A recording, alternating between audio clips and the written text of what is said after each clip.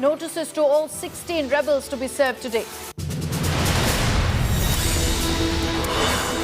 Shinde faction takes on Deputy Speaker, gives a notice of no confidence after Sena's disqualification plea.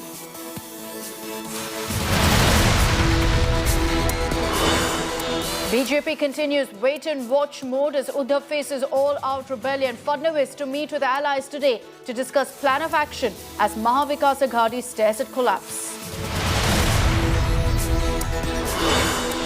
And after claiming that he was dead for years, Pakistan finally detains mastermind of 26/11 Mumbai terror attacks. Sajid Mir taken into custody after India and US mount pressure.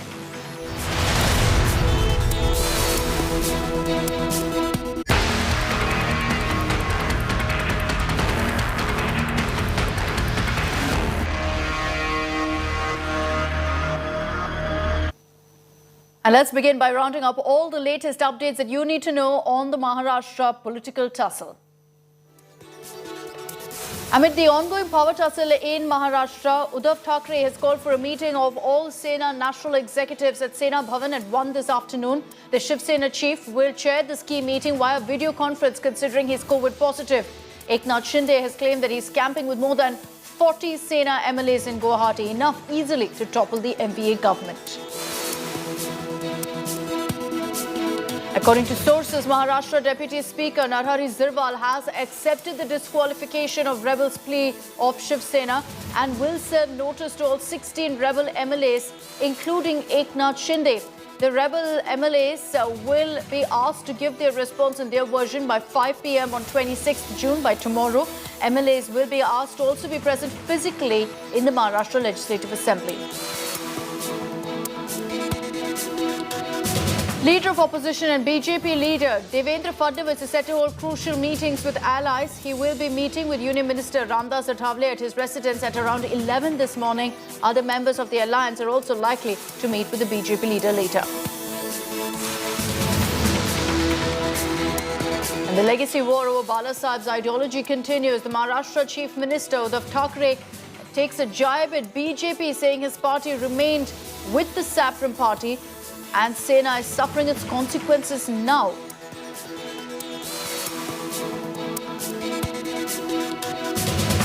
Aditya Thackeray, who's also been putting up these massive shows of strength, will be addressing party workers today as well as tomorrow. He'll be interacting with South Mumbai Shiv Senics at 6:30 this evening at the Birla Matoshri Hall. On Sunday, he's going to be addressing party workers in Santa Cruz.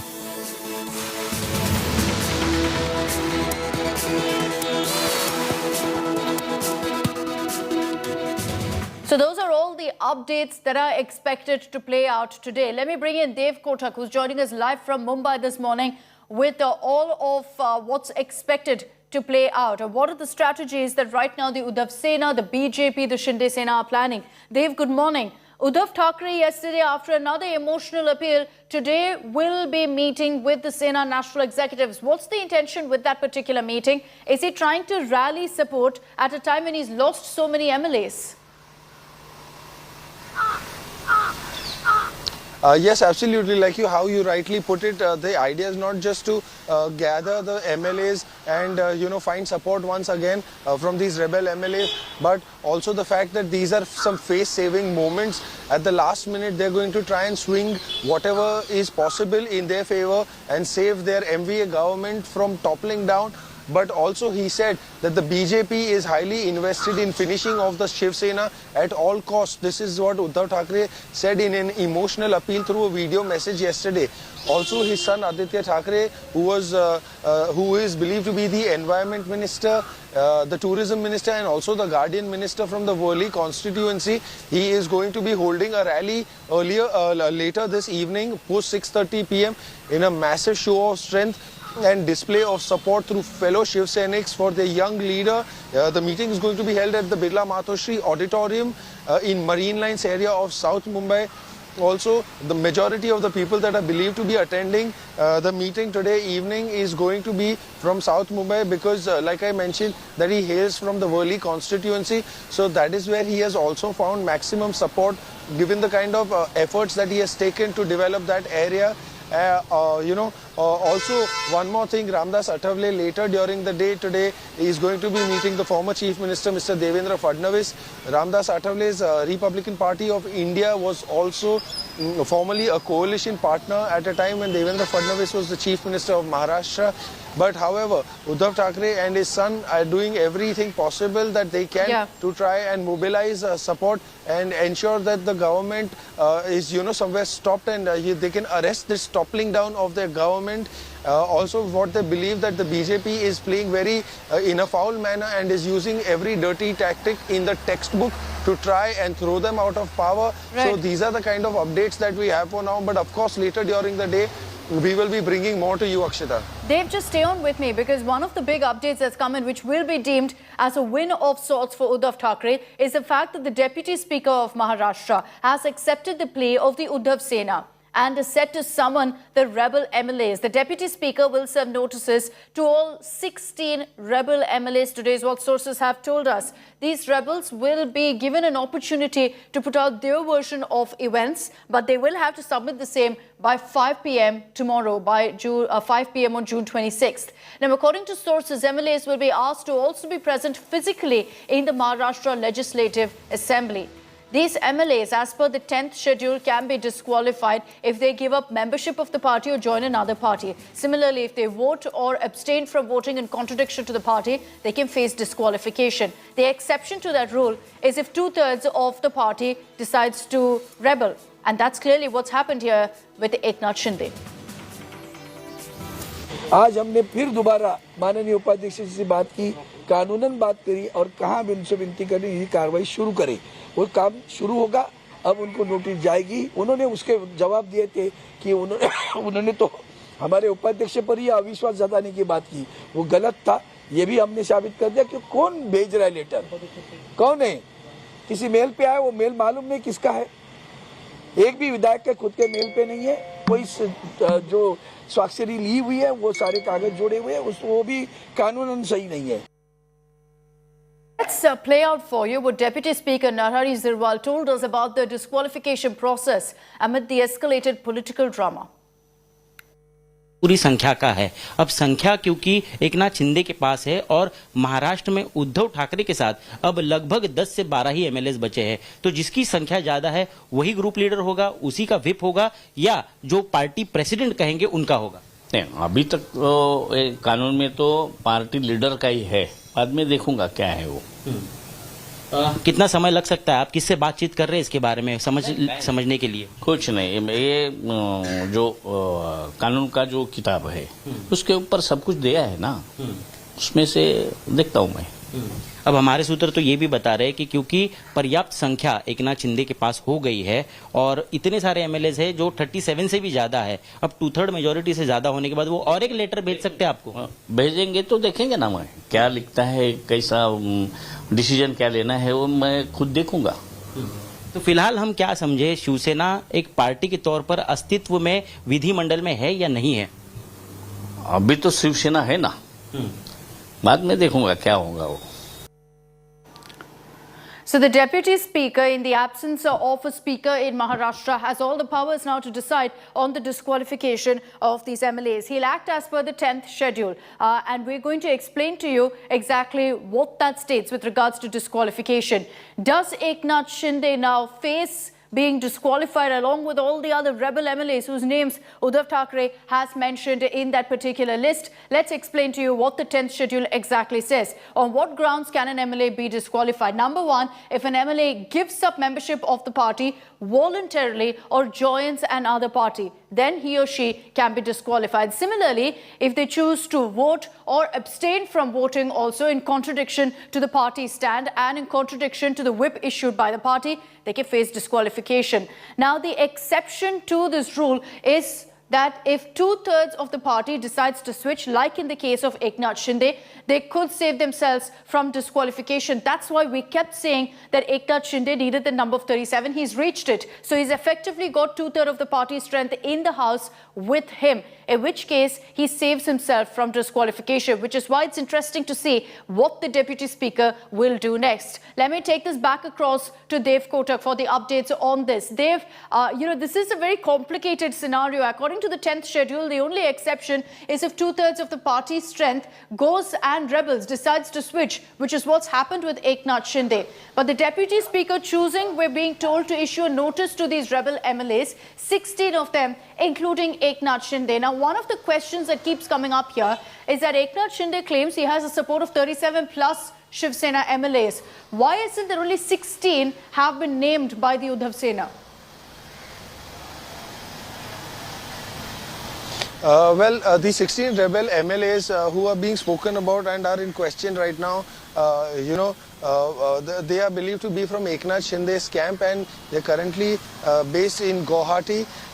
Also, one more important thing is that Maharashtra's Advocate General, Mr. Ashutosh Kumbhakoni, has also been consulted in this matter to try and ascertain and determine the fact in terms of how the disqualification procedure will play out to be. So that is why the question is of these 16 rebel MLAs who firstly went incognito and later, once contact was established with them, it was later realized that they had already switched over. Of course, they continue to remain in the Shiv Sena as well.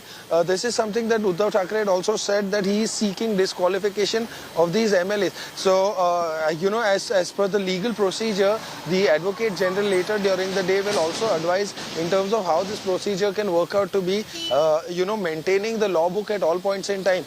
And Ramdas Athavale, once he comes to Mr. Devendra Fadnavis's bungalow at Nepensi Road, we will also try and speak to him and understand in terms of how he brings support to the table and what kind of support he brings, more importantly, and also how big a role will he himself be playing in the new government's formation, if that at all happens in the first place, unless the MVA government remains, which at this point in time seems very unlikely given the kind of numbers that are not favoring them at all. So, these are the kind of points that we need to keep in mind and consider, before we move ahead in terms of any kind of discussions with the disqualification or the formation of the new government that's concerned. As far as the numbers go, Uddhav Thackeray seems to have recognized and acknowledged that they're not with him, which is why he's now taking this forward as a legal battle as well. Dave, stay on with us. I want to break down for our viewers what happens next with regards to the legalities, the assembly, the floor test, etc. Remember that in Maharashtra currently,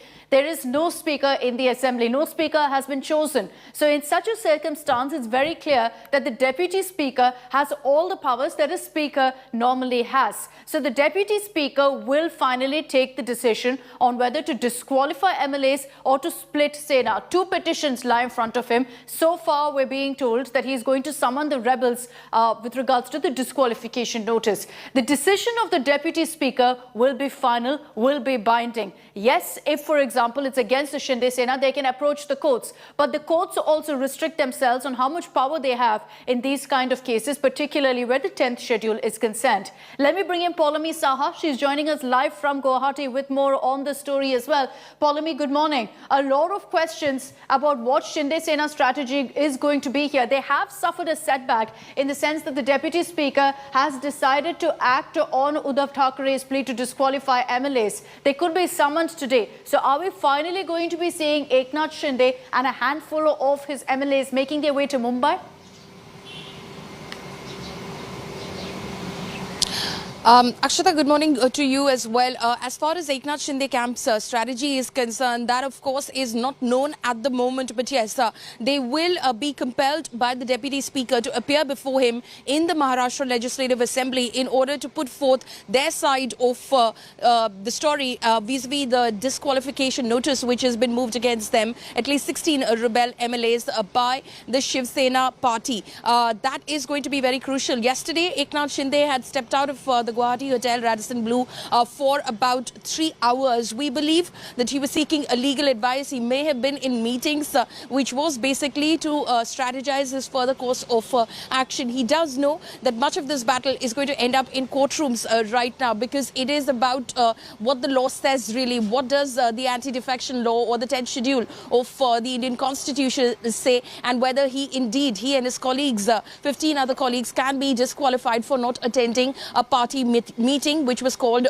by the whip that has been issued by the Shiv Sena party in Mumbai. He, of course, has sent in a resolution to the Deputy Speaker, a copy of which has gone to the Legislative Secretary, to the Governor as well, saying these are the 37 MLAs with me and we are the Legislative Party of the Shiv Sena. The leader of our party is Eknath Shinde. Our chief whip is Bharat Gogavle. So they are, of course, digging their heels in, but this is going to be a legal battle eventually, and it could end up in a courtroom. It remains to be seen if they move the courts, if at all the Deputy Speaker, proceeds forward and goes ahead and disqualifies them. Remember that they've also moved a motion for the removal of the Deputy Speaker as well on the 21st of June because of the Deputy Speaker's decision to accept the Shiv Sena's call to remove Eknath Shinde as the leader of the Legislative Party and appoint Ajay Chaudhary in his place. So one resolution moved by the Shinde camp and two resolution moved by independent MLAs, two of them who are said to be close to the BJP, who again moved a no confidence motion against the Deputy Speaker Narhari Zarwal yesterday, saying that he cannot go ahead and disqualify these MLAs. First, he has to see the numbers. So putting the Deputy Speaker in a bind as well, because the law says if there is a no confidence motion against the Speaker / the Deputy Speaker, they are not in a qualified position to disqualify others because they're members of the Legislative Assembly as well. What's very clear, going by what Uddhav Sena, Shinde Sena is doing, is that this is going to be a long-drawn battle. And as we've said before, it's a threefold one.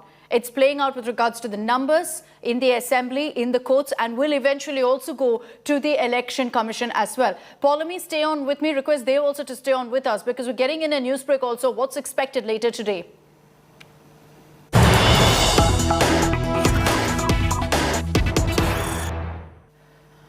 So a slew of meetings lined up today. Devendra Fadnavis is going to be meeting with all of the BJP's allies in Maharashtra. Ramdas Athavale, Union Minister, will also be there for that meeting. That's expected to happen at 11 this morning. The Sena National Executive Meet is going to be happening at 1 this afternoon. Aditya Thackeray will be holding a public address at 6:30 this evening. So every camp going ahead with their own plans, with their own huddles, with their own meetings to see how they can emerge victor in this battle, in this Game of Thrones that's playing out in Maharashtra. Let's take this back across to Dev Kotak as well. Dev, a lot of questions about what Uddhav Thackre's strategy is going to be. We got a glimpse of what they plan to do with Sanjay Raut yesterday saying that we're ready now for the legal battle. Is that the only hope right now for Uddhav Thackeray, that the Deputy Speaker kind of rules in his favor, considering he's lost out the numbers now? Yes, absolutely. Going through the legal way is one of the strongest way where he can assure any kind of support at this point in time, given the fact that he clearly lacks the numbers. Also, those 37 rebel MLAs who are camping in Guwahati have clearly gone on to state the fact that their group legislature party head continues to remain Eknath Shinde. And also at a time when Eknath Shinde had clearly specified and gone on to state that no one has been in touch with them to try and address their concerns that they have in this point in time, or even remotely try to sort out the kind of demands that they were making. So, we have to clearly try and understand the fact that Uddhav Thackeray is also trying every book in the trick and adopting every firefighting method. Also, we know parallelly that his son Aditya Thackeray has also been trying to rally support to save this government from really toppling over and ensure that a BJP's chief ministerial candidate does not come to power. So, of course, we also know for a matter of fact that these 37 rebel MLAs are also trying to oust the Deputy Speaker Narhari Zarwal as well. So, we will also have to try and wait for the kind of suggestions and the recommendations that will be given later during the day by the Maharashtra Advocate General Mr. Ashutosh Kumbhakoni regarding the disqualification process and procedure. But however, the Chief Minister Uddhav Thackeray is clearly hurt and upset because he, through the video conference appeal, also said that amongst these rebel MLAs, they are being very thankless. These were people who were not even considered initially. When true Shiv Senics were being considered to be given the poll ticket and when they had stronger chances, they made sure that these rebel MLAs were given tickets, and they won because of the kind of power, because of the kind of name that Shiv Sena has in the state. So these are some thankless and ungrateful people who did not value the poll tickets. So Uddhav Thackeray is clearly miffed and sort of upset in a way, if I can say so, by the series of events and the political drama that has played out in the state. And in the last few days, it has definitely left him in a really worried state. Yes, and Uddhav Thackeray has chosen to blame the BJP, but the reality is that there are more than just a handful of MLAs who have chosen to side with Eknath Shinde rather than Uddhav Thackeray. Let's break down right now for you the numbers as they stand. With every passing day, more MLAs have been joining hands with Eknath Shinde. What does that bring the Shiv Sena's number to, the Uddhav Sena's number to? It's down to just 17. So the support that Uddhav has right now is in the teens. 17 MLAs are backing him, whereas 38 MLAs have chosen to side with Eknath Shinde. Besides that, he's got 9 rebels also with him. So 47 is the number with Eknath Shinde. Shinde has expressed confidence to us here on India Today that the number of MLAs backing him will actually surpass 50. So we'll see if that actually happens. But if you look at the overall number game, the NCP and Congress, of course, their numbers remain intact. But because of how precarious things are in Maharashtra and how close it was, the MVA, with Shiv Sena's numbers coming down to 17, doesn't have enough to continue to remain in power. Whereas the BJP 806, if the Sena rebels plus other rebels, Eknath Shinde's camp, actually join hands with the BJP, they'll comfortably have the numbers as well. So this is what the numbers look like right now in Maharashtra. This is the point. The fact that, you've not got, Uddhav Thackeray doesn't have the numbers that he requires. But having said that, there are possibilities that more MLAs also could join with Shinde Sena. There was always that talk about 37 being the magic number for Eknath Shinde. Once he crosses it, he can't be disqualified. So then how is it that the Deputy Speaker is still taking forward that proceeding? Is it because he doesn't believe that 37 numbers are with Eknath Shinde?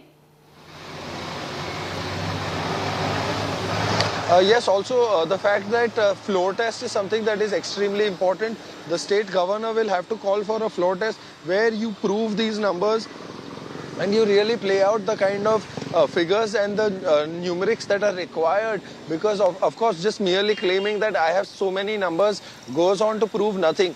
You really have to play it out in the assembly and show that this is the kind of support that I have in the form of signatures. Also, where these MLAs agree to the fact that yes, we are going to be with such and such person in their particular camp. So of course it is extremely important, like you mentioned earlier, to prove that we have these kind of numbers. So, merely just, it is considered as mere lip service, because if you don't go on to prove the numbers, otherwise how else are you going to be able to form the government? So, even post the magic number, the floor test is something that is going to be of utmost essence and highly important, because that's where, as per the legal procedure and as per the political process also that takes place later in the assembly, floor test is something that really determines in terms of who can form the government and who doesn't really have the numbers to do so. So these are the kind of very basic important points that we have to take into consideration, given the fact that MVA government clearly lacks the kind of numbers. So yeah. All right, Dev, just stay on with me. I want to focus on what's the Shinde Sena strategy here, because after the disqualification plea was submitted before the Deputy Speaker by Uddhav Sena, the Shinde faction has given a notice of no confidence against the Deputy Speaker. Amid this continuing turf war within the Shiv Sena, the Shinde faction has also said that Bharat Gogavle has been appointed as the chief whip of the party. So any sort of whip that's been issued by the Uddhav Sena simply doesn't matter.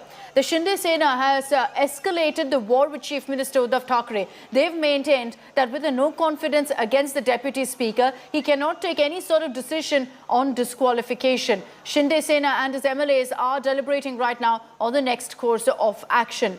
Shiv Sena had written to the Deputy Speaker seeking disqualification of 16 rebel MLAs, and the fact that a notice could be issued today by the Deputy Speaker on that will no doubt have Eknath Shinde worried. I want to bring in Paulami Saha quickly on that as well. Paulami, with Shinde facing perhaps disqualification, he's taken that step of going ahead and now taking on the Deputy Speaker directly, saying that they are trying to pass a no-confidence motion against him, issuing a notice on that. And essentially the messaging seems to be, give us an opportunity to show off our numbers before you decide on disqualification.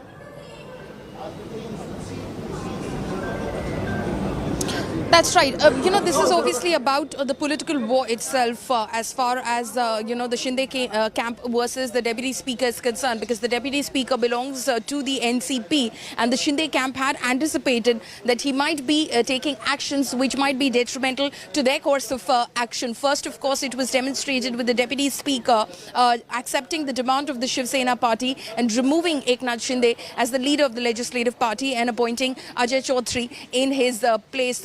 And now, of course, the notices which will be issued to the 16 rebel MLAs by the Deputy Speaker as per protocol, because he's received the disqualification notice from the Shiv Sena, that, they should be appearing before him physically at the Maharashtra Legislative Assembly within 48 hours in order to, of course, put forth their side of things. It's unlikely that all of these MLAs will be, in fact, appearing before Narhari Zarwal because of this, because he had the option to in fact have them join over video conferencing, but he's not likely to give them that option. He will ask them to be physically present. So they had anticipated the same. So they will be, of course, at the moment preparing their counter strategy. Like I said, they have thrown in the no confidence motions against the Deputy Speaker already, because that puts the Deputy Speaker, like I said, in a bind constitutionally, because if there is a no confidence resolution against you, then it's you cannot move forward in terms of disqualification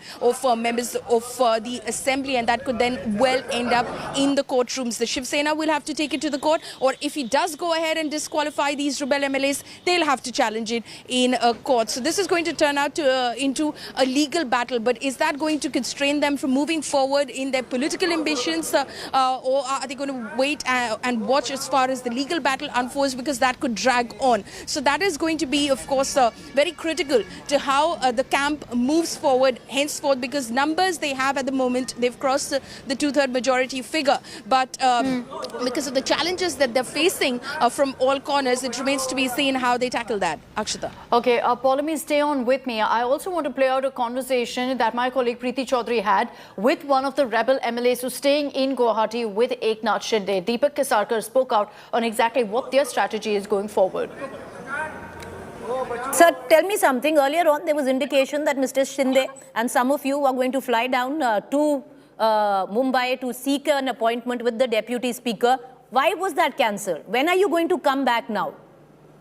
No, it is for the Deputy Speaker to give us an appointment if he at all wants to recheck the signatures, because all signatures are with the Deputy Speaker's office, and he can very well verify whether there are 38 signatures or not. Along with that, we have sent the videos also. So he should not feel that we have not signed. We have testified that we have signed, and we have signed the affidavits also. Kesarkar ji, till when are you going to be sitting in Guwahati? No, unless they give a recognition to our group, which is our constitutional right. The constitution says that you must have two-third majority, and we have two-third majority.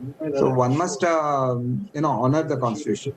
But sir, there are lots of loopholes even in having two-third majority. But that aside, now the Shiv Sena has mooted 16 of you, including you, be disqualified. Now that will mean, sir, this will go into the courts. The rest of you will, yes. Do you think 15 people could disqualify 40 people? Is it a mockery of democracy? Anybody who will go to court will win, and they have not disqualified us as yet. Yes. Because there is a principle of natural justice. By just claiming by Sena that we are disqualified, the Honorable Speaker will have to give us hearing. That is the principle of natural justice. The Shiv Sena to anybody. Sir, the Shiv Sena has been smart in that thing, in that aspect. They haven't disqualified all of you, no, not 38 of you. They've disqualified only 16 of you. No, this is just when people lose their majority. They play tricks like that, and that happens everywhere. So you will have to accept the democracy. You will have to accept that you have lost the confidence of most of the MLAs, and then you should step down. So with this all-out rebellion against Uddhav Thackeray, how are political parties reacting? What are they planning to do today? With all eyes on Shinde's next move, the Uddhav Sena is going to hold a national executive meet as well as a public meeting in Mumbai today. Chief Minister Uddhav Thackeray has called for a meeting of all Sena national executives at the Sena Bhavan. Aditya Thackeray will be conducting a public meeting this evening. This will happen at the Birla Matoshri Sabhaghad at Marine Lines. All youth Shiv Senics have been asked to attend the meeting. Aditya Thackeray tomorrow morning will also be holding a similar public address. Fadnavis, meanwhile, will be meeting with allies at his official residence of Sagar at 11 a.m. Union Minister Ramdas Athavale is also expected to be present in that meeting. महत्वाकांक्षा जरूर असावी, पण तिला ती राक्षसी महत्वाकांक्षा असता कामा नये की ज्याने दिलं त्यालाच खायचं, ही महत्वाकांक्षा नाहीये. ही महत्वाकांक्षा असू शकत नाही. आणि जास्तीत जास्त काय केलं तो आज तुम्ही आमदार नेल्यान घेऊन गेलात, घेऊन जा. आणखीन कोणाला घेऊन जायचं घेऊन जा. तुम्ही झाडाची फुलं तोडू शकता, झाडाची फळं तोडू शकता, पण झाडाची मुळं ही उपटून काढू शकलेल्या नाहीत. माझ्याकडे आले असते आणि आज जे बोलते ते बोलले असते, ते इथल्या इथे मार्ग निघाला असता की नसता. पण तसं न करता सुरतला गेले, तिकडनं तर गुवाहाटीला गेले, तिकडनं आणखीन कुठे म्हणजे सगळे तीर्थस्थानं करून येतात. त्याच्यानंतर मला असं कळलं की ते कामाख्या मंदिरात गेलेत, मग तिकडे आणखीन काहीतरी प्रार्थना करतील, काय करतील. पण हे सगळं जर तुम्ही इतके वर्ष सोबत राहिलात, शिवसेनेची एकनिष्ठ आहात, शिवसैनिक आहात, तर हक्कानी तुम्ही माझ्याकडे त्या आमदारांना का नाही घेऊन आलात? मी परवा आमदारांना बोलवलं होतं, खासदारांना तर आज सुद्धा येत आहेत. काही आमदार त्या दिवशी हो हो साहेब कापलो तरी जाणार नाही, आता हे न कापता तिकडे गेले, तो भाग वेगळा. कारण कापलो तरी म्हणजे कापल्यावरती जाणार कसा, हा एक प्रश्न आहे. कापूनच टाकलं तर जाणार कसा, तर कापलो तरी जाणार नाही. पण हा न कापता काही लोक आपल्याकडे गेले. काही जणांचे मला फोन आले, आजही येत आहेत की उद्धवजी तुम्ही वर्ष सोडायला नाही पाहिजे होतं. म्हटलं का नाही, लोकांना असं वाटतं तुम्ही जिद्द सोडली. म्हटलं मी जिद्द सोडणाऱ्यातला नाहीये, मी मोह सोडला पण जिद्द नाही सोडणार मी कधी. मातोश्रीची बदनामी, माझी बदनामी, कुटुंबियांची बदनामी, मी एवढा निर्लज्ज नाही होऊ शकत. माझी बदनामी करा, माझ्यावरती तुम्ही काय हल्ला करायचं तर करा, पण कोणी तुमच्यापैकी सुद्धा कुटुंबाची बदनामी कारण नसताना मग ती मंत्रिपद देणारी शिवसेना ही बाळासाहेबांचीच आहे ना. आज सुद्धा शिवसेना ही बाळासाहेबांचीच आहे.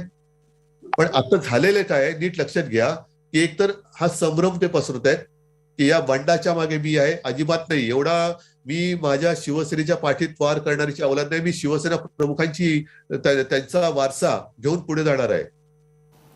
So those were the latest appeals, emotional outburst by Chief Minister Uddhav Thackeray, hoping that the sympathy factor will help him. The reality is it hasn't so far. And that's why the Uddhav Sena is also gearing up to show their strength on the ground. We are understanding that huge crowds will be gathering at Matoshri. There's a massive protest by Shiv Sena, which is also on the cards. Chief Minister Uddhav has said that this fight will continue on the streets and on the floor of the House.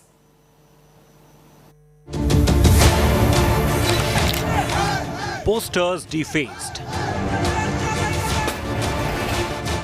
offices vandalized. The Shiv Sena's fury at Eknath Shinde's rebellion is taking a violent turn, and it's all set to escalate. A show of strength outside Matoshri and a massive protest by Shiv Senics is on the cards. ज्या लोकांना price tag लागलेलं असतं, आतापर्यंत मी बघितलंय, पण इथे जे काही ऐकू येतंय, स्वतःचे जे काही किमती लावल्या आणि विकत गेले, मला माहित नाही खरं आहे खोटं आहे, पण असू शकतं. आजचं जे आपण सोबत सगळ्यांना आणलेलं आहे ते एवढ्यासाठीच आणलेलं आहे की तुम्ही मन पक्क करा. जे उद्धव साहेबांनी सांगितलं, आपले जे सोबत राहिले ते आपले, जे समोरून उभे राहिले त्यांचे. Whether on the streets or in the assembly, Uddhav Sena says the fight is not over yet. हम हार मानने वाले नहीं, हम जीतेंगे. फ्लोर ऑफ द हाउस पर जीतेंगे. अगर लड़ाई सड़क पर हो गई तो वहां भी जीतेंगे. Mumbai police is on high alert as Uddhav Sena workers are all set to take their fight a notch higher.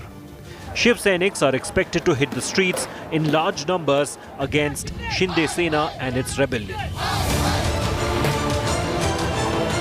An already boiling Maharashtra is now on the edge with the war between Uddhav Sena and Shinde Sena spilling on the streets. The Shinde grip on Aghadi government is getting tighter, leaving Uddhav Thackeray and co. to rally all the support they can get. Bureau Report, India Today.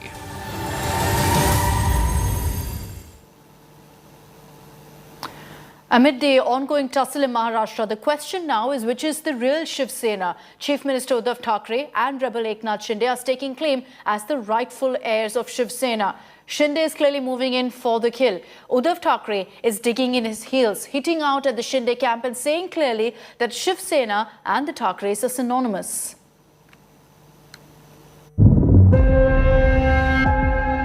Which is the real Shiv Sena?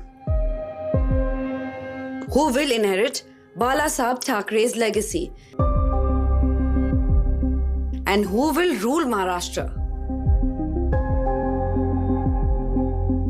This raging political Mahabharat has now entered a legal battleground. Both Chief Minister Uddhav Thackeray and rebel Eknath Shinde are staking claim as the rightful heir of Shiv Sena.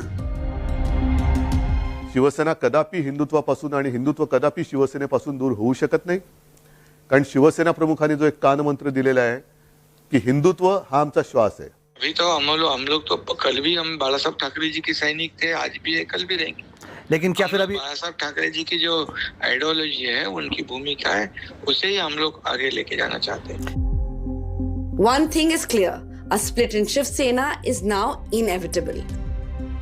Shinde and 37 MLAs have broken rank from the Uddhav Sena. They are now the majority, leaving the original Shiv Sena to be reduced to a minority party. And now, Shinde Sena is moving in for the kill by laying claim to the bow and arrow symbol of the original Shiv Sena. जब MLA लोगों की जो constitution में अगर कोई काम नहीं होता है या उनके ऊपर अन्याय होता है तो अन्याय के खिलाफ लड़ने की सीख जो है हमारे को बालासाहेब ठाकरे जी ने दी है. Uddhav Thackeray too is digging in his heels, hitting out at Shinde camp, saying Shiv Sena and Thackerays are synonyms. Thackeray आणि शिवसेना ही दोन शब्द वेगळे करून तुम्ही शिवसेना चालून दाखवाच. माझं आज सुद्धा आव्हान आहे.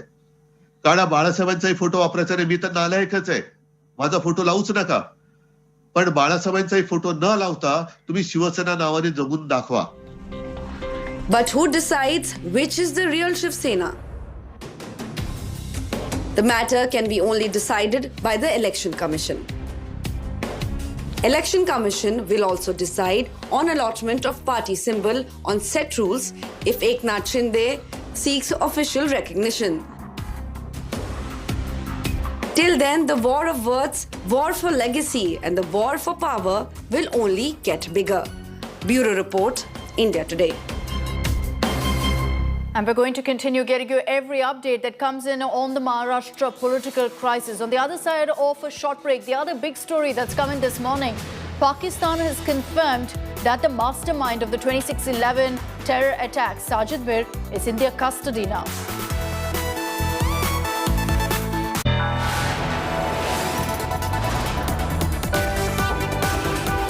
You are watching India Today.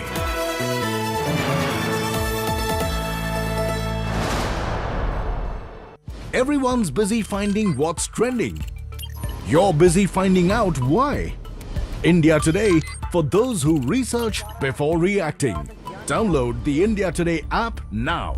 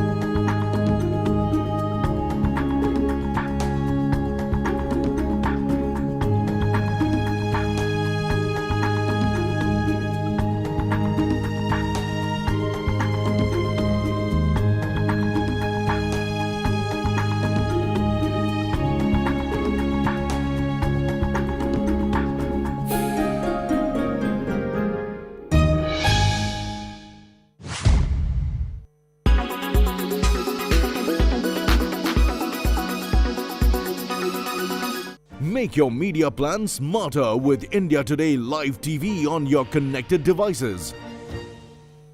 Everyone's busy finding what's trending. You're busy finding out why. India Today, for those who research before reacting. Download the India Today app now. Make your media plan smarter with India Today Live TV on your connected devices. You are watching India.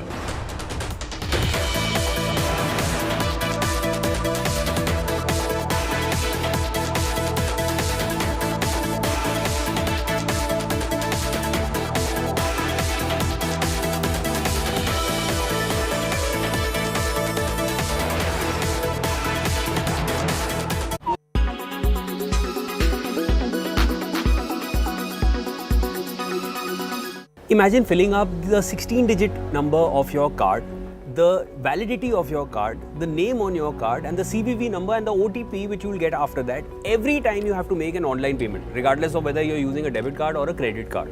Well, if you don't opt for RBI's new tokenization rules, this is exactly what you'll be doing every time you make an online payment after July 1st. So listen up closely.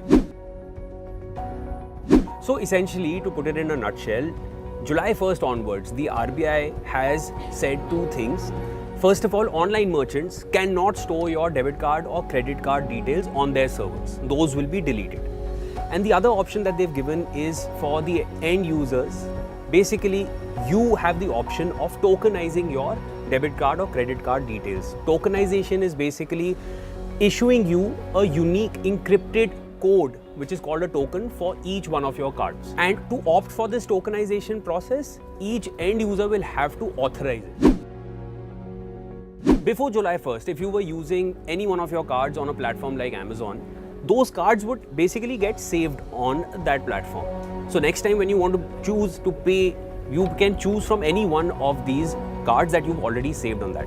Now what you'll basically get is a certain notification along with each one of these cards, which will basically say that your card is not saved yet. Once you press on that, you will have the option of saving the card details and then you can proceed with the payment. After July 1st, what's going to happen is that notification will not be there because even those card details will get deleted. So you will have to fill in all those details again and then save them. So this tokenization process will just take a few seconds. It does not cost anything and it's only applicable to domestic online transactions.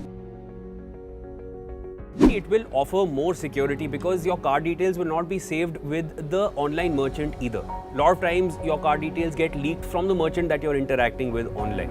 So that gets negated. Secondly, you have a token which you're getting. You'll just need to fill in your CVV number and an OTP which you'll get after that. So the process of making that payment will obviously be shorter. But this tokenization process is totally optional. It is not mandatory.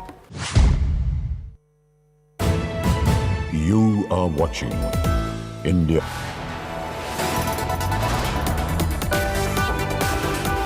You are watching India Today.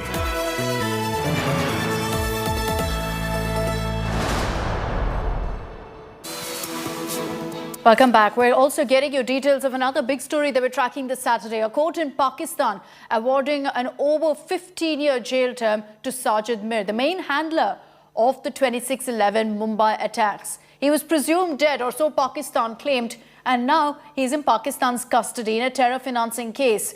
Mir is in his mid-40s and has been in the Kot Lakhpat jail since his arrest this April, Pakistan has confirmed. The court has also imposed a fine of over 4 lakh rupees on the convict.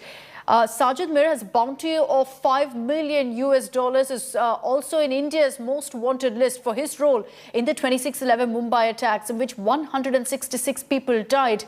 He was referred to as the project manager of the Mumbai attacks and reportedly had also visited India in 2005 using a fake passport with a fake name. There was ample evidence that this man was the mastermind of the Mumbai attacks. Remember that Hafiz Saeed, another mastermind, has already been sentenced to a 68-year imprisonment in terror financing cases by the Lahore courts. This sentence is running concurrently, which means he doesn't have to spend many years in jail. And Pakistan has time and again shied away from, in fact, taking action against these masterminds, the perpetrators of the 26/11 terror attacks. Sajid Mir, one of the key conspirators, the alleged mastermind of the terror attack. For long we've been going after him. Pakistan has been claiming he's dead. Now finally he's been taken into custody, sir. Moot question is why Pakistan did not arrest immediately after the terror attack of 2008. Because India has furnished tangible evidence against Sajid Mir. Let me tell you very clearly, the role of the Sajid Mir in the total conspiracy behind the terror attack is deeply involved. Secondly, he was interacting the 10 attackers during the attack. He was giving instructions on the mobile phone. His telephone conversation has been intercepted by our Indian authorities. And not only that, whatever I had laid the evidence in Mumbai court, not only that against the 10 terrorists, but also against those who were behind the criminal conspiracy. Sajid Mir's nickname is Vashi Bhai. All the 10 attackers were calling him as Vashi Bhai. Vashi Bhai used to guide them. You should talk in this manner. You should tell to this particular media house in this manner. You should ask your demand in this manner. So all the instructions, the details of the entire criminal conspiracy was hatched with his consent.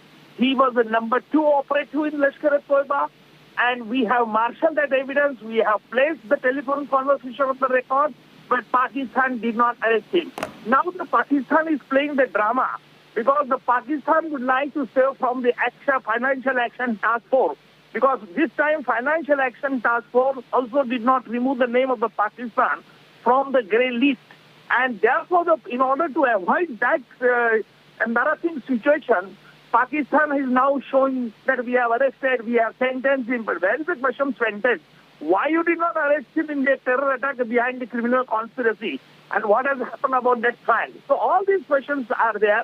But I think the Financial Action Task Force won't be swayed away by this dramatic action of the Pakistan. Very true, sir. And Mr. Uddhav Nikam, now with this particular step being taken, what do you think has prompted them to do it now? As you said, there's sizable evidence of Sajid Mir's involvement. For the longest time, Pakistan conveniently said that Sajid Mir is dead. What do you think has prompted them finally to take this step? Do you think it was consistent pressure from India? Indeed, it's an India's victory because India has given all the tangible evidence to the Pakistani authority, as well as we have given the evidence to the Interpol also. Mumbai court has issued a non-bailable warrant against him. He's a wanted accused still in 26th November trial. And you see, there are so many evidence. I have examined the David Italy also. We have arrested one Abu Jindal, who was also during the attack in that control room. So we have the voluminous documentary evidence against the Sajid Mir's allies Vashi Bhai. Geeta Mohan is joining us on this broadcast, a foreign affairs editor, for more details on this declaration by Pakistan. He was taken into custody in April is the information that Pakistan has put out, Geeta. And let's be very clear here. It's not like Pakistan, has grown a conscience or anything of the sort. This is essentially to ensure that they get the clean sheet from the FATF.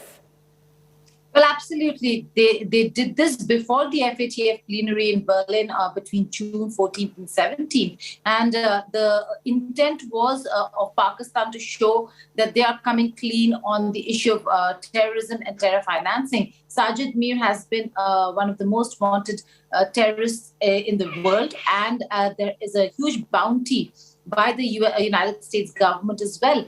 So the killing of a U.S. national in the Mumbai terror attacks is one of the reasons why we've seen US follow up all these perpetrators or alleged perpetrators and masterminds of the 26/11 attacks. And the pressure was mounting.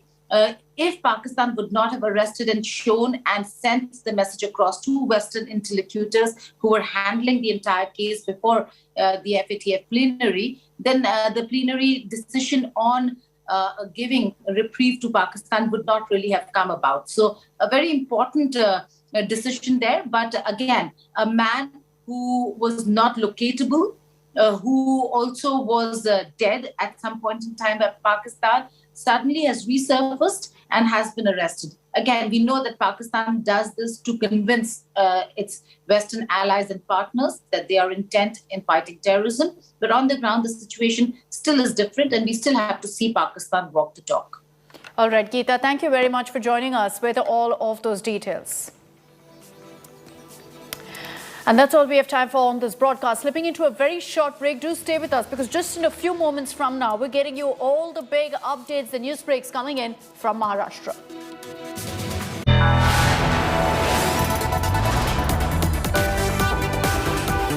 You are watching India Today.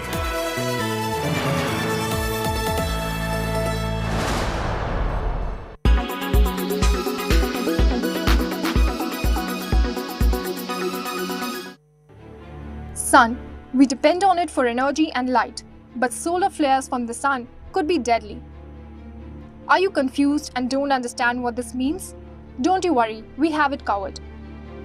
A massive solar flare erupted from Earth's star as it got active in its new cycle. A sunspot exploded and produced flares which lasted for 8 hours. The event led to a shortwave radio blackout for 8 hours over Japan and Southeast Asia. Before we get into the technicalities of what caused this, let's learn about solar flares. A solar flare is an intense, localized eruption of electromagnetic radiation in the sun's atmosphere. Its occurrence will disrupt radio signals. The occurrence of solar flare also varies upon 11-year cycle. The solar flare unleashed superheated plasma from the sun, powering them at speeds ranging in millions of kilometers per hour. The growing sunspot AR3032 exploded, producing M3 class flares that lasted nearly 8 hours.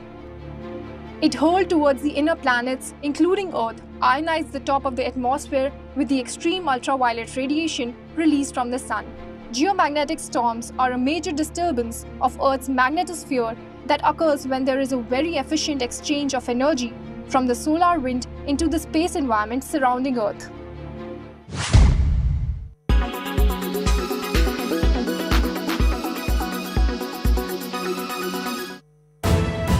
You are watching India.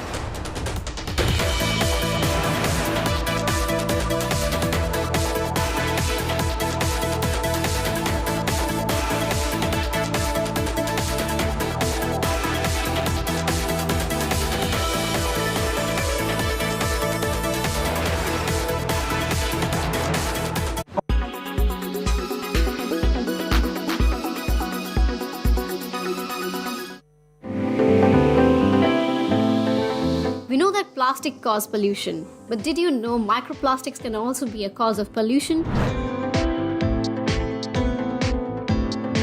Microplastics are plastic particles with dimensions less than 5 millimeters. Some are so small, they are invisible to the naked eye. Nylon and polyethylene, for example, are mixture of polymers and additives, are themselves microplastics created from tiny pellets known as nurdles. These elements are found in everyday products like shower gels and cosmetics, as well as fertilizers, detergents, and paint. Another major source of this pollution is car tire wear. Difficult to filter, these microplastics get everywhere, in rivers and then the oceans, on land or in the air we breathe. Billions of items of plastic waste taking hundreds of years to break down litter beaches all around the world. All living species in the oceans that are part of the human food chain, from zooplankton to whales, are likely to ingest microplastics. The impact of microplastics on organisms or on ecosystems is unknown, but the additives they contain are potential chemical contaminants.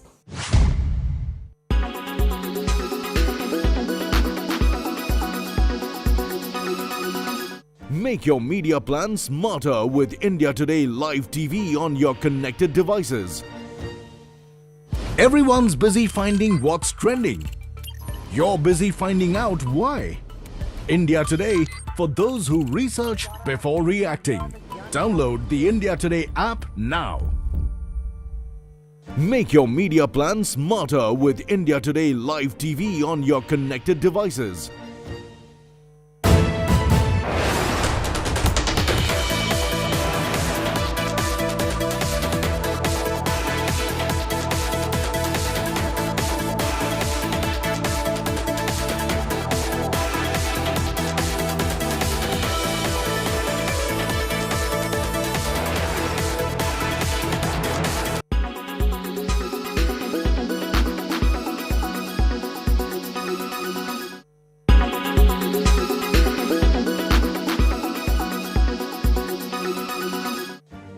Make your media plan smarter with India Today Live TV on your connected devices. Amplify your brand with 100 million smart internet viewers. To advertise, mail us at sales@aajtak.com.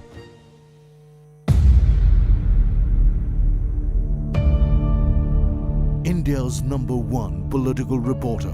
Defines what seems to be happening, vendetta politics. कोई दूध के से धुला हुआ नहीं है. Unmatched eye, unmatched experience. The world has changed. My black hair has become grey as well. And with unmatched passion for the story. Do not monopolize the conversation. When it's 100% pure prime time. It's News Today with Rajdeep Sardesai. Monday to Friday, 9 p.m. Only on India Today TV. Make your media plan smarter with India Today Live TV on your connected devices. Everyone's busy finding what's trending. You're busy finding out why.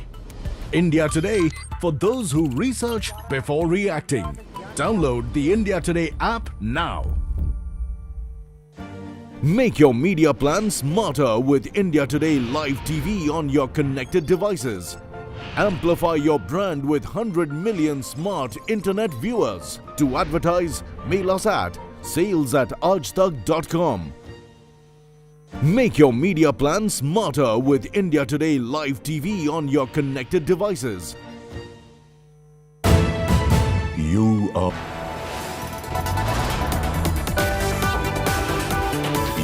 are watching India Today.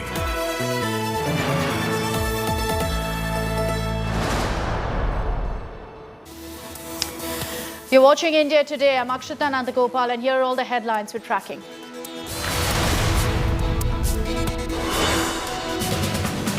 Cornered, Uddhav desperate to save face, calls for a meeting of all Sena national executives. Aditya Thackeray to conduct public meeting in Mumbai.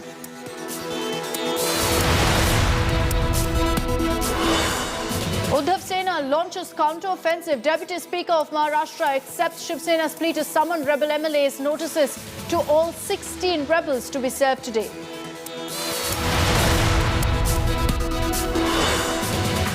Shinde faction takes on Deputy Speaker, gives notice of no confidence after Sena's disqualification plea.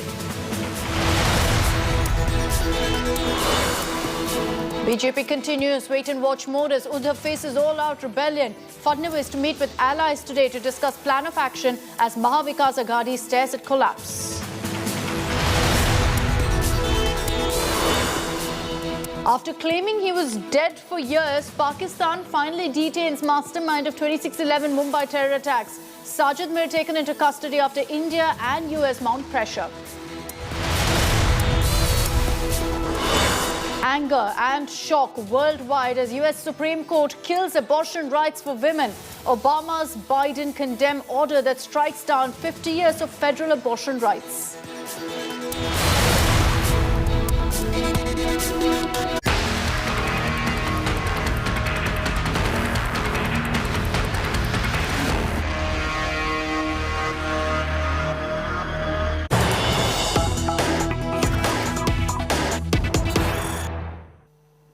And let's get you all the updates coming in the Maharashtra political crisis. The Shiv Sena has targeted the BJP through its mouthpiece Samna yet again. In the Sena mouthpiece Samna, they've slammed the rebel MLAs as well. The Shiv Sena essentially has in fact said that the Chief Minister of Assam is spending his entire sadhana for the yoga camp at Radisson Blu. So this is in fact the comment that Shiv Sena said. They've also said that the entire opposition in the country is united against these tactics by the BJP. Dev Kotak is joining us live from Mumbai with more details on this. So Dev, once again the Shiv Sena choosing to pin the blame on the BJP. What has become essentially a trend every morning is in their mouthpiece, the Samna, putting out scathing articles about the BJP, but not talking about the crisis, perhaps the introspection that's needed within the Shiv Sena.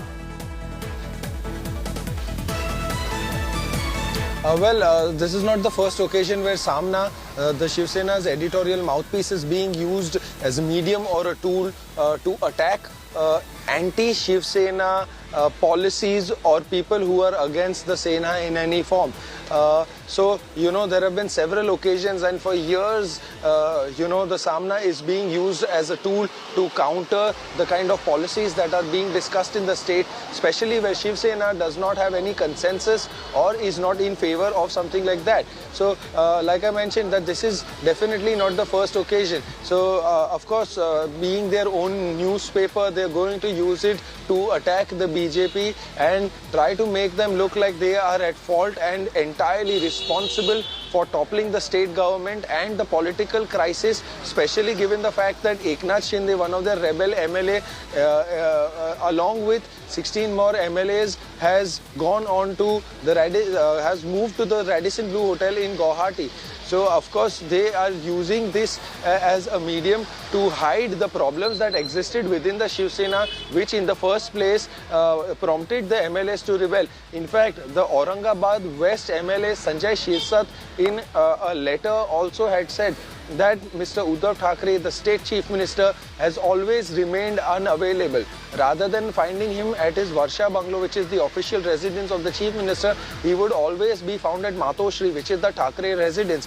However, they also say that it is because of the fact that he was always highly inaccessible and they were not allowed to meet him. In fact, even though they were the MLAs, more priority was given to people who were considered as opposition, which is the NCP and the Congress. They were given larger and greater access. Their MLAs were also given funds to conduct development work in their constituency. But whereas their own Shiv Sena MLAs who wanted to meet Mr. Uddhav Thackeray were denied access, especially by those people who were forming the inner coterie of Mr. Uddhav Thackeray. Yeah. They would decide and they would be calling the shots and taking calls whether a particular MLA can meet the CM or cannot meet the CM. So there was this growing amount of distrust and unhappiness that was brewing since a very long time. Of course, this is not something that took place overnight or in just a span of 2 to 3 days. So Mr. Sanjay Shirsat has also said that when the Shiv Sena votes did not split during the Rajya Sabha polls, then why so much distrust in us during the Legislative Council election? So these are the kind of very valid arguments that have been put forth. And Mr. Shirsat clearly went on to mention and clarify the fact that because all of us were so miffed and we did not know how to work around this problem, when we cannot meet our own chief minister, what can we even expect in terms of the good things to come out of the state during Shiv Sena's ruling tenure? So Mr. Eknath Shinde is the one who really mobilized us and prompted us to, really go all out against this and show our unhappiness and display an open sense of distrust in the chief minister and the kind of actions that he engaged and indulged in, giving us very little access. So this is one very important point to try and counter the kind of arguments that have been made in the Samna editorial piece. Okay, Dave, stay on with me. Meanwhile, Shiv Sena MP Sanjay Raut has taken to Twitter to taunt the rebels. He's hinted essentially at money power being at play here and has put out a message, essentially a quote from Rudyard Kipling, to in fact say that any over concern for money, position or glory one must be beware of. Sanjay Raut has shared this particular quote with a caption of Jai Maharashtra. Let me bring in Paulami Saha also on this broadcast. Paulami, this is something, of course, that the Shiv Sena has been maintaining from day one, asking where did the money for this kind of a rebellion come from? And they've claimed a direct link of the BJP. Of course, it's something that there's also ample talk about because of the fact that you had the Assam Chief Minister visiting the Radisson Blu Hotel just moments before the rebel MLAs landed up there, and the fact that they moved from one BJP-ruled state to another.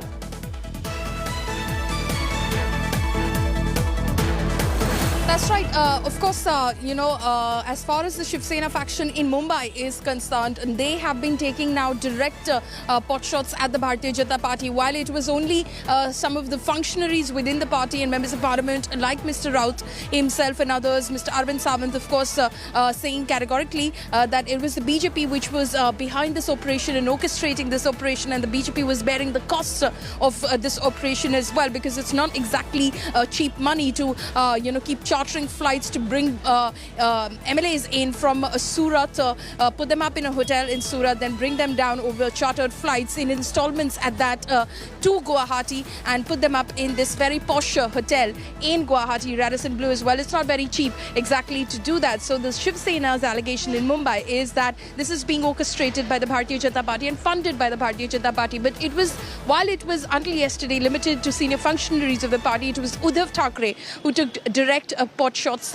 and in fact attacked the BJP yesterday, saying that this entire operation is BJP orchestrated and it is the BJP which is trying to drive a wedge within the Shiv Sena, and that is the BJP's policy, use and throw. He said, he warned his rebel MLAs that use and throw is the BJP's policy. They'll use you and they will throw you, and it is their policy to have two factions within a party fight, and while they sit back and watch and the repercussions of it are felt by the party that is fighting, and BJP doesn't even get hit in the process in any which way. So it was Uddhav Thackeray who categorically came out and spoke out against the Bharatiya Janata Party.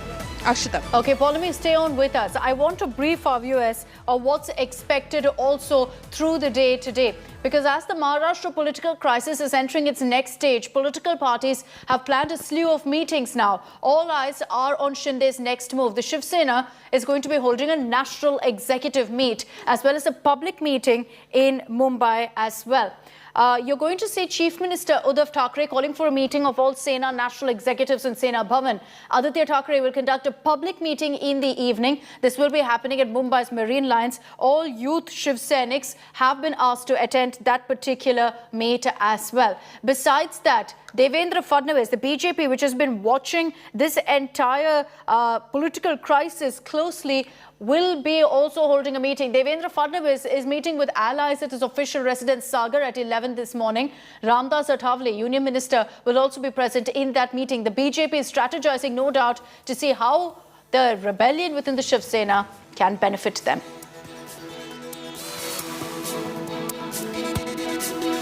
महत्वाकांक्षा जरूर असावी, पण तिला ती राक्षसी महत्वाकांक्षा असता कामा नये की ज्याने दिलं त्यालाच खायचं, ही महत्वाकांक्षा नाहीये. ही महत्वाकांक्षा असू शकत नाही. आणि जास्तीत जास्त काय केलं तो आज तुम्ही आमदार नेल्यान घेऊन गेलात, घेऊन जा. आणखीन कोणाला घेऊन जायचं घेऊन जा. तुम्ही झाडाची फुलं तोडू शकता, झाडाची फळं तोडू शकता, पण झाडाची मुळं ही उपटून काढू शकलेल्या नाहीत. माझ्याकडे आले असते आणि आज जे बोलते ते बोलले असते ते इथल्या ते मार्ग निघाला असता की नसता. पण तसं न करता सुरतला गेले, तिकडनं तर गुवाहाटीला गेले, तिकडनं आणखीन कुठे म्हणजे सगळे तीर्थस्थानं करून येत आहेत. त्याच्यानंतर मला असं कळलं की ते कामाख्या मंदिरात गेलेत, मग तिकडे आणखीन काहीतरी प्रार्थना करतील, काय करतील. पण हे सगळं जर तुम्ही इतके वर्ष सोबत राहिलात, शिवसेनेची एकनिष्ठ आहात, शिवसैनिक आहात, तर हक्कानी तुम्ही माझ्याकडे त्या आमदारांना का नाही घेऊन आलात. मी परवा आमदारांना बोलवलं होतं, खासदारांना तर आज सुरू येत आहेत. काही आमदार त्या दिवशी हो हो साहेब कापलो तरी जाणार नाही, आता हे न कापता तिकडे गेले, तो भाग वेगळा. कारण कापलो तरी म्हणजे कापल्यावरती जाणार कसा, हा एक प्रश्न आहे. कापूनच टाकलं तर जाणार कसा, तर कापलो तरी जाणार नाही. पण हा न कापता काही लोक आपल्याकडे गेले. काही जणांचे मला फोन आले, आजही येत आहेत की उद्धवजी तुम्ही वर्षा सोडायला नाही पाहिजे होतं. म्हटलं का नाही, लोकांना असं वाटतं तुम्ही जिद्द सोडली. म्हटलं मी जिद्द सोडणाऱ्यातला नाहीये, मी मोह सोडला पण जिद्द नाही सोडणार मी कधी. मातोश्रीची बदनामी, माझी बदनामी, कुटुंबियांची बदनामी, मी एवढा निर्लज्ज नाही होऊ शकत. माझी बदनामी करा, माझ्यावरती तुम्ही काय हल्ला करायचं होतं करा, पण कोणी तुमच्यापैकी सुद्धा कुटुंबाची बदनामी कारण नसताना मग ती मंत्रिपद देणारी शिवसेना ही बाळासाहेबांचीच आहे ना, आज सुद्धा शिवसेना ही बाळासाहेबांचीच आहे. पण आता झालेलं काय नीट लक्षात घ्या की एकतर हा संभ्रम ते पसरत आहेत की या बंडाच्या मागे मी आहे, अजिबात नाही. एवढा मी माझ्या शिवसेनेच्या पाठीत वार करणारीची अवलाद नाही. मी शिवसेना प्रमुखांची त्यांचा वारसा घेऊन पुढे जाणार आहे. So that was the video message that Uddhav Thackeray put out last evening, again resorting to the same emotional appeal. But the reality is, it's not helping him in any way. It's not triggered any sort of awakening of conscience of these rebels. And look at the numbers as they stand right now. Uddhav Thackeray has just a handful of MLAs with him. It's reduced to 17 as 38. Majority easily of the Shiv Sena MLAs are now with Eknath Shinde. Add to that 9 rebel MLAs. These are MLAs from independents as well as from smaller parties. And that takes his number, Eknath Shinde's number, to 47. He's saying that he'll cross the 50 mark. As far as the NCP and the Congress is concerned, their numbers are untouched. But the problem is that the Shiv Sena is down to the teens. It's down to 17, which means that the MVA doesn't have the numbers anymore. The BJP, of course, stands to gain. Eknath Shinde, we're being told his strategy is to ensure that he joins hands with the BJP and then they comfortably get the numbers.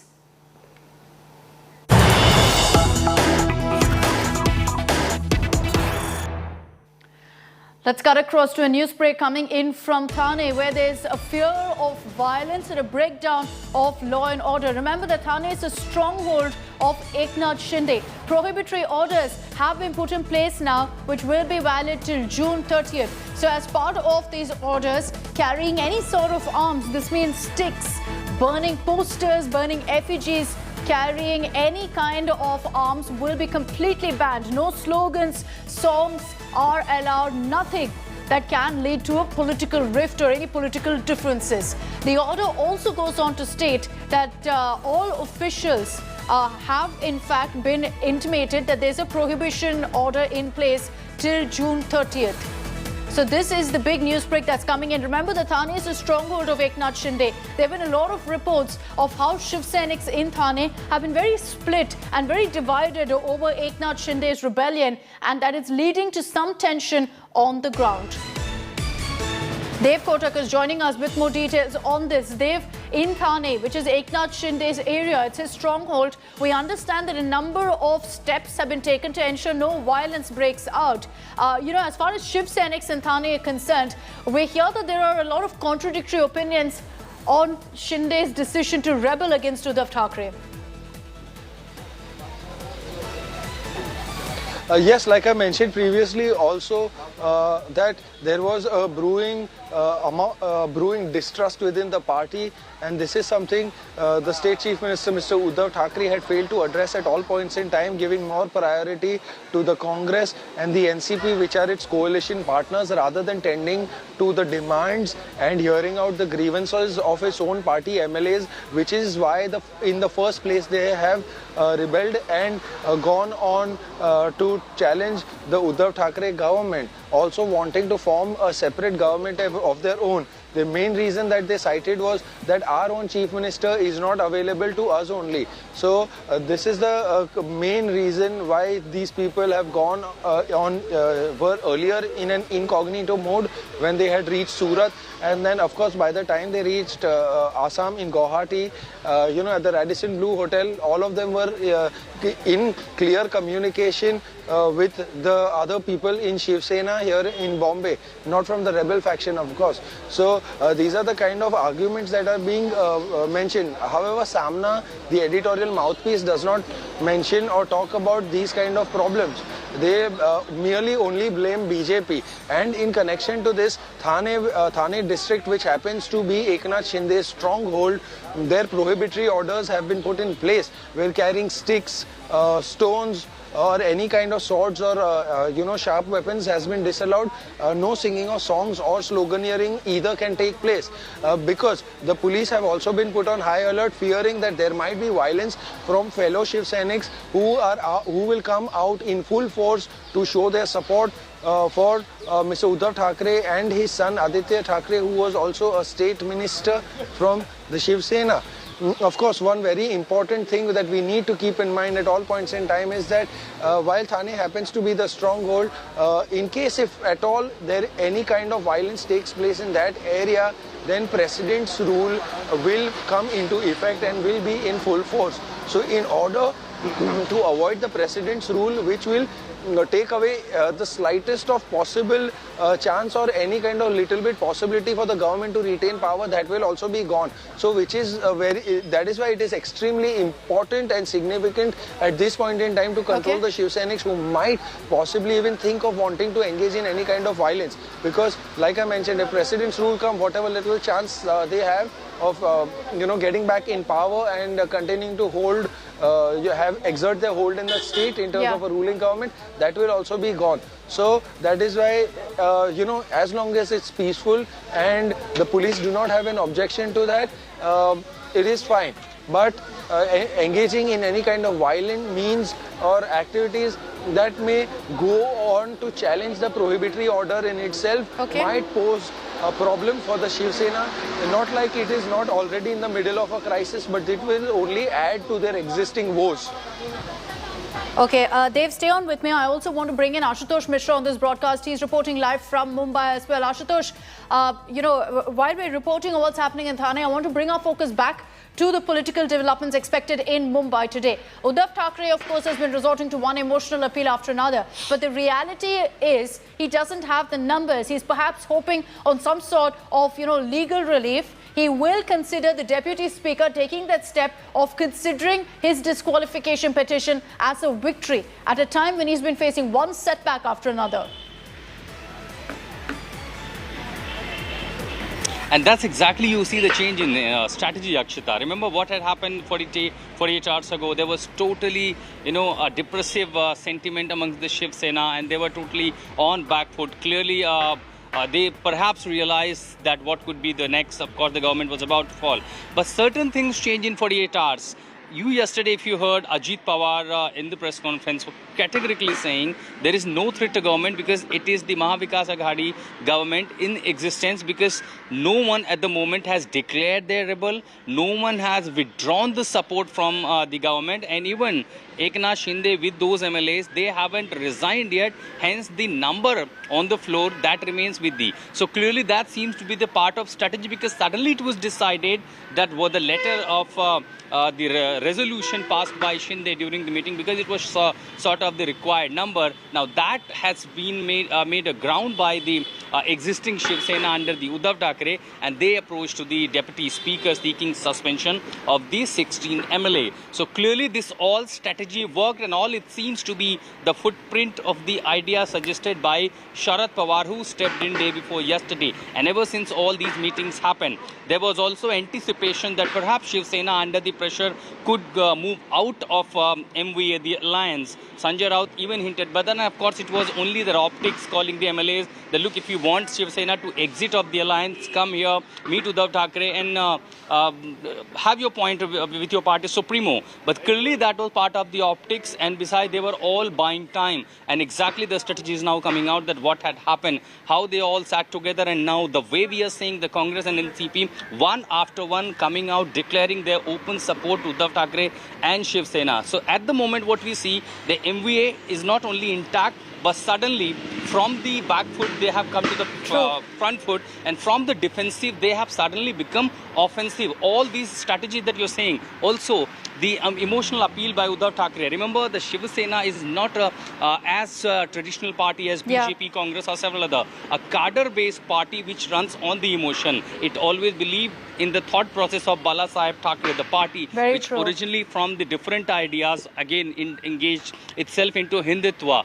That clearly makes a pitch really even difficult for BJP. And remember, even Eknath Shinde rebel group, if you have to compare it to the Karnataka and Madhya Pradesh MLAs, those MLAs were ready to even disqualified and then recontest. Can the MLA under the fray of Eknath Shinde afford to get disqualified? But there are a lot of questions about this disqualification also, Ashutosh. The fact is that the exception to disqualification is 2/3 of the party strength, which is what Eknath Shinde says he has. But at the end of the day, as Ashutosh said, that this is a cadre-based party, which is why there's a lot of anger also. Ashutosh, I'll come back to you. Hold that thought. I just want to play out a report about how the Shiv Sena, the Uddhav Sena at least, is gearing up for this massive show of strength outside Matoshri and on the streets of Mumbai. Chief Minister Uddhav Thackeray sent across the message saying the fight will continue on the streets and on the floor of the House.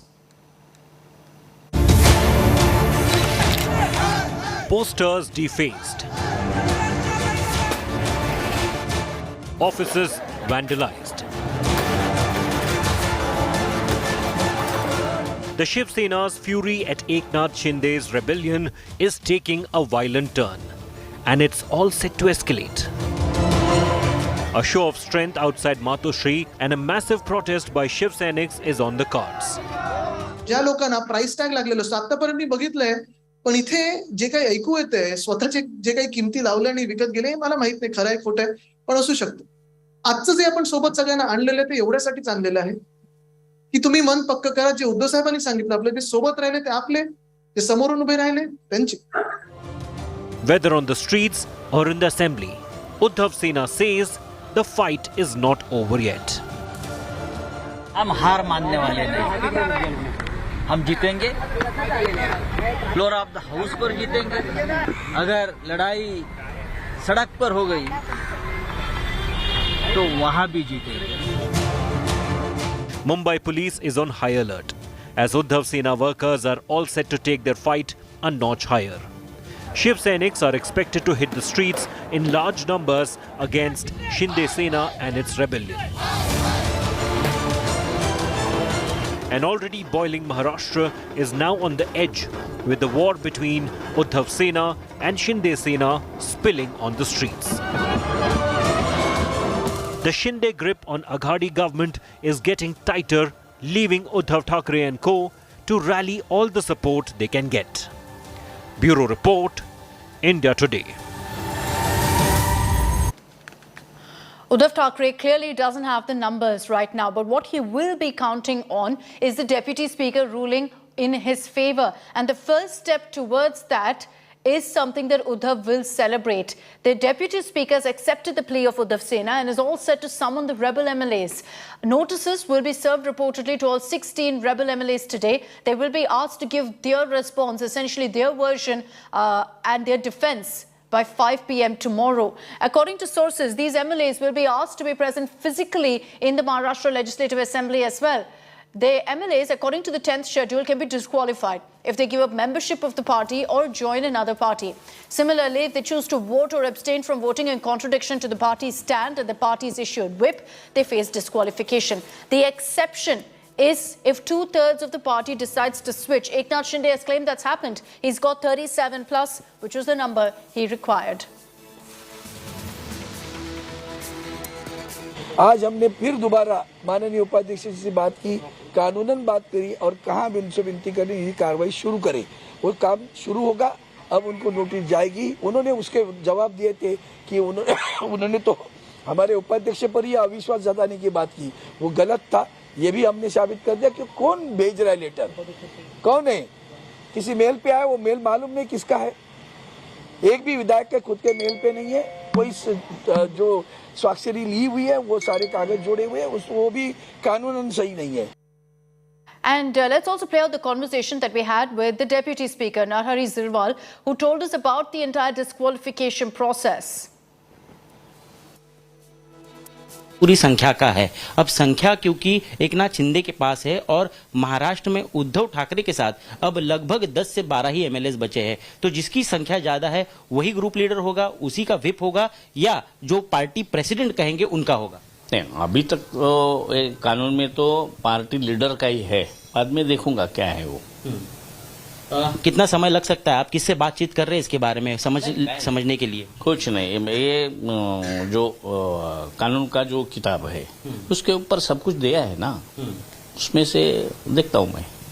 अब हमारे सूत्र तो ये भी बता रहे हैं कि क्योंकि पर्याप्त संख्या एकनाथ शिंदे के पास हो गई है और इतने सारे एमएलएस है जो 37 से भी ज्यादा है, अब 2/3 मेजोरिटी से ज्यादा होने के बाद वो और एक लेटर भेज सकते हैं आपको. भेजेंगे तो देखेंगे ना, मैं क्या लिखता है, कैसा डिसीजन क्या लेना है वो मैं खुद देखूंगा. तो फिलहाल हम क्या समझे, शिवसेना एक पार्टी के तौर पर अस्तित्व में विधिमंडल में है या नहीं है? अभी तो शिवसेना है ना, बाद में देखूंगा क्या होगा वो. So what is the Shinde Sena strategy, considering that the Deputy Speaker is seriously considering the petition filed by Uddhav Sena on the disqualification of rebel MLAs? Well, the Shinde faction has given a notice of no confidence against the Deputy Speaker. The Shinde faction has also said that Bharat Gogavle has been appointed as the chief whip of the party. So any sort of directive issued by the whip appointed by Uddhav Sena simply doesn't count. The Shinde Sena is essentially escalating the war with Chief Minister Uddhav Thackeray. Shinde and his MLAs are deliberating on the next plan of action, especially because the Deputy Speaker is considering the disqualification of 16 rebel MLAs, including Eknath Shinde. Shinde will have to prove his numbers now to the Deputy Speaker. So will he and his rebel MLAs move to Mumbai and parade numbers remains to be seen. And here's a conversation that Preeti Chaudhary had with one of the rebel MLAs, with Deepak Kesarkar, who is staying in Guwahati. Sir, tell me something. Earlier on, there was indication that Mr. Shinde and some of you are going to fly down to Mumbai to seek an appointment with the Deputy Speaker. Why was that cancelled? When are you going to come back now? No, it is for the Deputy Speaker to give us an appointment if he at all wants to recheck the signatures, because all signatures are with the Deputy Speaker's office, and he can very well verify whether there are 38 signatures or not. Along with that, we have sent the videos also. So he should not feel that we have not signed. We have testified that we have signed, and we have signed the affidavits also. Kesarkar ji, till when are you going to be sitting in Guwahati? No, unless they give a recognition to our group, which is our constitutional right.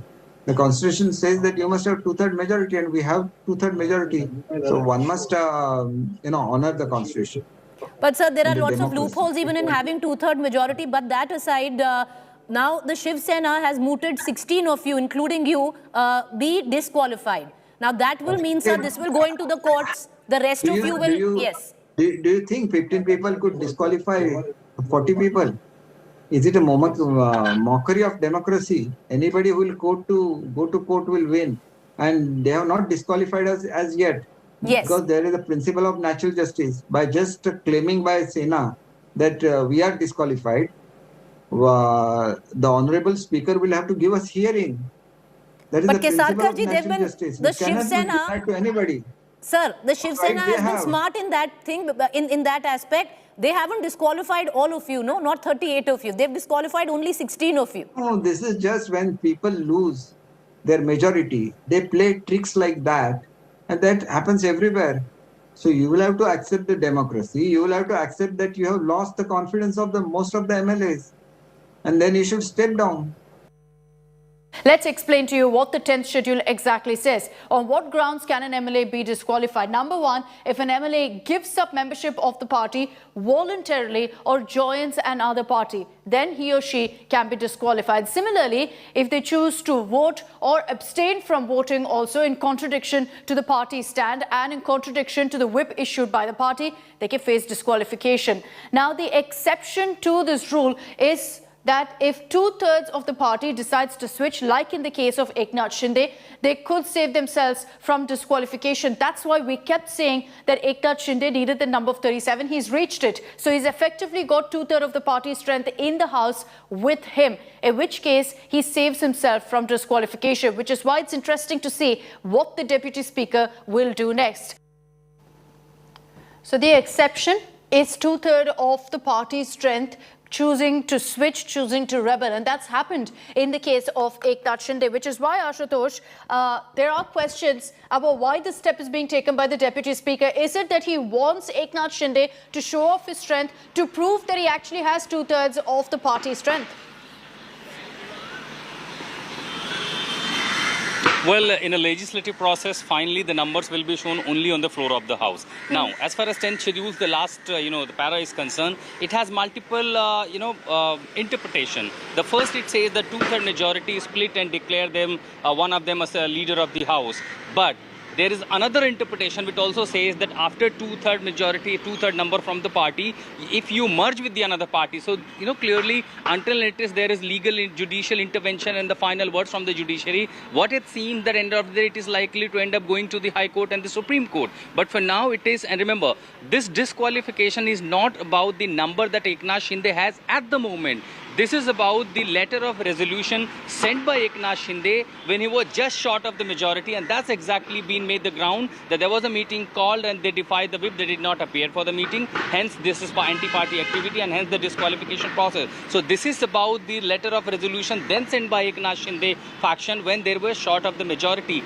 Taking that ground, the Deputy Speaker and the Shiv Sena has initiated this disqualification. At present, and that's exactly, if you remember, yesterday and day before yesterday, a fresh letter was sent by Shinde Group to the Speaker where they also expressed the no confidence against the Deputy Speaker. So what you have the number, remember the legislative process or the legal process, it goes on the paper and black and white word. So at the moment when you issued a resolution and sent to the Deputy Speaker for certain declaration, if you are short of a single number, that gives a strong ground to the Deputy Speaker and the legislative process to take appropriate action. So that seems to be one weak point of the Eknath Shinde that made at the moment. This what happens is at the moment he has the number, and that perhaps acknowledged by the Mahavikas.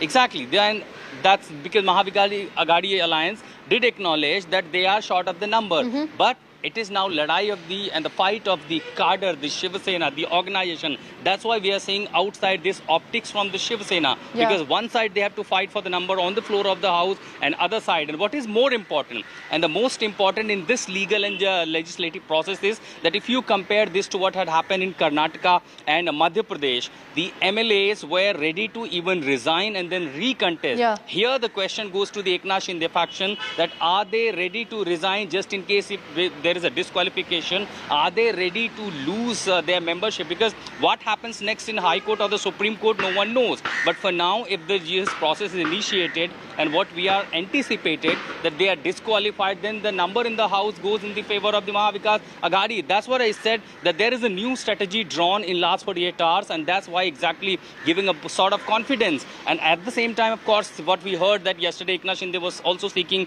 legal opinion here. Deputy Speaker called the Advocate General and several other legal counsel.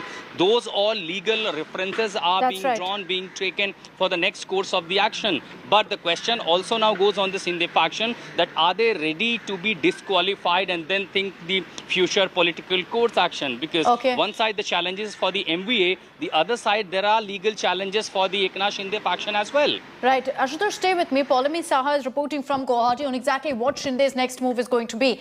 With the Deputy Speaker considering this disqualification petition filed by Uddhav Thackeray, Paulami, is there a likelihood that Eknath Shinde will now expedite his plans, ensure that he parades all of the MLAs that he has with him in Mumbai? Because it comes down to that. If the Deputy Speaker is given concrete proof that Eknath Shinde has 2/3 of the party's strength with him, then this entire talk of disqualification essentially will be set aside.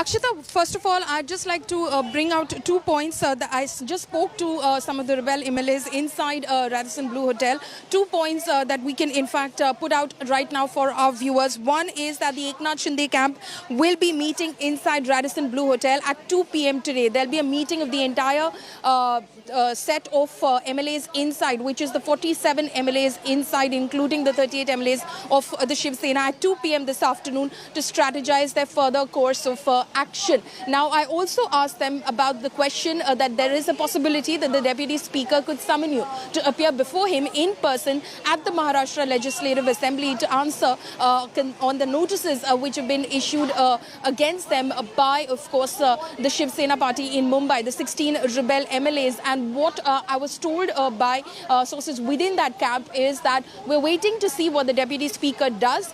There is a possibility we could go as well, but all of that will only be decided when we hear from the Deputy Speaker and what sort of a notice or a summons is issued to us, the deadline of it, the timeline given, etc. So on the basis of that, we are going to take a decision. We're not discounting the possibility that we might indeed fly down to Mumbai.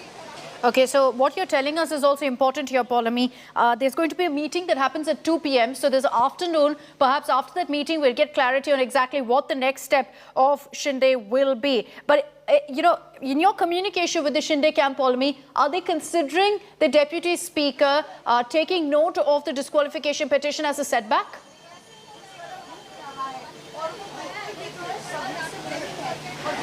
Well, no, they were in fact prepared for the same, Akshata, because they did realize, see, this is a process that they had, of course, thought of in terms of the steps ahead as to what is exactly going to happen when they rebel in this form. Obviously, there would be an attempt made to disqualify them. First, there would be, of course, the attempt made to placate them, break the ranks, bring them back. There could be the possibility that a disqualification notice would be moved against some of them who were indeed considered eventually by the Shiv Sena camp in Mumbai as those who will not return, who have rebelled in such a way that there is a point of no return which is reached, which is possibly the case with these 16 rebel MLAs who have been identified by the Shiv Sena camp in Mumbai in order for them to proceed against them with these disqualification notices. So they're not very surprised with the steps that are being taken, unless there is some surprise legal step which is taken by the Uddhav Thackeray camp. But at the moment, of course, they anticipated this. They did anticipate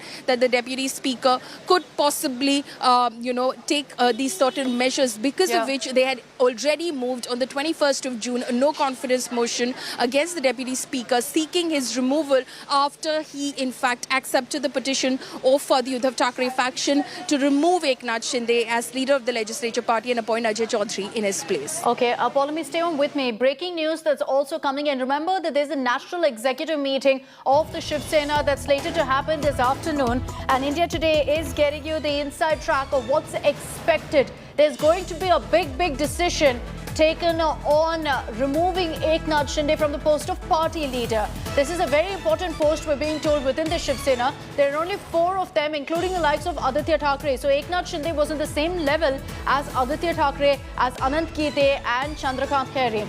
Now, all of these netas, these party leaders, were appointed by Uddhav Thackeray directly. Eknath Shinde could be removed from that particular post. Besides that, the Shiv Sena, the Uddhav Sena is going to take a decision on the kind of stand that they're going to take against these rebel MLAs, against every MLA who's chosen Eknath Shinde.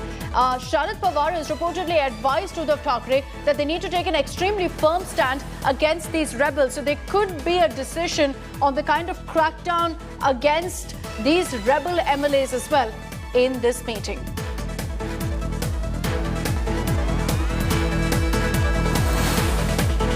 Let me take this across to Dev Kotaka as well for details about what's expected in this National Executive Meet. We're hearing, Dev, that there's going to be very clear action that's taken against Eknath Shinde and also against all of the rebel MLAs who've chosen to back Shinde there. Well, yes, absolutely. Yesterday, the meeting that had happened at Mr. Uddhav Thackeray's residence, the meeting is believed to have been attended by NCP Chief and Supremo Sharad Pawar as well. Also, we have given to understand the fact that, Sharad Pawar has advised that a firm stand be taken against the rebel MLAs. So, let us just quickly try and understand the fact that, the important points that will be discussed today is that how to save the party's stature. Secondly, also what to do about the MLAs who had rebelled. Like I mentioned earlier, that firm action should be taken against them is something that Mr. Sharad Pawar had suggested. Also, the part where you discussed about the 4 leaders, what they call as netas, 3 of them are generally appointed by the chief of the party, which is Mr. Uddhav Thackeray himself, Chandrakant Khaire, Anant Kumar Gite and Eknath Shinde. The 4th leader is his son Aditya Thackeray, who was chosen after it was put to vote. So he was elected by the other party leaders. So there are 4 netas. So, with Eknath Shinde having to move out, we don't know who is going to be filling in the void yet. But for now, firm action will be taken against them, and also he has clearly specified the fact that if required, if called upon by, by the Deputy Speaker, then we might come back. But also some of the MLAs, we had spoken to earlier, had said that we are not in any hurry until this kind of crisis has been resolved, because we don't want to come back after hearing the false promises and then later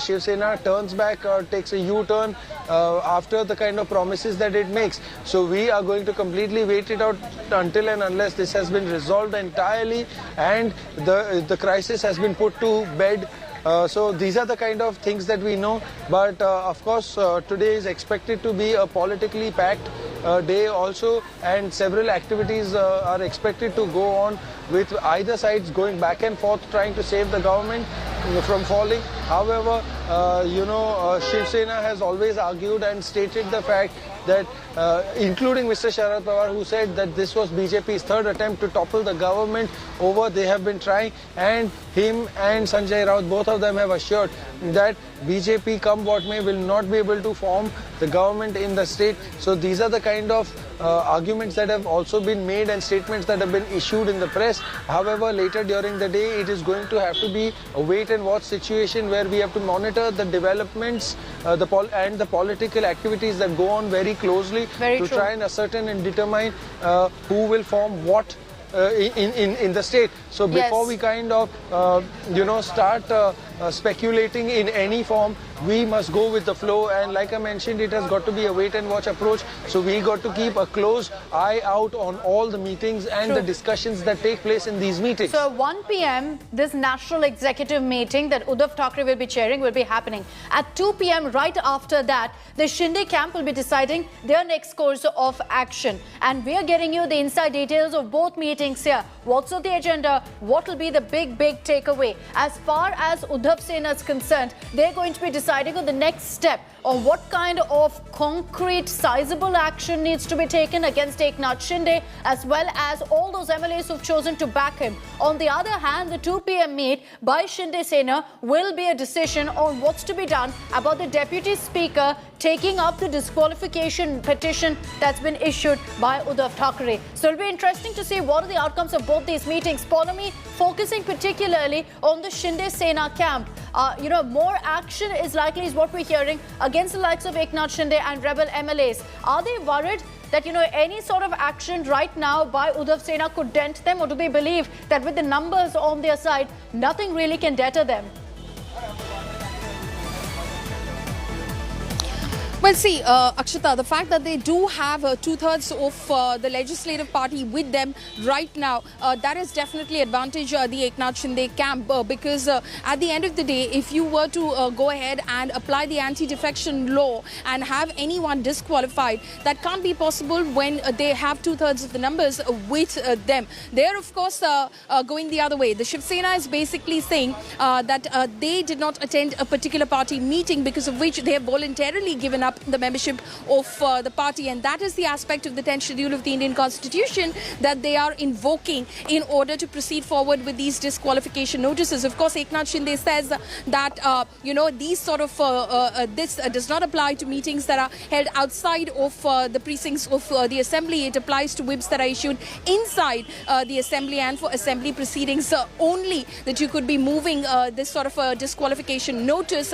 But there are in fact precedents in the past where it has in fact impacted those who have in fact rebelled against the party outside as well. So there is a lot of legal nuance in how you interpret the law and what are the precedents in the law as well, where there are exceptions as well in several cases. That is going to sort of boil down to that eventually, and that is what it's going to sort of come down to, and that is why both sides are now legally strategizing. While of course the Uddhav Thackeray camp is legally strategizing with the Advocate General of Maharashtra, Eknath Shinde is also consulting top lawyers in order to ensure that he and his group are secure and do not attract any sort of action which basically disqualifies them from the assembly. That is going to be extremely critical, because no MLA who's put in and invested so much just 2.5 years ago in terms of resources, in terms of effort, and has got elected would like to go into another election just 2.5 years later. They did not fight the election for 2.5 years. They contested to stay in power in their seat for 5 years. So that is not something that anybody here would like to have happen.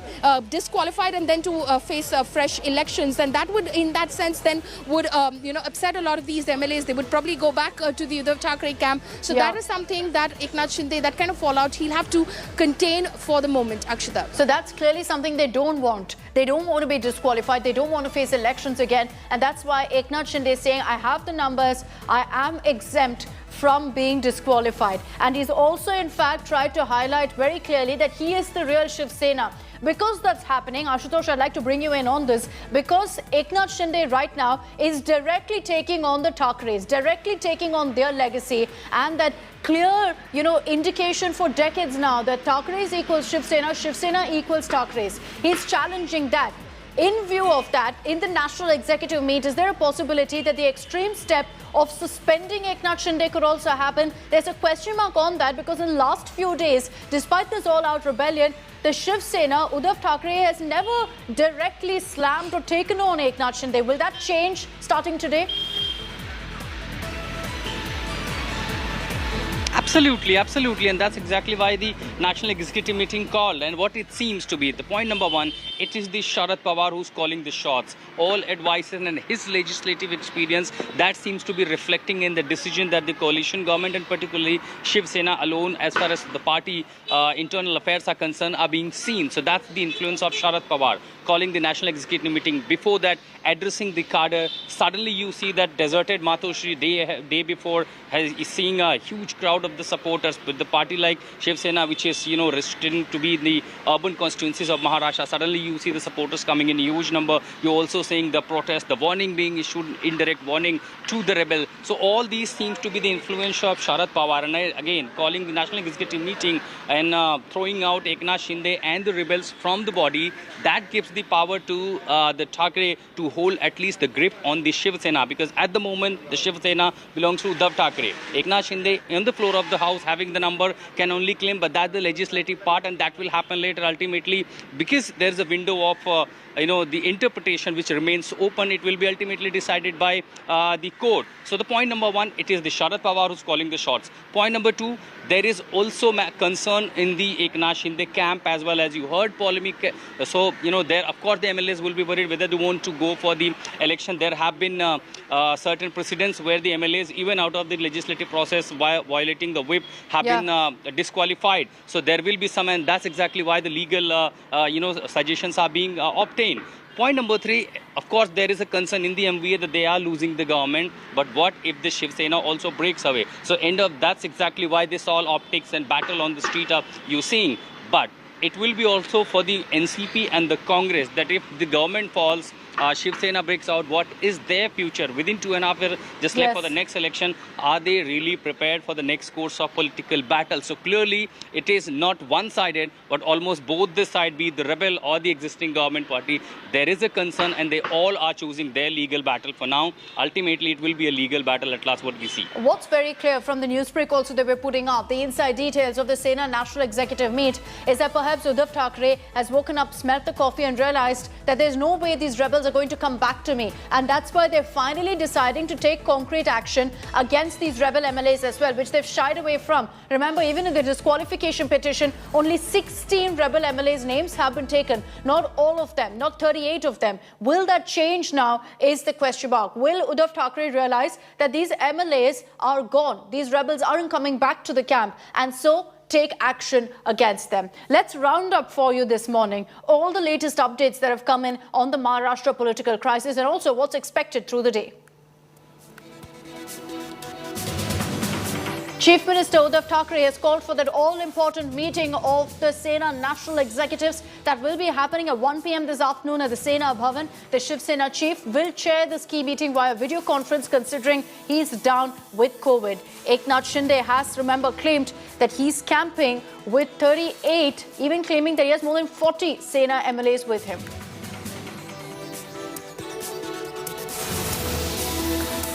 According to sources, Maharashtra Deputy Speaker Narhari Zirwal has accepted the disqualification of rebels' plea of Shiv Sena and will send notices to all 16 rebel MLAs, including Eknath Shinde.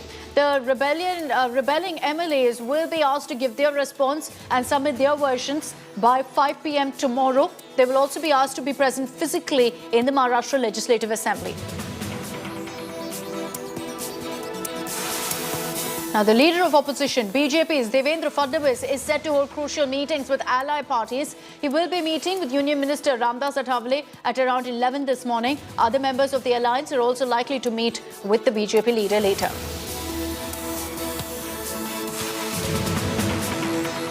In In the backdrop of this, all the developments within the Shiv Sena, Aditya Thackeray will be holding a public address, will be addressing party workers today as well as tomorrow. He will be interacting with South Mumbai Shiv Senics at 6:30 this evening today, and on Sunday morning will be addressing party workers in Santa Cruz. Fearing violence as well as a breakdown of law and order in Thane, which is a stronghold of Eknath Shinde. There have been massive protests in the last few days, some for, some against Shinde. A prohibition order has been issued till June 30th, in which carrying sticks, arms, burning posters, burning effigies are completely banned. Even raising slogans or playing party songs on loudspeakers are currently not allowed.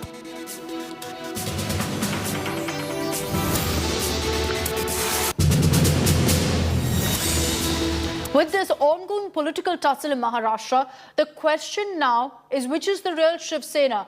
Chief Minister Uddhav Thackeray and rebel Eknath Shinde are staking claim as the rightful heirs of Shiv Sena. Shinde is clearly moving in for the kill. Uddhav Thackeray is also digging in his heels, hitting out at the Shinde camp, saying that nobody can separate the Thackeray's from the Shiv Sena. Which is the real Shiv Sena?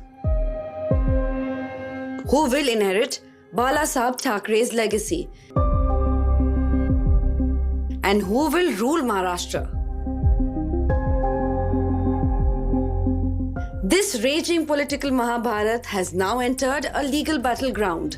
Both Chief Minister Uddhav Thackeray and rebel Eknath Shinde are staking claim as the rightful heir of Shiv Sena. Shiv Sena कदापि हिंदुत्वापासून आणि हिंदुत्व कदापि शिवसेनेपासून दूर होऊ शकत नाही, कारण शिवसेना प्रमुखांनी जो एक कानमंत्र दिलेला है कि हिंदुत्व हा आमचा श्वास है. अभी तो हम लोग तो कल भी हम बालासाहेब ठाकरे जी के सैनिक थे, आज भी है, कल भी रहेंगे. लेकिन क्या फिर अभी बालासाहेब ठाकरे जी की जो आइडियोलॉजी है, उनकी भूमिका है, उसे ही हम लोग आगे लेके जाना चाहते हैं.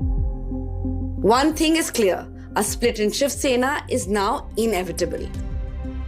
Shinde and 37 MLAs have broken rank from the Uddhav Sena. They are now the majority, leaving the original Shiv Sena to be reduced to a minority party. And now, Shinde Sena is moving in for the kill by laying claim to the bow and arrow symbol of the original Shiv Sena. जब MLA लोगों के जो constitution में अगर कोई काम नहीं होता है या उनके ऊपर अन्याय होता है, तो अन्याय के खिलाफ लड़ने की सीख जो है हमारे को बालासाहेब ठाकरे जी ने दी है. Uddhav Thackeray too is digging in his heels, hitting out at Shinde camp, saying Shiv Sena and Thackeray's are synonyms. Thackeray आणि शिवसेना ही दोन नामं, दोन शब्द वेगळे करून तुम्ही शिवसेना चालून दाखवाच. माझं आज सुद्धा आव्हान आहे. कारण बाळासाहेबांचाही फोटो वापरायचा नाही, मी तर नालायकच आहे, माझा फोटो लावूच नका. पण बाळासाहेबांचाही फोटो न लावता तुम्ही शिवसेना नावाने जगून दाखवा. But who decides which is the real Shiv Sena? The matter can be only decided by the Election Commission. Election Commission will also decide on allotment of party symbol on set rules if Eknath Shinde seeks official recognition. Till then, the war of words, war for legacy and the war for power will only get bigger. Bureau Report, India Today. All right, with that, it's a wrap on this edition of the news. We're going to continue getting you all the big updates coming in on the big news break from Maharashtra. Stay with us.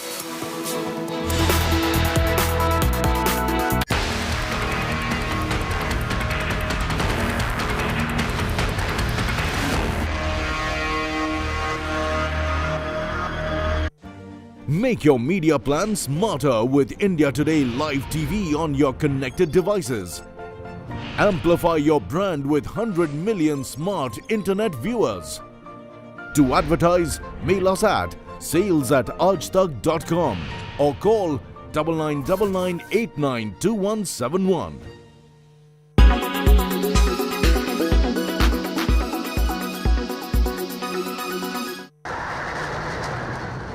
There's a high-stake contest going on over the Indo-Pacific region. Chinese fighter jets have started to regularly threaten US allies and the experts are fearing a repeat of the 2001 incident, where a Chinese fighter jet clashed with a US Navy aircraft. What are these Chinese warplanes doing? It was reported that Chinese warplanes regularly buzzed a Canadian reconnaissance plane monitoring North Korea. The crew was forced to alter course to avoid a collision. In another instance, the Chinese fighter jets fired metallic chaff across the course of an Australian surveillance aircraft. The Chinese officials praised its pilots for these maneuvers and stated that they were defending the country's sovereignty. Experts think that targeting US allies such as Canada and Australia might be a means to investigate the coalition's weaknesses. This is not the first time they have tried to buzz past US allies. Most recently, Chinese fighter jets flew close to a Canadian surveillance plane. 60 such reports of interceptions were noticed by Canadian aircrafts. But why are they targeting US allies and not the US? Experts think that the intimidation is to drive a wedge between the US and its allies. The US depends on its allies in scenarios like supporting economic sanctions or a ground war, and China intimidating US allies sends a clear message that the allies will face Chinese aggression if they support the US. This seems like a strategy to demoralize and weaken the US allies and partners.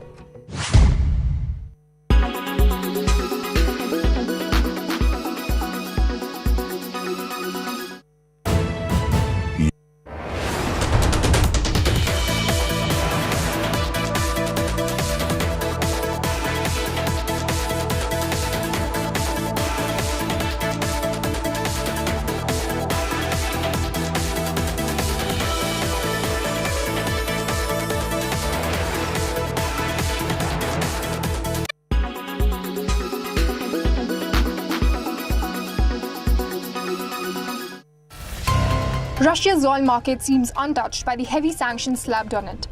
A recent report by a Finnish research center, CREA, showed that its oil export revenue soared to $98 billion. This record high revenue comes during the first 100 days of Russia's invasion of Ukraine. As per the report, here are the top clients for Russian oil. The first on the list is China, scoring 12.6 billion euros worth of gas and oil. Germany is next on the list, with 12.1 billion euros worth of oil and gas, and Italy bought 7.8 billion euros worth of energy. Last month, EU agreed to halt most Russian oil imports. However, an embargo on it is still not at play yet. India has become a significant importer of Russian crude oil, buying 18% of the country's exports. This is a substantial hike in India's oil import figures from Russia. Before the war, it was around 1%. After the war, global oil prices soared while Moscow offered steep discounts. Refiners in India and other countries tapped into this scope to buy Russia's oil. India's import behavior with Russia after war also raised many eyebrows in the international space, especially after the EU condemned and stopped most of the oil purchases. In May, 30 Russian tankers made their way to Indian shores to deliver crude oil. It unloaded 60,000 barrels per day on an average between January to March. What's happening here is that India is buying cheap crude oil from Russia, refining it and sending it out as clean products. The report pointed out this loophole. So many of these refined products are being sold to customers in the US and Europe. Although sanctions are in place against tankers transporting Russian crude, Russian oil being rerouted like this should ring alarm bells for the West. India's exports of oil products like diesel have risen.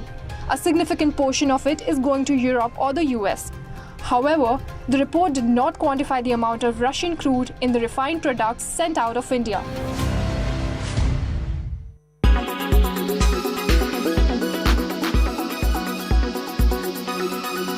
Make your media plan smarter with India Today Live TV on your connected devices. You are watching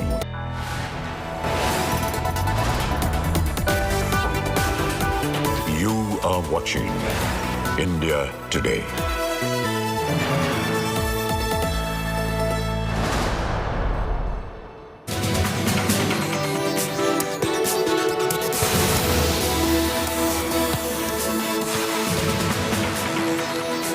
Hello and welcome. You're tuned into our non-stop coverage here on India Today on the Maharashtra political crisis. All the latest news breaks, the latest updates coming your way. We're also standing by for exclusive conversation with Home Minister Amit Shah on the Supreme Court clean chit to Prime Minister Modi in the 2002 Gujarat riots and much, much more. So stay tuned for that conversation. Here are the headlines first.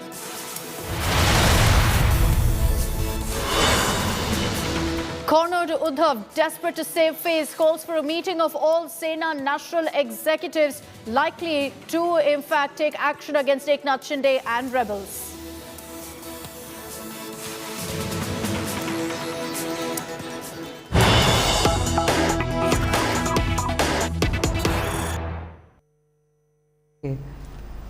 देखिए, सबसे पहले clean chit नहीं है, मैं इसके बारे में बाद में बात करूंगा। सुप्रीम कोर्ट ने पूरे आरोपों को खारिज किया है और आरोप क्यों घड़े गए इसके बारे में भी सुप्रीम कोर्ट ने कहा है। एक प्रकार से आप कह सकती हो कि सुप्रीम कोर्ट ने ये आरोप पॉलिटिकली मोटिवेटेड है, ये भी सिद्ध कर दिया है। सुप्रीम कोर्ट के जजमेंट ने सिद्ध किया है। जहां तक कैसा लगा का सवाल है, 18-19 साल की लड़ाई, देश का इतना बड़ा नेता एक शब्द बोले बगैर सभी दुखों को भगवान शंकर के विषपान की तरह गले में उतारकर सहन कर कर लड़ता रहा और आज जब अंत में सत्य सोने की तरह बारा है, चमकता हुआ बारा है, तो आनंद ही होगा। मैंने बहुत नज़दीक से मोदी जी को इस दर्द को झेलते हुए देखा है, इस आरोपों को झेलते हुए देखा है और सब कुछ सत्य होने के बावजूद भी क्योंकि न्यायिक प्रक्रिया चालू है, हम कुछ नहीं बोलेंगे। इस स्टैंड को कोई बहुत मजबूत मन का आदमी ही ये स्टैंड ले सकता है। ये अभी जो इंटरव्यू हम कर रहे हैं वो मैं 2003 में भी गुजरात के गृह मंत्री के नाते कर सकता था, पार्टी के अध्यक्ष के नाते भी कहते, क्योंकि परिस्थिति में कोई बदलाव नहीं है, फैक्ट था। परंतु संपूर्ण न्यायिक प्रक्रिया जब तक समाप्त नहीं हुई तब तक मोदी जी ने इसको प्रभावित करने के लिए कुछ नहीं कहा, चुपचाप उसको सहन करते रहे। मैंने आपसे भी पूछा ये सवाल, मैंने मोदी जी से भी पूछा और आप दोनों यही कहते थे कि न्यायिक प्रक्रिया चालू है इसलिए मैं कुछ बोलूंगा नहीं। आपने भी यही कहा और मोदी जी ने भी यही कहा। 19 साल हो गए हैं, तो 19 साल में आप इधर उधर की बातें करते थे, पूरा आप डिटेल में नहीं जाते थे। अब आप क्या बता सकते हैं कि क्या हुआ उन दिनों में? सबसे पहले 19 साल के बाद सुप्रीम कोर्ट की खंडपीठ ने आज जो जजमेंट दिया है, उस जजमेंट से मोदी जी पर लगे हुए सारे गलत आरोप को खारिज कर दिया गया और ये भी कहा गया है कि कुछ लोगों ने उस आरोपों को पॉलिटिकली मोटिवेटेड तरीके से लगाया था। To keep the pot boiling कहा। हाँ, वेस्टेड इंटरेस्ट था। कौन थे वो आपके हिसाब से? नाम मैं बताता हूं बाद में। और तीसरा, इससे भारतीय जनता पार्टी की सरकार पर जो धब्बा लगा था वो भी धुला है और मोदी जी जैसे वैश्विक नेता पर जो गलत आरोप लगाए थे, मैं मानता हूं कि लोकतंत्र के अंदर मोदी जी ने संविधान का सम्मान कैसे हो सकता है, इसका एक आदर्श उदाहरण सभी राजनीति में काम करने वालों लोगों के सामने कराया। मोदी जी की भी पूछताछ हुई थी, किसी ने धरना प्रदर्शन नहीं करा था। देश भर से कार्यकर्ता आकर मोदी जी के समर्थन में सॉलिडारिटी के लिए खड़े नहीं हुए थे। हम कानून को कोऑपरेट किए थे, मेरी भी अरेस्ट हुई थी, कोई धरना प्रदर्शन नहीं करे थे। और जब सत्य इतनी लंबी लड़ाई के बाद बाहर आता है विजयी होकर, तो सोने से भी ज्यादा उसकी चमक होती है। और मुझे बहुत अच्छा लग रहा है कि आज जिन लोगों ने भी मोदी जी पर आरोप लगाए थे, अगर उनकी अंतरात्मा है तो उन्होंने मोदी जी की और भारतीय जनता पार्टी की क्षमा मांगनी चाहिए। सिर्फ आरोप लगे थे क्या? दंगे हुए तो थे ना? आरोप क्या था? दंगे मोटिवेटेड थे। दंगों में राज्य सरकार का हाथ था, दंगों में मुख्यमंत्री का हाथ था, यहां तक भी कह गए। आरोप यह था, दंगे से कौन इनकार कर रहा है? देश में दंगे कई जगह पे हुए हैं। तो क्या उन दिनों में आप भी थे वहां पर?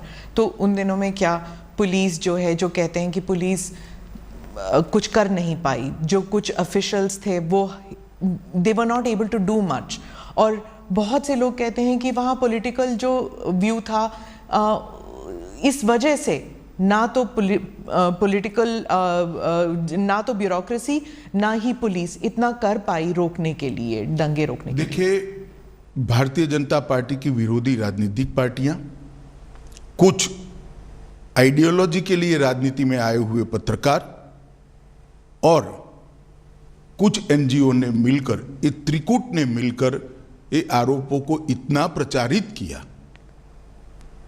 और इसका इकोसिस्टम भी इतना मजबूत था कि धीरे धीरे झूठ को ही सब सत्य मानने लगे।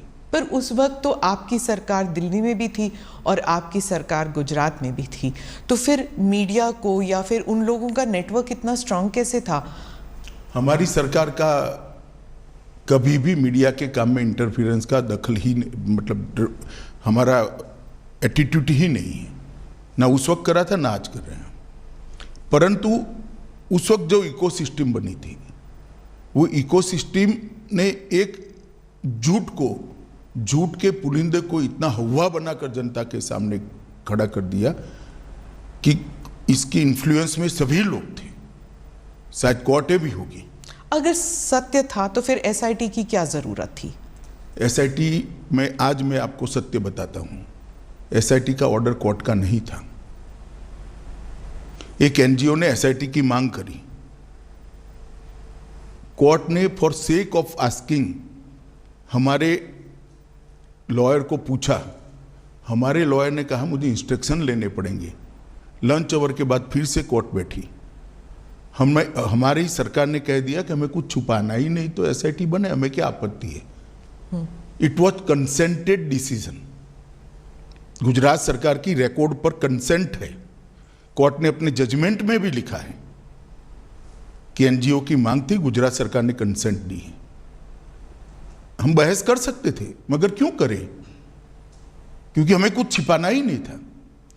आज जब जजमेंट आया है तब तय हो गया है कि जजमेंट में लिखा हुआ नाम मैं बोलता हूं, एक पुलिस अफसर का नाम दिया है, एक एनजीओ का नाम दिया है और कुछ पॉलिटिकल एलिमेंट्स का नाम दिया है। ये तीनों ने मिलकर जजमेंट के अंदर ये स्पष्ट कर दिया है कि सनसनी खड़ी करने के लिए झूठ बातों को फैलाया गया, झूठ बातों को आगे बढ़ाया गया और झूठे सबूत गढ़े गए। एसआईटी को जो जब जवाब लिखवा रहे थे तब भी उनको मालूम था कि ये झूठा जवाब है, जिसको एसआईटी ने भी बाद में कोर्ट के सामने रखा कि ये झूठे जवाब थे और वो जानते थे कि झूठे। आज कोर्ट ने स्पष्ट कर दिया कि सरकार ने दंगा रोकने के लिए भरसक प्रयास किए। कोर्ट ने यह तय कर दिया कि मुख्यमंत्री ने बार बार शांति की अपील की थी। कोर्ट ने यह तय किया घटनाएं मतलब ट्रेन जलाने की घटना के बाद जो दंगे हुए वो सुनियोजित नहीं थे, स्वप्रेरित थे। ये भी कोर्ट ने आज जजमेंट में कह दिया और तहलका द्वारा किए गए स्ट्रिंग ऑपरेशन को भी कोर्ट ने खारिज कर दिया, क्योंकि इसका आगे पीछे का पूरा फुटेज जब आया तब मालूम पड़ा कि स्ट्रिंग ऑपरेशन पॉलिटिकली मोटिवेटेड है। सेना को बुलाया नहीं गया इतनी देर तक, 3 दिन नहीं बुलाया गया। आज सुप्रीम कोर्ट ने कहा देयर वाज नो डिले, लेकिन क्या सेना, अगर आप उस वक्त होम मिनिस्टर होते, गृह मंत्री होते, तो क्या आप सेना को बुलाते नहीं जल्दी?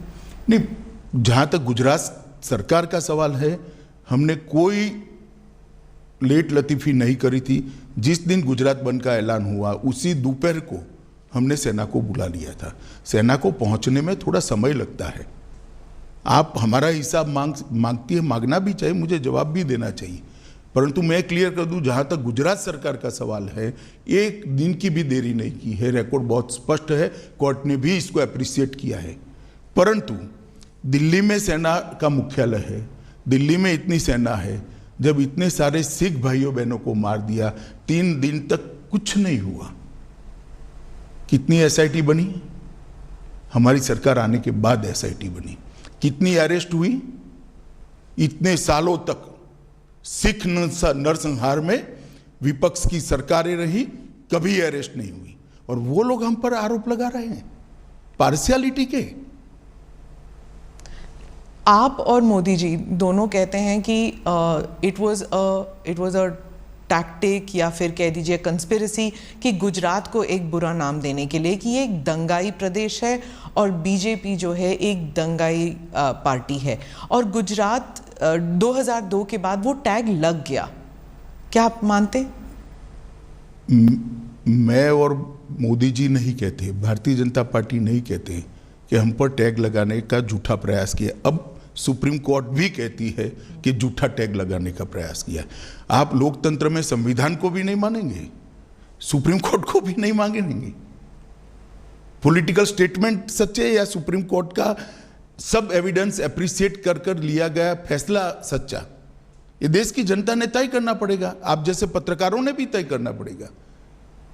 और अगर ये मत बनता है कि सुप्रीम कोर्ट का एप्रिशिएट हुआ एविडेंस एप्रिशिएट करने के बाद दिया गया फैसला सच्चा है, तो अब क्वेश्चन उठाने चाहिए। पत्रकारों की जिम्मेदारी है, जिन्होंने आरोप लगाए थे उनके ऊपर पूछना चाहिए उनको कि क्या आधार था ये आरोप का, और आधार था तो क्यों नहीं गए सुप्रीम कोर्ट में। आपने एनजीओज का जिक्र किया, कौन से एनजीओज हैं, क्या किया उन्होंने? देखिए, मैंने बहुत हरीडली जजमेंट को पढ़ा है, मगर इसमें तीस्ता सेटलवाड का नाम बहुत स्पष्ट दिया है। तीस्ता सेटलवाड की एनजीओ थी, नाम तो मुझे मालूम नहीं है उनका। उन्होंने हर थाने में इस प्रकार की भारतीय जनता पार्टी के कार्यकर्ताओं को इन्वॉल्व करने वाली एप्लीकेशनें दे दी थी, और मीडिया का दबाव इतना था कि सभी एप्लीकेशनों को सच मानकर ट्रीट किया गया। मीडिया और एनजीओज का एक नेक्सस था, आप कह रहे हैं। इन दोनों ने मिलकर 20 साल तक चलाया ये पूरा? ना 20 साल नहीं चला, 2002 और 2022। स्मिता बहन, सबसे बड़ी बात तो जनादेश होता है, और जनता सब देखती है। 130 करोड़ लोगों के 260 करोड़ आंख होती है, 260 करोड़ कान होते हैं, सब देखती है, सब सुनती है। हम कभी चुनाव नहीं हारे। जनमानस ने, जनता ने कभी भी ये आरोप को स्वीकारा नहीं। मीडिया, एनजीओ और हमारी विरोधी पॉलिटिकल पार्टी आरोपों को चलाते गई। एक चला दिया कि सीडी के बारे में, सीडी लेकर राहुल शर्मा चले गए, वहां पर नोटिंग है, नोटिंग साइड पर रोज काम है, उसने अपने रिकॉर्ड में रखा है, कोई कानून को नहीं तोड़ा है, और सुप्रीम कोर्ट ने भी इसको स्वीकृत किया है। बहुत से लोगों का मानना है कि एसआईटी इन्फ्लुएंस हुई थी, बीजेपी का दबाव था एसआईटी के ऊपर। हालांकि सुप्रीम कोर्ट ने तो कुछ और ही कहा है अभी, लेकिन इतने साल तक जब इन्वेस्टिगेशंस चल रहे थे तो उस टाइम सालों साल डिले करते गए। तो इस देखिए, एसआईटी की रचना हमने नहीं करी थी, देश की सर्वोच्च अदालत ने करी थी। अफसर का चयन भी हमने नहीं करा था, देश की सर्वोच्च अदालत ने एनजीओ को सुनने के बाद करा था।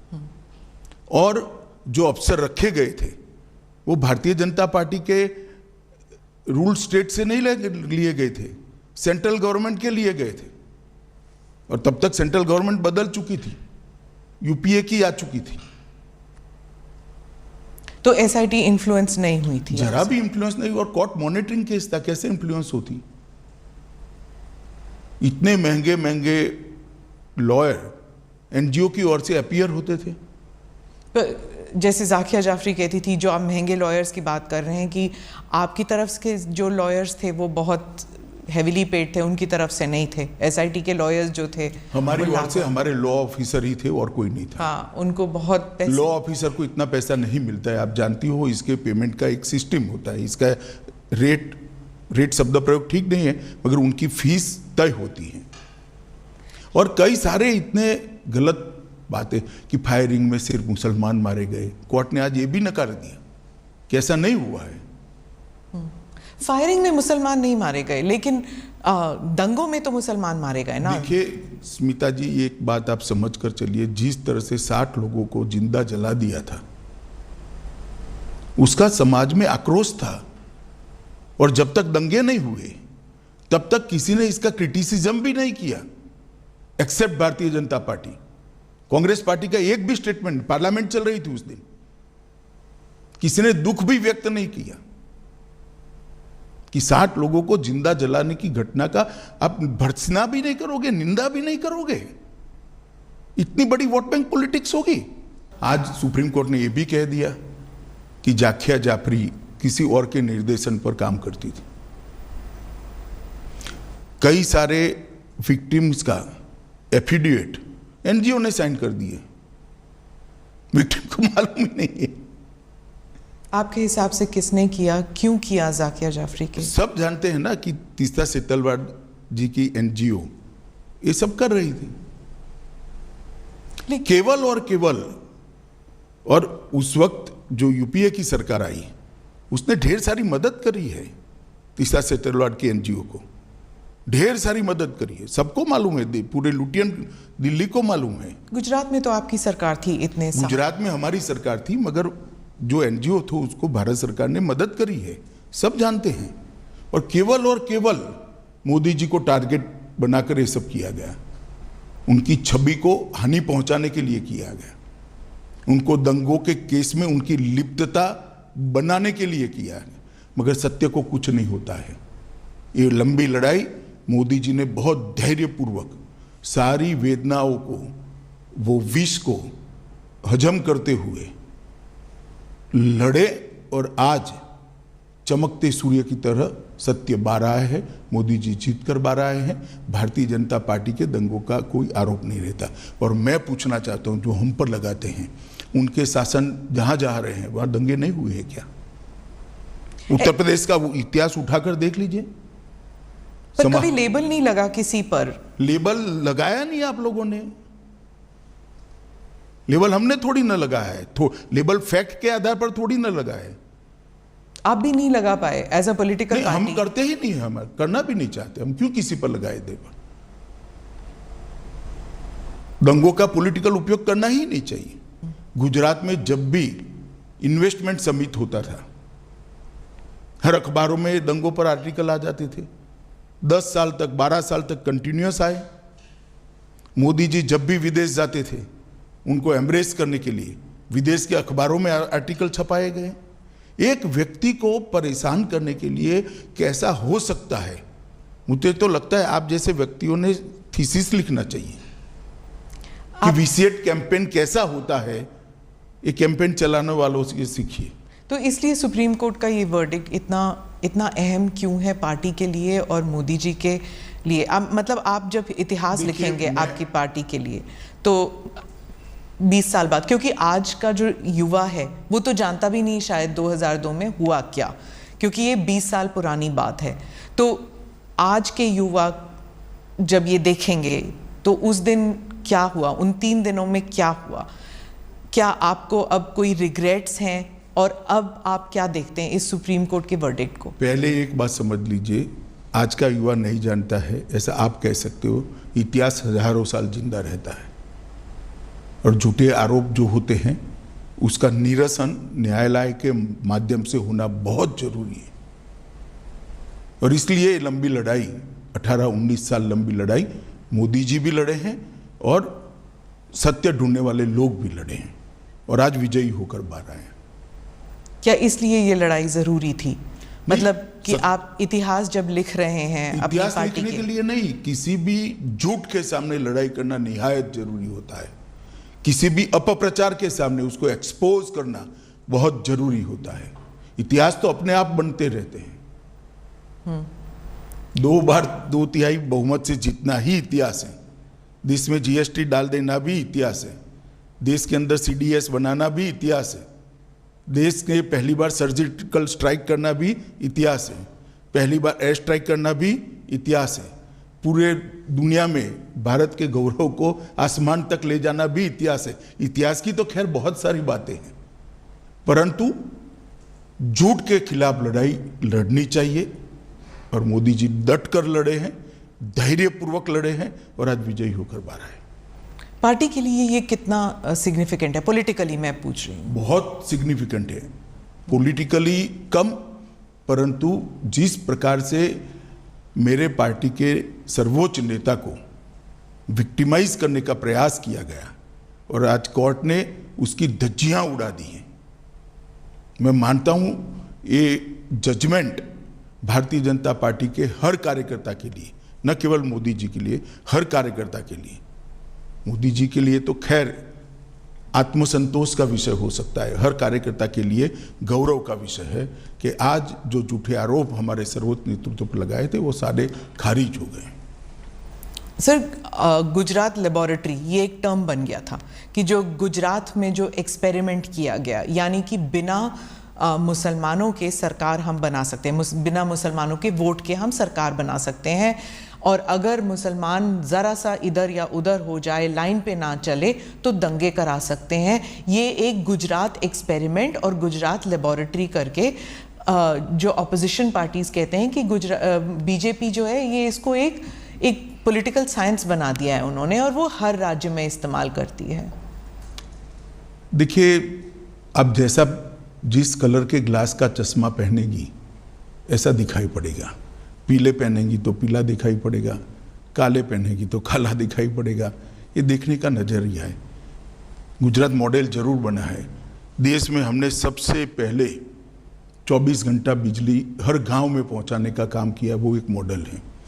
देश के अंदर 12 साल के अंदर जीरो ड्रॉप आउट रेशियो, लगभग जीरो ड्रॉप आउट रेशियो, और 99% से ज़्यादा एनरोलमेंट किया बच्चों का प्राइमरी एजुकेशन के अंदर, वो भी मॉडल है। गुजरात के ट्राइबल एरिया के लिए वन बंधु कल्याण योजना लेकर आए, वो भी मॉडल है। 10% ग्रोथ रेट के साथ 12 साल तक एग्रीकल्चर ग्रोथ रेट हमने अचीव किया है, वो भी एक मॉडल है। ढेर सारे मॉडल है, हाईवेज से लेकर ग्रामीण विकास से लेकर अर्बन डेवलपमेंट तक। हमारे अर्बन डेवलपमेंट के एक्ट भी मॉडल है।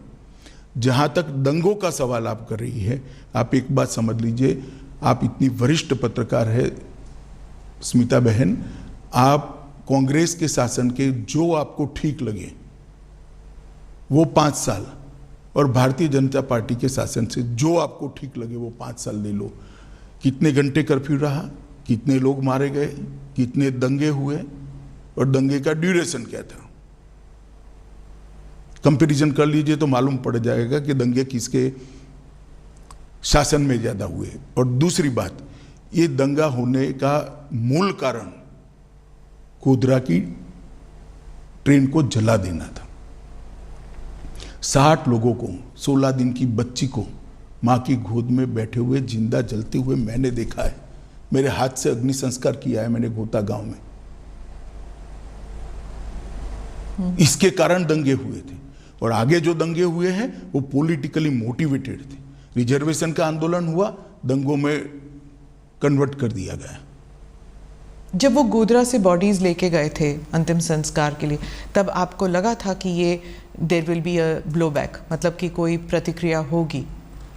देखिए, उस वक्त किसी को सोचने की सुध बुध ही नहीं थी, इसलिए क्योंकि सबसे बड़ा प्रश्न ये था कि जो 59 लोग मारे गए हैं, इनके परिवार को उनका अंतिम संस्कार भी न करने देना।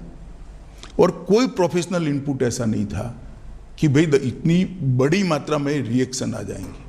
तो बॉडीज को परेड कर दिया गया था। परेड नहीं करा है, ये गलत प्रचार है। 16 सिविल अस्पताल में ले गया गया और बंद एम्बुलेंस में उनके परिवार वाले अपने घर पर ले गए। आप हॉस्पिटल में थे? मैं खुद हॉस्पिटल में था। क्या देखा आपने उस दिन? क्या देखना क्या था, जली हुई लाशें थी, दुख ही दुख था, आक्रांत था, रोष था। आप एमएलए थे, लेकिन आपकी कॉन्स्टिट्यूएंसी में ज्यादा दंगे हुए नहीं कंपेयर टू बाकी जगहों में। अगर आप उस वक्त इंचार्ज होते, अगर आप होम मिनिस्टर होते, तो आप क्या करते अलग उस वक्त? देखिए, जो भी लोग थे उन्होंने अच्छा काम किया था। मगर घटना के कारण रोष इतने व्यापक मात्रा में था जिसकी भनक किसी को नहीं लगी थी, किसी को नहीं लगी थी, ना पुलिस को लगी थी ना किसी को लगी थी, और बाद में किसी के हाथ में ही नहीं रहा सर। और देखिए इस बात पर अनेक अदालतों में, एक सुप्रीम कोर्ट के रिटायर्ड जज के कमीशन में सब जगह बहस हो चुकी है। ये मोदी जी को कोई पहली क्लीन चिट नहीं है, नानावटी कमीशन ने भी क्लीन चिट दी है, फिर भी एसआईटी बनाई गई। और मोदी जी एसआईटी के सामने कोई नाटक करते हुए नहीं गए थे कि भी मेरे समर्थन में आ जाओ, गांव गांव से आओ, नहीं आते तो फिर एमएलए को बुला लो, एमपी को बुला लो, एक्स एमपी को बुला लो और धरना करो। पर क्यों नहीं गई बीजेपी, क्यों नहीं गई अब सपोर्ट? हम मानते थे कि हमने न्याय में सहयोग करना चाहिए, न्यायिक प्रक्रिया में सहयोग करना चाहिए। सुप्रीम कोर्ट का ऑर्डर है, एक एसआईटी काम कर रही है। एसआईटी अगर चाहती है मुख्यमंत्री जी को कुछ सवाल पूछना, तो मुख्यमंत्री स्वयं कहते हैं कि मैं कोऑपरेट करने के लिए तैयार हूं। किस चीज का आंदोलन करना है? आंदोलन किस चीज का करना है? ये न्यायिक प्रक्रिया है। हमारे यहाँ कोई भी व्यक्ति न्याय की परिधि से बाहर नहीं है। नहीं, दैट आई एग्री, लेकिन आप खुद कह रहे हैं कि विक्टिमाइजेशन हो रही थी। मतलब आपको आपके खिलाफ जो चल रहा था उस टाइम, मीडिया ट्रायल या एनजीओ, उसके खिलाफ आंदोलन, क्या वो जस्टिफाइड नहीं था? देखिए, ट्रायल के खिलाफ, कोई भी न्यायिक प्रक्रिया के खिलाफ आंदोलन जस्टिफाइड नहीं होता है, क्योंकि हमारा व्यू था वो व्यू सही तभी माना जाएगा जब न्याय की अदालत उस पर थप्पा मारी। मुझे जेल में डाल दिया तो मैं तो कहता ही था मैं निर्दोष था, परंतु जब न्याय की अदालत ने कहा कि मुझ पर गलत केस किया गया, मुझे फंसाने के लिए पॉलिटिकली मोटिवेटेड साजिश थी सीबीआई की, तब इस पर थप्पा लगता है। मेरे कहने से कुछ नहीं होता। उस वक्त लगा आपको कि पार्टी आपके साथ नहीं है? जरा भी नहीं लगा, पार्टी मेरे साथ ही थी। और आपको उस वक्त लगा कि ये पॉलिटिकल वेंडेटा है कि आपको जेल में डाल दिया? मैं तो भाग्य मानता हूं। क्यों? मैं भाग्य में मानता हूं, और मेरा तो जिन्होंने भी किया भला ही किया है। तो ये आप समझते हैं कि आपकी भलाई में हुआ? कैसे? नहीं, जो हुआ भले के लिए हुआ, बाद में परिणाम अच्छे आए। आपको क्या लगा उस वक्त जब आप जेल में थे? तो कुछ नहीं लगता था, मैं लड़ाई लड़ने का निर्णय आपको पता था कि आप बाहर निर्दोष निकल? जी, आज के इंटरव्यू का विषय मेरा केस नहीं है। आज के इंटरव्यू का विषय एक इतने बड़े पोटेंशियल लीडर पर, एक राज्य के मुख्यमंत्री पर। आप दोनों साथ थे सर, इसलिए मैं पूछ रही हूँ। 20 साल से आप दोनों एक साथ हैं, गुजरात से लेकर यहाँ तक, दिल्ली तक आना। आप लोग मोदी जी के साथ है 25-25 साल से, 40-40 साल से। इस केस में खास केस में नहीं, भारतीय जनता पार्टी के कार्यकर्ता है नाते। पर ये राइट्स को लेकर जब भी किसी को सोचा जाता है, किसी के बारे में सोचा जाता है, आप दोनों के बारे में, हालांकि आप उस वक्त सिर्फ एक एमएलए थे, लेकिन इस लड़ाई में आप उनके साथ थे हमेशा। नहीं तो लड़ाई मुझे लड़नी है, क्योंकि ये सत्य की लड़ाई है। मेरी पार्टी पर आरोप लगे, मेरे नेता पर आरोप लगे, मैं क्यों नहीं लड़ूंगा? पर ऑपोजिशन हमेशा कहती है कि दंगे आप करने देते हैं, जब तक लोग डेथ टोल नहीं हो जाता तब तक आप दंगे करने देते, क्योंकि इससे पॉलिटिकल फायदा होता है, पोलराइजेशन। बहन, आप भी वही कर रही हो जो 2003 में मीडिया ने किया था। आपके पास इतनी बड़ी टीम है, भारतीय जनता पार्टी की कोई कम राज्यों में सरकार रही नहीं है। जहाँ जहाँ हमारी सरकार है वहाँ पहले कांग्रेस की भी सरकार थी, सपा की भी थी, बसपा की भी थी, तृणमूल कांग्रेस और कम्युनिस्टों की भी है। ठीक है, भारतीय जनता पार्टी का शासन का कालखंड और एवरेज दंगे और एवरेज हताहत होने वाले लोग और उनके कालखंड का आप निकाल दीजिए। आप मैथमेटिकल फॉर्मूला निकाल रहे हैं। मैथमेटिकल फॉर्मूला नहीं कह रहा, अगर हम स्पॉन्सर करते हैं तो दंगे ज्यादा होने चाहिए। दिखता नहीं है ना, वही तो वो कह रहे हैं कि आप जब स्पॉन्सर करते देखना नहीं चाहते, आप देखना नहीं चाहते कि भाजपा के शासन में दंगे कम होते हैं। दंगे जब होते हैं, वो कह रहे हैं, ऑपोजिशन कहती है दंगों से फायदा होता है बीजेपी को, पोलराइजेशन से पॉलिटिकल फायदा होता है, इलेक्टोरल फायदा होता है। तो फिर हम ज्यादा कराते हैं, दंगे तो कम हो रहे हैं। मैं गुजरात पे वापस आती हूँ, क्योंकि आप गुजरात स्पेसिफिक इंटरव्यू आपने कहा कि आप और किसी चीज़ पर बात नहीं करना चाहते, सिर्फ गुजरात पर बात करना चाहते हैं। आप मुझे बताइए कि अब आप 20 साल अगर आपको रिवर्स पे देखना पड़े तो क्या मोदी जी कर सकते थे जो उन्होंने नहीं किया? ऐसा है, सब कुछ किया है। मैं तो बहुत नज़दीक से देख रहा था। इतने डिटेल में शायद ही किसी मुख्यमंत्री ने काम किया था। एक थाने की स्ट्रेंथ 100 पुलिस की होती है, 150 पुलिस की होती है। एडिशनल फोर्स लो तो 400 पुलिस की हो गई और 2 लाख लोगों का जमघट है। क्या कर सकते हैं आप? इसको कंट्रोल करते करते समय लगता है। टीयर गैस, लाठीचार्ज, ये सब हुआ है, फायरिंग हुआ है। 900 लोग फायरिंग में मारे गए। तीसरे दिन नहीं, दूसरे दिन भी हुआ है। पहले दिन तो सवाल ही नहीं था, घटना थी। दूसरे दिन भी फायरिंग हुआ है, तीसरे दिन भी हुआ है। परंतु सरकार को भी व्यवस्थाएं करने में और जो स्केल बन गया उस स्केल को पहुंचने में थोड़ा समय लगता है। और मैं आपको बताना चाहता हूं कि मुझे पूरा मालूम है, इस वक्त गिल साहब भी हमारे यहाँ आए थे हमारी मदद में, मोदी जी की सरकार की मदद में। गिल साहब भी आए थे। गिल साहब के साथ मैंने भी डिनर करा है। उन्होंने कहा इससे ज़्यादा प्रॉम्प्ट एक्शन मेरे जीवन में मैंने नहीं देखा है। और उन्होंने पंजाब एक्शन देखा हुआ था। हाँ, कि इससे ज़्यादा न्यूट्रल और प्रॉम्प्ट, 2 शब्द प्रयोग थे, न्यूट्रल और प्रॉम्प्ट एक्शन मैंने मेरे जीवन में पुलिस की करियर में नहीं देखा है। फिर भी आरोप लगाए, गिल पर ही लगा दिया आरोप। अब जो पिटिशनर्स हैं वो कह रहे हैं उन्हें न्याय नहीं मिला सुप्रीम कोर्ट के। जाकिर जाफरी, क्या उन्हें न्याय मिला है? आपको क्या लगता है? मैं निश्चित रूप से मानता हूं एक ही जजमेंट सेशन कोर्ट में आया। इसके खिलाफ आपने हाई कोर्ट में अपील की, हाई कोर्ट ने कड़ाई से, सेशन कोर्ट से ज़्यादा कड़ाई से कहा। इसके खिलाफ आपने सुप्रीम कोर्ट में अपील करी, सुप्रीम कोर्ट ने इससे भी कड़ाई से करा। फिर भी आप स्वीकार नहीं करते हो तो क्या कर सकते हैं? और दूसरा, डेट जिसने ली है इसका रिकॉर्ड न्याय की अदालतों में पड़ा हुआ है, देख लेना चाहिए जिसको भी इंटरेस्ट है उसने। हर बार एनजीओ ने डेट ली है। लंबा खींचना, इश्यू को पेंडिंग रखना। क्यों? क्योंकि मोदी जी पर आरोप लगता रहे। तो जस्टिस वो नहीं चाहते थे, वो पॉलिटिकल वेंडेटा चाहते थे, क्या ये कह रहे हैं आप? पॉलिटिकल गेन चाहते थे। Political gain. मैं जाकिया जी की बात नहीं कर रहा, जो एनजीओ साथ में लगे थे, जो पॉलिटिकल पार्टियां एनजीओ को फंडिंग कर रही थी और जो मीडिया के ग्रुप एनजीओ को प्रसिद्धि दे रहे थे, वो लोग।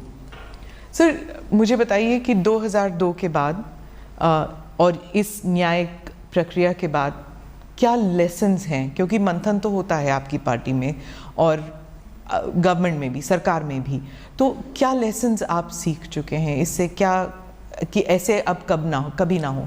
ढेर सारे सुझाव आए हैं। वो सारे सुझाव मैं ही गृह मंत्री था, मोदी जी ही मुख्यमंत्री थे।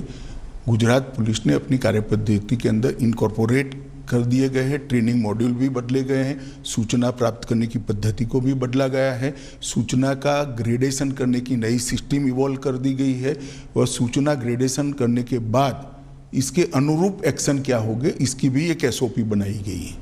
इसलिए 2002 के बाद गुजरात में एक भी दंगा नहीं हुआ है। सेंटर स्टेट में जो तालमेल होना चाहिए राइट्स कंट्रोल करने के लिए, क्या उसे फाइन ट्यूनिंग, उसकी फाइन ट्यूनिंग मुझे लगता है व्यवस्था ठीक है।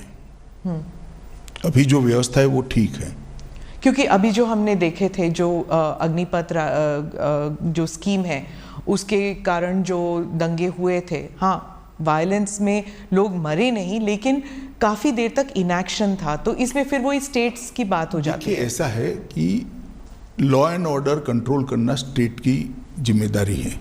भारत सरकार सहयोग कर सकती है, स्टेट की डिमांड पर सहयोग कर सकती है। और जब स्टेट को लगता है कि हमारी स्टेट की मशीनरी कम पड़ रही है या तो हमें ज़्यादा मैन पावर चाहिए जो स्टेट के पास उपलब्ध नहीं है, तो रिजर्व फोर्स में से भारत सरकार की मैन पावर जाता है। ये व्यवस्था बहुत परफेक्ट है और हर स्टेट में कमोबेश भारत सरकार के सीएपीएफ्स के बटालियन लगे हुए हैं तो कहीं और से नहीं लाना है। मानो बिहार है तो एसएसबी हमारी तुरंत घंटों में पहुंच सकती है। पर उसमें भी कहा जाता है कि पॉलिटिकली हो जाता है मोटिवेट, जैसे ममता जी कहती हैं कि जो सेंट्रल फोर्सेस हैं वो पॉलिटिकल आदेश पर काम करती हैं। स्मिताबेन, ममता जी को ना आप समझा सकते हो ना मैं समझा सकता हूँ, छोड़िए, इसके आधार पर एडमिनिस्ट्रेशन कैसे तय होगा। पॉलिटिकल बातें करने के लिए हर एक को इस देश में स्वतंत्रता है। जी, आपका कोई आज जब ये रूलिंग आई तो आप, एक बार और पूछूंगी मैं कि आपको कैसे महसूस हो रहा है आज के दिन? मुझे बहुत अच्छा महसूस होता है। मोदी जी को बहुत सारे बदनामी झेलते हुए मैंने देखा है। मोदी जी पे बहुत सारे झूठ और झूठे आरोप मढ़ते हुए, निर्लज्जता से मढ़ते हुए मैंने देखा है।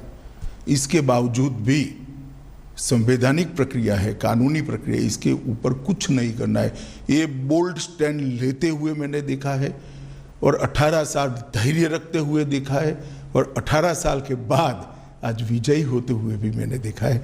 मुझे तो बड़ा संतोष है कि सार्वजनिक जीवन में नरेंद्र मोदी ने एक ऐसा एग्जाम्पल सेट किया है कि आरोप कितना भी झूठा हो, आप उसको न्याय की अदालत ही तय कर सकती है, सच है या झूठ है, तब तक धैर्य रखना चाहिए। सुप्रीम कोर्ट में ऑब्जर्वेशन ये भी था कि उस वक्त की सरकार ने दंगा रोकने का प्रयास नहीं किया और ये भी कि कुछ विटनेसेस जो हैं वो ऐसे जवाब दे रहे थे जैसे कि डिक्टेशन दे रहे हैं उन्हें।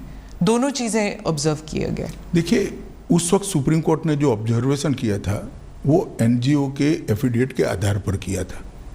इसकी जांच के लिए एसआईटी बनाई थी, एसआईटी ने अपनी रिपोर्ट दे दी और आज जो जजमेंट आया उसमें सुप्रीम कोर्ट ने कहा है राज्य सरकार ने दंगा रोकने के लिए भरसक कोशिश की, राज्य सरकार ने उचित समय पर उचित कार्यवाही कर कम नुकसान में दंगों को समाप्त किया और राज्य सरकार ने सुप्रीम कोर्ट द्वारा दी गई विटनेस प्रोटेक्शन की स्कीम को पूरा का पूरा फुल स्टॉप कॉमा में पूरा किया है।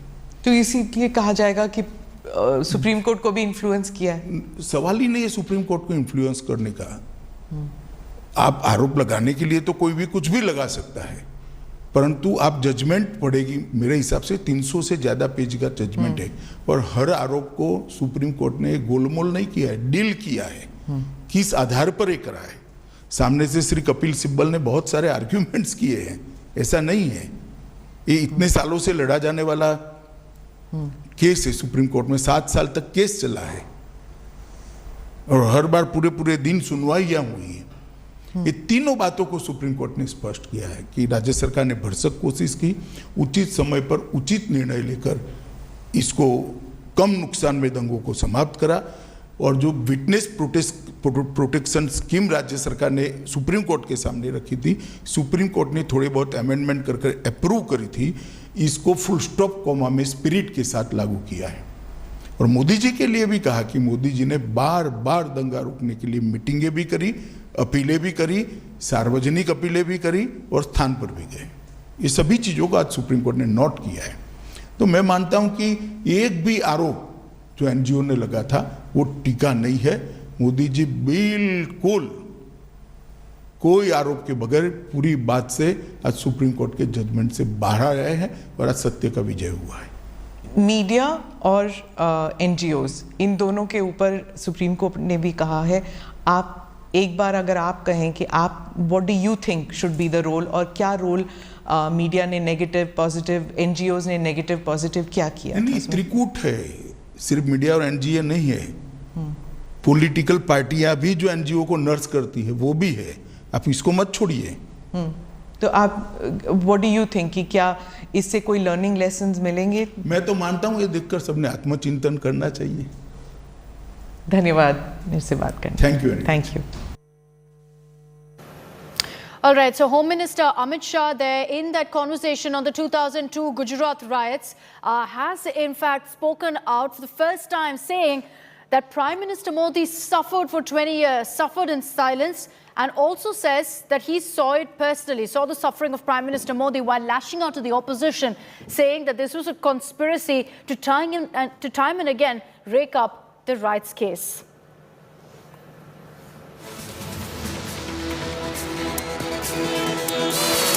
So this is, in fact, the first detailed interview of Home Minister Amit Shah after the Supreme Court just yesterday gave a clean sheet to Prime Minister Modi as well as several others over a petition that questioned the clean sheet of the SIT. The Supreme Court upheld the clean sheet and questioned the plea that was filed in the top court.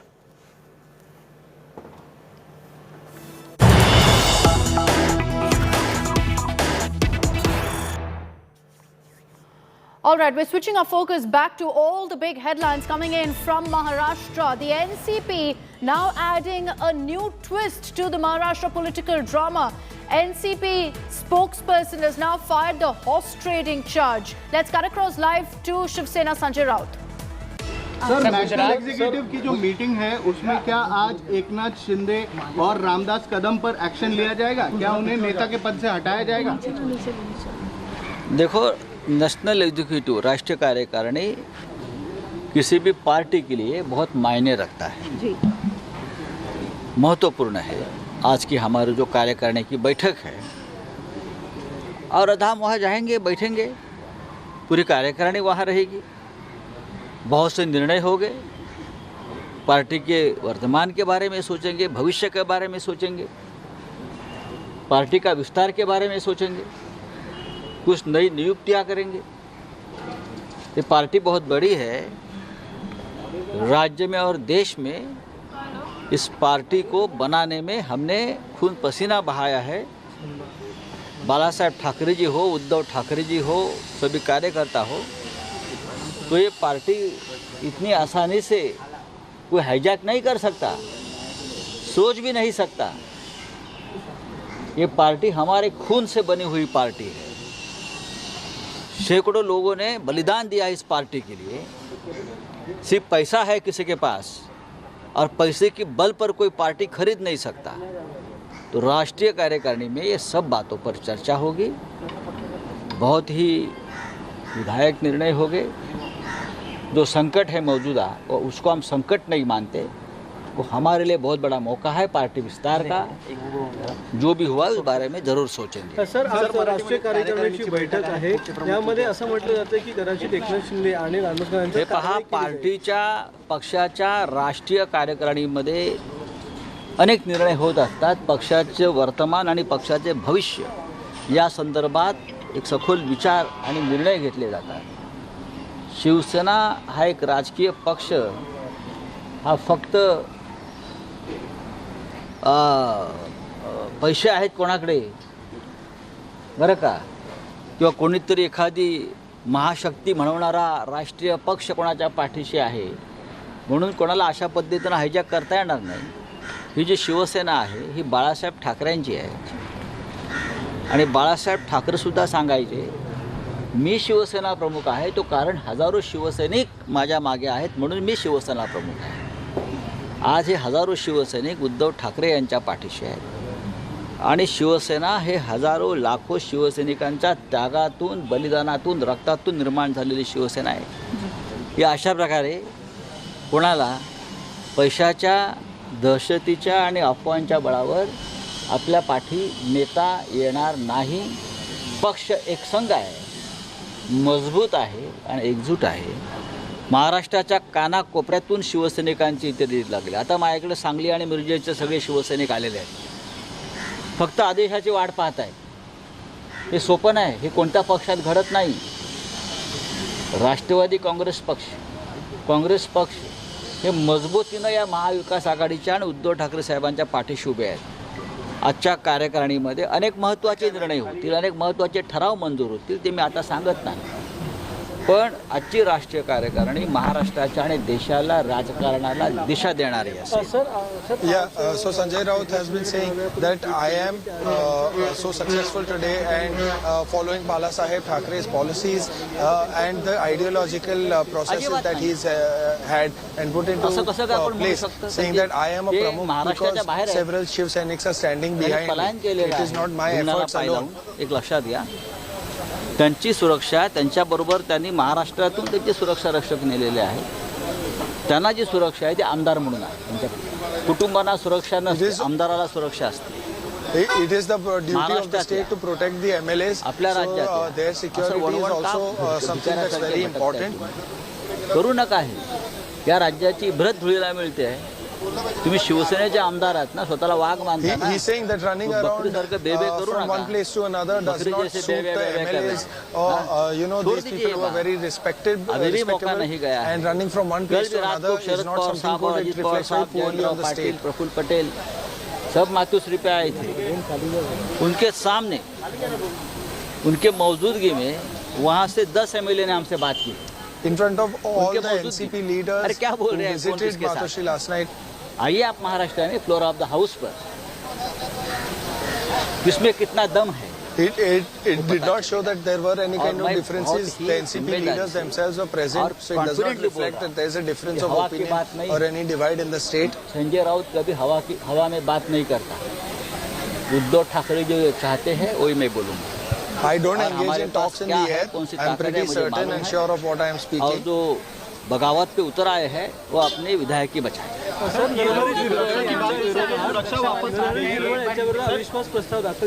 the MLAs who have rebelled, they can say what the exact situation is and what is troubling them.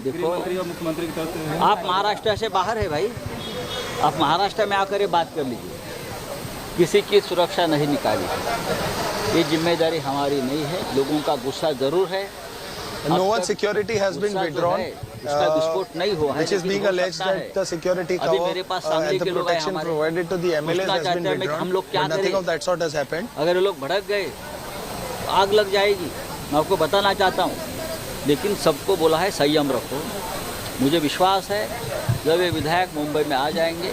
We have told our Shiv Senics to maintain peace and remain calm, because if the Shiv Senics get angry and they lose their mind, then it is going to be a very unruly situation and they can go on a rampage, setting fire to things.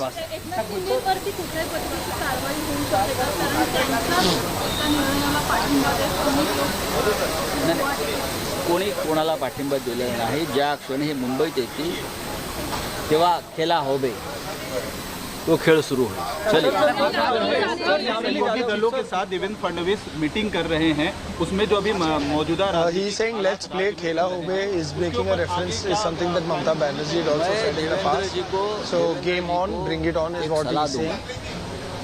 वो भी राजनीति में बहुत सालों से माहिर खिलाड़ी. My advice to Mr. Fadnavis, झमेले में मत पड़िए. फिर एक बार जो सुबह का हो गया था ना, please don't get involved in this. वो शाम का हो जाएगा. इस झमेले में मत पड़िए. आप आपकी जो भी बच्ची कुची प्रतिष्ठा है वो संभाल कर रखिए. चुनाव में देखेंगे. इस झमेले में आप मत पड़िए, आप फंस जाओगे. नहीं मैं कहूँगा. You will get embroiled in this and get stuck in this. Please don't get involved. या झमेल्यात काही पडू नये. भारतीय जनता पक्षाची उरली सुरली प्रतिष्ठा सुद्धा यात ते गमावून बसतील. त्यांचं नेतृत्वाला धक्का बसेल. जे काय आहे ते विरोधी पक्षनेते आहेत. जरी आमचे राजकीय मतभेद असले तरी त्यांच्या leader of opposition this does not suit you. त्यांनी या झमेल्यात पडून स्वतःचं नुकसान आणि स्वतःची प्रतिष्ठा मिळवू नये. आमचं आम्ही बघून घेऊ. तुम्ही या भानगडीत पडू नका. मोदी यांना क्लीन चिट मिळालेली आहे 2002च्या दंगलीवर. Narendra Modi he will look at our own problems. You don't get involved in this. प्रतिष्ठा ही देशाची प्रतिष्ठा आहे. मोदी यांना एखाद्या प्रकरणात क्लीन चिट मिळाली असेल तर मी त्यांचं स्वागत करतो.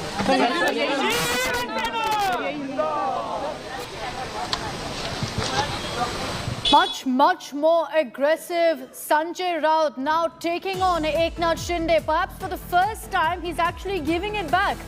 Daring Eknath Shinde, saying, why are you sitting in Guwahati? Why are you sitting outside Maharashtra?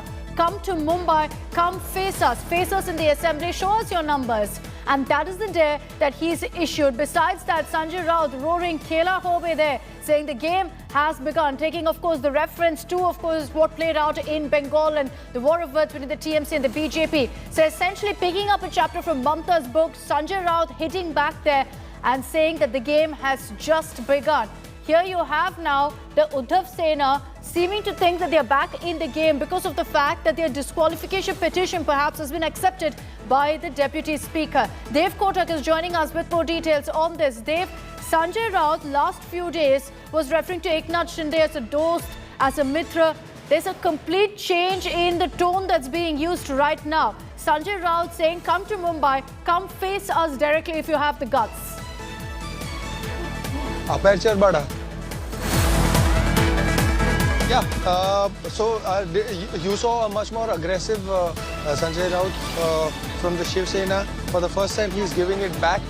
This does not show that he has been affected by all of the political crisis that is going on in the state. But he clearly said, you know, roaring like a lion, he said that Mr. Fadnavis, we are not scared of this, but we just need you to not get involved. At the same time, we respect you, but this is a dirty game. Don't embroil yourself in all of this. Mr. Raut also mentioned the fact that he made a clear statement saying Khela Hobe, which means game on. Let's play, this is a direct reference which Mamata Banerjee had also, these are the words uttered by the West Bengal CM. You know, when they were squared off in a direct contest against the BJP during the West Bengal election.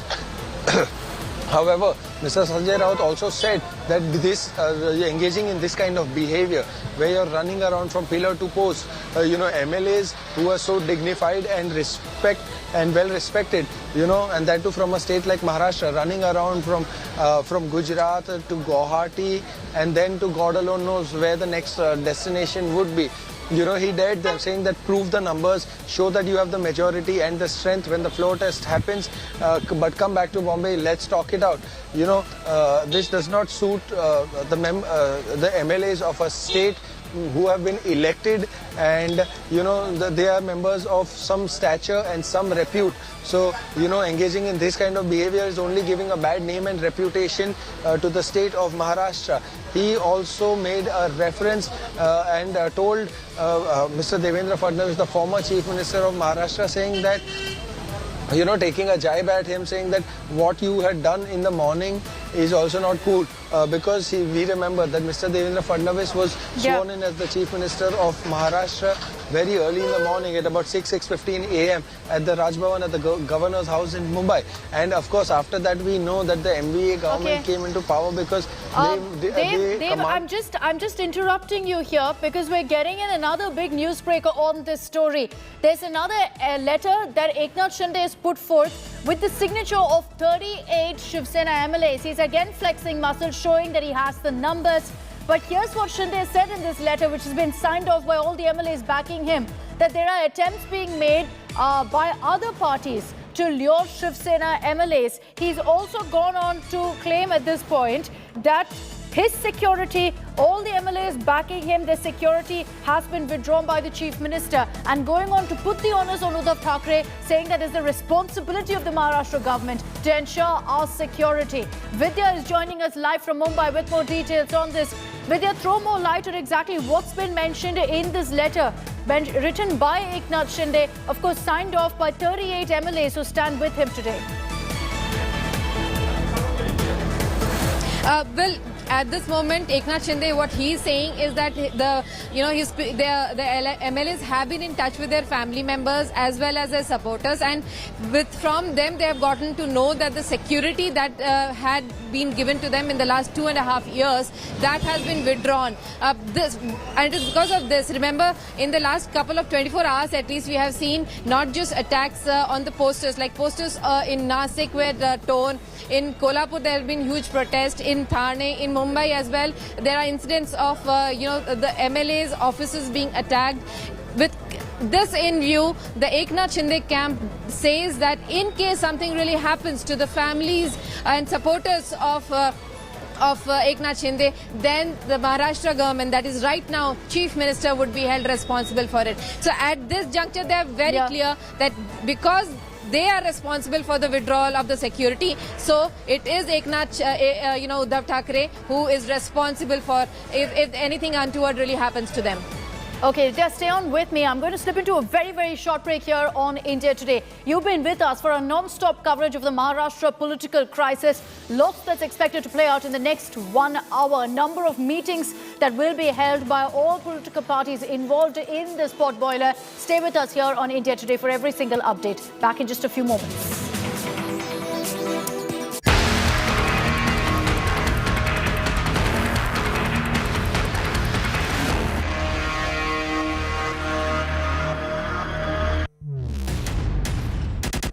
men and women who built Indian industry, and the young guns who are shaping tomorrow's India. From storied careers to unicorn dreams, the past meets the future on the Business Today show with Uddhav and Mukherjee.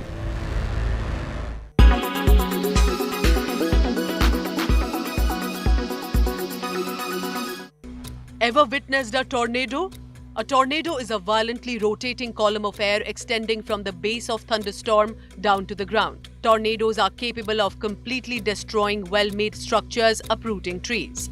A tornado can pass through the air like a deadly missile. If you ever witness a tornado or if one passes near you, you need to know the safety measures. In this video, we will tell you all about it. Tornadoes are great spirals of wind and among the most violent and destructive storm on Earth, despite their sometimes fast and localized passage. They form when hot humid air, often from the sea, meets dry cold conditions originally from the poles. As the hot air rises, the denser cold air gathers underneath. The condensation and moisture produced results in the formation of a thundercloud. The two air masses rotate around each other without mixing. Before long, a hazy cone or a funnel appears, a warning sign that a tornado is on the way. Once the spiral touches the ground, it can officially be classed by the name of the tornado. The amount of damage a tornado can cause is directly linked to the speed of its varying wind. The enhanced Fujita scale is used to measure the intensity and damage potential. Most tornadoes are classified as level 0, with wind speed of between 105 and 137 km per hour. Damage is usually slight. For example, tiles might be blown off the roof. But level 5 tornadoes, however, bring with them wind ranging from 320 to 500 km per hour. In this case, a whole house can be uprooted and cars can be thrown more than 100 meters away. Tornadoes can form all across the world, but they most frequently hit the United States of America, where annually there are more than 1,000.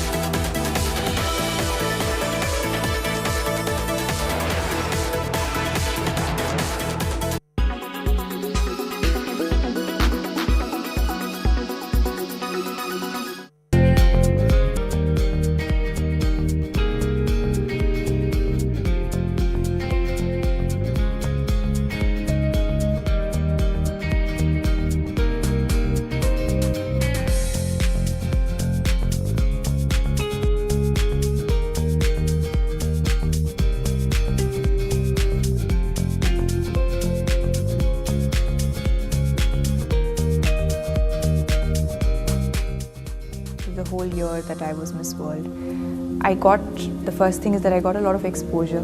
I understood more about the industry, and then when you know that an opportunity like this is in front of you, then there's no looking back. But I think my life has been surreal, you know.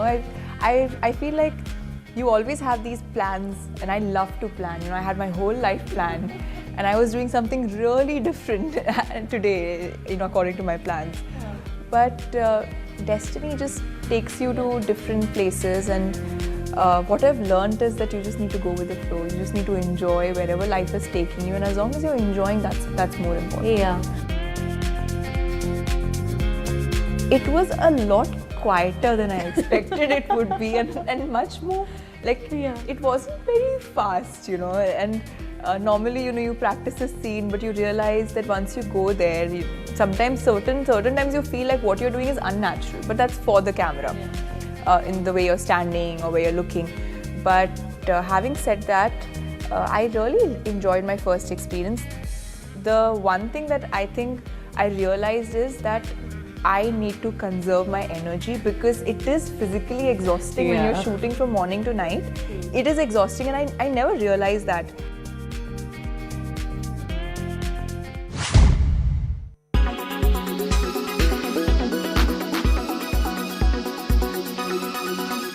Everyone's busy finding what's trending. You're busy finding out why. India Today, for those who research before reacting. Download the India Today app now. Make your media plan smarter with India Today Live TV on your connected devices. You are watching India Today.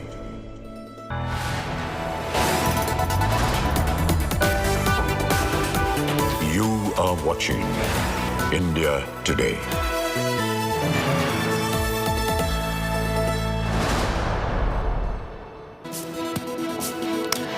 Hello and welcome. You're tuned into India Today. I'm Akshita Nandagopal and we're getting you every big update coming in on the Maharashtra political crisis. The Uddhav Sena has now fired a fresh salvo at Eknath Shinde, saying if you dare, come to Mumbai, face us and fight us. We'll be getting you all the latest updates on that and much, much more. Let's begin with the headlines. Cornered Uddhav, desperate to save face, calls for a meeting of all Sena national executives. Crackdown on Eknath Shinde and rebel MLAs likely.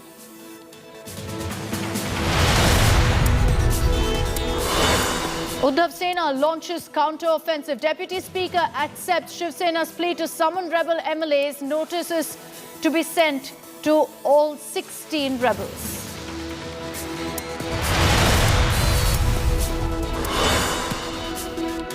Shinde faction takes on Deputy Speaker, gives notice of no confidence. Shinde Sena to hold meet at 2 p.m. to decide on Mumbai return.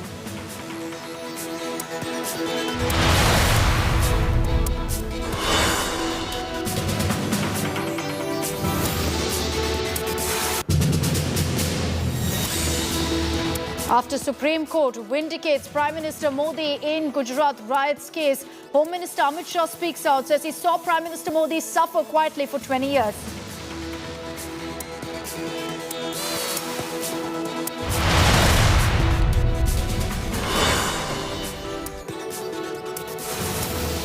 After claiming he was dead for years, Pakistan finally detains mastermind of 26/11 Mumbai terror attacks. Sajid Mir taken into custody after India and US mount pressure.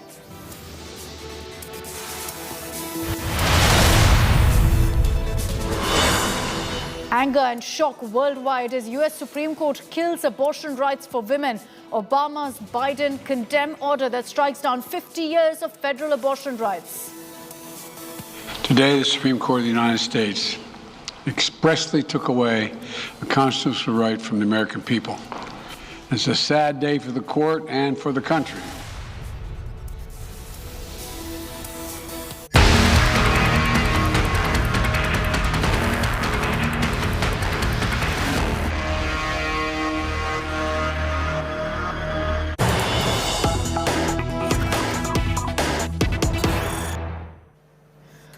And let's get you all the big updates coming in on the big war within the Sena. Eknath Shinde firing a fresh salvo now. 38 MLAs have signed a letter that's been released by Eknath Shinde.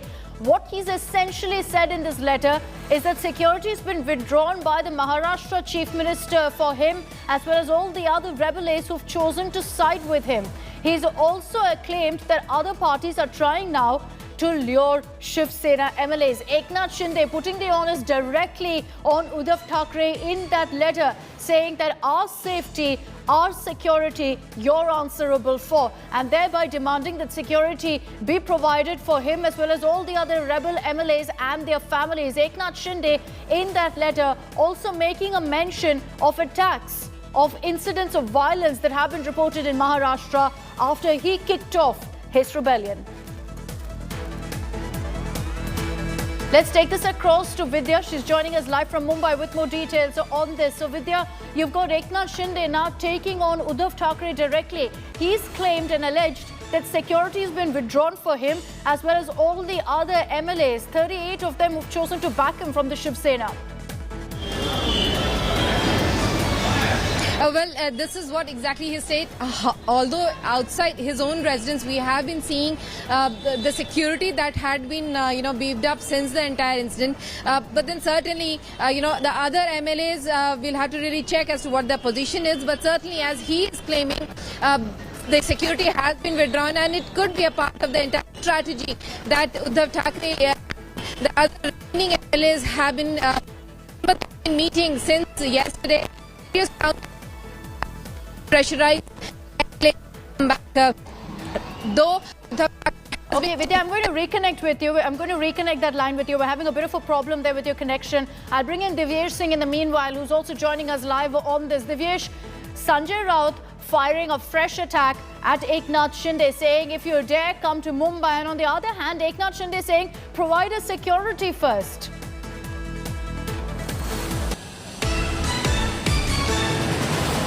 Well, Akshita, yes, Sanjay Raut, a while ago, he spoke to media and he has claimed that there are various Shiv Sena workers who are coming from various parts of the state, from far off districts in the state. And he also went on to say that they are asking they are asking senior leaders or what to be done next.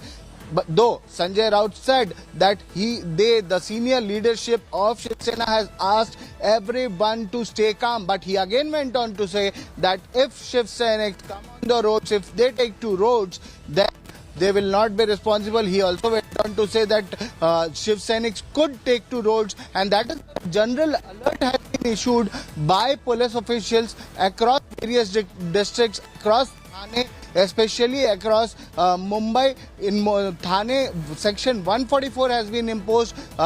Particular weapons are not being allowed to be carried. Particular objects are not allowed to be carried in Thane. Remember, Thane is the of Eknath Shinde, the leader of the group, Eknath Shinde, and that section has been imposed in Thane as well. While other police stations in Mumbai also have been asked to keep a close eye on movements of Shiv Sena so that there is no untoward incident that happens, there is no law and order situation that erupts in the city. Just stay with me, because even as we're tracking all of this that's happening within the Shiv Sena, what about the BJP? What is the BJP doing here? Well, Devendra Fadnavis is set to be meeting with all of the BJP's allies in Maharashtra any moment now. Fadnavis will be meeting with Ramdas Athavale and all other allies as well. MLAs Bhangdia as well as Rawal have reached Fadnavis' residence. So top BJP MLAs are also part of this particular meeting. The BJP essentially has been playing a wait and watch game right now. They're waiting to see how things play out. The last time around the BJP jumped the gun. It was extremely humiliating for them. They've learned lessons from that, which is why right now you don't see them poking their nose in any way, despite everyone talking about this rebellion being a result of Operation Kamla, Operation Lotus by the BJP. Fadnavis is holding a slew of meetings today. At any moment now, the meeting with, in fact, the allies of Maharashtra will kick off, where the BJP no doubt will be figuring out what this will mean for them and how they can make the most of this rebellion and this all-out war within the Shiv Sena. Let's take this back across to Vidya for more. So Vidya, a number of meetings that will be happening today. In about 2 hours from now, the Shiv Sena, the Uddhav Sena at least, will be holding a meeting. After that, the Shinde Sena also holding a strategy meeting. But the reason the BJP huddle is going to be crucial is because we'll know in the hours to come whether the BJP changes its strategy, whether they decide that now it's safe for them to come out and try to also push for the ouster of Uddhav Thackeray. Well, remember, the Deputy Speaker has already received the application that, that was filed by the Shiv Sena led by Uddhav Thackeray to cancel the, the election of, the nomination of these 12 to 16 people of the Eknath Shinde led camp. And before that really happens, a decision is taken. Remember, the Deputy Speaker will be issuing a notice to these 12-16 people and asking them to file a reply. Obviously, to and fro, much hearing will have to happen before a decision is taken. At this juncture, the Eknath Shinde-led camp certainly does not want to delay any further. They already have 38 signatures. That means that they already have the party in their hand. Obviously, it does mean a whole lot of paperwork that would entail at the Election Commission as well as, at the Assembly. But right now, with just these numbers in hand, they want to make a move at the earliest. While on the other hand, the Shiv Sena led by Uddhav Thackeray wants to delay it. they want to see to it that the MLAs at Guwahati get tired out, want to come back under threat, under any kind of pretext. They would be, the moment they are here, they would join, some of them would join hands with Uddhav Thackeray-led Shiv Sena is what most of the Shiv Senics believe, and that's the reason, as Uddhav Thackeray also has been saying, come to Mumbai, talk to us right now on the face and then take a decision. So certainly at this juncture, with the Eknath Shinde gang not really succumbing to that offer, wanting to stay back in Guwahati, at some point these people will really have to come back to prove the test on the floor. And as Sanjay Raut has also been stating very clearly since here that everything will depend on the floor of the House. So everyone here knows that the issue will finally be settled on the floor of the House, but it is only a time which will tell as to when it will really happen. Vidya, stay on with me. I'm going to come back to you in a few moments from now. Let's discuss the Uddhav Sena strategy here. Uddhav Thackeray at 1 p.m. today will be holding a national executive meet. And India Today is the inside tracker. What's really expected in this meeting? It's going to be perhaps the decisive one as far as the Uddhav Sena is concerned, because finally they've decided that they're going to take the fight back to Eknath Shinde. Uddhav Thackeray is likely to remove Eknath Shinde as a party neta. What that means is essentially a party leader. There are only 4 of those in the Shiv Sena. It includes the likes of Aditya Thackeray. So it's a very senior post in the party. Uddhav is also expected to discuss action against all the rebels, against the MLAs who've chosen to back Eknath Shinde rather than him. Reportedly, NCP chief Sharad Pawar has suggested that this Shiv Sena, that Uddhav Thackeray take a tough stand against rebels and Eknath Shinde, which so far Uddhav has shied away from doing. This even as Shinde Sena will be holding a crucial meeting at 2 p.m. to decide whether they're going to make their way back to Mumbai and how to respond if the Deputy Speaker issues a notice to them.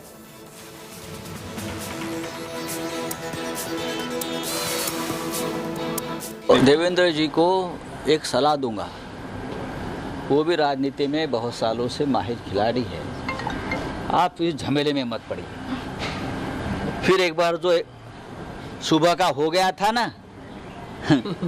वो शाम का हो जाएगा। इस झमेले में मत पड़िए। आप अपनी जो भी बची कुची प्रतिष्ठा है वो संभाल कर रखिए। चुनाव में देखेंगे, इस झमेले में आप मत पड़िए, आप फंस जाओगे। इतना ही मैं कहूँगा। आप महाराष्ट्र में आकर बात कर लीजिए, किसी की सुरक्षा नहीं निकाली है। ये जिम्मेदारी हमारी नहीं है। लोगों का गुस्सा ज़रूर है। अब तक गुस्सा जो है उसका विस्फोट नहीं हुआ है, लेकिन हो सकता है। अभी मेरे पास सांगली के लोग आए हमारे, पूछना चाहते हैं हम लोग क्या करें। अगर ये लोग भड़क गए तो आग लग जाएगी। मैं आपको बताना चाहता हूँ, लेकिन सबको बोला है संयम रखो। मुझे विश्वास है जब ये विधायक मुंबई में आ जाएंगे तो हमारे पाले में आ जाएंगे। कोणी कोणाला पाठिंबा दिलेला नाही। ज्या क्षणी मुंबईत येतील तेव्हा खेला होबे, तो खेळ सुरू होईल। And joining us on this broadcast is Mr. Ashish Jaiswal. He's an independent MLA who's with the Eknath Shinde camp currently. Mr. Jaiswal, thank you for joining us here on India Today. Not sure if you heard what Sanjay Raut just said. He's saying that if you want to take us on, come to Mumbai. Why are you sitting in Guwahati? जरूर हम लोग मुंबई आएंगे, क्योंकि जो भी विधानसभा में बहुमत या अल्पमत की जो सरकार है, ये सब चीजों की दूध का दूध और पानी का पानी आने वाले समय में फ्लोर पे हो जाएगा, राज्यपाल के सामने होगा। हम लोग यहाँ पर 40 शिवसेना के और 10 इंडिपेंडेंट विधायक हैं, और किसी भी हालत में हम लोग कांग्रेस और एनसीपी के साथ सरकार में रहना नहीं चाहते। जब जो हमें मैंडेट मिला था, वो बीजेपी शिवसेना मिलकर चुनाव हम लड़े थे, और बीजेपी शिवसेना के चुनाव साथ में लड़ने के बाद जो मैंडेट दिया था, लोगों ने कहा था कि कांग्रेस और एनसीपी को सरकार से दूर रखे। लेकिन दुर्भाग्यवश जिस तरह की सरकार बनी है और जिस तरह से शिवसेना के विधायकों को कांग्रेस और एनसीपी के मंत्रियों द्वारा तकलीफ दी जा रही थी, उनके कॉन्स्टिट्यूएंसी में उन्हें निस्तानाबूद करने की कोशिश की जा रही थी। इस वजह से ये इतना बड़ा रिवोल्ट हुआ है। आप देखिए कि देश के इतिहास में इतने बड़े प्रमाण में किसी सत्ताधारी रूलिंग पार्टी के एमएलए कभी इतने खिलाफ में नहीं गया, लेकिन जिस तरह की तकलीफें उन्हें थी, जिस तरह का अंदेश उन लोगों में था, जिसकी वजह से विस्फोट हुआ है। जायसवाल जी, किस बात का इंतजार है अभी? क्यों अब तक मुंबई नहीं गए? क्या आज जाएंगे आप और पूरे शिंदे का कैंप? जी हाँ, जिस तरह से ये देखिए, ये शतरंज की चालें हैं, इसमें तो ये सब चीजें चलती रहेगी। जो भी लीगली, जो भी मॉरली, जो भी कानूनन हमें उचित लगता है, जिस तरह का संसदीय कार्यप्रणाली में जिस तरह के स्टेप्स हमने लेना चाहिए उस तरह के स्टेप्स लेंगे और किसी भी हालत में कांग्रेस और एनसीपी को सरकार से बाहर निकालने का हम प्रयास करेंगे और निकाल के रहेंगे। आशीष जायसवाल जी, जैसे डेप्यूटी स्पीकर ने अभी कंफर्म कर दिया कि जो डिस्क्वालिफिकेशन पिटीशन है उद्धव ठाकरे के साइड से वो अभी एडमिट हो चुका है। अगर आज नोटिस भेजा गया है रेबल्स को, शिवसेना MLAs को, क्या आप सब विधायक वहां से गुवाहाटी से मुंबई आ जाएंगे? देखिए, डेप्यूटी सरकार अल्पमत में है, डेप्यूटी स्पीकर के खिलाफ नो कॉन्फिडेंस मोशन मूव किया गया है। इस परिस्थिति में वो निर्णय नहीं ले सकते और इस तरह से जबरदस्ती अगर कोई इलीगल निर्णय उन्होंने लिया तो हम उन्हें कोर्ट में चुनौती देंगे। डेप्यूटी स्पीकर ये बता रहे हैं जायसवाल जी कि मेरे पास कुछ एविडेंस नहीं है कि एकनाथ शिंदे जी के पास नंबर्स है कि 37 के ऊपर बहुमत है उनके पास, तो क्या उसके लिए ये MLA के परेड जो कहते हैं वो करेंगे आप आज या कल? नहीं, जिस तरह का निर्देश आएगा, जिस तरह की स्ट्रेटेजी डिसाइड की जाएगी उस तरह से काम की जाएगी। देखिए, इस देश के कानून में ही 2/3 मेंबर्स के साथ में स्प्लिट अलाउड है और जो ये विभाजन हुआ है ये करीब 55 में से करीब 40 MLA ने यहाँ पर सरकार का विरोध किया है और मैं समझता हूँ कि हम लोग ही ओरिजिनल शिवसेना है क्योंकि सबसे ज्यादा विधायक हमारे साथ में है। जायसवाल जी, कितने विधायक है अभी गुवाहाटी में? क्या 50 पार हो गया है? जी, 40 शिवसेना के और 10 इंडिपेंडेंट, इस तरह से 50 MLA यहाँ पर है, लेकिन आने वाले समय में आंकड़ा बढ़ेगा। ठीक है, okay Jaiswal ji, thank you for joining us here on India Today. So that's Ashish Jaiswal, who is with, in fact, Eknath Shinde in Guwahati, saying that we will very soon come to Mumbai. But he's also said very clearly that if the Deputy Speaker takes any step, it will not hold. And they've said that they're willing to take this to court if the Deputy Speaker acts, considering that the Shinde Sena strategy here is to go ahead and move a no-confidence motion, which they've already done against the Deputy Speaker. And their contention is that if that kind of a motion is passed, the Deputy Speaker cannot afford to take any decisions with regards to disqualification. So that's their clear legal strategy here as well. Let's in fact bring in also Divyesh Singh, who's joining us live on this broadcast. Divyesh, we just got Ashish Jaiswal to join us here on this broadcast, and his message is very clear that we're in no rush to come to Mumbai. They're going to stick to their strategy. So any dare that's issued by Sanjay Raut isn't going to work as far as Eknath Shinde and phasing him is concerned. Well, Sanjay Raut maintains that whatever demands, whatever allegations are being levelled by the rebel group, by Eknath Shinde and by his allies, be it regarding security, be it regarding the GRs being passed, be it regarding any other issues, they need to come back to Mumbai and then talk. Sanjay Raut had also hinted that once these MLAs come back, they could join back the Shiv Sena, and they would not go against the primary party. They would not go against Uddhav Thackeray run Shiv Sena. That is what Sanjay Raut has been claiming. But he also went on to say that if these MLAs, the rebel MLAs, come back and decide to stay against the Uddhav Sena, then they would also find it difficult to roam around in the state. So that is also being mentioned in the letter that was sent by Eknath Shinde, where he says that such kind of threats are being issued to the rebel group, to the rebel MLAs by Sanjay Raut and other people. Other than that, the national executive meeting of Shiv Sena is going to happen this afternoon, where we hear from our sources that Eknath Shinde, Ramdas Kadam and few others are going to be removed from the leadership of the party. Decision will be taken regarding that. Few new people will be placed on the same designation. There are other new decisions, as Sanjay Raut pointed out, that there are new decisions which would be taken and further course of action will be decided. Akshita. Okay, we're also getting in information, we'll be putting that out on our screens also very soon, that the Shiv Sena is, in fact, Uddhav Sena at least, is fearing that more leaders are now choosing Eknath Shinde over Uddhav Thackeray. So in that national executive meet that happens in less than 2 hours from now, we're expecting that even senior leaders like Ramdas Kadam could face the axe, could face action from Shiv Sena. He's a very senior leader. He's held a ministerial portfolio as well before. At this point, when we asked him a question about whether he's going to be facing and attending this national executive meet, he didn't comment. And it looks like in all likelihood, he also fears that he is staring right now at action, considering that his son, Yogesh Kadam, has already gone to Guwahati. He is with Eknath Shinde right now. So that is also an update that we're going to be putting out right now for our viewers. Vidya is live from the Sena Bhavan, which is where this meeting will be happening. Vidya, we're hearing that it's rebel MLAs who there'll be action against. Eknath Shinde will face action, as well as several other leaders who are at this point clearly, subtly extending support to Eknath Shinde, the likes of Ramdas Kadam.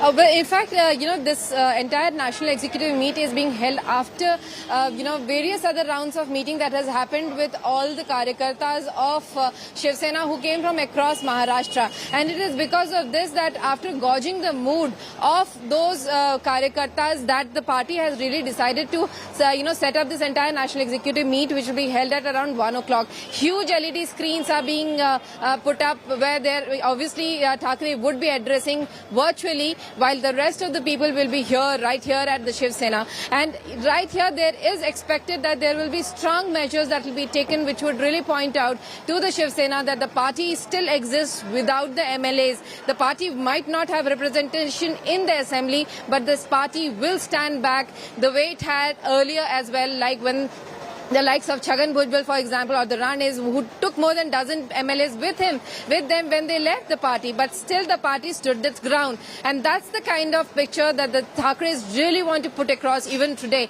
And it's not just, today. I mean, there are, after this national executive meet, there are various other meets. Aditya Thackeray, who is now emerging with his father being, unwell, he is now emerging as the person who will take the party ahead with various other. He's got a public meeting today, later in the evening. So the Thackerays are taking on the MLAs by putting up a posturing that has been done that we can exist even without you. Probably when you come back, you will not find the supporters that you want while you claim that you are their leader. Is there a change in tone, Vidya? I'm seeing that the Uddhav Sena, at least in their response, even from what Sanjay Raut has said, they seem to have decided to become more aggressive. Last few days, they've been very mellow in their response to Eknath Shinde. Have they perhaps realized that there's no question of these MLAs coming back, and so they've decided now to go all out, take action, crack the whip?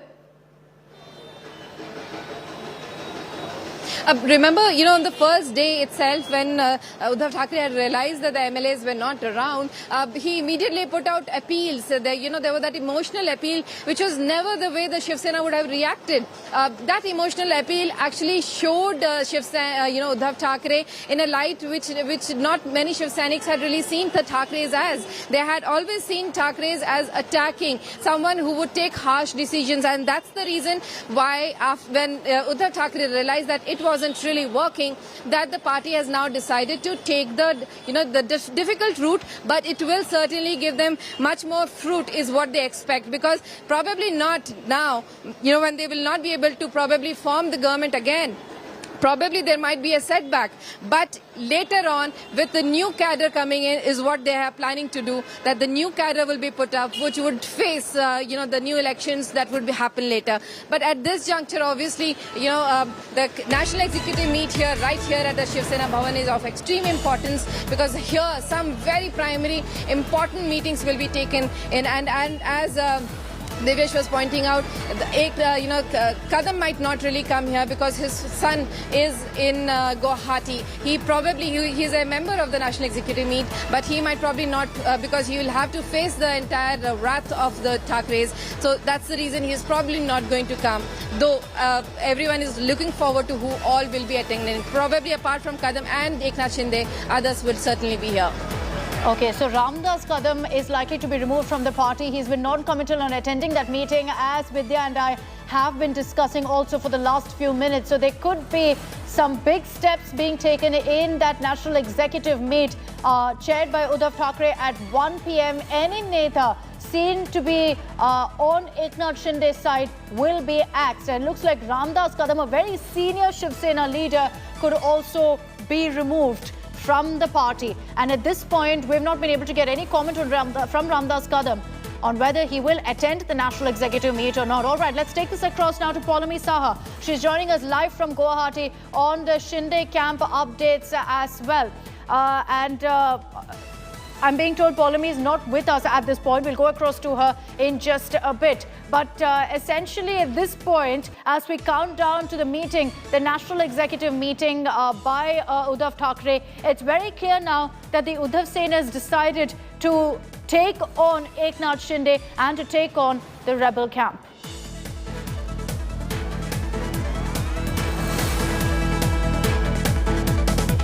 Divyesh is joining us live with more details on this. So Divyesh, it's clear at this point that Uddhav Sena is taking a no-nonsense approach in this matter.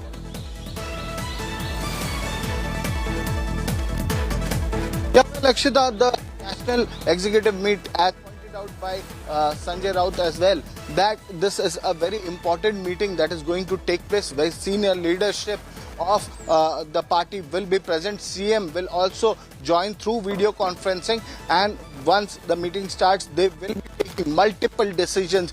First thing and the most important thing, the turmoil, the crisis that the party is facing right now due to the rebel MLAs. Around 40 MLAs of Shiv Sena have joined Eknath Shinde, and they are now in Guwahati as claimed by Eknath Shinde, and this is the biggest issue that the party is facing. So this will be one of the top things that will be discussed at the National Executive meeting, and decision will be. We're losing that connection. Divyesh, we'll come back to you. We've got a problem with the connection with you there. Divyesh getting us details of what to really expect at 1 p.m. and the National Executive Meet kicks off.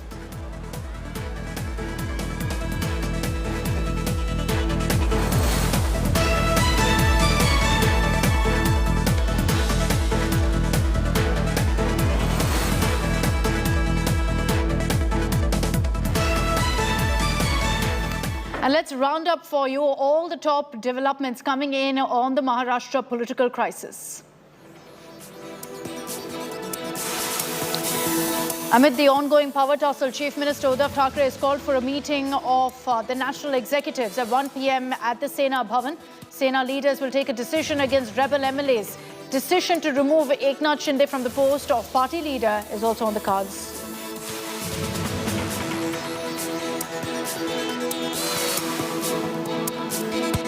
According to sources, Maharashtra Deputy Speaker Narhari Zirwal has accepted the disqualification of rebels' plea of Shiv Sena and will serve notices to all 16 rebel MLAs, including Eknath Shinde.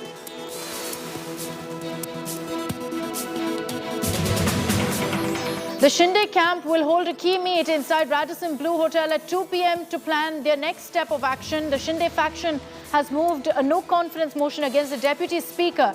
Shinde has also claimed that the Maharashtra government has withdrawn security cover for him and other rebel MLAs. Shiv Sena, meanwhile, has hit back at Eknath Shinde over this claim that security has been withdrawn. Sanjay Raut has said there's no question of security being removed. He's also dared Shinde and co to come to Mumbai and prove their numbers on the floor of the House.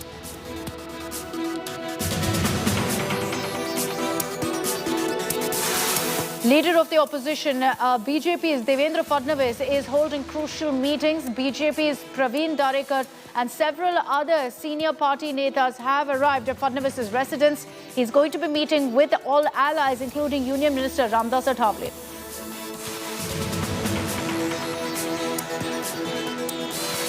And with those updates, I'm slipping into a short break here on India Today. We'll be right back.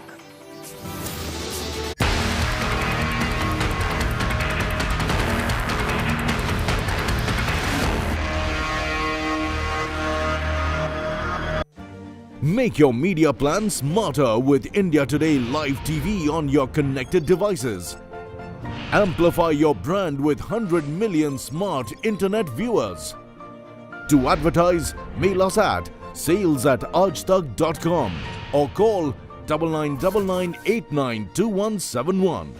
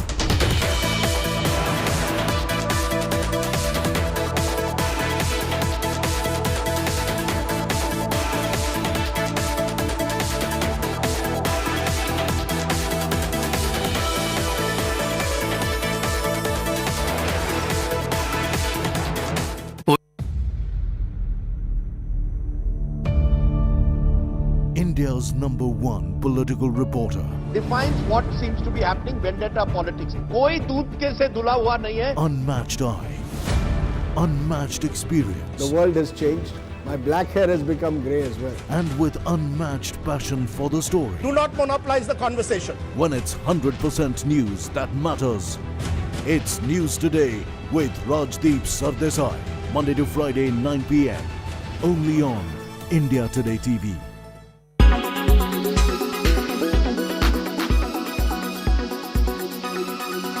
इसके कारण ये हुआ है कि Delhi airport अभी world के leading airports में है, जहां की हमारा हाईएस्ट रेटिंग है एयरपोर्ट काउंसिल इंटरनेशनल द्वारा।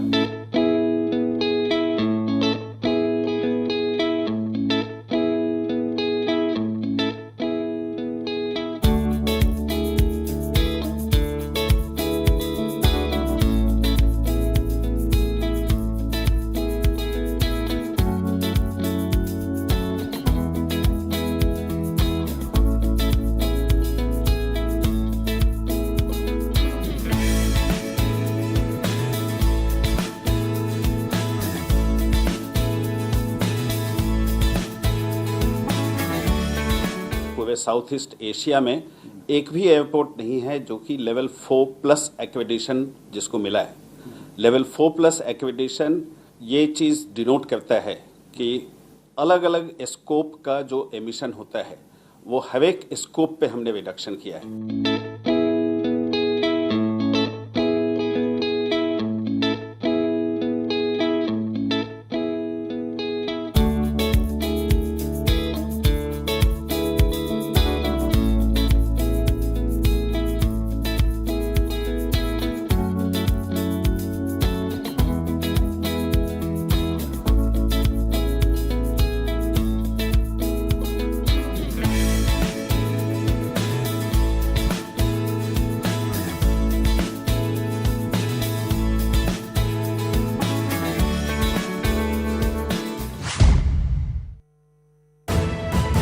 You are watching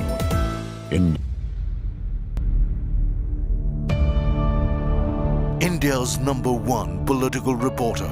Defines what seems to be happening, vendetta politics. कोई दूध के से धुला हुआ नहीं है. Unmatched eye, unmatched experience. The world has changed. My black hair has become grey as well. And with unmatched passion for the story. Do not monopolize the conversation. When it's 100% pure prime time. It's News Today with Rajdeep Sardesai. Monday to Friday, 9 p.m. Only on India Today TV. Presented by Aditya Birla Group, Big in Your Life.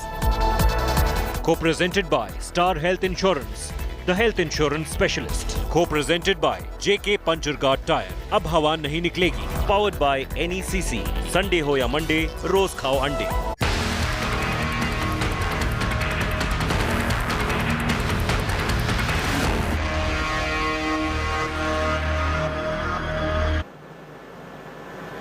Welcome back. You're joining us here on a non-stop coverage of the Maharashtra political crisis. Uddhav Thackeray, all eyes are on the Maharashtra Chief Minister to see what his next move is.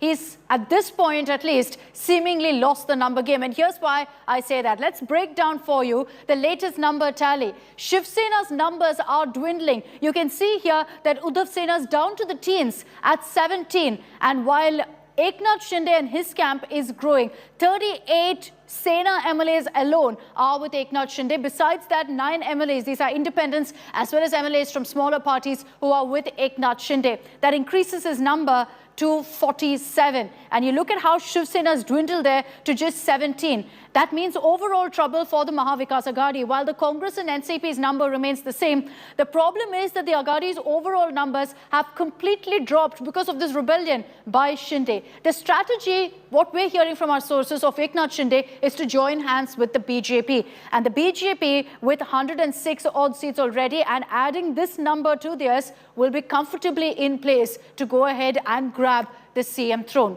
Let's take this across now to Paulami Saha. She's joining us live from Guwahati with the latest updates on this. Paulami, Eknath Shinde may have the numbers, but there's still a big question mark on what's going to happen next, particularly with the Deputy Speaker deciding the next course of action. The dare from Sanjay Raut is clear here. You know, the Uddhav Sena seems to become a lot more aggressive. Sanjay Raut has told Eknath Shinde directly, if you've got the numbers, come to Mumbai. Why are you sitting in Guwahati? Is that something that's expected? Will Eknath Shinde respond by taking all of his MLAs to Mumbai next? Well, what we understand from our sources within the Eknath Shinde camp, and also those we're speaking to in Mumbai as well, who are of course strategizing for the Uddhav Thackeray camp, is that when of course the Deputy Speaker issues the summons to these 16 rebel MLAs based on the disqualification motion which has been moved against them by the Uddhav Thackeray-led Shiv Sena, he will give them the option to either appear in person or submit a reply via email, but from an authentic email address which can be authenticated and verified as that of this concerned MLA itself. So the option will be available, so they don't necessarily have to need to go down to Mumbai in order to of course present their case before the Deputy Speaker. That is what we understand, and this is from the Uddhav Thackeray camp itself. So they are saying that the options are actually two over there. But of course then the prerogative lies with the Deputy Speaker, and whether he accepts the response, whether he thinks of it as something which is valid in terms of them having not attended that meeting of the party which was called, and where of course because of which that disqualification notice has been issued against them. If the Deputy Speaker of course considers it invalid and the response not satisfactory, he could move to in fact disqualify these MLAs. That is possible, and there is in fact precedent where this has happened in the case of course MLAs who have of course gone against the party line, so to say, even outside the assembly or the parliament for that instant. Though of course the Eknath Shinde camp believes that no, that is not the case, and the 10th schedule of the constitution doesn't allow for you to act against any sort of anti-party activities as you may deem outside of the assembly. Now it all boils down to your understanding of the 10th schedule of the constitution. So how we see it play out right now from here on, Akshita, is that there's a possibility that he could not find some of those responses or all of those responses unsatisfactory. If indeed he does receive responses from the 16 rebel MLAs, and he could proceed to disqualify them, in that case the Shinde faction could then move the court challenging that disqualification. So this is definitely going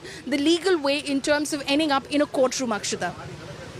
Okay, Paulami, just stay on with us. I want to cut across to breaking news that's also coming in right now. Eknath Shinde, remember, had put out a letter in which he claimed that security has been removed for him as well as all the other rebels. The Shiv Sena has now responded to this. Maharashtra Home Minister Dilip Valse Patil has taken to Twitter and said that neither the Chief Minister nor the Home Department has ordered that the protection of any MLA be removed. The allegations made in this regard are completely wrong and misleading. Paulami, there'll be a lot of questions about why Eknath Shinde made this allegation that security has been withdrawn, about whether it's an attempt to buy time so he doesn't need to head back to Mumbai right away, because the government right now, the Home Minister coming out of the statement saying that security has not been withdrawn. Shinde's security remains intact, so does every MLA who's with Shinde.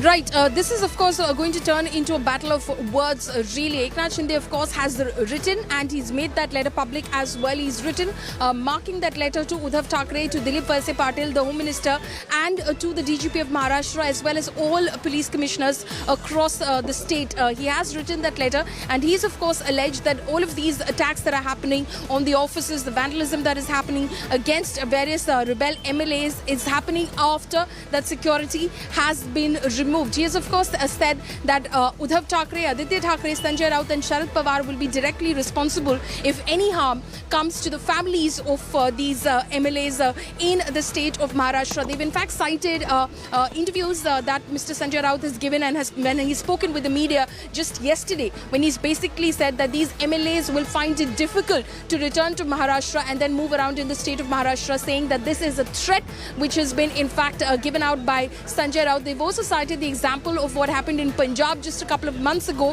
when the state government decided to, in fact, withdraw the security of prominent persons, and it led to, making them vulnerable to gangster attacks as well, unfortunately leading to the demise of Punjabi singer Sidhu Moosewala as well. So that has been cited in the letter as well. Now, this is claim versus counterclaim. The Shinde camp with those 38 signatures has sent out that letter to the CM, to the Home Minister, to the DGP and to all state police commissioners, saying that this has happened and this is absolutely wrong and this is out of vengeance that this is being done. Now, Dilip Walse Patil, of course, tweeting and saying that these allegations are completely false. It remains to be seen what happens on the ground itself, Akshita. The reality is on the ground. The reality is, Polami, that there are incidents of violence being reported. So there will be questions asked of the Uddhav Sena and of the government of that as well. Stay with us, Polami. I just want to take our viewers through the next news break that's coming in. In Pune, there has been violence that's been reported as rebel MLA Tanaji Sawant's office was vandalized in Pune. Shiv Senics vandalized the rebel MLA's office. And there are a lot of questions about whether law and order has taken a hit in this internal Shiv Sena war. Look at those images on your screens. This is from Pune, where in fact this rebel MLA, Tanaji Sawant's office has been vandalized. And there have been several such incidents that have been reported. It's exactly these kind of vandalism incidents, protests, that's led to Eknath Shinde alleging that he and all the other MLAs aren't safe and that security has been withdrawn. Saurabh Bhaktania is joining us live from Matoshri in Mumbai. Saurabh, what's being done by Uddhav Thackeray, by the Uddhav Sena, to stop this and to curb this kind of incidents? Sure, it's muscle flexing, but this is a clear breakdown of law and order now.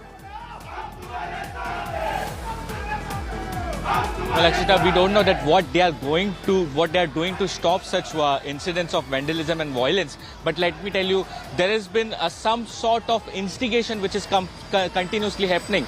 Yesterday, when we saw that Sanjay Raut giving a statement that Shiv Senics will be on road and you cannot stop them. And today we are seeing that how he said that that Shiv Sena, as Shiv Senics are very much angry, there can be arsoning kind of and violence incidents can happen, but we are stopping our Shiv Senic to not do anything of this sort. But let me tell you, this is the fourth such incident where the MLA's offices have been vandalized by the Shiv Senic, which is the Uddhavs Sena group.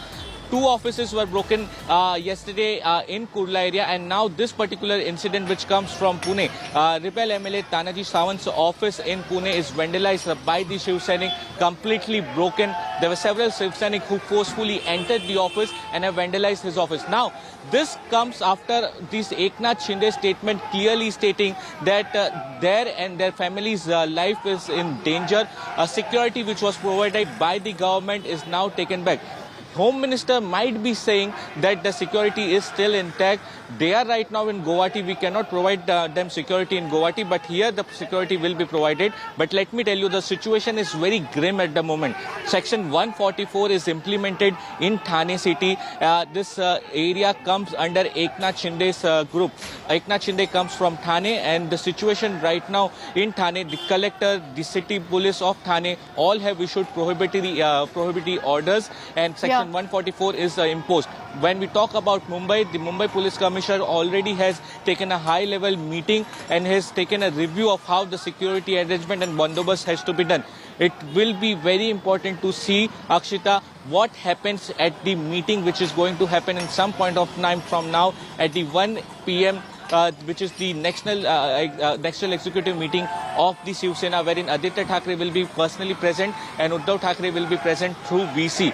Harsh decision, a tough decision might be expected, wherein the party leader post of Eknath Shinde and Ramdas Kadam could be removed. Remember, the party leader, which the Shiv Sena call as a Neta, is a very important term. Only 4 Netas are right now in Shiv Sena, which also include Eknath Shinde, Ramdas Kadam and Aditya Thackeray. So their post might be removed as a party leader, which will give a very strong statement to the rebel camp. So continuously some of the other things are happening. Meanwhile, a meeting is going on at the Sagar Bungalow at the BJP, where Devendra Fadnavis is meeting several MLAs and the independent MLAs as well. So we are seeing a lot of developments continuously happening, but the 1 p.m. meeting of Shiv Sena's National Executive meeting at Sena Bhavan will be very important. Back to you, Akshita. Very true. But what we're playing out right now on our screens, and we hope Uddhav Thackeray will come out to condemn this, is Shiv Senics now going ahead and taking law into their own hands. This is an internal fight within the Shiv Sena,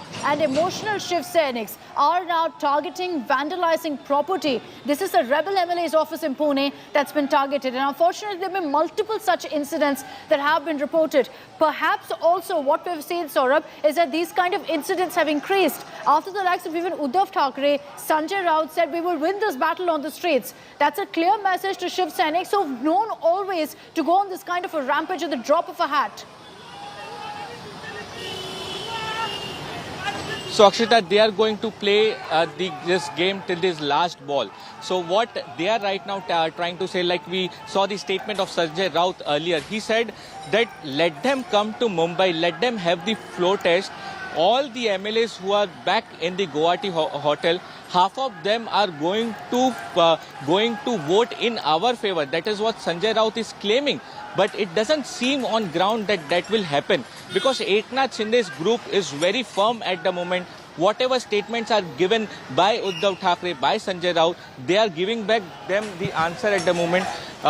We are seeing a moment over here. There is a minister who has just arrived at Uddhav Thackeray's residence, and we'll try to know who is he. But let me tell you that just some time from now, Aditya Thackeray is going to leave from Matoshi, a very important meeting like you said. But coming back to the security arrangement and the security issues at the moment, the police is reviewing the particular situation. We are also being told that Thane city remains very sensitive at the moment. Apart from prohibition and section 144 which is imposed in the Thane city, we are hearing that the rebel group Shiv Sena are going to protest a huge march outside Eknath Shinde house. So law and order situation still remains a concern for city of Thane and Mumbai as well. Very true. And we're seeing several such incidents being reported. This is one incident in Pune where Shiv Senics going on a rampage have vandalized that particular rebel MLA's office. You see how many of them, scores of them, with the Shiv Sena flag barging into the office, destroying property, raising slogans. And remember that even in places like Thane, which is Eknath Shinde's stronghold, there have been multiple incidents of violence. Take a look at exactly what's playing out there in Pune.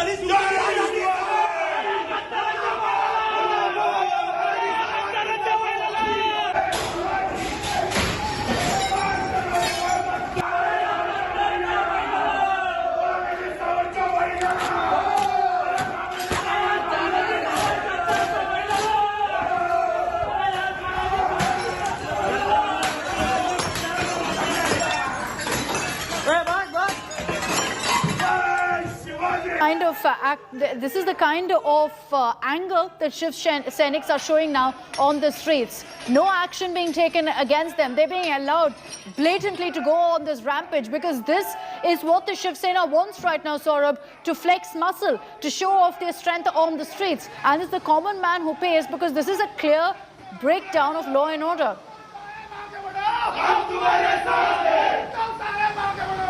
Well, Akshita, you really don't know what is going to happen, because Shiv Sena is known for such aggression.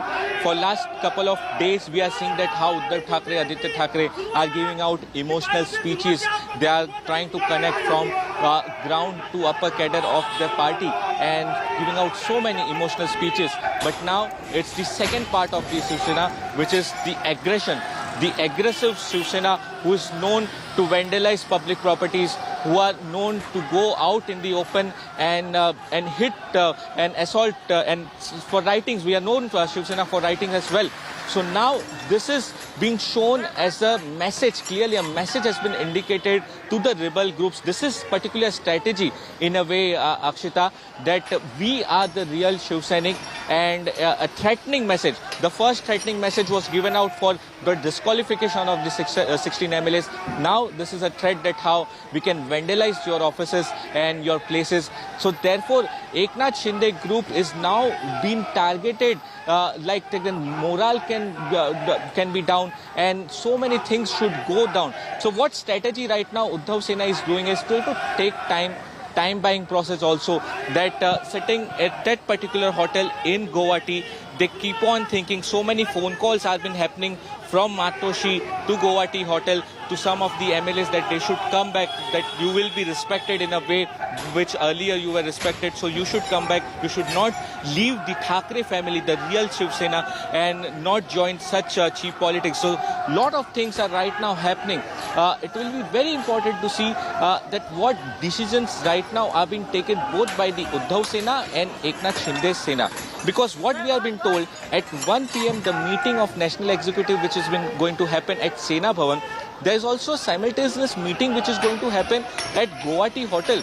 What Eknath Shinde group strategy right now will be that the disqualification of 16 MLA does not happen, Akshita. Because if that happens, it is going to take a very long process. Then it will be a legal battle inside the court, which is going to take a long time, and the floor test might not happen. This Eknath Shinde group does not want. They cannot sit a whole month at that particular Guwahati hotel because they are thinking about the floor test. At the moment, Shiv Sena doesn't want the floor test to happen very soon because they want to take some time. They want to try to convince the rebel MLAs over there and take them to their side. So it is going to be very interesting. Couple of days will be very important to see, and what outcome come out from the meeting of Uddhav Sena and Shinde Sena will be very important to check. Very true. And let's hope there's a condemnation also that comes in from Uddhav Thackeray on what we're seeing right now, this kind of violence that's playing out in the streets of Maharashtra. The reality also is that Eknath Shinde has referred to this in the letter that we spoke about just a few moments ago, that's got the signature of 38 Shiv Sena MLAs. He's referred to incidents like this of rebel MLAs, offices of their properties being targeted across Maharashtra. And unfortunately, this isn't the only incident that's been reported in the last 24 hours. Shinde has referred to this to say that security has been withdrawn for me as well as all of the other MLAs who've chosen to side with me. A claim that's been dismissed by the Maharashtra government, with the Maharashtra Home Minister also saying that there's no such order that's been passed. Security is still being provided to all of these MLAs. But then the government will also have to walk the talk here. It's a different matter that this is an internal fight of the Shiv Sena, but quite an other when it plays out and spills out on the streets of Maharashtra, leading to a complete breakdown of law and order, something unfortunately that the Shiv Senics are known for resorting to this kind of a rampage, taking law into their hands and facing zero action.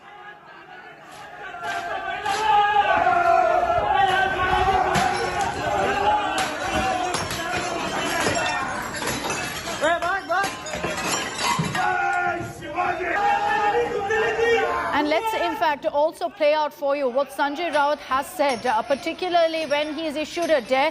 You're seeing at this point the Uddhav Sena getting more aggressive with the legal steps now being taken. They believe that things could still work out in their advantage. Sanjay Raut, in fact, while this political drama was happening, also said yesterday that the fight is over numbers, it's on papers and on the streets, and that Sena would win all three. At a time when things are so sensitive on the ground, Raut made this comment. Uddhav Thackeray also followed it and said that, we will ensure that we win this fight on the streets. All of this has perhaps triggered Shiv Senics to go out on the streets and resort to this kind of a rampage.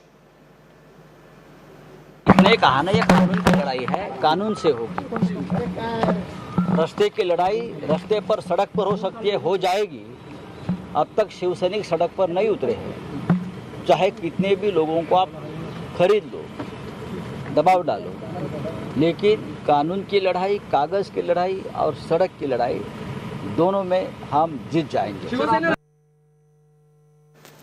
So that was the comment that was made by Sanjay Raut yesterday. You also had Uddhav Thackeray making a similar comment. And in Thane, for example, which is Eknath Shinde's stronghold, there have been prohibitory orders that have been imposed to ensure that there's no breakdown of law and order. What about other parts of Maharashtra, like in Pune, where there's been a vandalism spree that's been reported? So even as the political updates are coming in and flying in thick and fast, the unfortunate reality is that now it's spilled onto the streets of Maharashtra as well. And the Shiv Senics, known very often having this reputation of taking law into their hands, are doing exactly that once again. I'm slipping into a short break here on India Today. Stay with us as we continue our non-stop coverage of all that's playing out in Maharashtra. We're counting down to the meeting that Uddhav Thackeray will be chairing also at 1 p.m. That and much more coming up with Gaurav Sawant in just a few moments.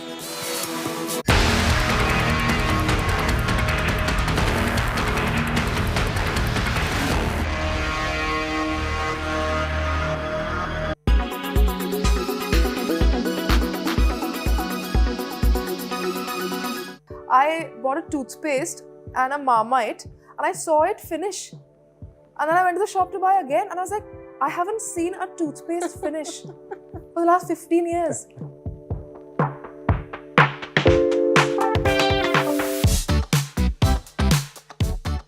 So I've not gone away because of COVID. I just moved and I loved those 2 years away. You know, when I first went there, I bought a toothpaste and a Marmite and I saw it finish. And then I went to the shop to buy again and I was like, I haven't seen a toothpaste finish for the last 15 years. Because I've been traveling so much. I have some 4 or 6 sets of things, right? One in London to travel, one always with an airport bag, one.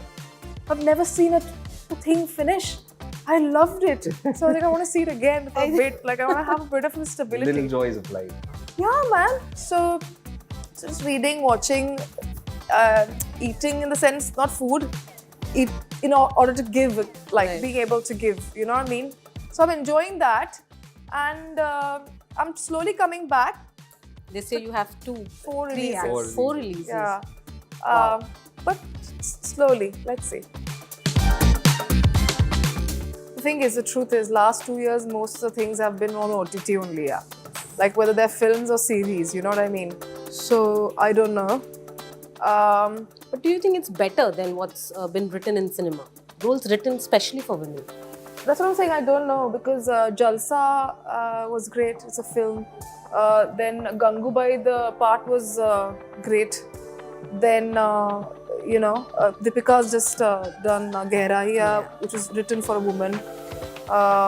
Then, I mean, there are many films which were also quite strong parts. Forensic was also it was a strong woman character. So I think it's more or less the same. Which I'm aware of on Twitter, though I don't actively participate in. I'm aware of the fact that there is a debate online about, you know, why should we, you know, remake films that have already been made. Maybe it's just a phase right now, but it's also very cyclical. And creatively speaking, as she said, in our film, especially strictly speaking about our film, it's a very different perspective. Can you imagine your life without Swiggy, Dunzo, Zomato, Zepto?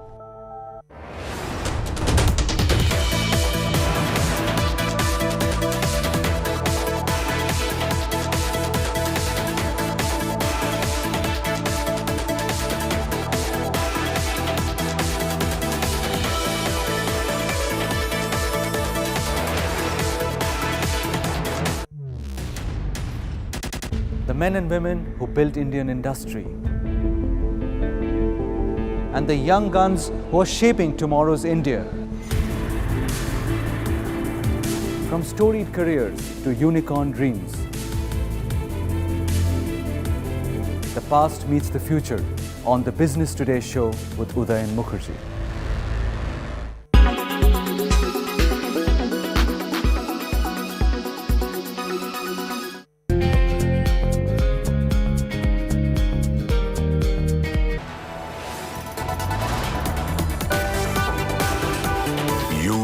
Watching India Today.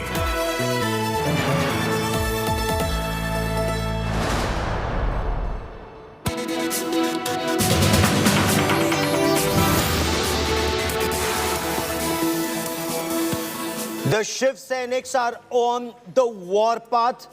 Office of a rebel MLA has been vandalized in Pune.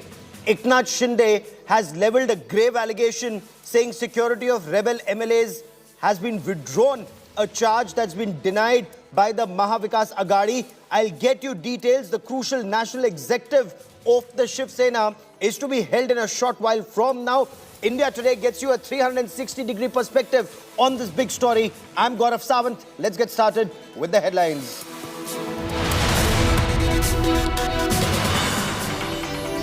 Cornered Uddhav Thackeray calls for a meeting of all Sena national executives. Crackdown on Eknath Shinde and rebel MLAs likely. Sanjay Raut dares Shinde to come to Mumbai. Floor of the house पर किसमें कितना दम है वो पता चलेगा तेव्हा खेला हो बे तो खेळ सुरू होईल. Eknath Shinde's big claim in a fresh letter says security cover withdrawn for all rebel MLAs. MVA government dismisses the charge. Rebel MLA's office vandalized in Pune.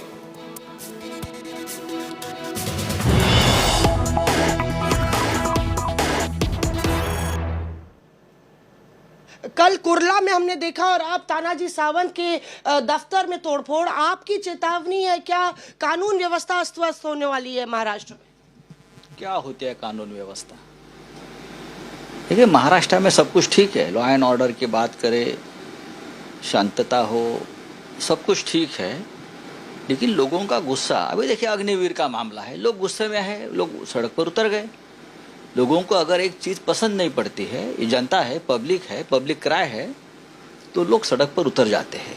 चाहे महाराष्ट्र हो, चाहे गुजरात हो, चाहे बिहार हो, चाहे यूपी हो, चाहे जम्मू कश्मीर हो, आप पब्लिक क्राय को, आक्रोश को रोक नहीं सकते. और उसको आप ये कानून है या कानून के खिलाफ है, ये आप जामा नहीं पहन सकते. संजय जी, ये तो आपके कार्यकर्ता है ना. आपने कल चेतावनी दी कि मुंबई आओ, अल्टीमेटम खत्म हो गया है, चुनौती दी उनको मुंबई आने की. नहीं, ये तो कार्यकर्ता है, आप इनको पब्लिक से कैसे जोड़ सकते हैं? क्यों नहीं? कार्यकर्ता पब्लिक नहीं क्या? यही कार्यकर्ताओं ने आपको चुन को दिया है. आप शिवसेना के उम्मीदवार बने, शिवसेना ने आपको टिकट दिया, शिवसेना के कार्यकर्ताओं ने खून पसीना बहाया, सब कुछ दिया, पैसा भी दिया चुनने के लिए, आपको विधायक बनाया और अब भाग जाते हो. तो कार्यकर्ता तो गुस्से में हो गए. और शिवसेना के कार्यकर्ता का गुस्सा आप देखते हो, ये आज का गुस्सा नहीं है ना. 56 साल से शिवसेना की जो ताकत और ऊर्जा है, ये गुस्सा ही है. हम लोग जो जीते हैं, मरते हैं, सांस लेते हैं, हर सांस में हमारा गुस्सा होता है, एक चीड़ होती है. मैंने क्या कहा कल कि आप मुंबई में आइए, ये अल्टीमेटम की बात नहीं है. मैंने कहा आप आपके घर के हैं, आप हमारे बच्चे हैं, दोस्त है, भाई है. वहाँ सूरत में भागते हो, गुवाहाटी में भागते हो. अब मुझे किसी ने बोला कि गोवा में जा रहे हो. ये दर की ठोकरें खाने की जरूरत क्या है? आप घर में आइए, हमसे बात करिए. उद्धव ठाकरे साहब बैठे हैं आपके लिए.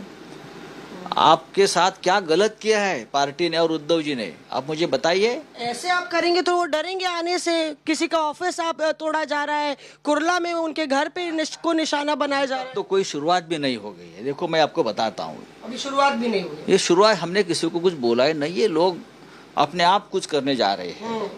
और बात रही डर की, डर तो रहना ही चाहिए. कोई भी ये डेमोक्रेसी में, सिर्फ मैं शिवसेना की बात नहीं कर रहा हूँ, किसी भी पार्टी के बारे में बात करूंगा. आप अगर हमारे पार्टी से चुन कर आते हो, आप कांग्रेस पार्टी से चुन कर आते हो, आप से चुन कर आते हो और पार्टी बदल लेते हो, आप इस्तीफा दीजिए और वापस मैदान में जाइए, हम कुछ नहीं कहेंगे. लेकिन आप पार्टी हाईजैक करना चाहते हो पैसे के बल पर, तो क्यों नहीं मैं बोलूँ, क्यों नहीं उद्धव ठाकरे बोलेंगे? हम बोलेंगे, जरूर करेंगे और एक्शन भी कर लेंगे. क्या करेंगे? ज़्यादा से ज़्यादा क्या करेंगे? क्या हमको सब पता है, कौन कितने पानी में है, कौन कितने ज़मीन में है, कितने ज़मीन के नीचे है. आपने कहा अभी तो कुछ नहीं हुआ, तो पिक्चर अभी बाकी है.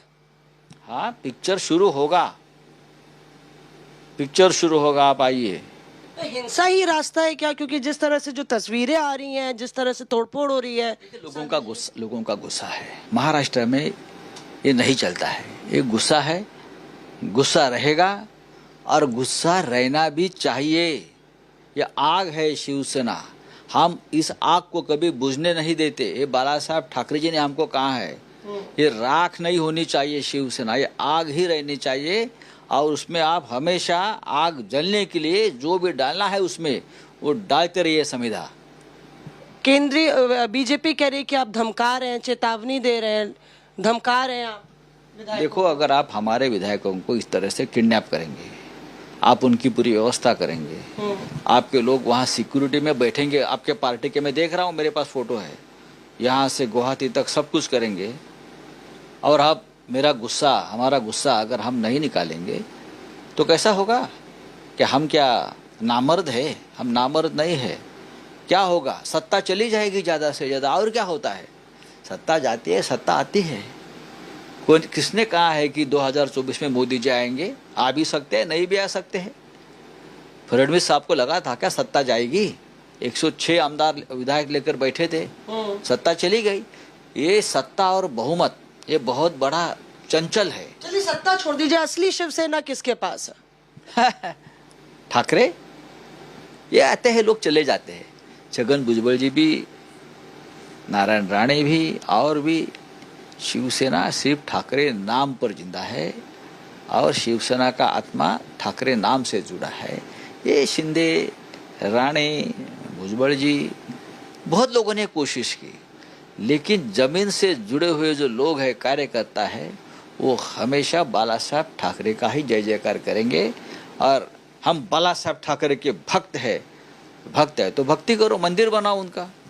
पार्टी का हाईजैक करने का कोशिश करेंगे तो तलवार को तलवार भिड़ेंगी, बंदूक को बंदूक भिड़ेगी। आप ये फिर से धमकी दे रहे हैं, आज तक पर धमकी दे रहे हैं। मैं धमकी नहीं, मैं बात कर रहा हूँ।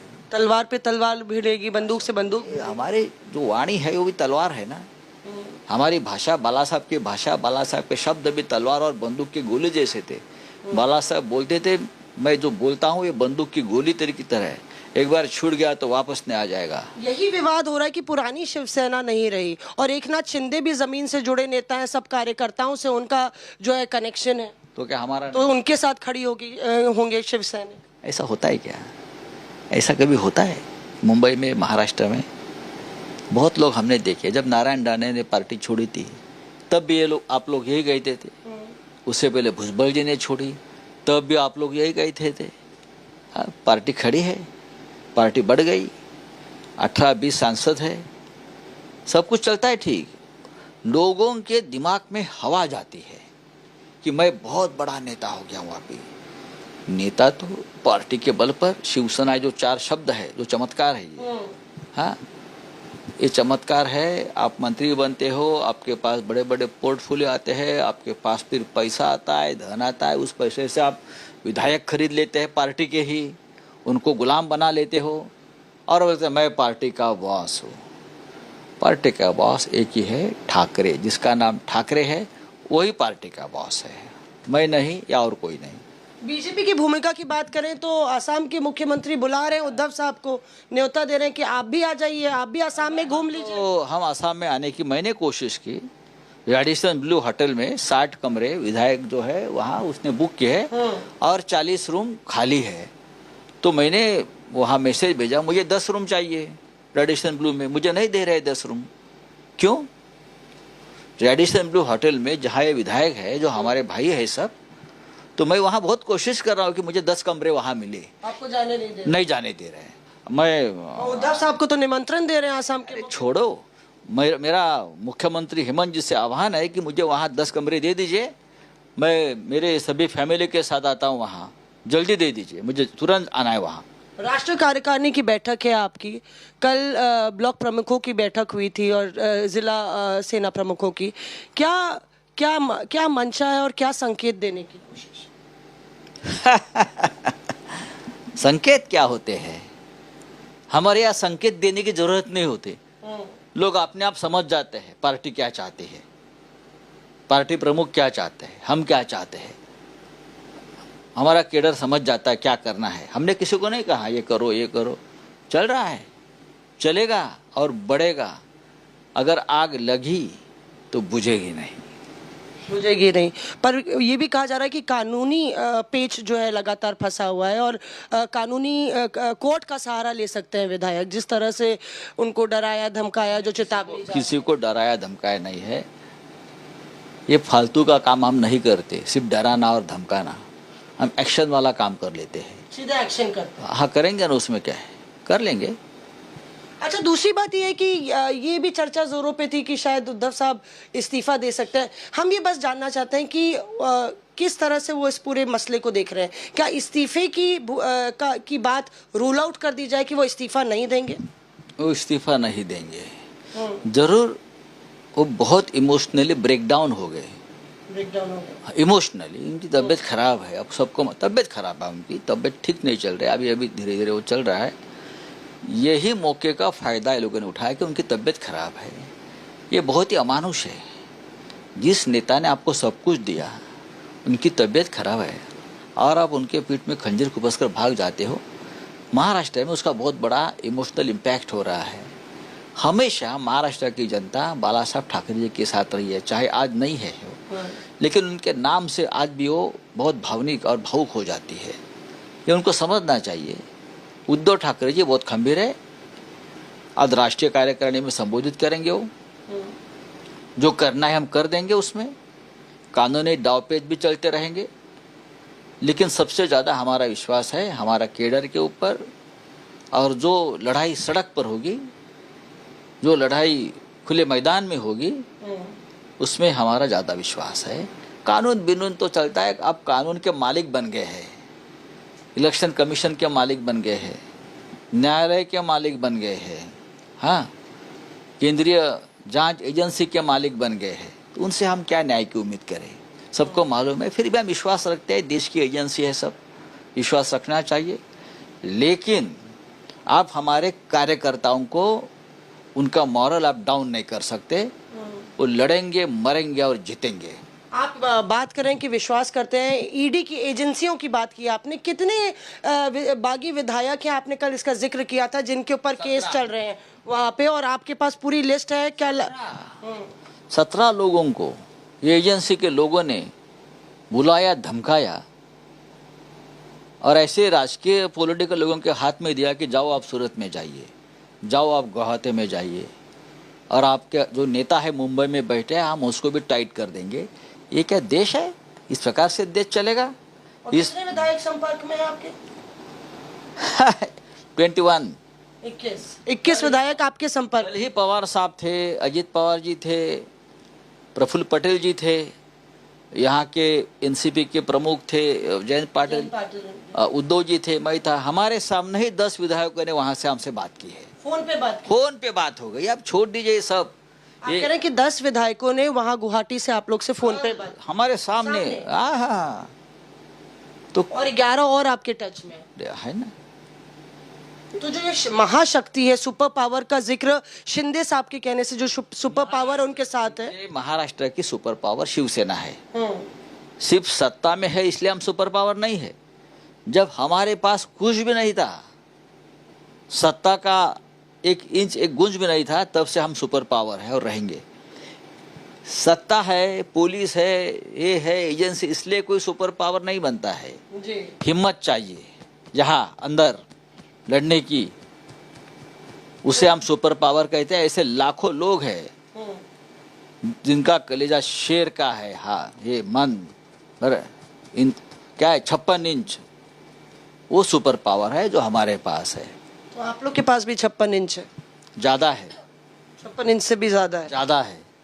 मैंने कहा ना, क्या फडणवीस साहब में मुलाकात कर रहे हैं तो अपनी पार्टी के नेताओं से हरकत में आ रही है भाजपा, क्या आपके लिए मुश्किलें खड़ी हो सकती है? मैं फडणवीस साहब को इतना ही आह्वान करूंगा, इस झमेले में मत पड़ो। अच्छा, आपने एक बार धोखा खा चुके हो। आपकी प्रतिष्ठा के ऊपर प्रश्न चिन्ह निर्माण हो गया था। आप लीडर ऑफ अपोजिशन हो, आप बड़े नेता हो, ये हमारा अंदरूनी मामला है। आप उस झमेले में पड़ेंगे तो सबसे ज्यादा तकलीफ आपको होगी। ये भी कहा जा रहा है कि जो विधायक हैं वो डिप्टी स्पीकर को नो कॉन्फिडेंस के खिलाफ नो कॉन्फिडेंस उन्होंने पहले ही लिख दिया है, और वो लोग जो है गवर्नर के पास जाएंगे और गवर्नर जो है फिर फ्लोर टेस्ट के लिए कहेंगे और आपके पास संख्या नहीं है। आपको किसने कहा कि हमारे पास संख्या नहीं? विधायक फ्लोर ऑफ द हाउस पर आने दो, फिर संख्या क्या है, कौन डिस्क्वालीफाई होगा, कौन घर में जाएंगे, कौन अपने घर में जा सकते हैं या नहीं जा सकते हैं, उसका पता चलेगा। ऐसा भी हो सकता है कि घर में ना जाए, हवाई उड़ जाए, सीधे लैंड करके हेलीकॉप्टर से चले जाएं, आपसे घर जाने की नौबत ही नहीं है। जाना भी है लेकिन आना तो अंदर ही है ना। रावत साहब गजब स्थिति, आप कह रहे हैं घर आओ तो बताएंगे। आइए यहाँ, आप तो ये चैनल, नेशनल चैनल पे कह रहे हैं घर आओ तो बताएंगे, ये तो गजब स्थिति है। महाराष्ट्र घर है ना उनका। मतलब मुस्कुराते आप बहुत कुछ कह डाल रहे हैं।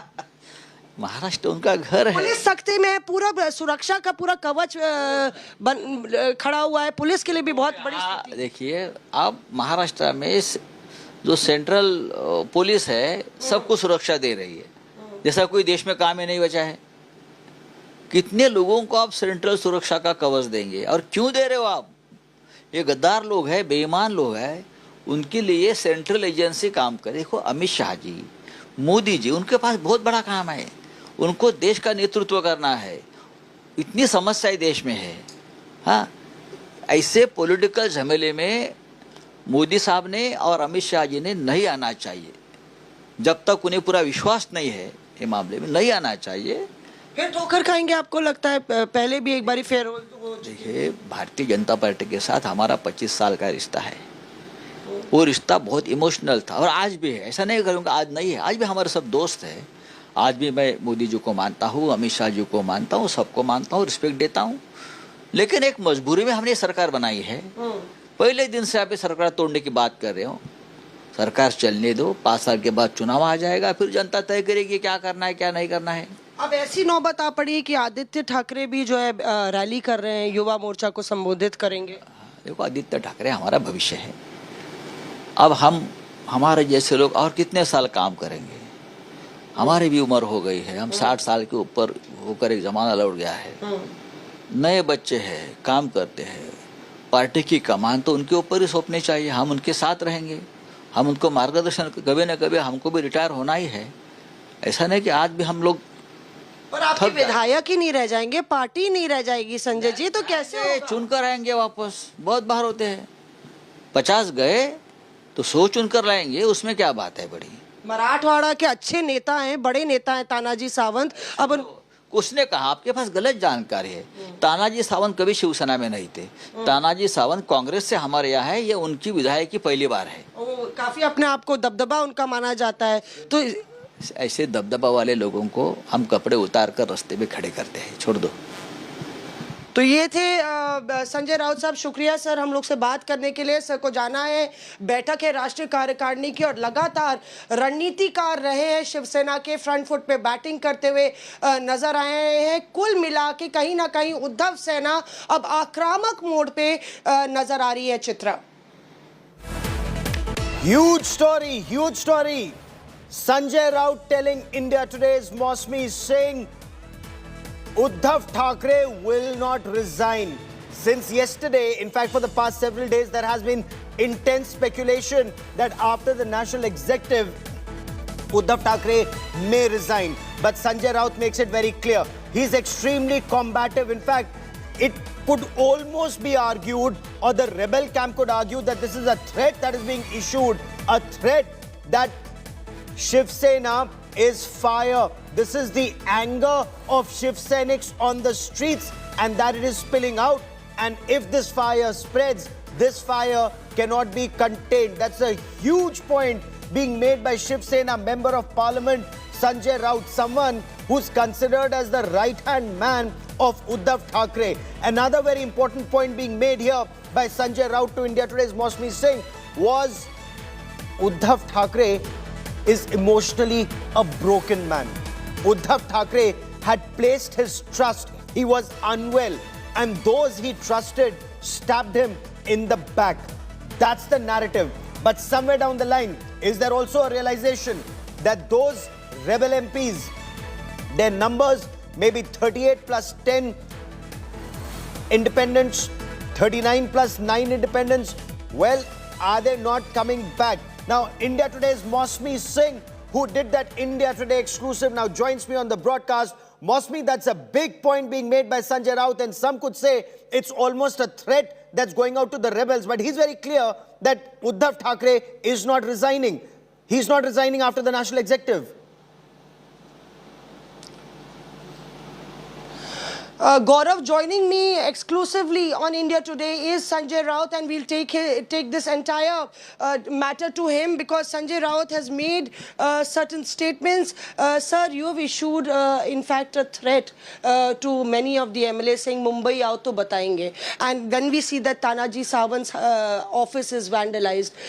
क्या ये धमकी है शिवसेना की तरफ? बड़ी थ्रेट क्या होता है उसमें? हमने हमारे विधायक है जो सालों साल से हमारे साथ रहे हैं, उनको कहा कि मुंबई में आइए, जो भी है बता देंगे क्या बात है। वो आप उसको धमकी कैसे मानते हैं? आने दो ना, वो क्यों डर रहे आने से? बता देंगे उसका असर ये है कि लगातार डंडे चल रहे हैं यहाँ पे। डंडे नहीं, पत्थर चल रहे, डंडे से काम नहीं होता। हमारे लोग गुस्से में है, पत्थर चल रहे हैं उनके, तो मैं कोशिश कर रहा हूँ सब रोकने की, लेकिन हमारे कंट्रोल के बाहर है अभी, ऐसा मैं बताना चाहता हूँ। आपके हाथ के बाहर हो गया है? फोन आ रहे हैं लगातार आपको अलग अलग जगहों से? फोन भी नहीं करते लोग, सड़क पर उतर गए। शिवसेना बहुत अलग चीज है, अलग केमिकल है, ये केमिकल लोचा है, हमको बताता हूँ। ये एक बार लोग आ गए बाहर तो किसी के कंट्रोल में नहीं रहते। पर कानून व्यवस्था आपके हाथ में, आपकी सरकार है, ये हिंसा, ये वायलेंस करना कहाँ तक सही है? ये क्या हिंसा है क्या? मैं उसको हिंसा नहीं मानता हूँ। क्यों नहीं मानते? अगर लोग अन्याय के खिलाफ गुस्सा में उतर आते हैं तो हिंसा नहीं मानता हूँ। उनका भावना का उद्रेक होता है, उसको समझना चाहिए। जैसे अभी देखिए अग्निवीर, हाँ लोग उतर आए, हिंसा हो गई, लेकिन उनकी एक भावना है, भावनाओं का स्फोट हो गया, रोकना चाहिए। कानून व्यवस्था होती है, रोकना चाहिए, पुलिस भी रोक सकते हैं। महाराष्ट्र में भी अब गृह मंत्री काम को लगे हैं, करेंगे। काम पे लगे हैं पर कर नहीं रहे हैं कुछ। काम पे लगे हैं पर सिर्फ टोकनिज्म हो रहा है, खाना पूर्ति हो रही। नहीं, ऐसा नहीं है, ऐसा नहीं है। अब तक कुछ शुरू भी नहीं हो गया है, आप कैसे बोल रहे हो? आप कह रहे हैं कि अभी सिर्फ ट्रेलर है? ये ट्रेलर भी नहीं है, ये ट्रेलर भी नहीं है, ये वार्मिंग है, सिर्फ ये वार्मिंग अप है।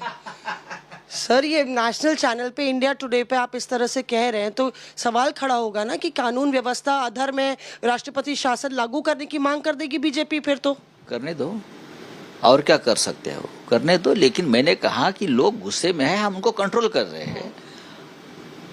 हमने कंट्रोल किया है अब तक, इसलिए कुछ नहीं हो रहा है, सिर्फ वार्मिंग अप चल रहा है। आप सुबह मैं घर में था तो सांगली कोल्हापुर से हजारों लोग मेरे घर के नीचे खड़े थे। मैं देखो, आपने देखा होगा टीवी पे, मैंने कहा चुप बैठे, कुछ मत करिए, हमारे लोग हैं, वो आने दे, हम उनका स्वागत करेंगे, उनकी बात मानेंगे, बात सुनेंगे, उसके बाद निर्णय लेंगे। आपकी राष्ट्रीय कार्यकारिणी भी है, इससे पहले भी पार्टी की बैठक हुई कल ऑफिस बेरर्स की। क्या संदेश देने की कोशिश है? असल शिवसेना किसके पास? देखिए, असल और नकल की बात शिवसेना में कबीर। शिवसेना एक है और वो बाला साहब ठाकरे की है, और बाला साहब ठाकरे की शिवसेना को जिसने चैलेंज देने की कोशिश की वो राजनीति में नहीं रहे, राजनीति में नहीं रहे। चुनाव हार गए, पॉलिटिकल करियर खत्म हो गया। नारायण भुजबल के साथ 10 MLA चले गए थे, एक भी चुनकर नहीं आया। खुद भुजबल हार गए। नारायण राणे के साथ भी लोग चले गए, लोग हार गए। खुद नारायण राणे 2 बार हार गए। समझ लो, ये महाराष्ट्र की एक स्थिति है, सिचुएशन है जी। शुक्रिया हमसे बात करने के लिए। ये थे संजय राउत। सो गौरव, you were listening to what Sanjay Raut had to say. In fact, this really outlines the direction where Maharashtra politics is heading, with Shiv Sena workers on the streets. Mosmi, very clearly, Shiv Sena workers are taking to the streets. Office of Tanaji Sawant has been vandalized, and Sanjay Raut actually says ऐसे बड़े लोगों के कपड़े उतार देते हैं। Now that's a threat. Sangli Kolhapur के लोग आ गए हैं, अभी तो वार्म अप है। Is this a very, actually a not so subtle message that's going out to rebels? Unless you fall in line, violence will follow. Give me a moment as I try to reestablish that link with Mosmi Singh in just a moment. This is an ugly Shiv Sena versus Sena war that spilt out on the streets of Maharashtra. Let me get you more on the story. Rebel MLA Tanaji Sawant's office has been vandalized in Pune. Shiv Seniks vandalized the Rebel MLA's office in Pune. The question remains, is this now a civil war that's spilling out on the streets of Maharashtra? I'll get you the highlights of what Sanjay Raut has told India Today just a short while back. Sanjay Raut says this is the anger of the people of Shiv Sena. It cannot be stopped. A message that is going out to the rebel MLAs that it's the Shiv Seniks who made you, and they are very angry. Har saans mein gussa hai, chid hai. These are the words that are being used by Sanjay Raut at this stage, and I quickly want to cut across to India Today's Saurabh Vaktania joining us live from Matoshri, and this is where Matoshri is the epicenter of all the action as far as the Shiv Sena or the Uddhav Sena is concerned at this point of time. And is this then a sign of times to come, Saurabh? Either fall in line or the anger of the Shiv Seniks will engulf Maharashtra. Well, Gaurav, the message is very clear. We knew that Shiv Sena is known for it is an emotional party as well as an aggressive party. The emotional messages for the last couple of days are over, and now we are seeing the reaction. The reaction is that how they are going on and vandalizing the offices of the rebel camp. First, we saw the two offices which were broken in Kurla. Then the poster and banners were completely taken off. And now the office of Tanaji Sawant in Pune is completely vandalized. Now, when we spoke to the Shiv Seniks, Gaurav, who actually vandalized this whole office of Tanaji Sawant, what they said is very interesting. They are saying that this is the reaction and this is just the beginning. None of the MLAs of the rebel camp will be able to walk freely on the roads of Maharashtra. If they want to bring in security, they should bring in security from the central forces or not from Maharashtra. This is Maharashtra and this is the place of Shiv Sena and Shiv Sainik. So it is going to be a lot of law and order situation in Maharashtra, Gaurav, and a clear threat to the rebel camp. Okay, the life, Saurabh, stay with me. I have Bharat Gogavle joining me on the broadcast, a rebel MLA. Sir, ये जो तस्वीरें हम इस समय देख रहे हैं और संजय राउत को आपने इंडिया टुडे पर सुना, उन्होंने कहा ये तो आक्रोश शुरू हो रहा है, वापस नहीं लौटे अगर एमएलए मुंबई में तो ये आक्रोश तो और बढ़ेगा। नहीं ना, ऐसी कोई बात है नहीं। देखो, हम लोग ने क्या शिवसेना छोड़ी नहीं, हम लोग तो बाला साहब से ही नाम का जय जयकार कर रहे हैं। जो लोग अगर समझ में नहीं पाते तो नहीं समझने पाने दो, लेकिन उन लोगों ने सोचना समझना चाहिए। हम लोग ने शिवसेना छोड़े क्या? हम लोग शिवसेना के दूसरे पार्टी में गए क्या? हम लोग ऐसा तो कुछ किया नहीं अभी, और ये लोग ऐसे करने लगे तो उसके प्रति और ज्यादा रोष निर्माण हो जाएगी। तो उन लोग को ही रोष आता है, दूसरे को आता है ना, ऐसा कोई बात है नहीं। लेकिन हम लोग बाला साहब के शिवसैनिक का नाम लेके चल रहे हैं, तो इन्होंने समझना चाहिए कि हम लोग किसका नाम बताया क्या। लेकिन भरत भाई, इस समय तो संजय राउत जी ये कह रहे हैं कि शिवसेना मतलब ठाकरे, बाला साहेब ठाकरे और उसके बाद उद्धव ठाकरे, केवल उद्धव ठाकरे उसके मुखिया हो सकते हैं और कोई नहीं। और अभी जो लोग बीजेपी के इशारे पर गए हैं, पहले सूरत गए और फिर उसके बाद गुवाहाटी गए, वो ये समझ जाए कि शिव सैनिक के पैसे से आप एमएलए बने हैं, अब आप दूसरी पार्टी में जाएंगे या अगर आप छोड़ के जाएंगे तो ये विश्वासघात है। अच्छा, वो जब तक की बात है तब तक देखा जाएगा। तो आज का काम कल भी कर सकते हैं, अगर कैसा वैसा हो जाए। ये तुम लोग हल्का होके जाएंगे तो दूसरे के दिल में जो क्या सहानुभूति की लाट है वो खत्म हो जाएगी। ये भी बात है ना, आप लोग उकसा रहे हैं, कोई बात नहीं, ये ज्यादा दिन नहीं चलता है, थोड़ा जी आगे पीछे हो जाता है, उसमें कुछ इतनी बड़ी बात नहीं है। और ऐसे ऑफिस तोड़े ये हुए तो उसमें बहुत बड़ी बहादुरी है, ऐसा कोई बात है नहीं, देखा जाए। तो आपका संजय राउत को या वो जो शिव सैनिक जिन्होंने तानाजी सावंत के दफ्तर को ध्वस्त किया पुणे में, उनको क्या संदेश है? वो अभी हम लोग टटोल रहे हैं किसके लोग, अभी उन्होंने तो ऐसा हम लोग सुनने में आया राष्ट्रवादी के झंडे हाथ में ले लेके, ऐसा कुछ हम लोग को मालूम हुआ है। वो पूरा हम लोग मालूमात करके फिर बाद में देखेंगे। क्या करना है क्या नहीं, और फिर देखते हैं। हम भी कुछ क्या वैसे कम नहीं है, हम भी बाला साहब के चेले हैं, तो हम लोग भी देखे जाएंगे। और यही मेरा प्रश्न है भरत भाई, क्या अभी ऐसा होने वाला है कि शाम को 4 बजे थाने में एकनाथ शिंदे के जो समर्थक हैं वो भी सड़कों पर उतरेंगे शिवसेना के झंडे लेकर और बाला साहेब की तस्वीरें लेकर? इस तरह की भी खबरें आ रही हैं।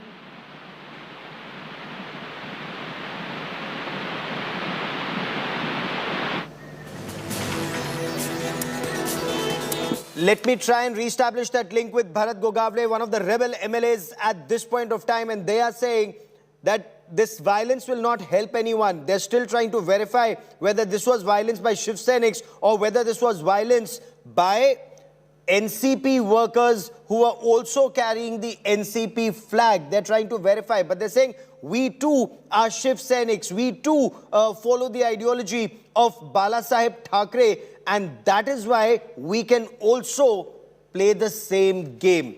Now, Shiv Senics have threatened rebel MLAs amidst this crisis, this Sena versus Sena war. Shiv Senics have warned of more violence. This is just the beginning.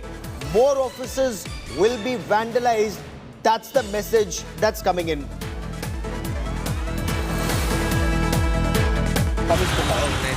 Tanaji सावंतांचं आज ज्या पद्धतीने ऑफिस फोडलं ही महाराष्ट्रामध्ये झालेली सुरुवात आहे आणि येणाऱ्या काळामध्ये जे जे गद्दार आहेत त्या प्रत्येकाचं ऑफिस त्या ठिकाणी फुटलं जाईल.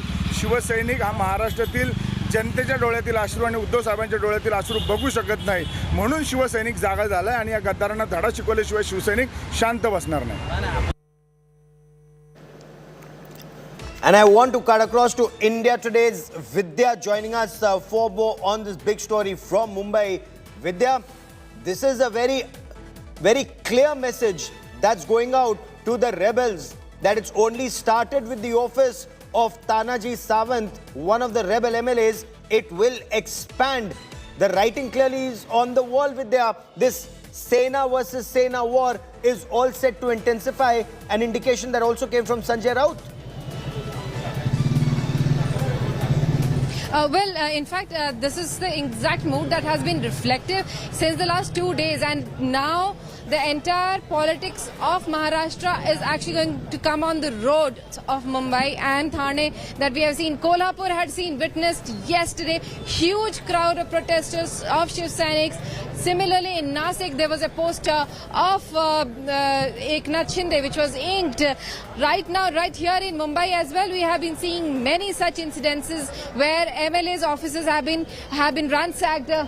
Right here is the meeting of the working committee of the Shiv Sena, which is actually about to start in some time, where we have seen a lot of senior members of the Shiv Sena. Just now, Ajay Chaudhary, before that Vinayak Raut and many others have just walked in. Important decisions are likely to be taken right here at this meeting.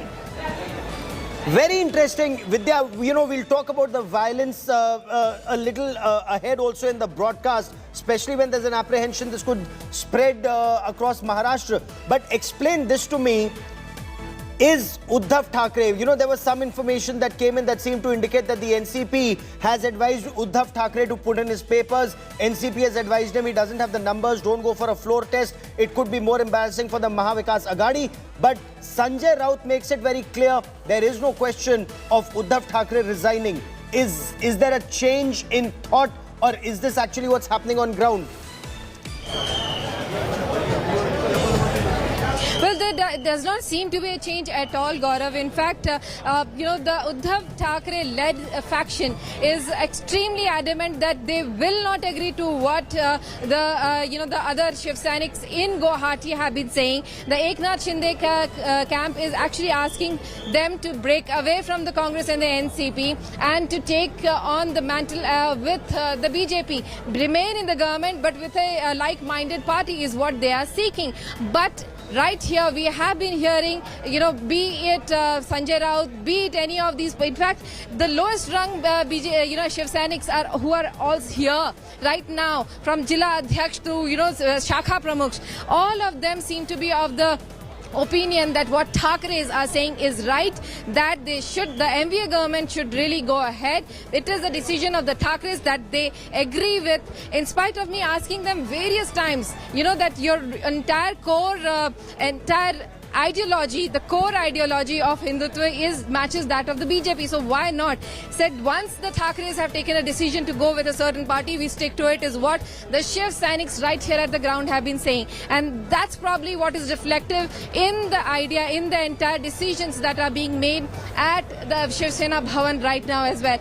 Since yesterday we have been seeing every decision that has been conveyed, be it with regards to Aditya Thackeray, be it with regards to Uddhav Thackeray, Sanjay Raut, all of them have been saying that those rebel MLAs have to come here, speak to us, and then we'll decide. But until then, everything goes on as it is right now, and that's the reason we do see. So yesterday also we had seen Sharad Pawar go and visit Uddhav Thackeray at his residence. So certainly, until then, the entire MVA will be together, is what the Thackeray's and everyone has been stating. So in about 20 minutes from now, the national executive meet of the Shiv Sena will start, and Vidya is reporting from Ground Zero. I will come to her for more on the story. But this Sena versus Sena war that's spilling out on the streets, it's happened already in Pune in one place. There are reports in Sangli, in Kolhapur, in other parts of Maharashtra. And is there an apprehension that this will only escalate? I spoke to the rebel MLA Deepak Kesarkar, and he's appealed for peace, and he says these intimidation tactics should not be adopted. They will not work. The Shiv Sena may be advised to throw in the towel, but they continue to fight. Sanjay Raut has made it very clear the time for talks is over. Shiv Senics are now on the streets, and this fight will happen not just on the floor of the House, but also on the streets, sir. Being the constitutional head of the state, it is Honorable CM's responsibility to see that law and order is maintained in Maharashtra, and he is solely responsible for this. And I think Uddhav Sahib is a very strict administrator, and as a CM of Maharashtra, he will control what is going on the streets, and he will advise. I'll also request him to advise Sanjay Raut ji to not to make such comments. Had such comment made by any opposition party, by this time police could have taken action against them. But since he is a representative of the ruling party, I think Uddhav Sahib should tell him not to make such statements by which violence has erupted in Mumbai. And Mumbai is a financial capital of India. Okay. And Mumbai's progress should not be hampered in any case, and that is the duty of Honorable CM. But is the writing on the wall? Because Sanjay Raut makes it very clear. Shiv Sena and Shiv Senics is all about akrosh, anger and fire. Will we see this actually happen on the streets, not just of Mumbai, but across Maharashtra? We'll track that story very closely. Up next, Uddhav Thackeray calls for a meeting of the national executive of the Shiv Sena. There's also a crackdown on Eknath Shinde and rebel MLAs. That's likely. Details coming up.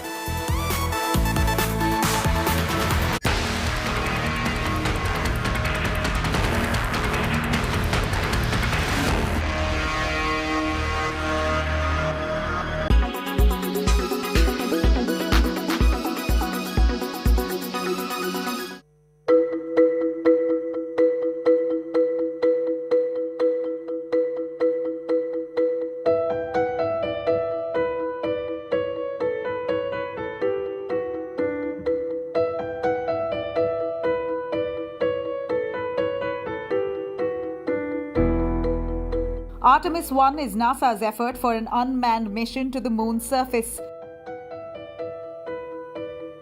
Block 1, the basic version of the Space Launch System, is NASA's heavy launcher. At its top is the Orion spacecraft. Orion goes into orbit around the Earth. It is the immediate cryogenic propulsion stage that will give Orion the big thrust needed to leave the Earth's orbit and head for the moon. To navigate in space, Orion will be powered by a service module that also generates air and water for astronauts on future missions. Orion will approach around 100 kilometers from the moon and will take advantage of its gravitational force to reach a distant orbit at about 70,000 kilometers from the moon between 6 to 19 days. Once Orion's performance has been analysed, the module will head back to Earth, taking advantage of the moon's gravitational pull. NASA will conduct scientific experiments in deep space with several nanosatellites deployed during this mission. If the results of this mission are validated, it will be followed by the Artemis 2 mission, which will carry 4 astronauts around the moon on board the Orion spacecraft.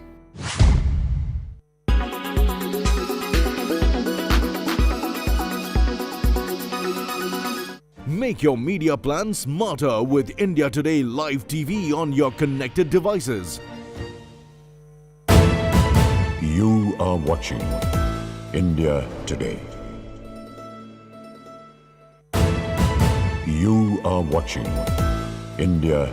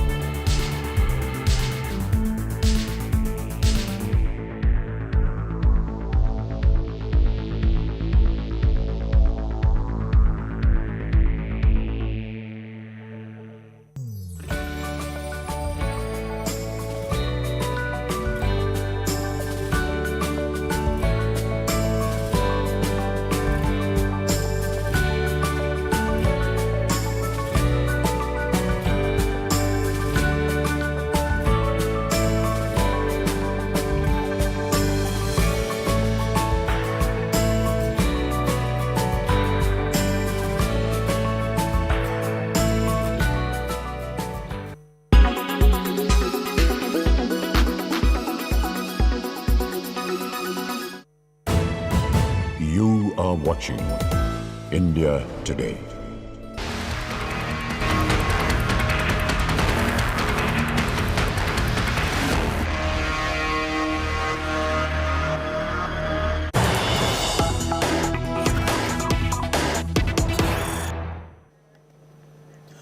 Welcome back. Is the countdown to the Shiv Sena National Executive Meet that will take place at 1 p.m. in about 15 minutes from now.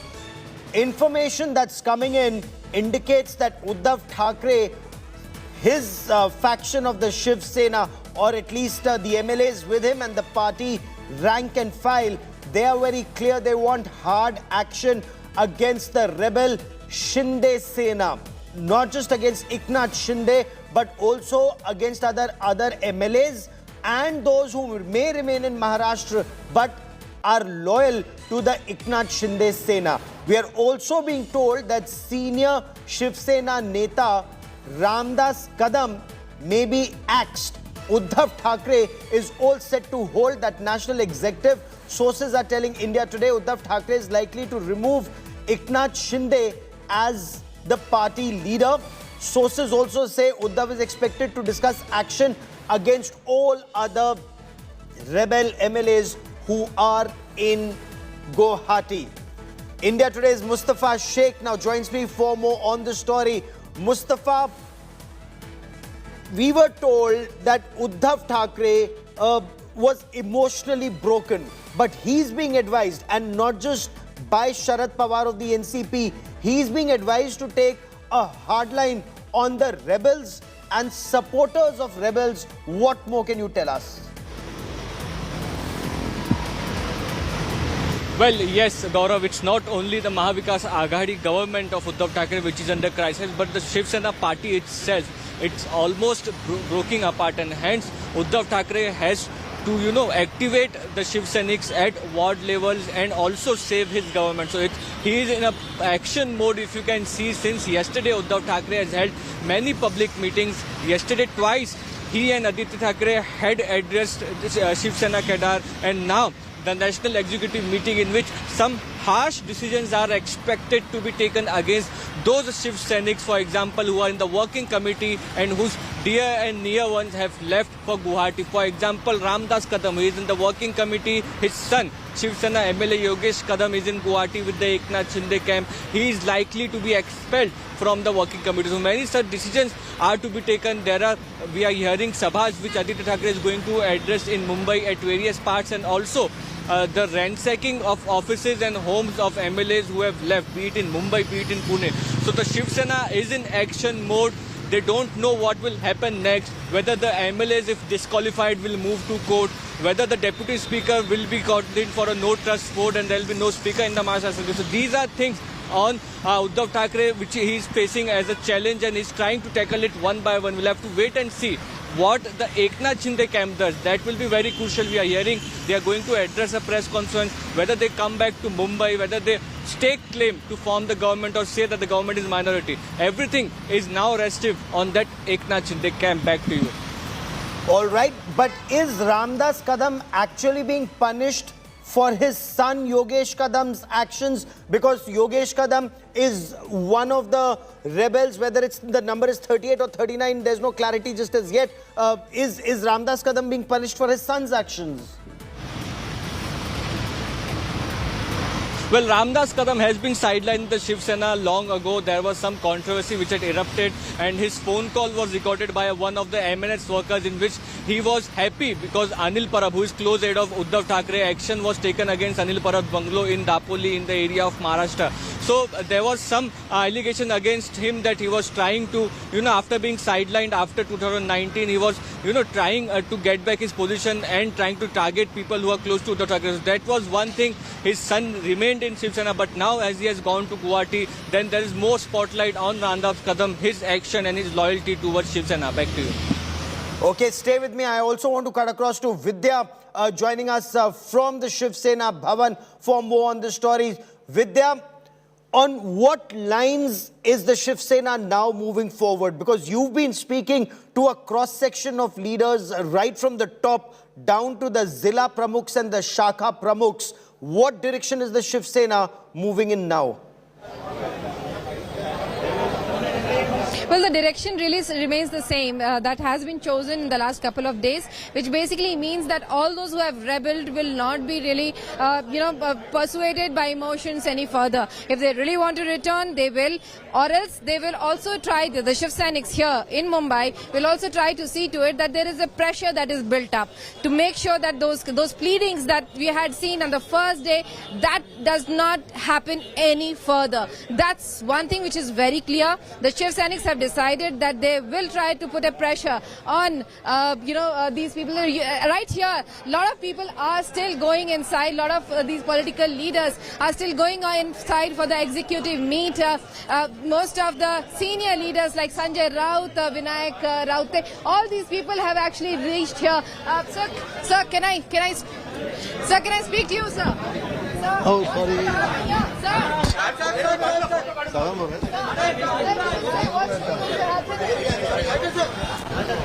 Most of the political leaders going inside are actually refusing to speak as to what will be decided. But there one thing that is clear is that whatever Uddhav Thackeray has decided will be the way that will be shown to the people. The executive meet will decide the next couple of days as to what more they can do to pressurize the MLAs to come back.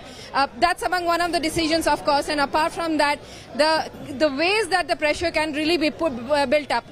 Yesterday we have seen how the Shiv Senics on the ground have gone and beat the posters, beat the offices of the Shiv Sena leaders, the MLAs who have gone, they have been ransacked. So all that is being done. Apart from that, more legal issues that can be picked up. So all these things are going to be discussed right here. Pressure and tactics, then a formal intimidation decision tactics.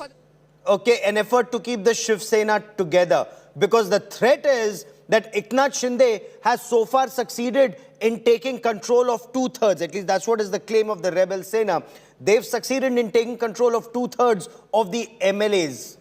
Do they also have it to split the party right down the center? That is the biggest threat that Uddhav Thackeray faces at this point of time. And the question remains, in this ongoing tussle between Uddhav Thackeray and Uddhav Sena on one side and Eknath Shinde and the rebel Sena on the other side, which is the real Shiv Sena?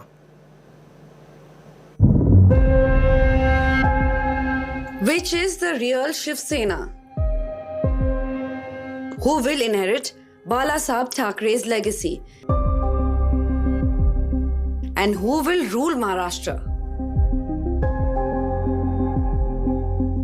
This raging political Mahabharat has now entered a legal battleground. Both Chief Minister Uddhav Thackeray and rebel Eknath Shinde are staking claim as the rightful heir of Shiv Sena. Shiv Sena कदापि हिंदुत्वापासून आणि हिंदुत्व कदापि शिवसेनेपासून दूर होऊ शकत नाही. कारण शिवसेना प्रमुखांनी जो एक कानमंत्र दिलेला है कि हिंदुत्व हा आमचा श्वास है. अभी तो हम लोग तो कल भी हम बालासाहेब ठाकरे जी के सैनिक थे, आज भी है, कल भी रहेंगे. लेकिन क्या फिर अभी बालासाहेब ठाकरे जी की जो आइडियोलॉजी है, उनकी भूमिका है, उसे ही हम लोग आगे लेके जाना चाहते हैं. One thing is clear, a split in Shiv Sena is now inevitable. Shinde and 37 MLAs have broken rank from the Uddhav Sena. They are now the majority, leaving the original Shiv Sena to be reduced to a minority party. And now, Shinde Sena is moving in for the kill by laying claim to the bow and arrow symbol of the original Shiv Sena. जब MLA लोगों की जो constitution में अगर कोई काम नहीं होता है या उनके ऊपर अन्याय होता है तो अन्याय के खिलाफ लड़ने की सीख जो है हमारे को बालासाहेब ठाकरे जी ने दी है. Uddhav Thackeray too is digging in his heels, hitting out at Shinde camp, saying Shiv Sena and Thackeray's are synonyms. Thackeray आणि शिवसेना ही दोन नामं दोन शब्द वेगळे करून तुम्ही शिवसेना चालून दाखवाच. माझं आज सुद्धा आव्हान आहे. कारण बाळासाहेबांचाही फोटो वापरायचा नाही, मी तर नालायकच आहे, माझा फोटो लावूच नका. पण बाळासाहेबांचाही फोटो न लावता तुम्ही शिवसेना नावाने जगून दाखवा. But who decides which is the real Shiv Sena? The matter can be only decided by the Election Commission. Election Commission will also decide on allotment of party symbol on set rules if Eknath Shinde seeks official recognition. Till then, the war of words, war for legacy and the war for power will only get bigger. Bureau Report, India Today. And the Sena versus Sena war is only intensifying, and it's happening at multiple levels. It is now being fought in the mind space with the rebel Sena still in Guwahati and Uddhav Thackeray's Shiv Sena in Maharashtra. It's spilling out on the streets already. Remember, one faction says, which is Sanjay Raut and the Shiv Sena, they are saying that जब शिव सैनिकों का आक्रोश होता है तो वो आग सड़क पे लगती है. The rebels are also saying we are the same Shiv Senics. We also believe in the ideology of Balasaheb Thackeray. Now we are told that there is a show of strength of the rebel Sena also. Will this lead to clashes, a fratricide within the Shiv Sena? That story, the national executive that's being held, and lots more coming up on the other side of a short break. Stay with us.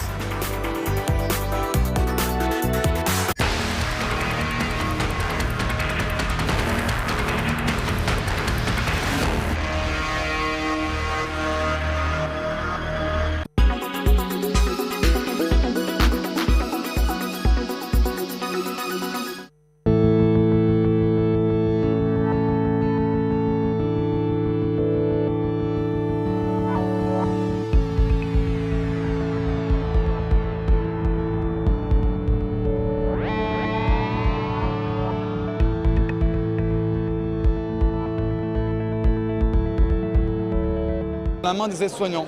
Pourquoi ? Parce que les aides-soignants aujourd'hui, ils sont globalement sous l'eau. ils peuvent plus faire leur métier qui est de soigner. Et donc nous, Emobots, on leur fournit cette information de l'état émotionnel. Ils vont pouvoir mieux comprendre l'évolution de l'émotion de leurs résidents, de leurs patients. Et derrière, on sera aussi capable d'objectiver. C'est-à-dire qu'aujourd'hui, quand on fait un test pour la dépression, c'est un test normé, ponctuel, où on demande à la personne de verbaliser les informations. Et donc ça pose plein de problèmes. Et notamment de difficultés pour les personnes qui ne peuvent pas verbaliser.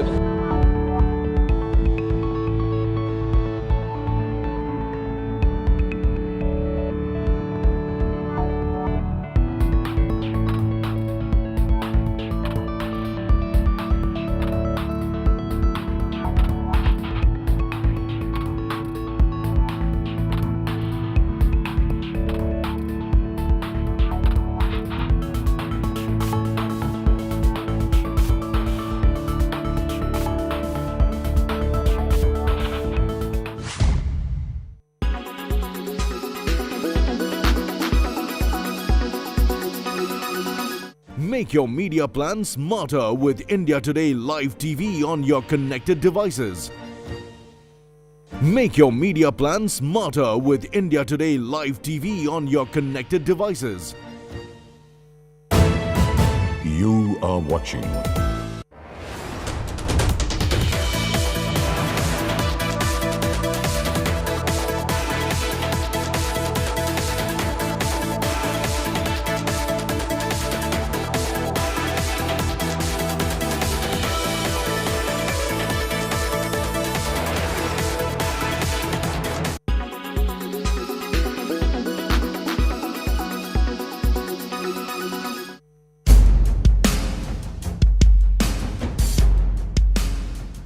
Facial recognition is a biometric technology used to authenticate or identify an individual from a photograph or a facial image. The technique makes it possible to authenticate identity to check that an individual is who he or she claims to be. The image is compared to an existing image in a database. A person can also be identified in a group, place, image or database. From a still or from video, software generates an image based on the face's unique traits, the base of the ears, the distance between the two pupils, the shape of the nose, eyebrows and mouth, and the even skin grain. Hair and clothes are not taken into account. The next step is to compare the face print with images in the database. To reduce the margin of error, the quality of the image must be good. The face must be well lit, full face at a correct distance from the lens. Originally used to fight crime, facial recognition now has more mundane uses such as accessing bank accounts and social media platforms. But there are worries it could also present a threat to privacy and individual liberties. The technology also raises questions about the use of databases.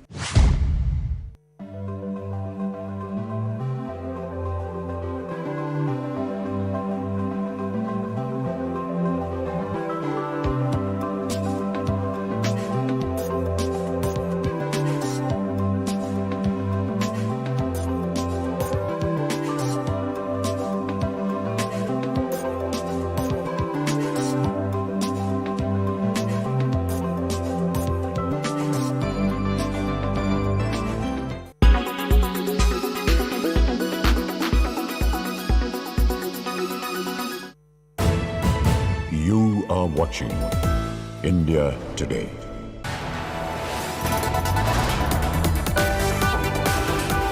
You are watching India Today.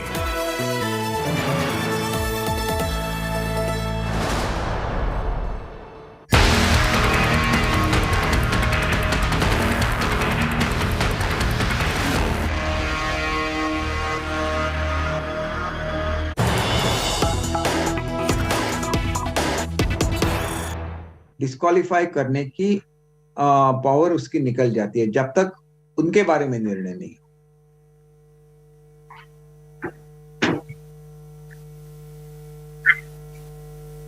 यही शिवसेना के legislative party के नेता है, लेकिन अब आप ये कह रहे हैं कि आप अलग गुट बनाने की कोशिश करेंगे क्योंकि आपका जो पहला वाला दावा था वो उपाध्यक्ष ने ठुकरा दिया है। तो इसीलिए क्या अब आप अलग गुट बनाकर शिवसेना बाला साहेब इस नाम से काम करेंगे महाराष्ट्र की असेंबली में, ये बात आप कहना चाहते हैं? देखिए, पहला जो एप्लीकेशन था वो डिफरेंट था, वो गट नेता के बारे में था, और गट नेता जब चुना जाता है तो जो असेंबली में चुने हुए लोग हैं जो पार्टी सिंबल पे जीत के आए हैं, समझिए अगर शिवसेना है तो 56 लोग ऐसे हैं एमएलए जो जीत के आए थे शिवसेना के सिंबल पे। तो उन्होंने अपनी ये दी है डिक्लेरेशन कि हम लोग शिवसेना के नाम से हमारा पक्ष रहेगा और एकनाथ शिंदे साहब हमारे गट नेता रहेंगे। अगर 56 लोग लिख के देते हैं, अगर उसमें से एक एक्सपायर हो जाते हैं तो हमारी संख्या बचती है 55। अगर 55 में से आपको चेंज करना होगा तो at least 28 signatures you must have. This is a simple logic. और उसको आप टुकड़ा देते हैं तो उसके बारे में भी कोर्ट में जाना चाहिए। तो हर बार कोर्ट में जाना इट्स जिसे आप बोलते हैं कि ये जो अपनी लोकशाही है उसकी विटंबना है। ये ऐसे नहीं होना चाहिए, उनको ऐसा निर्णय नहीं लेना चाहिए। लेकिन इसको भी हम लोग कोर्ट में चैलेंज करेंगे। और दूसरी चीज ये है कि किसी को भी डिस्क्वालीफाई करने को उनका अधिकार नहीं है।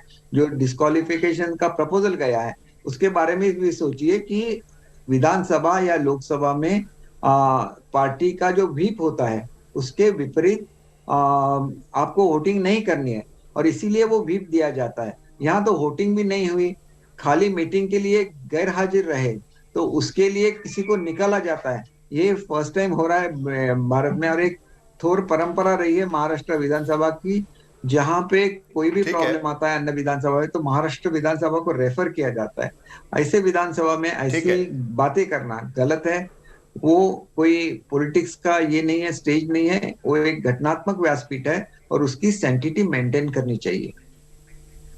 ठीक है केसरकर साहब, लेकिन फिर भी थोड़ा सा कंफ्यूजन इस बात को लेकर इसलिए है क्योंकि सबसे पहले तो यह लग रहा था कि एकनाथ शिंदे ये क्लेम करने की कोशिश करें। आपकी 21 जून की चिट्ठी मैंने पढ़ी है, उस चिट्ठी में आपने ये साफ लिखा है कि शिवसेना पार्टी, आपकी पहली जो चिट्ठी थी वो शिवसेना के चिन्ह के नाम पर जो आपकी लेजिस्लेटिव पार्टी का जो लेटर हेड है उस पर भेजी गई थी। उस चिट्ठी में आपने ये क्लेम किया था कि एकनाथ शिंदे यही शिवसेना के असली गुट नेता है महाराष्ट्र असेंबली के अंदर और भरत गोगावले ये आपके चीफ व्हिप रहेंगे। अब आप ये कह रहे हैं कि आप एक अलग गुट बनाएंगे शिवसेना से हटकर जिसका नाम होगा शिवसेना बाला साहेब। क्या यही बात सही है? मैं दोबारा आपसे ये पूछना चाहता हूं कंफर्मेशन के लिए। देखिए पहली चिट्ठी जो थी वो गट नेता के बारे में लिखा था शिवसेना के।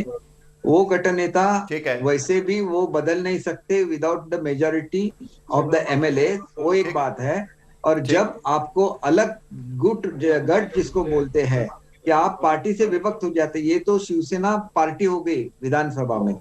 और अगर आपको पार्टी से बाहर निकलना है तो आपको 2/3 मेजोरिटी चाहिए। जब आपके पास 2/3 मेजोरिटी होती है तो आप अलग से एक गट बना सकते हैं, अपना खुद नेता चुन सकते हैं, अपना खुद का व्हिप चुन सकते हैं और वो आप पे लागू रहता है एंटी डिफेक्शन लॉ के लिए। तो इस तरह से हमने पूरे तो वो प्रक्रिया शुरू हो गई है। एमएलए है उनका एप्लीकेशन दिया है, उनको हमको रिकग्निशन देनी चाहिए, हमको अलग से ऑफिस देना चाहिए विधिमंडल में। हम तो शिवसेना से बाहर बिल्कुल निकले हुए नहीं है, हम आज भी विचारधारा से जुड़े हुए हैं। इसलिए हमने ये नाम रखा है कि शिवसेना बाला साहेब, क्योंकि शिवसेना वहां पे वो पार्टी का नाम है, शिवसेना बाला साहेब गट करके नाम रखा है। और उस गट को रिकग्निशन देना चाहिए। नाम में उनको कुछ आपत्ति हो तो उसके बारे में भी सोच सकते हैं, लेकिन इसमें आपत्ति होने की कोई बात नहीं है, ये कंटिन्यू होना चाहिए।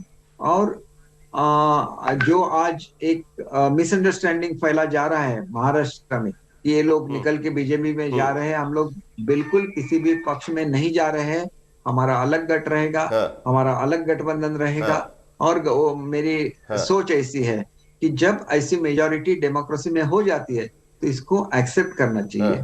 आपने इलेक्शन कॉन्टेस्ट किया था सेना और बीजेपी ने इकट्ठा महाराष्ट्र में। उद्धव साहब का कुछ डिस्प्यूट हो गया तो उद्धव साहब ने बाहर निकले अपने युति से और उन्होंने अलग से आघाड़ी बनाई कांग्रेस और एनसीपी के साथ। हम लोग तो जीत के ही एज शिवसेना बीजेपी अलायंस आए थे, तो हम कोई अलग मांग नहीं कर रहे थे। तो हमारी मांग जायज थी। अगर वो उसको कंसिडर करते हमारे पक्ष प्रमुख उद्धव साहब तो ये अब तक हो जाता, लेकिन मालूम नहीं क्यों हर चीज वो पेंडिंग रखते हैं और पेंडिंग चीजें रखने की वजह से ऐसी स्थिति उत्पन्न हो जाती है। लेकिन जब आपका बहुमत नहीं होता है तो दूसरे को डिस्क्वालीफाई करो, ये करो, ऐसे किया जाता है, हर जगह पे ट्राई किया जाता है। लेकिन ये विटंबना है आपके डेमोक्रेसी की, तो ऐसे नहीं करना चाहिए। आपने एक बार ठीक है इलेक्शन फाइट किया, साथ में फाइट किया, तो आपको इकट्ठा रहना चाहिए। फिर भी आपके डिस्प्यूट हो गए, आप अलग अलग हो गए, ये अलग बात है। लेकिन हमें जो कॉन्स्टिट्यूशन ने जो राइट्स दिए हैं, वो राइट्स का यूज करना, ये तो हमारा घटनात्मक अधिकार है, और वो अधिकार हमको मिलना चाहिए, और वो अधिकार हमें उपाध्यक्ष दे दे, ऐसे मैं सोचता हूँ। नहीं, लेकिन जो 2003 में अमेंडमेंट हुआ है इस कानून में, उसके तहत एक ही पार्टी के 2 गुट असेंबली में नहीं बैठ सकते। इसीलिए बार बार यह कहा जा रहा है कि आपका ये शिवसेना बाला साहेब नाम का जो कोई गुट बनेगा, जिसको मान्यता शायद मिल भी जाए, वो गुट अपने आप को उनको मर्ज करना पड़ेगा किसी पॉलिटिकल पार्टी में। तो या ये तो नहीं है, हो सकती है या आपकी कोई और, ये नहीं है। अच्छा, ऐसे बिल्कुल नहीं है, ऐसे ऐसा कुछ प्राविधान नहीं है।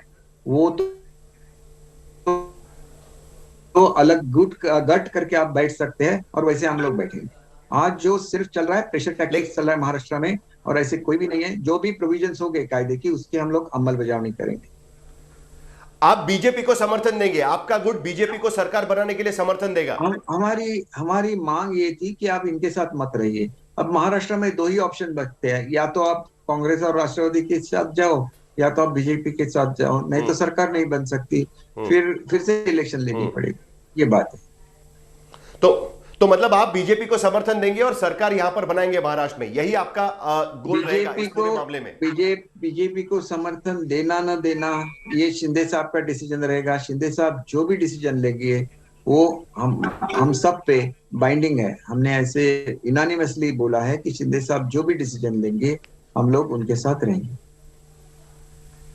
आजकल हम लोग देख रहे हैं कि ताराजी सावंत जो आपके साथ वहां पर है, उनके घर पे तोड़फोड़ की गई है। मंगेश कुडालकर, उनका दफ्तर तोड़ा गया है। कई जगह पर शिवसैनिक आपके विधायकों के घरों पर जाकर हमला करने की कोशिश कर रहे हैं, उनकी तोड़फोड़ कर रहे हैं। संजय राउत धमकी दे रहे हैं। आपको आज नेशनल एग्जीक्यूटिव की मीटिंग भी है शिवसेना की, उसमें यह तय होगा कि आगे की कार्रवाई किस तरीके से हो सकती है। आपकी क्या प्रतिक्रिया इन सारी चीजों पर? देखिए, जो भी मुख्यमंत्री रहते हैं, वो कॉन्स्टिट्यूशनल हेड रहते हैं स्टेट के, तो उनकी जवाबदारी रहती है। उनको शपथ दी जाती है कि आप किसी के आदमी के बारे में ममत्व या देश की भावना मन में नहीं रखते हुए काम करेंगे, और सब जनता को न्याय देंगे। तो अगर अपनी शपथ नहीं निभा रहे हैं, तो वो गलत चीज है। उनको ये सोचना चाहिए कि वो सब अभी पक्ष प्रमुख है, लेकिन वो अभी उस रोल में नहीं है जब तक वो महाराष्ट्र के मुख्यमंत्री है। तो महाराष्ट्र के मुख्यमंत्री होने के कारण उनको जो भी एक्शन लेना है, वो एक्शन लेना चाहिए। अगर जरूरी हो और राउत साहब पे एक्शन लेना पड़े, तो वो भी लेना है, क्योंकि ऐसे भड़काऊ वक्तव्य वो कर रहे हैं। और अपने जो पार्टी वर्कर्स है, उनको उन्होंने क्लियर आदेश देना चाहिए कि आप शांत रहिए, महाराष्ट्र शांत रहना चाहिए, कोई भी लॉ एंड ऑर्डर का प्रॉब्लम महाराष्ट्र में नहीं आना चाहिए। ये उनकी कॉन्स्टिट्यूशनल रिस्पॉन्सिबिलिटी है। उद्धव ठाकरे कह रहे हैं कि बागी विधायक ठाकरे सरनेम और शिवसेना का नाम इस्तेमाल किए बिना जीत कर दिखाएं। वो चैलेंज दे रहे हैं कि वो कह रहे हैं कि बिना शिवसेना के इस नाम के या बिना शिवसेना के सिंबल के बाला साहेब ठाकरे का नाम इस्तेमाल किए बिना आप लोग जीत कर दिखाइए। आपको चैलेंज दिया जा रहा है उद्धव ठाकरे की तरफ से। देखिए, मैं तो पहले एनसीपी में था, फिर भी जीत के आया था, फिर शिवसेना में शामिल हुआ, तब भी जीत के आया। और मैंने एक लड़ाई लड़ी थी शांतता के लिए, उस लड़ाई के बाद एनसीपी का मैंने रेजिग्नेशन दिया, और लोगों में इतनी हलचल थी कि शिवसेना के नारायण राणे शिवसेना से बाहर निकलने के बाद शिवसेना की खाली 40,000 वोट मिल रहे थे उनको, सब म्यूनिसिपालिटी और सब जेडपी में मिलके, क्योंकि वो सिंबल पे होती है इलेक्शन। मैं जब पार्टी में आया, राष्ट्रवादी सीधे 1,50,000 से 30,000 वोट पे आ गई, और शिवसेना के वोट 1,20,000 से बढ़ गई। ये लोगों की ताकत है। लोगों की ताकत लोकशाही में सबसे ज्यादा अहमियत रखती है। और कोई भी एमएलए अगर चुन के आता है, तो पार्टी का रोल उसमें रहता ही रहता है, लेकिन उसकी खुद की भी ताकत रहती है, उसकी खुद की जो एक पॉपुलैरिटी रहती है, वो भी उसका एक कारण रहती है। इसीलिए ऐसे बहुत सारे एमएलए महाराष्ट्र में है, वो किसी भी पार्टी से खड़े रहे तो वो चुन के ही आएंगे, क्योंकि लोगों का उन पे प्रेम रहता है। तो आप भी उल्टे ढंग से सोचिए ना, अगर हम लोग आपको कैंडिडेट के तरह मिलते नहीं, तो आपको भी 55 कैसे चुन के आते थे? ठीक है, आपने तो इतने खड़े किए थे, वो सब जीत के नहीं आए। तो पार्टी के नाम पे वही जीत के आता है जिसकी खुद की भी पॉपुलैरिटी थोड़ी रहती है। ठीक है, और ये बहुत अहमियत रखता है। शिवसेना बाला साहेब गुट में, शिवसेना बाला साहेब गुट पे कितने 38 विधायक है? शिवसेना से आपने जो लेटर भेजा है उस पे कितने विधायकों के हस्ताक्षर है? 38 विधायकों के हस्ताक्षर उस पर है। 38 विधायक के हस्ताक्षर है। 38 बिल्कुल है, ये 38 विधायकों के हस्ताक्षर है। और आपके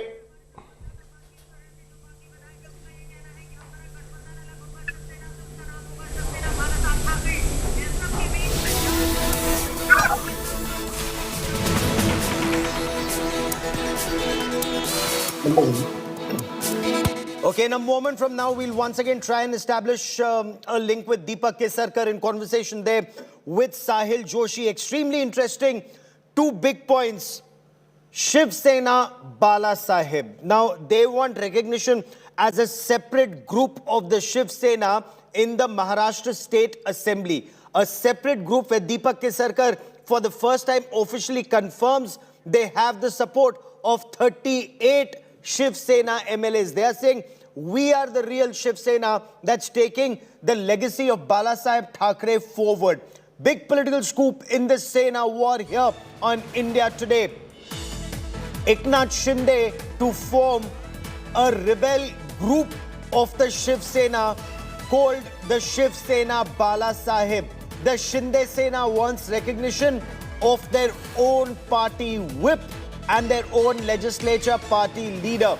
Shinde sends the letter to the Deputy Speaker. Deepak Kesarkar, in exclusive conversation with India Today, confirms it's a big, big story that we are breaking here on India Today. Eknath Shinde says we are the real Shiv Sena taking forward the legacy of Bala Sahib Thackeray. Now, Deepak Kesarkar has also dropped a big hint about only two options as far as Shiv Sena is concerned. Either support the Congress NCP or the BJP. And ideologically, they say that we cannot support the NCP and the Congress. That is why the only option is supporting the BJP. That was Deepak Kesarkar in exclusive conversation with India Today's Sahil Joshi. Let's quickly cut across and listen in to Ramdas Athavale on the current crisis. असं असताना आपलं बहुमत त्या ठिकाणी असू शकत नाही आहे. त्यामुळे या सरकारला निर्णय घेण्याचा कुठलाही अधिकार नाही आहे. 16 आमदारांना सस्पेंड करण्याच्या संबंधामधली हालचाल सुरू आहे. पण आमची सूचना अशी आहे की या 16 आमदारांना तुम्हाला अजिबात सस्पेंड करता येणार नाही. यांनी 37 आमदारांचा 2/3 मेजॉरिटीने त्यांनी आपले आमदार त्यांनी आपल्यासोबत घेतलेले आहेत. आणि 2/3 आमदार असल्यामुळं त्यांच्या आमदारकीला अजिबात धक्का लागू शकत नाही. आणि व्हीप जो असतो तो व्हीप हा हाऊसमध्ये असतो, व्हीप हा बाहेर नसतो. त्यामुळे एखाद्या बैठकीला हजर जर झालं नाही तर त्यांना पक्षातून काढून टाकण्याचा तुम्हाला अधिकार आहे. पण ते आमची आमदारकी रद्द करा अशा पद्धतीची मागणी करण्याचा किंवा तशी पद्धतीचा निर्णय घेण्याचा कुठलाही अधिकार हा डेप्युटी स्पीकरना अजिबात नाही आहे. त्यामुळं मला वाटतं की अशा पद्धतीची अन्यायकारक भूमिका अनकॉन्स्टिट्युशनल होता कामा नये. आणि एकनाथ शिंदे यांना कायदेशीर अशा पद्धतीचं प्रोटेक्शन मिळालं पाहिजे. जी काही शिवसेनेची गुंडागर्दी चाललेली आहे त्या गुंडागर्दीच्या And let's quickly cut across to Vidya reporting from the National Executive of क्या the Shiv करना Sena. है? जो अहम नेता है जैसे एकनाथ शिंदे, ये लोग इनके एग्जीक्यूटिव मीट के सदस्य हुआ करते थे, उनको निकालना है. कई सारे ठोस कदम उठाने हैं ताकि वो लोग जो अभी भी इस पार्टी में इन्फ्लुएंस कर रहे हैं वो उनका हस्तक्षेप कम हो.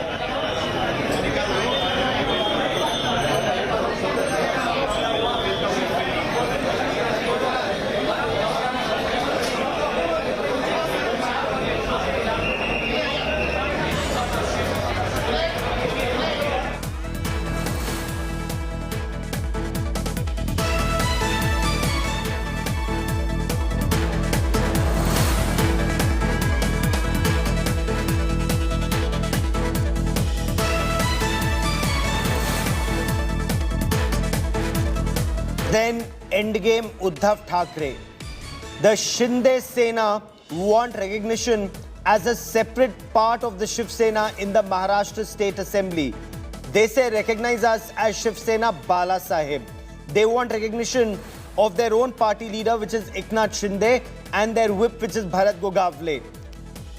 Will this actually happen? They've shot off a letter to the deputy speaker. Incidentally, 2 independent MLAs have said that they have no confidence in the deputy speaker. Clearly, this battle is being fought at multiple levels. Legally, on the floor of the assembly, where there will be an attempt to prove numbers. Also on the streets, where again a very major point was made by Deepak Kesarkar in that exclusive conversation with India Today, where Deepak Kesarkar says it is very important for Uddhav Thackeray, the leader of Shiv Sena, to take action against those Shiv Senics who are indulging in violence and vandalism, and also against leaders like Sanjay Raut, Shiv Sena MP, who are making inflammatory speeches. Deepak Kesarkar said that in an exclusive conversation with India Today. But that national executive meeting of the Shiv Sena is currently underway, and very crucial decisions could be taken as far as the rebel MLAs are concerned and their support base is concerned. There are reports that seem to indicate that action could be taken against several Shiv Sena workers and leaders who were a part of this conspiracy, including, according to some information, Ramdas Kadam, whose son Yogesh Kadam is a part of the 38. The number that is being given out by Deepak Kesarkar and also earlier Eknath Shinde seems to indicate that there are 38 Shiv Sena MLAs who are currently in Guwahati.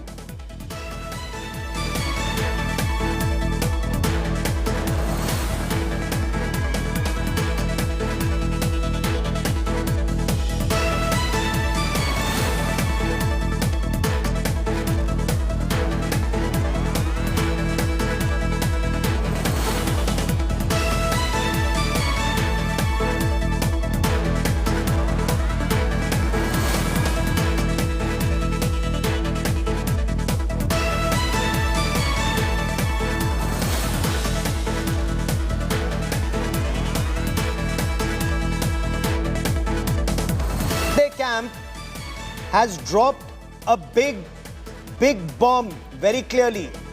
The Shinde camp is saying that they've written now to the deputy speaker, and what they want is recognition as a separate group in the party Shiv Sena Bala Sahib, and they want their whip and their leader to be recognized. Will that actually happen? Deepak Kesarkar also says that these are pressure tactics that are being adopted against them. This national executive meeting is pressure tactics. Whether it is expelling them, he says, hear us out, give us justice, break away from the Congress and the NCP that is eating the Shiv Sena from within. That is the allegation that these 38 Shiv Sena rebels have leveled.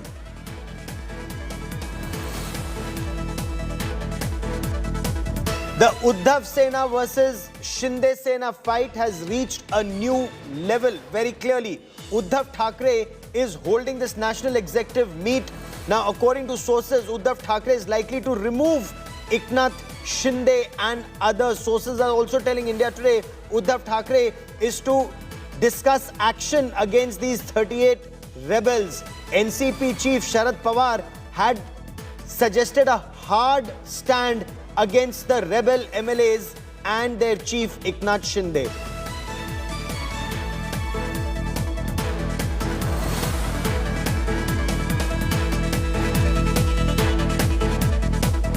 ऐसे आप करेंगे तो वो डरेंगे आने से। किसी का office आप तोड़ा जा रहा है, कुरला में उनके घर पे को निशाना बनाया जा रहा है। तो कोई शुरुआत भी नहीं हो गई है। देखो मैं आपको बताता हूँ, अभी शुरुआत भी नहीं हुई। ये शुरुआत हमने किसी को कुछ बोला है नहीं, ये लोग अपने आप कुछ करने जा रहे हैं।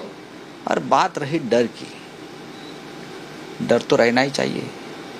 कोई भी ये डेमोक्रेसी में, सिर्फ मैं शिवसेना की बात नहीं कर रहा हूँ, किसी भी पार्टी के बारे में बात करूंगा। आप अगर हमारे पार्टी से चुनकर आते हो, आप कांग्रेस पार्टी से चुनकर आते हो, आप से चुनकर आते हो, और पार्टी बदल लेते हो, आप इस्तीफा दीजिए और वापस मैदान में जाइए, हम कुछ नहीं कहेंगे। लेकिन आप पार्टी हाईजैक करना चाहते हो पैसे के बल पर, तो क्यों नहीं मैं बोलूं, क्यों नहीं उद्धव ठाकरे बोलेंगे? हम बोलेंगे, जरूर करेंगे और एक्शन भी कर लेंगे। क्या करेंगे? ज़्यादा से ज़्यादा क्या करेंगे? क्या हमको सब पता है, कौन कितने पानी में है, कौन कितने ज़मीन में है, कितने ज़मीन के नीचे है। आपने कहा अभी तो कुछ नहीं हुआ, तो पिक्चर अभी बाकी है। हाँ, पिक्चर शुरू होगा, पिक्चर शुरू होगा, आप आइए। हिंसा ही रास्ता है क्या? क्योंकि जिस तरह से जो तस्वीरें आ रही हैं, जिस तरह से तोड़फोड़ हो रही है, लोगों का गुस्सा है। महाराष्ट्र में ये नहीं चलता है, ये गुस्सा है, गुस्सा रहेगा और गुस्सा रहना भी चाहिए। ये आग है शिवसेना, हम इस आग को कभी बुझने नहीं देते। ये बाला साहब ठाकरे जी ने हमको कहा है, ये राख नहीं होनी चाहिए शिवसेना, ये आग ही रहनी चाहिए और उसमें आप हमेशा आग जलने के लिए जो भी डालना है उसमें वो डालते रहिए। संविधा पुणे में भी जो शिवसेना के विधायक है तानाजी सावंत, उनके दफ्तर पर तोड़फोड़ हुई है। गृह विभाग इसको देखते हुए क्या कार्रवाई कर रहा है? आपने कुछ आदेश जारी किए हैं? ऐसा है कि ये ऐसी चीजें जब भी होती है, जब भी हर टाइम आदेश देना जरूरी नहीं होता है। वहाँ का जो यूनिट प्रमुख है, वो पुलिस कमिश्नर पूना, वो उसके बारे में ध्यान रखेंगे। सर, एक आखिरी सवाल कि जो प्रवीण दरेकर है, नेता विपक्ष, उन्होंने आरोप लगाया कि सरकार अल्पमत में है, लेकिन फिर भी पिछले 4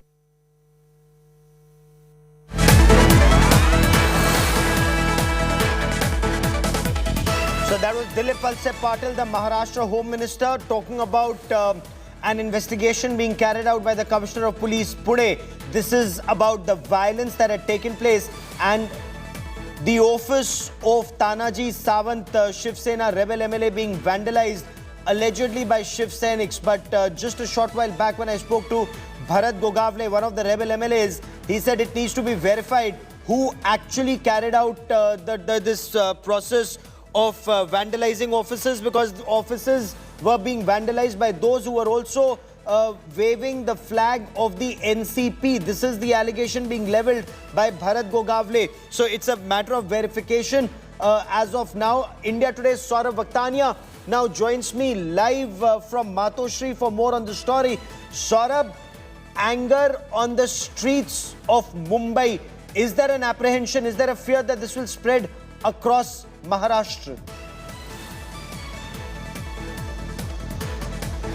Well, definitely, yes, there is a fear. There can be a law and order situation in the state of Maharashtra, because yesterday and day before yesterday, we clearly saw that how Shiv Sena was giving out emotional speeches, emotional video messages. But later on, it says that the Shiv Senics will be on road. And today, we saw that how Sanjay Raut clearly saying कि तलवारें भी चल सकते हैं, बिल्कुल आग बबूला है शिव सैनिक. So these are the clear threat messages being given by the Shiv Sena to the rebel camp. And the most important meeting which is right now going to happen at Sena Bhavan, we are here saying that the convoy of Chief Minister Uddhav Thackeray is also ready, because this was not planned, Gaurav. This is going to be big, because earlier it was not planned that Chief Minister Uddhav Thackeray might be going to Sena Bhavan. But right now, here in the visuals, you can clearly see the convoy is already ready, and we may see a movement in some time. But when we speak about the law and order situation, there is a high-level meeting which is going on of the Mumbai Police Commissioner Sanjay Pandey, who is taking stock of the whole situation in city of Thane, which is the stronghold of Eknath Shinde. Section 144 is already imposed. Let me tell you, there is also a prohibition order which is imposed in the city of Thane. And amidst this whole Section 144, Gaurav, let me tell you that amidst this Section 144, there is a huge gathering of the Eknath Shinde group at his residence in Thane. So this will be very important, that how the huge gathering might take place in city of Thane amidst Section 144. And once again, you can see here how the movement is happening. Aditya Thackeray has already left for Sena Bhavan. He has reached Sena Bhavan. Sanjay Raut is there. Several other ministers and VIPs have already reached Sena Bhavan. So what message will be given at Sena Bhavan? What will be message to the whole group, to whole Shiv Sainik, that what should be done in future, what will be the strategy that will be decided, and what speech Chief Minister Uddhav Thackeray and Aditya Thackeray delivers at this particular meeting will be very important to see. So a very important meeting which is going to happen just from in some time right now. And this was not expected actually, Gaurav, because we were been told that Chief Minister might be attending the Sena Bhavan meeting through VC. Aditya Thackeray will be going, but right now here we can see that the convoy is already ready, and if Uddhav Thackeray gives an address, a speech at this particular Sena Bhavan, it will be very important to see what will be the next line of action of Uddhav Sena.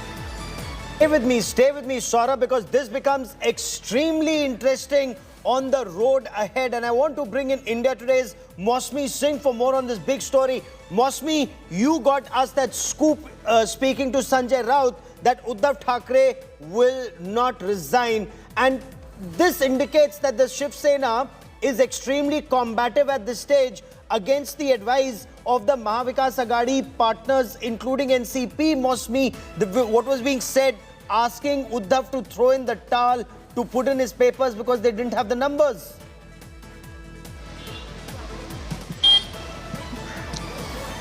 See, Gaurav, one thing that the Shiv Sena and perhaps the alliance partners have done right from the start, despite all the conspiracy theories being floated, despite the rebel MPs blaming the NCP and the Congress, and in turn leading to a rift, the Shiv Sena, the Uddhav Sena in fact, has ensured that there is no misunderstanding between the allied partners. And that's one reason that we saw Sharad Pawar meet Uddhav Thackeray in Varsha, in Matoshri twice in 3 days. So clearly this is a time when one thing is clear, that they are working in tandem. First, Sharad Pawar issues a veiled warning saying that they should come to Mumbai. Here there will be no BJP leaders guiding them like they are in Guwahati. And then you have the Shiv Sena batting on the front foot. Shiv Sena workers all of a sudden appeared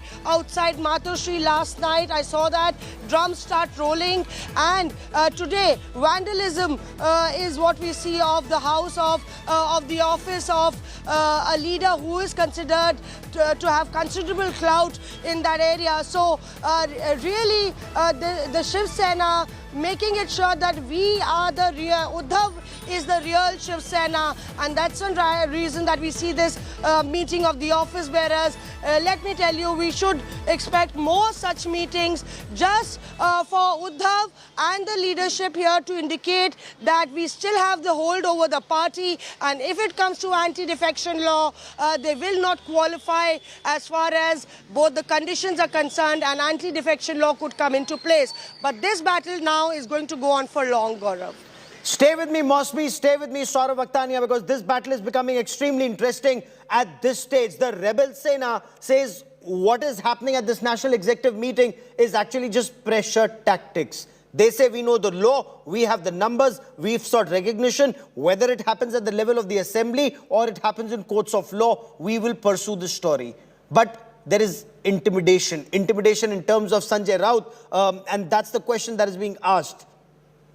Akrosh hai, gussa hai, aag lagegi to bujhegi nahi. These were some of the words used by Sanjay Raut in that exclusive conversation with India Today's Mosmi Singh. The Uddhav Sena versus Eknath Sena tussle has already turned ugly. Violence has broken out. Angry Shiv Sena workers have taken to the streets. Sainiks have vandalized the office of Tanaji Sawant in the Balaji area of Pune.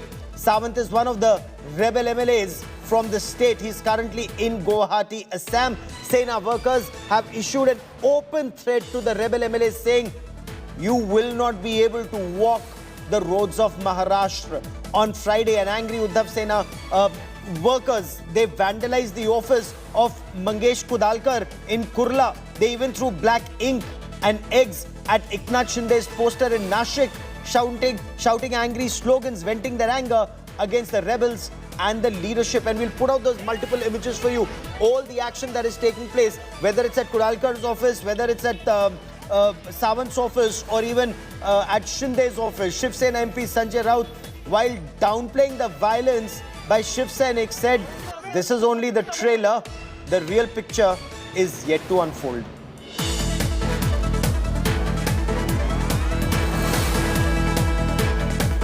I quickly want to cut across once again to Mosmi Singh. And Mosmi, that conversation that you had with Sanjay Raut, he's made it very clear. Akrosh hai, aag hai, bujhegi nahi. And he says this should be expected because this is what Shiv Sena is all about. Absolutely, Gaurav. I was repeatedly telling him that you are again issuing a threat, and this time a direct threat. It is your government. Are you asking your Shiv Senics to take the law in their hands? And he just said that this is just bound to happen. This is just natural because they have betrayed Balasaheb Thackeray's Shiv Sena, and this is not being provoked. In fact, I am trying to tell Sena workers that there's nothing that you need to do, but it's the Shiv Senics that there has never been a need to tell them what to do, and this is just natural. So in fact, he did go on to say that they are touring the entire country, going from Surat to Guwahati and now to Goa. Why don't they return to their homes? And alleging that they have been actually sold out. So really now, Gaurav, this battle is being fought tooth and nail, fought very aggressively, and all the cards that were kept close to the heart are now laid down on the table. Oh, absolutely. And the writing is on the wall. Saurabh Vaktania, when Deepak Kesarkar, one of the rebel MLAs, he says, my appeal to Uddhav Thackeray as the leader of the Shiv Sena is to reach out to Shiv Senics and tell them not to resort to violence. It's not correct. Rein in leaders like Sanjay Raut. Will that actually be heard or not at all? Gaurav, I don't think so, because like what Sanjay Raut has set the tone, whatever the things which Shiv Sena does, that is decided by Sanjay Raut, and he speaks for the Shiv Sena itself. When we clearly saw that he had given an ultimatum of 24 hours and the 24 hours had passed, the emotional speeches are now over. Now the Shiv Senics will be on road. And yesterday we saw it on the grounds of Mumbai as well. There were thousands of Shiv Senics who gathered on roads in Mumbai. Some of the offices of the MLAs was vandalized in the Kurla area. Now, today when we heard his statement like, now it's time to take the revenge. You can't use the name of Shiv Sena and Balasaheb Thackeray after being a rebel from the party. It clearly showed on the ground as well. We saw that how Tanaji Sawant's office was vandalized, and we are seeing the reaction continuously. So this is not going to stop. After even the Home Minister saying that we will be taking the stock of the situation and inquiry will be done, and such things won't happen. They are continuously trying to speak to the police commissioners as well. But I don't think so. That is going to stop something, that is going to stop the Shiv Senic to do such things on the ground, because I spoke to some of the Shiv Senic also. They clearly said that this is just the beginning, Gaurav. They are saying that this is just the beginning. Each and every MLAs who have went to Guwahati, their offices will be vandalized, and this is what the Eknath Shinde group is claiming, and this can be a threat as well, because clearly the MLAs are in Guwahati, but their family members are still in Maharashtra. They might be fearing for their life as well, and therefore a letter signed by them has been sent to all the commissioner, to the Home Minister, and to Chief Minister Uddhav Thackeray as well. So clearly now a different kind of politics to which the Shiv Sena is earlier known for, that is something which is coming out from the party, and therefore a meeting which is going to happen at Sena Bhavan. Let me tell you, Anil Parab, who has been questioned by the ED officials so many times, he has reached Sena Bhavan. Several of the top leaders, including Aditya Thackeray, Sanjay Raut, all have reached Sena Bhavan, and what we are expecting, what was not written on the card, that is Uddhav Thackeray, Chief Minister Uddhav Thackeray, might be leaving. Like, his convoy is already ready over here. The police bandobast has already increased, and he might too reach Sena Bhavan. So this is a huge meeting of Uddhav Sena at its own Shiv Sena Bhavan. So it will be very important to see what speech he delivers, because he already said, "Jo gaye wo gaye, ab wapas unki entry nahi." He has clearly said that. So now what next speech that Uddhav Thackeray gives at Sena Bhavan will be very important to see. Only and after that, what reaction the Shiv Sainik do on the roads of Maharashtra, that will going to happen after that only. You know, and this is a sword, and mostly that conversation that you had is extremely interesting, and something that Sanjay Raut has also been saying, a sword that's sheathed. Now that rusts, but the sword that comes out is gleaming. तलवार अगर म्यान में होती है तो उसमें जंग लग जाता है, तलवार निकलती रहती है.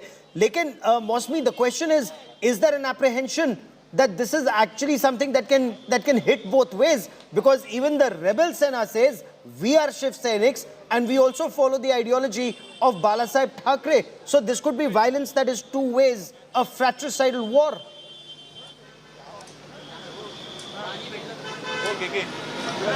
Absolutely, Gaurav. You know, Sanjay Raut went on to say, talwar se talwar aur banduk se banduk. And I said, what are you trying to say? That are you saying that the swords, that you will rely on swords and guns? He said, nahi, aisa bhi hota hai ki zuban bhi talwar hoti hai. And in fact, he was personifying that exactly by issuing that threat. I'm outside Shiv Sena Bhavan. I'm just trying to give the viewers a mood of what's happening here. They say a picture speaks 1,000 words. You can see that the enigma that Balasaheb Thackeray was amongst his Shiv Sainiks. Undoubtedly, he enjoyed considerable clout, and at a point when he would raise his fingers, that would see a huge impact across not only Mumbai but Maharashtra. And that's one reason that Sanjay Raut kept on invoking Balasaheb Thackeray. In fact, I went on to ask him that's the entire argument that Shinde is making, that they are the real Shiv Sainiks of Balasaheb Thackeray, and this Uddhav Sena has actually lost touch. To which Sanjay Raut actually alleged that they were being, in fact, scared. They are scared of the ED. Almost 17 MLAs of the entire lot have been arm twisted by the ED. The agency is to go to Guwahati, and when they will come back here, almost 21 will fall in the Uddhav camp. He also said that yesterday, remember, Sharad Pawar had met Uddhav Thackeray yesterday, and he also went on to say that Uddhav Thackeray, Sharad Pawar and all the leaders, when they were present, they spoke to almost 10 MLAs in Guwahati. So 10, if that 10 actually adds on, Gaurav, it dwindles the number of the Shinde camp. From 38 minus 10 is 28. I want to cut across to Saurabh Aktania. Saurabh, what's the latest? And that... यहाँ ये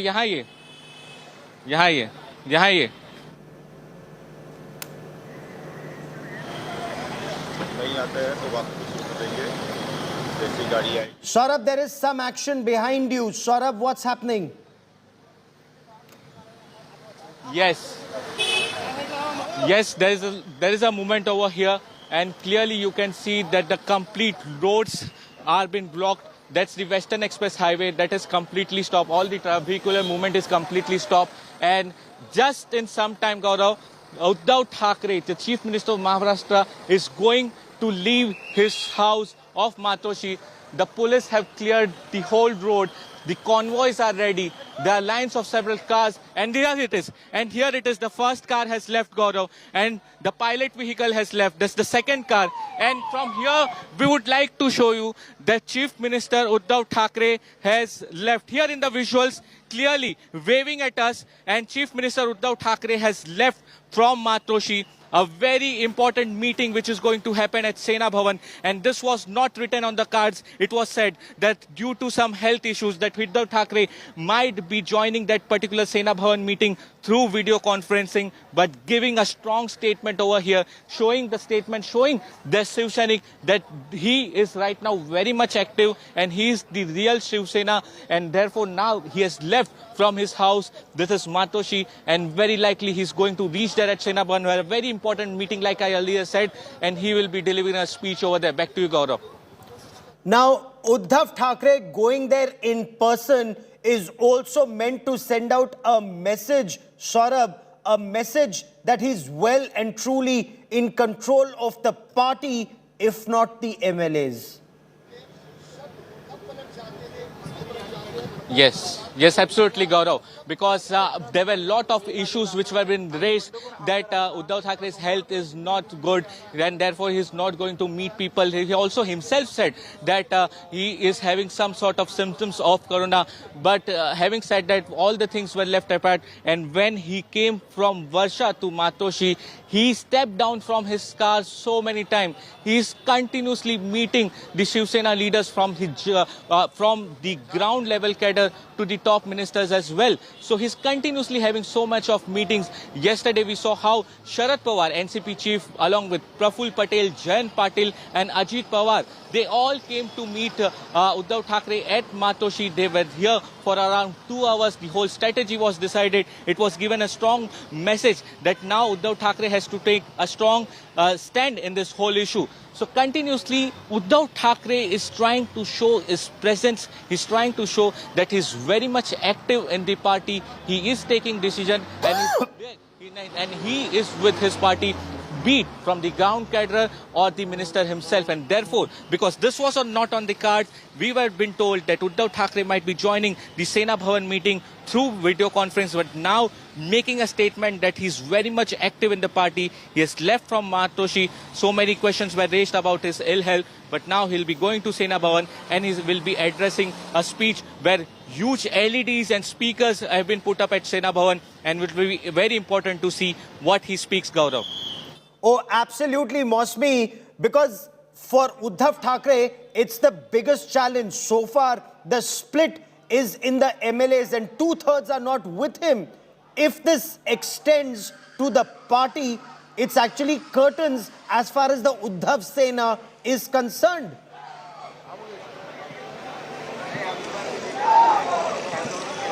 You know, Gaurav, in politics, it's never over till it's really over. And right now, when I'm standing outside Shiv Sena, you can hear the sloganeering. A lot of optics has been added in the last few days. Barricading by the police. The visuals of him leaving Matoshi. The distance from Matoshi to Shiv Sena Bhavan is about 5 to 10 minutes. So we are expecting with the CM's convoy could reach any moment now with the traffic being cleared. But this is symbolic because yesterday Uddhav didn't come to the Sena Bhavan when that meeting of the Sena Pramukhs at the district level took place. He has not stepped out of Varsha ever since he reached there 2 days back. So clearly, you know, this one journey when he took from Varsha to Matoshi was to appeal to get an emotive appeal to the Shiv Senics and send a message across to the public. But today when he takes that journey from Matoshi to Shiv Sena Bhavan, it will be about, you know, reclaiming, it will be about emphasizing, it will be about, you know, sending a message across that he is the man, he is the Shiv Sena Pramukh chief, and he's got a hold over his party, because this battle is now going to be more about who is the real Sena. And Uddhav Sena here all out, guns blazing to prove that the Shiv Sena Senics are rallying behind Uddhav Thackeray. So you can see that convoys of netas are pouring in. Yesterday he also met the MPs of Shiv Sena. Look at the visuals. As soon as there's a buzz that the chief minister might arrive, Shiv Senics are enthused here. Remember, Sanjay Raut said that right now we haven't even sent across a message to the cadre. Remember, this is just a trailer. Picture abhi baki hai. That itself, you know, really puts the entire Maharashtra politics in a state of turmoil. A government, you have the government of the Shiv Sena, the entire jing bang of MLAs, more than 2/3 sitting in Guwahati, and here you have the chief minister with a handful of MLAs trying to, you know, enthuse the party workers. There you can see Just Sanjay, आप visuals दिखाइए. The security is absolutely tight with reports of Shiv Senics coming out on streets. The police is actually having quite a nightmarish of a situation. Sena Bhavan, Matoshri, all the nerve centers, political nerve centers have been kept very under very strict vigil. And here you can see a battery of police personnel manning that crossroad. The road is clear. You can see very few traffic. That really means that any time we will see the first glimpse of Uddhav Thackeray reaching the Shiv Sena Bhavan. We did see Aditya Thackeray coming out yesterday from Matoshri, displaying a sign of a clenched fist, saying we shall, indicating that we shall overcome. And here, Uddhav Thackeray, when he reaches today, it is going to be a situation where he would be telling his cadre about how he has been cheated, how he's been making an emotional appeal. In 3 days, he's made that twice. Now let's see what he has on his cards. But no Facebook, no social media address. This is going to be a direct one-on-one. So Shiv Sena, the Thackeray family, playing on the front foot. Aditya Thackeray addressing a rally in the evening. And the Shiv Senics, what do they have to say? आपका क्या कहना है? आज उद्धव साहब आने वाले हैं. जो बिल्कुल आने वाले और यहाँ उद्धव साहब आने के बाद जो भी कुछ बात करेंगे, लेकिन ये बागी विधायक जो महाराष्ट्र में आ जाएंगे, जोश बढ़ाएंगे कि रोष बढ़ाएंगे? कार्यकर्ता का जोश बढ़ाएंगे, शिव सैनिकों का जोश बढ़ाएंगे. और शिवसेना हमेशा के लिए शिव सैनिक उद्धव साहब के साथ है. ये जो गए वो कावड़े हैं, बचे वो मावड़े हैं. और मावड़े हमेशा शिव सैनिक, ये मावड़े शिव सैनिक हमेशा उद्धव साहब के साथ रहेंगे. साहब ने कहा था कि नए पत्ते आएंगे, अगर ये विधायक जा रहे हैं तो जाने दे. गद्दारों को माफ नहीं किया जाएगा. नई शिवसेना फिर से एक बार महाराष्ट्र की शिवसेना जोर से उद्धव जी के पीछे खड़े रहेगी. फिर से ये गद्दारों को दिखा देगी कि हम शिवसेना के उद्धव जी के साथ हैं. हो रही है तानाजी के वहाँ तोड़फोड़ हुई है उनके दफ्तर. गद्दारों के साथ ऐसा ही होगा. गद्दारों के साथ ऐसा ही होगा. तोड़फोड़ होगा. शिवसैनिकों का रोष है, उनकी भावना. So here you are, you can see. Let's look at the cavalcade. We will get you the first visuals. I think we are getting an indication that he just might have reached. Of course, the party workers. I can see a red light beeping clearly, and there perhaps the cavalcade going to enter our frame, but we'll keep on talking to the Sena workers. Sanjay, you keep your eye on the first visuals of the chief minister. Uddhav साहब आ गए. यहाँ पे ज्यादा सैनिक नहीं आए, तो ऐसा कोई बुलाया नहीं क्या? नहीं बुलाया नहीं. ये कोर कमेटी की राष्ट्रीय कार्यकारिणी की बैठक है, इसलिए सब पदाधिकारी कोर कमेटी के सदस्य MP MLA है. दूसरे पदाधिकारी जिला प्रमुख है, दूसरे नहीं है. Viewers, on the screen you can see that Uddhav Thackeray reaching the Shiv Sena Bhavan. This after his authority, after his existence has been put in a state of limbo, has been challenged by none other than his most trusted lieutenant, Eknath Shinde. I can tell you that the rebel camp would be watching these visuals very closely, even as Mumbai comes to a standstill. So the car's turning here, Sanjay. You can just show the visuals. There you are, Uddhav Thackeray in that car. Let's go that side, and we will try and get you the shot of Uddhav Thackeray. Absolutely a state of hysteria at the Shiv Sena Bhavan. You can see chants reverberating in the air.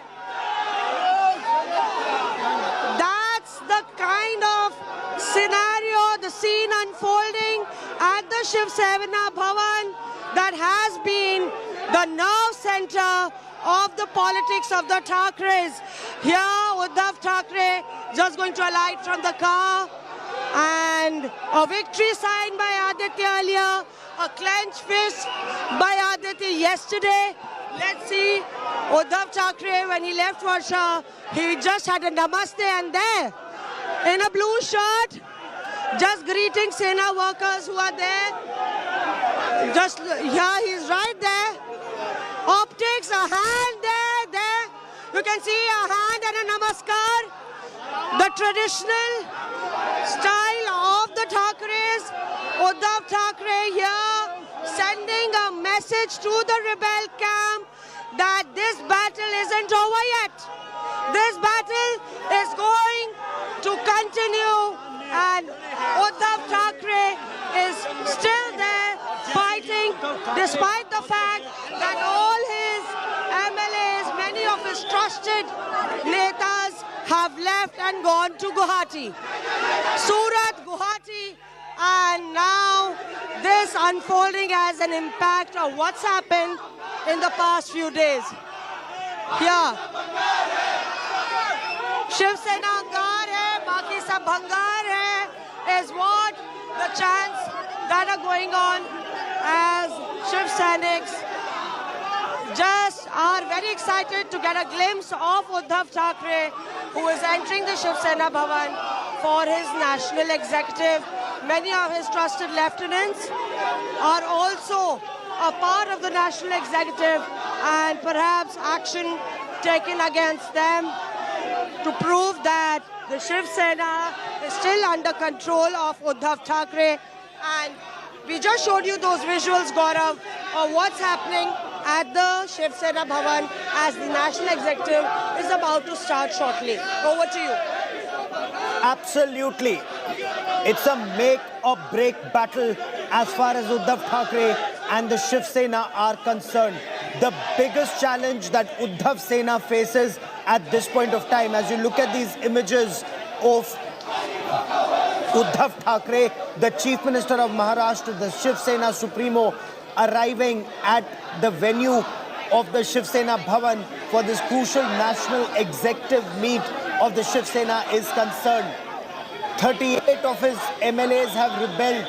38 of his MLAs, that is 2/3 MLAs of the Shiv Sena, have now formed a separate group. They have sought recognition as Shiv Sena Bala Sahib. So it's a big battle for Bala Sahib's legacy, whether it's the son or the party workers. 38 of them. So he's not talking just as yet. Questions are being asked. He's masked up. He waves, greets Shiv Senics, and then goes in for the national executive.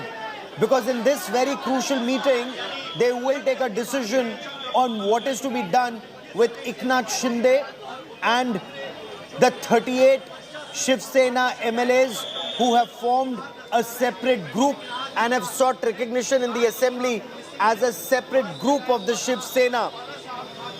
They want a separate party leader to be recognized. They want a separate whip to be recognized. Eknath Shinde as the leader and Bharat Gogavle as the whip. I once again want to cut across to India Today's Mosmi Singh as we play out these images. Mosmi, the biggest challenge that Uddhav Thackeray faces to his leadership in a way, to his decision to go with the Congress and the NCP with majority. 2/3 MLAs want to go back with the BJP. He has now to decide what action is to be taken against Eknath Shinde and the others, and the next course of action as far as the rebels are concerned. Huge challenge for the legacy of Bala Sahib Thackeray. Who would be the inheritor?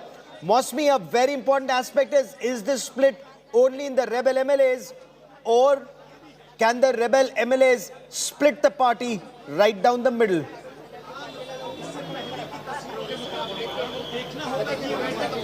Absolutely, Gaurav, and that will always remain a critical criteria to decide the fate of Shiv Sena, and that's one reason, having lost his hold over his MLAs and ministers, now Uddhav Thackeray is looking to consolidate his base and strength as far as the party and the cadre is concerned. Because remember that under the law, under the anti-defection law, you have to fulfill that criteria. It isn't enough enough. You've got 2/3 MLAs. You have to show, because the legislature is just a part of the entire party, and the party has several wings. It has a functioning, and under the election commission, you will have to prove that the party is actually under your control, and that's the reason that we see all these movements, the activity, the meetings, the parlays, and the messaging to the cadre, and all this emotive appeal, because that's what is left as far as Uddhav can take control of.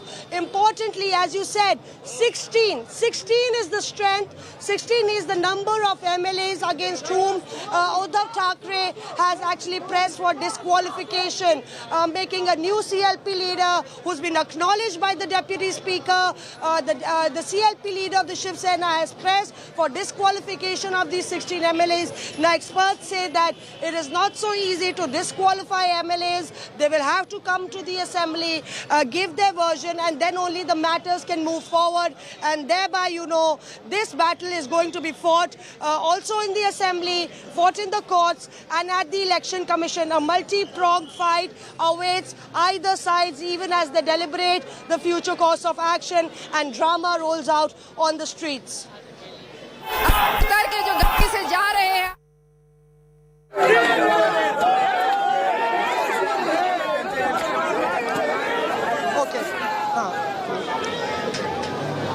So viewers, you will have to understand that this drama that is rolling out on the streets is only going to escalate and climax. Yesterday it was Kurla, today it was Pune, and one after the other, rebel MLAs are being targeted by the Uddhav Sena. Clearly, Uddhav Thackeray, who hasn't stepped out of Matoshri, when he moved symbolically from Varsha, packed up his bags, black suitcases, moved out in his car from Varsha. Ever since then, leaders have come to meet him, and he's been at Matoshri. But today, he chose to come out, drove out of Matoshri, arrived at the Shiv Sena Bhavan in a move to send a message across to the rank and file of Shiv Sena that Uddhav Thackeray is the man in charge. He is the chief minister, he is the Shiv Sena Supremo, and he is not surrendering. Unlike in the past, when a 24-hour ultimatum was given to the MLAs to return back, unlike in the past when there was persuasion and maneuvering and talks, Gaurav, this is very important that there has been a shift in strategy of the Shiv Sena from the Uddhav camp, from request and talks about conversation. Now that the ultimatum strategy is on play right here in Mumbai. So what do we expect in this national executive meet as we look at these images of Uddhav Thackeray arriving at the Shiv Sena Bhavan? Initially, we were told, Mosmi, that he would address the workers via video conferencing, but the fact that he's had to come and be amongst the workers, he's trying to send out a very strong message that he's well and truly in control of the party and that he's with them, he's engaging with them, he's available to them, and that he is in good health. But at the same time, is he likely to take very hard action against the rebels and the supporters? Absolutely, Gaurav, and that he is ready to fight for the legacy of Shiv Sena. It is a legacy war. He had claimed that legacy, but now that is under threat. Let's get a reaction from the Shiv Senics who are here.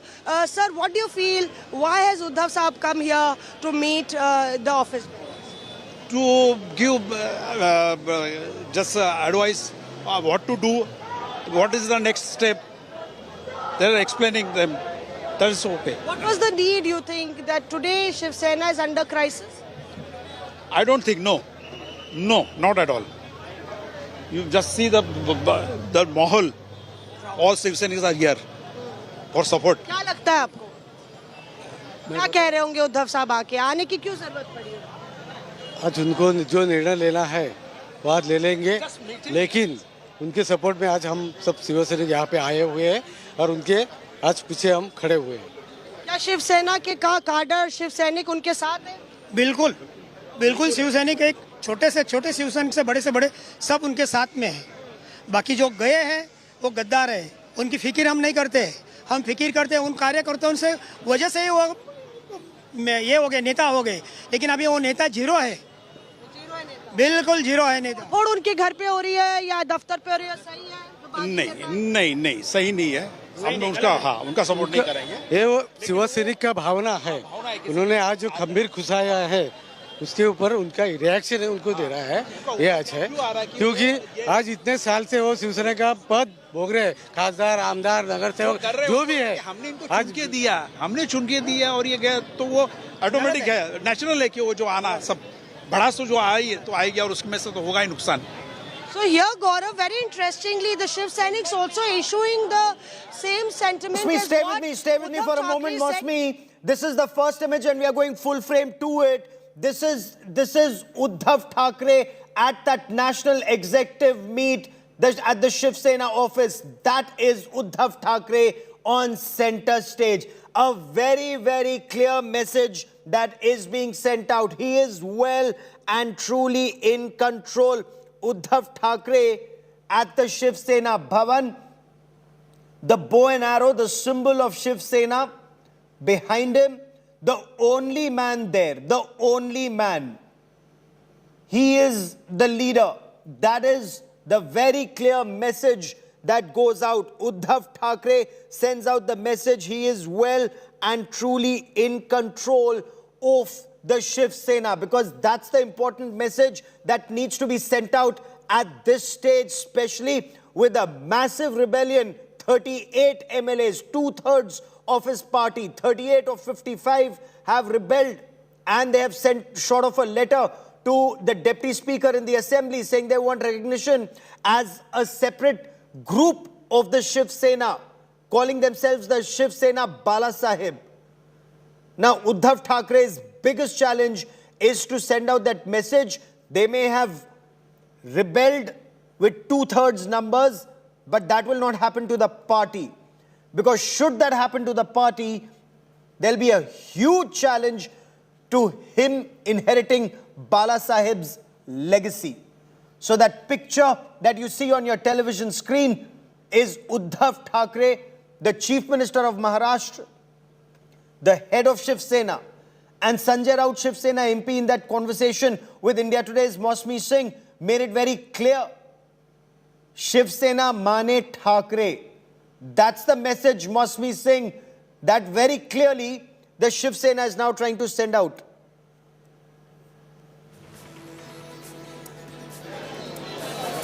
Absolutely, Gaurav, the question really is that when more than half your legislatures walk out of the party to join the rebel camp, then are you really in control? And here the Shiv Sena from the Uddhav camp stepping in to say that we are the real Shiv Sena.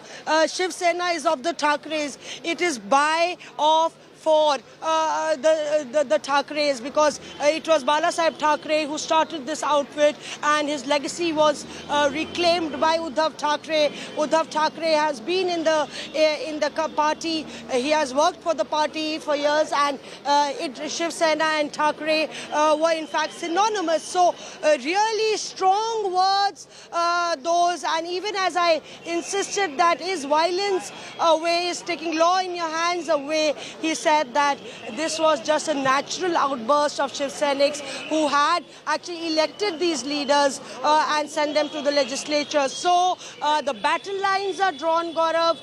The Lakshman Rekha, many feel in the Uddhav camp, that the MLAs have crossed the Lakshman Rekha, not adhered to the ultimatum, and they have been actually completely taken away by the BJP and working on the BJP's. Very interesting you point that out. The Lakshman Rekha has been breached. Mosmi, stay with me. Stay with me, Mosmi, and let's take this further. The image that says it all. And the big story, prohibitory orders have been imposed in Maharashtra. Prohibitory orders in Mumbai as of now. Exclusive details of what will happen in the Sena National Executive a resolution. There are 3 resolutions that are going to be introduced in this key national executive meet of the Shiv Sena. The Shiv Sena, the first resolution is trust in the leadership of Uddhav Thackeray, the man on your television screen. Trust in the leadership, which means he is the only leader on whose orders Shiv Sena and Shiv Sainiks will function. Resolution number 1. Resolution number 2. Action against the 38 MLAs who've rebelled and stabbed, as Sanjay Raut put it, Uddhav Thackeray in the back when he was unwell. Resolution number 3 will not defy the Marathi Asmita and of course the plank of Hindutva. That's the point that Uddhav Thackeray has repeatedly been making. He says you can never take us away from Hindutva. It is the ideology of Balasaheb Thackeray, the founder of the Shiv Sena. So will not defy either the Marathi Asmita or the Hindutva ideology. I once again want to come back to India Today's Mosmi Singh for more on the story. Saurav Akhtania with their India Today's biggest team of reporters tracking this big story. We also have Paulami Saha joining us from Guwahati, and the 360-degree perspective on the story from Mumbai to Delhi to Guwahati. We get you all the action. But Mosmi, the 3 resolution, and the first perhaps being the most important, trust in leadership of Uddhav Thackeray.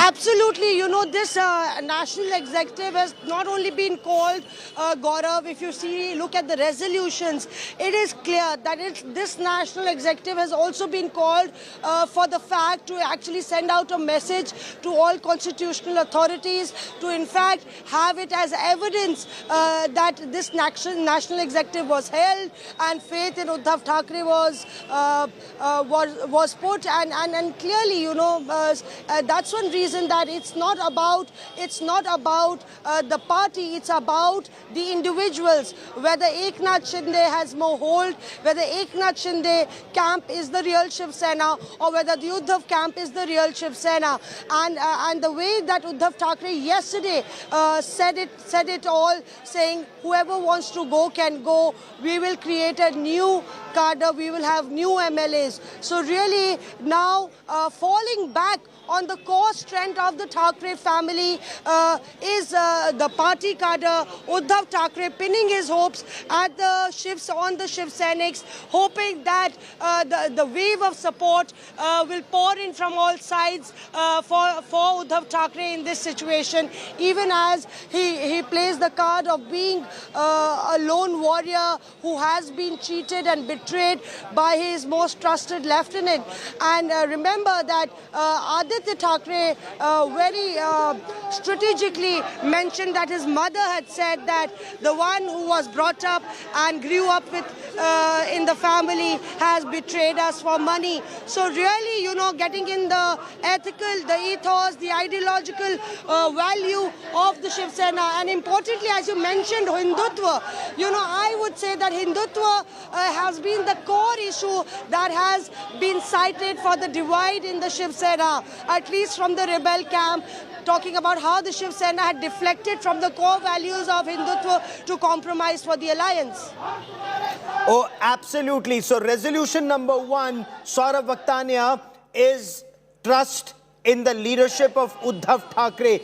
Very clear attempt to send out that message down the rank and file, be it Eknath Shinde, be it anyone else. They may have control of 2/3 of the rebel MLAs, but not the party, not the leadership. The leadership remains well and truly with Uddhav Thackeray. He is sort of the sole leader. Well, absolutely, Gaurav, and therefore the statement which has been made by Uddhav Thackeray himself, that he is going to lead the party. He is very much connected with the ground cadre and all the senior ministers, and therefore this is the show of strength, this is a show of power which has been right now happening outside the Shiv Sena Bhavan. And let me tell you, Gaurav, I have not seen in the past so many months that Uddhav Thackeray going to Shiv Sena Bhavan. This is hardly that sometime very important meeting or important press conference which happens only then. Chief Minister Uddhav Thackeray actually reaches Sena Bhavan, but hardly in a few years down the line, 1 year or so, I have not seen Chief Minister Uddhav Thackeray going to Sena Bhavan. But right now is the situation, it's the moment of the hour that right now at a very crucial piece of meeting which is happening at the Sena Bhavan, Chief Minister Uddhav Thackeray, which was not scheduled to go to Sena Bhavan, but he has now left from Machoti and he has reached the Sena Bhavan, wherein he will be addressing a very important press conference as well. And therefore, let me tell you that huge LEDs and speakers have been also put up outside Sena Bhavan. But in middle of it, Gaurav, let me give you a very important piece of information which has been coming out of the Mumbai police. The Mumbai police have now imposed Section 144 in Mumbai. This is a very big breaking news which we are putting out on India Today. Let me tell you, the first it was placed in Thane, Section 144 was imposed, but now Section 144 is imposed in the city of Mumbai. A statement which is given by Mumbai police clearly states that the huge political situation has arisen in Mumbai. There are so many critical places, sensitive places in Mumbai which needs to be secured. A high-level meeting, the story which we broke on India Today that earlier, that top Mumbai police officials are having a meeting, and now after this meeting, it is now decided that Section 144 should be imposed in the city of Mumbai. The statement which has been issued by Mumbai police, they are saying that all the houses and the offices of the political parties, MPs, ministers, MLAs, corporators and any other sensitive places, all will be secured. There will be police bandobast outside their houses, and Section 144 is implemented that should be secured. Another thing, no posters, no anti-slogans, no banners anywhere, and no gathering of more than 5 people in Mumbai. And the police commissioner have given a strict instruction that the Section 144 should be implemented. Saurabh, stay with me for a moment. I also want to bring in our Western India Bureau Chief, Senior Executive Editor Sahil Joshi, who joins us on the broadcast. Sahil, this picture tells its own story. The Shiv Sena symbol, bow and arrow, Uddhav Thackeray is sitting there. The biggest challenge to his leadership, 2/3 MLAs have formed a separate faction. You broke that story, Shiv Sena, Bala Sahib. Is there an apprehension the same could happen to the party? And is that why Uddhav Thackeray is at Shiv Sena Bhavan to send across that message he is well and truly in control? Well, of course, and that is the reason why, if you see that today for the first time, Uddhav Thackeray, after many days, have reached to the Sena headquarters, Shiv Sena Bhavan in Mumbai's Shivaji Park area. Right now, at present, the Shiv Sena executive, the people who are present at this point of time in this Shiv Sena executive meeting are Aditya Thackeray, Leeladhar Dake, Subhash Desai, Divakar Raute, Sanjay Raut, Gajanan Kirtikar and Chandrakant Khere. All are strong Uddhav Thackeray supporters. Who are not present at this point of time in the meeting are Manohar Joshi, the former Chief Minister of Maharashtra and Speaker of the Lok Sabha, former Speaker of the Lok Sabha, because he is in the poor health and he cannot attend the meeting. Sudhir Joshi, another member who has passed away. The remaining 3 people who may have turned rebel against Uddhav Thackeray from the Sena executive are Eknath Shinde, who is of course right now sitting in Guwahati and speaking to media and releasing different videos from there through his Twitter handle. Ramdas Kadam, another leader who has been unhappy with the way Shiv Sena is being functioned. His son, Yogesh Kadam, is right now in Guwahati. He's also in Shiv Sena MLA and he's supporting Eknath Shinde. And Anant Geete from his district, from where Anant Geete used to get elected, the Raigad district, almost all the Shiv Sena have gone to Guwahati. So Anant Geete is also not present. So if you count, this is in Sena executive, this is going to be 7 against 3. So obviously, Uddhav Thackeray in the Shiv Sena.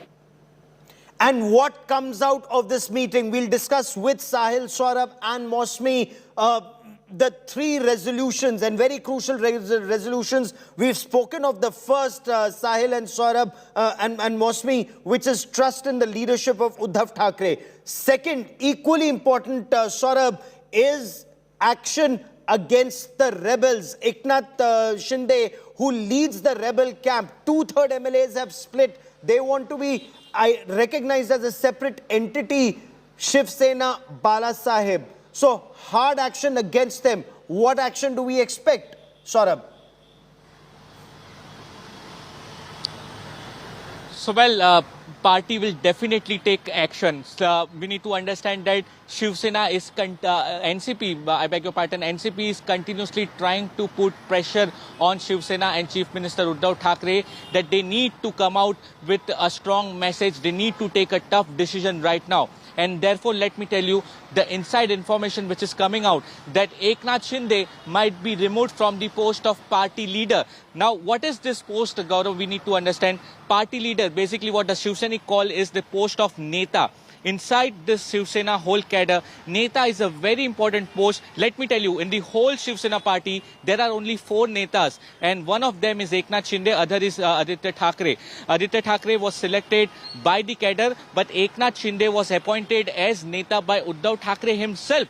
So what we are learning is that he might be removed from the post of Neta. Some action might be taken on Ramdas Kadam as well, because we are not seeing visuals of Ramdas Kadam in this particular important meeting, because Ramdas Kadam have spoken out against the party. In fact, his son, who is MLA, is right now sitting in Guwahati with the rebel camp. So right now, the message will be very clear that, look, Shiv Sena is the party of Balasaheb Thackeray, and after Balasaheb Thackeray, it's the Uddhav Thackeray who is running the whole Shiv Sena, and he's very much on ground. Even if his health conditions are not good, he's coming out of his house, he's meeting the party leader, he's addressing a speech, he's continuously doing several rounds of meeting, not only remaining trying to save in his contact with the cadre. Saurabh, important point that you make there. And Mosmi, the conversation that you had with Sanjay Raut, he repeatedly made that point that the time for rapprochement, the time for reaching out to the rebels is now over, and now is the time for hard action. Is that what we see? Is that what resolution number 2 is all about, Mosmi?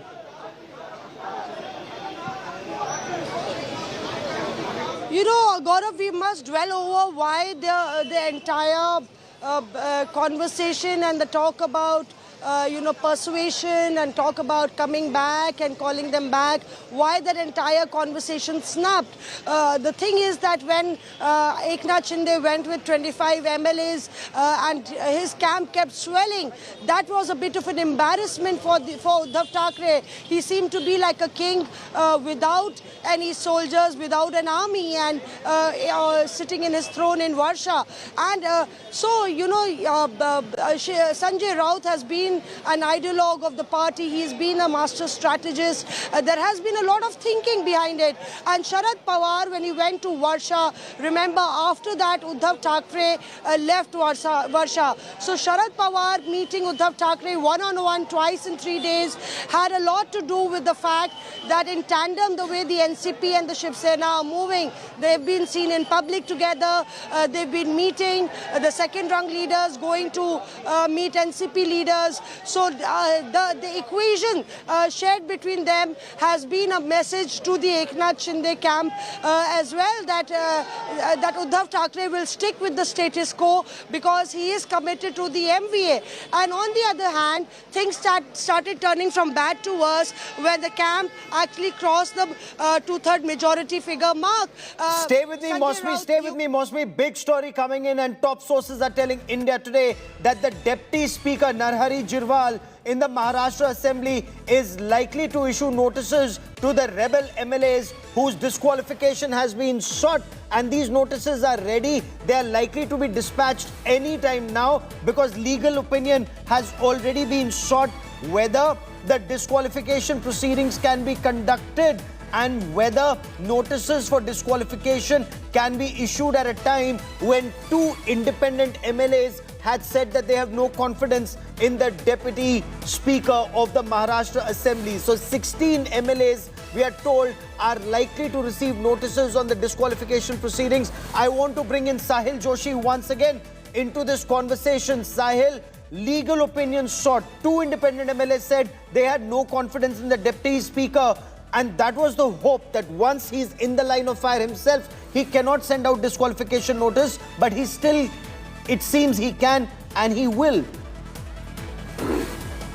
Well, the no confidence motion was initiated by the Eknath Shinde group with the signature of 34 MLAs on the day when the Deputy Speaker accepted Shiv Sena's claim and changed the leadership of the party to Ajay Chaudhary and removed Eknath Shinde as the leader of Shiv Sena's legislative party. Now, what the Deputy Speaker's office has informed the Eknath Shinde group is that one, the email came to register this no confidence motion have come from some unknown email ID which cannot be recognized, whose email ID needs to be clarified. Secondly, the signatures on that particular letter are it's kind of a Xerox copy. They need the original signatures in hand at this point of time to register this protest and go ahead with the no confidence motion. So that no confidence motion has been rejected. Secondly, now short time from a while, they are also going to issue notices on the no confidence motion, on the disqualification notices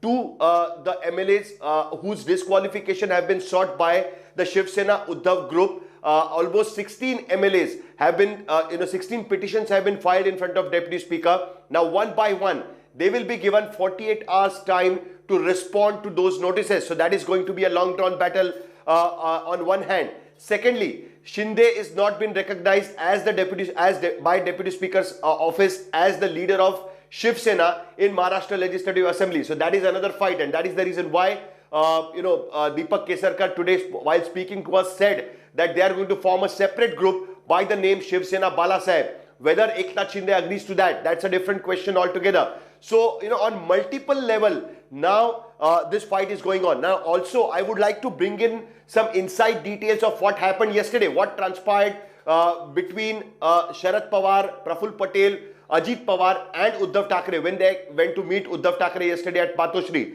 The last line, what Sharad Pawar had told Uddhav Thackeray is that we are with you at this point of time.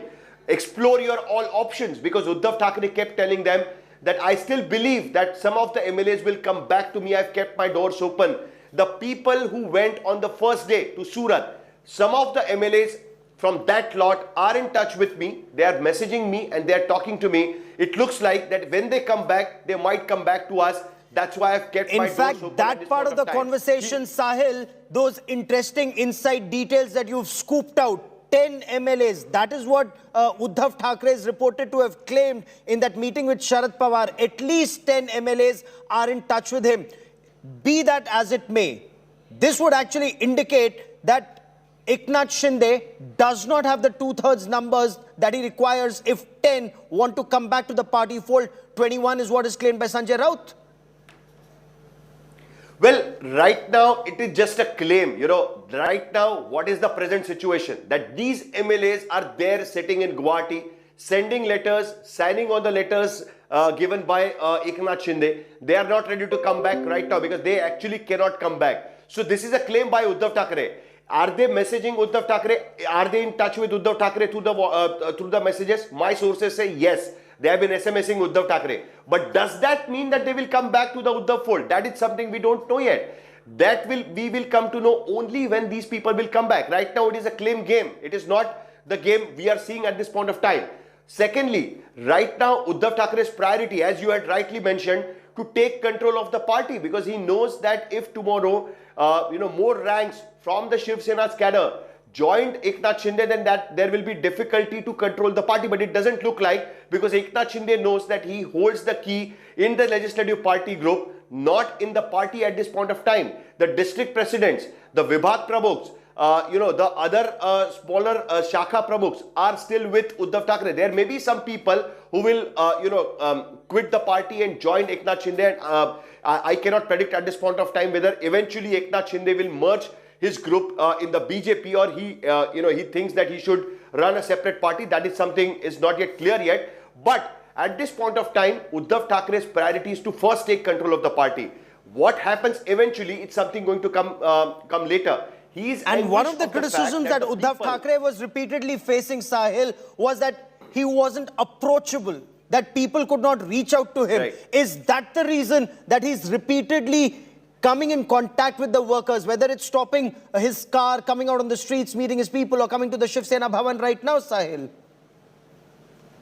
Well, Gaurav, that is one of the things. Whenever the leader is cornered and told that, this is why your people are going away, at least, he tries to show that that is not the case. Now, what is happening behind the, behind the curtains? Uddhav Thackeray is messaging his MLAs. Whoever is responding to him, he's thinking that, okay, they might come back. His wife, Rashmi Thackeray, is being calling those MLAs' houses and speaking to their spouses and talking to them, asking that we are the family, why don't you come back? We are not going to fire you. We are not going to take action. Once you are in Mumbai, my doors are open to you. So, multiple way, emotional blackmailing, threat, the Shiv Senics going to the various offices. Look at the offices, look at the places where the offices were attacked.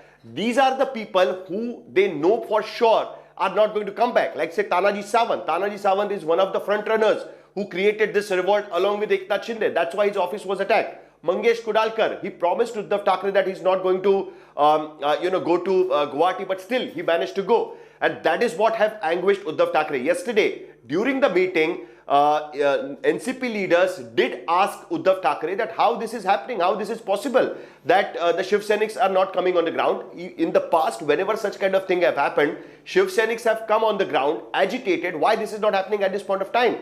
Uddhav Thackeray told them that deliberately we have asked Shiv Senics not to do this because some of the MLAs who want to come back might get upset if they are attacked, their houses are attacked, their offices are attacked. We don't want to touch them, and that is the reason why they didn't come on the ground. The second thing which Uddhav Thackeray was, 1 minute, second thing which Uddhav Thackeray was asked by these NCP leaders, that how is it possible that the MLAs who were present for the meeting in Varsha were present with you in the hotel, immediately the same evening went to Surat and went to Guwahati by the chartered flight. Is your hand in this? That is what people are talking about. Uddhav Thackeray immediately clarified. He laughed on that. And after that, in the evening, when he addressed the Shiv Sena corporators, the former corporators and the local level pramukhs, he made it very clear that why would I backstab myself? I have no part in this. I'm not supporting this. This doesn't have my blessings. I am still standing with the Mahavikas Aghadi. I am not with Eknath Shinde group. This is not a ploy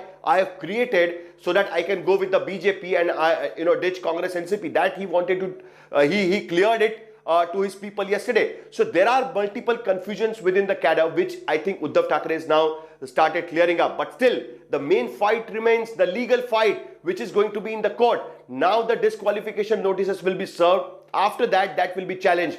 Whether the Eknath Shinde's group gets a separate recognition, or Eknath Shinde still wants to go for the whole kill. He wants to lead the party in Maharashtra Legislative Assembly and still will claim that I am the leader of the Legislative Assembly group. It's something what we need to be seen. But right now, as per Deepak Kesarkar, they are going to form a separate group called Shiv Sena Balasaheb. That is what going on at this point of time. It's going to be a long-drawn battle, or if it ends by next week, it's something what we have to do. And one more last thing, Gaurav.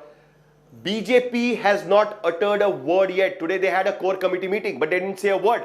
BJP is still watching the situation. They have not yet come on the ground. They have not yet gone to the governor. They have written only one letter asking the governor to take a cognizance that there are decisions being taken by the Maharashtra cabinet. Yesterday when asked to Ajit Pawar said that the government is still functioning. We still have the majority. We are running the government. The no confidence vote has not yet passed in the assembly, so that means we are in the government, we can take the decisions. So the BJP is slowly coming into the picture right now. They have just informed the governor, take cognizance of the situation. They have not made any kind of a demand yet. Interesting. So by Monday, when the things will Paulami is also joining us on the broadcast. Paulami joins us from Guwahati. Mosmi is with us from Mumbai. Sahil Joshi joins us from Mumbai. We're giving you a 360-degree perspective on this big, fast-paced developing story. And Paulami, notices have been issued to the 16 rebel MLAs. We are being told that the no confidence email was sent from an unrecognized email, and that is why no cognizance has been taken of it. What more do we know of the disqualification notices, Paulami? Well, Gaurav, what we do know is that they have been dispatched or are to be shortly dispatched. We also know that there is a meeting of the Eknath Shinde camp inside Hotel Radisson Blu at about 2 p.m. which should have started at the moment. So all of this is going to come up for discussion also. Earlier in the day, I had reported about the fact that as far as... I'm just cutting across. चल रही है क्या एकनाथ शिंदे के खिलाफ और बाकी जो बागी नेता जो पार्टी का हिस्सा है उनके खिलाफ कुछ कार्रवाई का जो रेजोल्यूशन जो डिस्क्वालिफिकेशन प्रोसीडिंग्स लेजिस्लेटिव असेंबली के मेंबर्स हैं उनके ऊपर पार्टी के द्वारा जो जारी किए हैं वो प्रोसीडिंग हो रही है, वो प्रोसीजर हो रहा है। कोरला से लेके पुणे में जो है आप देखिए जो तानाजी के वहाँ भी वो तोड़फोड़ हुई है, उसको किस तरह से देखता है? अब शिवसैनिक जिस तरह से पेश आ रहे हैं, जिस तरह से शिवसैनिक उनकी भावनाएं व्यक्त हो रही हैं। So here you are, Anil Desai हमसे बात करते हुए बोल रहे हैं कि शिव सैनिक जिस तरह से पेश आ रहे हैं उनकी भावनाएं व्यक्त हो रही है। उन्होंने बोला कि एकनाथ शिंदे और तमाम ऐसे जो नेता जो गुवाहाटी में बैठे हैं उनके खिलाफ पार्टी कार्रवाई करेगी और राष्ट्रीय कार्यकारिणी में उद्धव ठाकरे जो है पूरी ये बैठक ले रहे हैं मौजूदा परिस्थिति पे। Stay with me. Interesting, Mosmi, that conversation that you've had with Anil Desai, Shiv Sena member of parliament, who's saying that the process seeking the disqualification of 16 MLAs, that's currently underway. And Polami, if I could come back to you, by 5 p.m. Monday, we are told these 16 MLAs have been asked to respond why they should not be disqualified. Polami. That's right. What we're learning is that those notices are to be shortly dispatched. So they will probably reach, of course, over email, official email, to these MLAs who are, of course, holed up inside Hotel Radisson Blu in Guwahati. And what we'd learned earlier from our sources, obviously, we're yet to see those summons copy or those notice copies from the Deputy Speaker's office. But earlier, when we'd spoken to our sources, we had learned that it would give a 48-hour to a 72-hour window for these MLAs, these 16 rebel MLAs, to in fact come forward in person to the Maharashtra Legislative Assembly. So the deadline could possibly end by Monday evening, as you were saying, to come forward to Maharashtra Legislative Assembly or respond through email, through a valid email address, which can be, of course, authenticated that it indeed comes from the particular MLA who has been served that notice. So that would be an option as well, that they send in their response to the summons which has been issued to them on the basis of the disqualification motion moved against these 16 rebel MLAs by the Shiv Sena. So that is the plan.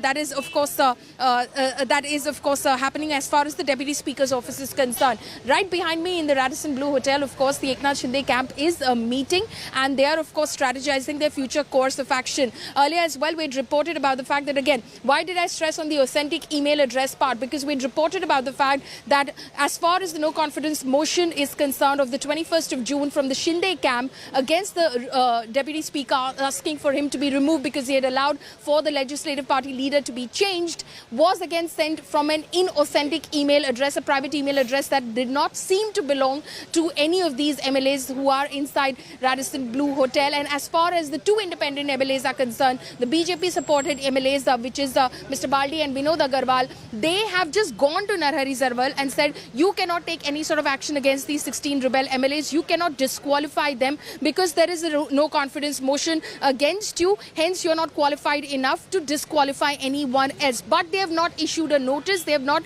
put anything down on paper. So clearly, no confidence motion rejected, the first one from 27 June, and there's nothing fresh in front of the Deputy Speaker. So he is free to take any sort of action that he wishes to take at the moment as it seems. Polami, Mosmi and Sahil, stay with me on this big story. Fast-paced developments taking place. In fact, India Today gets you the biggest political scoop of the day in this Sena versus Sena war, where the Eknath Shinde faction, the Eknath Shinde Sena, they want to form the rebel faction of the Shiv Sena. The Shinde Sena has sought recognition as a separate entity. In an exclusive conversation with India Today's Sahil Joshi, rebel MLA Deepak Kesarkar, he said that Eknath Shinde has shot off a letter to the Deputy Speaker Narhari Zarwal saying that the rebel camp wants to be recognized as Shiv Sena Bala Sahib.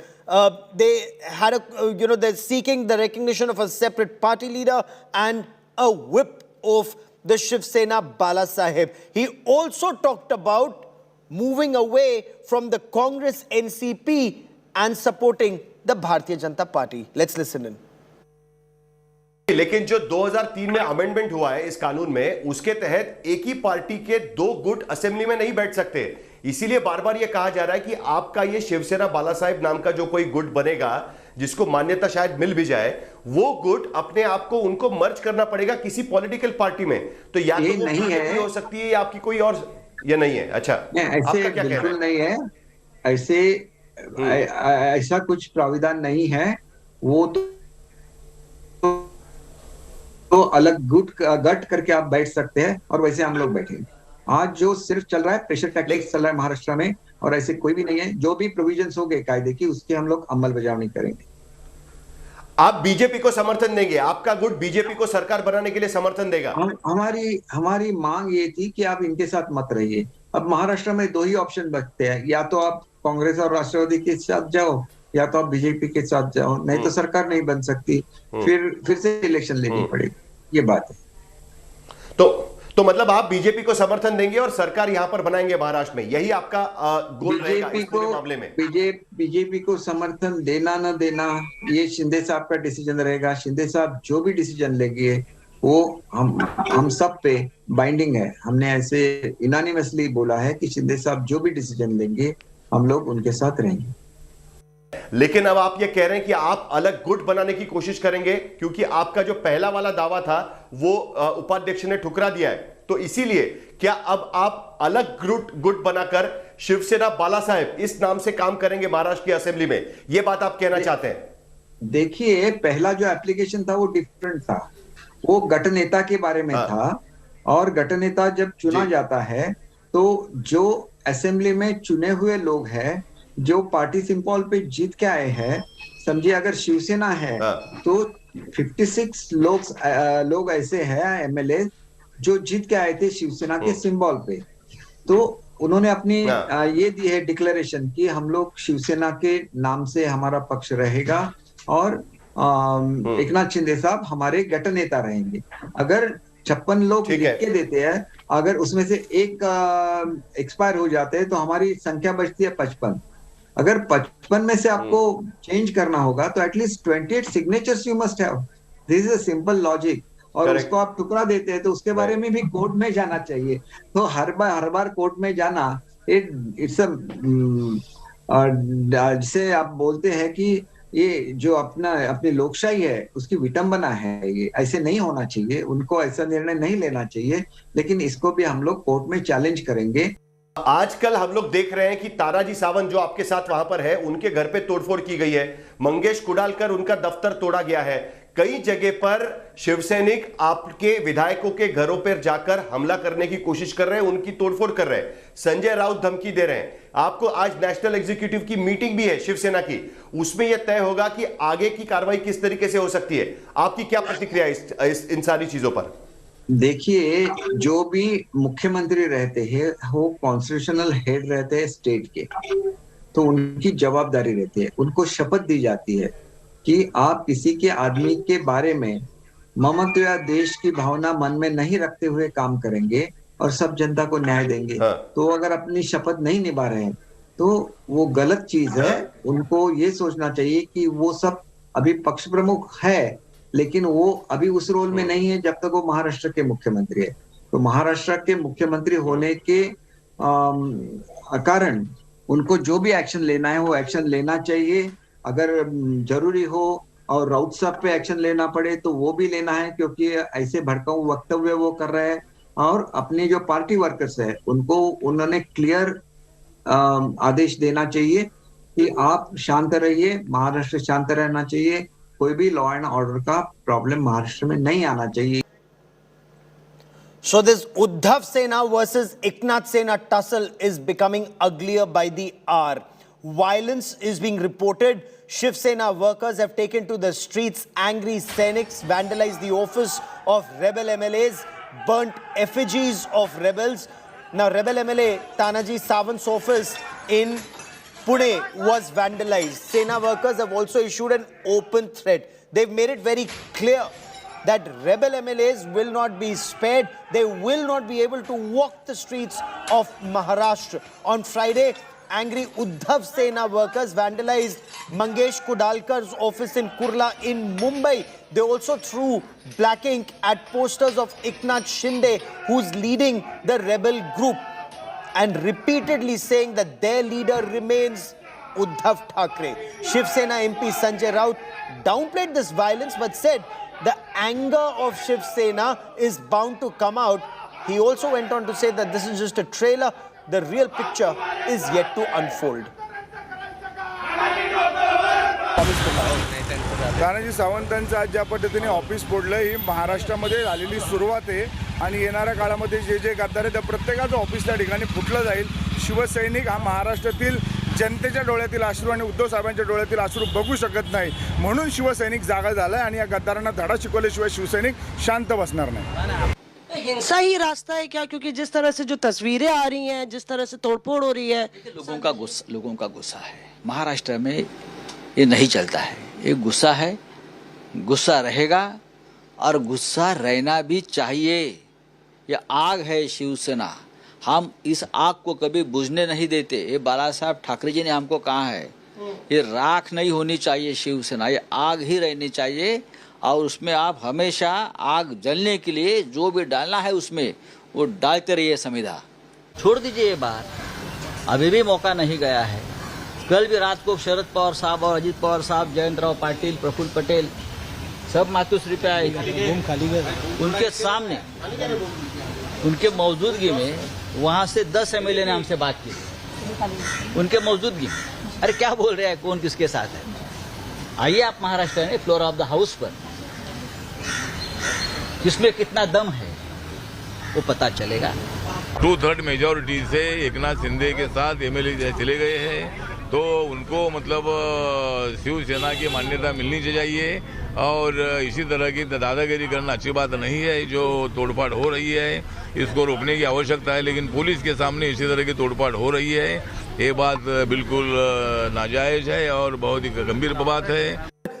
The Shiv Sena may be advised to throw in the towel, but they continue to fight. Sanjay Raut has made it very clear the time for talks is over. Shiv Senics are now on the streets, and this fight will happen not just on the floor of the house, but also on the streets, sir.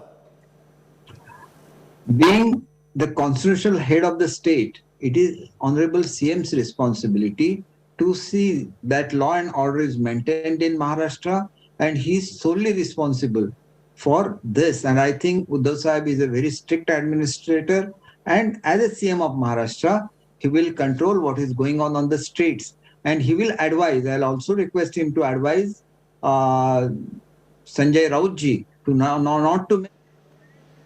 I quickly now want to cut across to India Today. Divesh, who joins us from outside Eknath Shinde's residence, and there are reports of anger and protests. Bring us details, Divesh.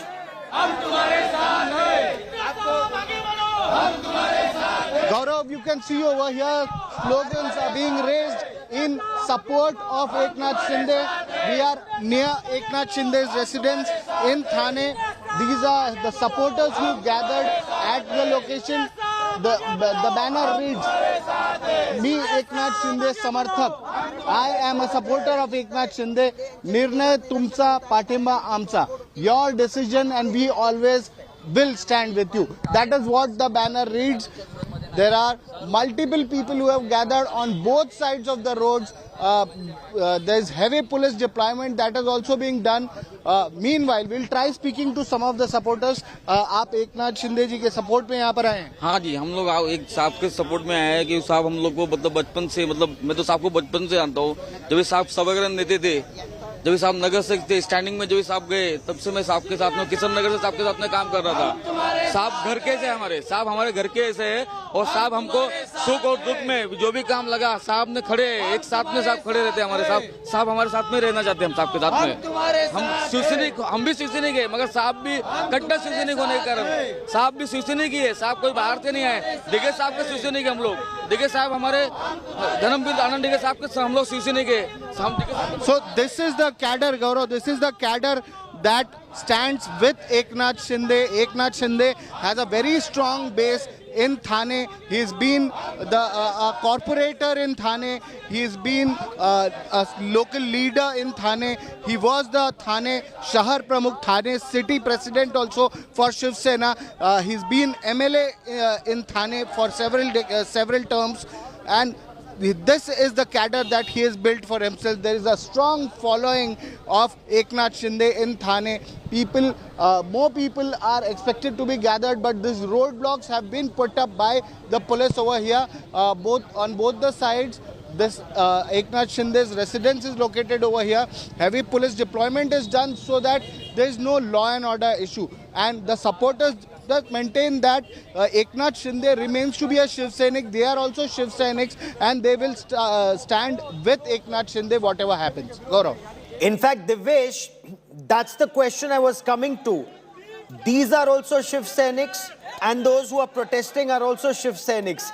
Is there an apprehension that this fratricidal war could start, Sena versus Sena, on the streets of Maharashtra?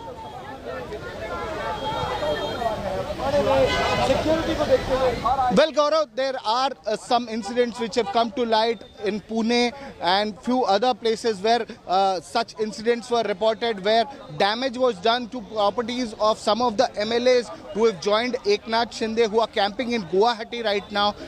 There were protests being carried out against them. That is why a general alert has been sounded by police so that there is no law and order issue across the state, especially in districts like Thane, where Thane, as I pointed out, that remains to be a bastion of Eknath Shinde. This Eknath Shinde is from Thane, and that huge number of people are his followers in Thane. But it is suspected by police officials that there could be some trouble amongst the supporters of Shiv Sena, people who follow Uddhav Thackeray, and there could be some trouble between the Shiv Sainiks who are now supporting Eknath Shinde. And that is why security has been beefed up at various locations. Even in Mumbai, Section 144 has been imposed. In Thane, Section 144 has been imposed, so that no assembly of more than 4 people happens at one single location. But here we can see, despite that, a huge number of people have gathered. Huge number of people are raising slogans in support of Eknath Shinde, the leader who has meanwhile support of around 40 MLAs and 10 independent MLAs, all camping in Guwahati right now. Gaurav. You know, Devesh, the way Tanaji Sawant's office was vandalized, the way Mangesh Kudalkar's premises were vandalized in Kurla. So we've seen what has happened in Pune. We've seen what's happened in Kurla, in Mumbai. There are also some other reports. Eknath Shinde's effigy ink was thrown at it. Are these countermeasures that the MLAs are taking through their supporters and within the Shiv Sena? Is it now very clear that when action is taken against the 38 rebels, it could lead to a fight breaking out on the streets between supporters of these 38 MLAs and the Shiv Sena, that is with Uddhav Thackeray?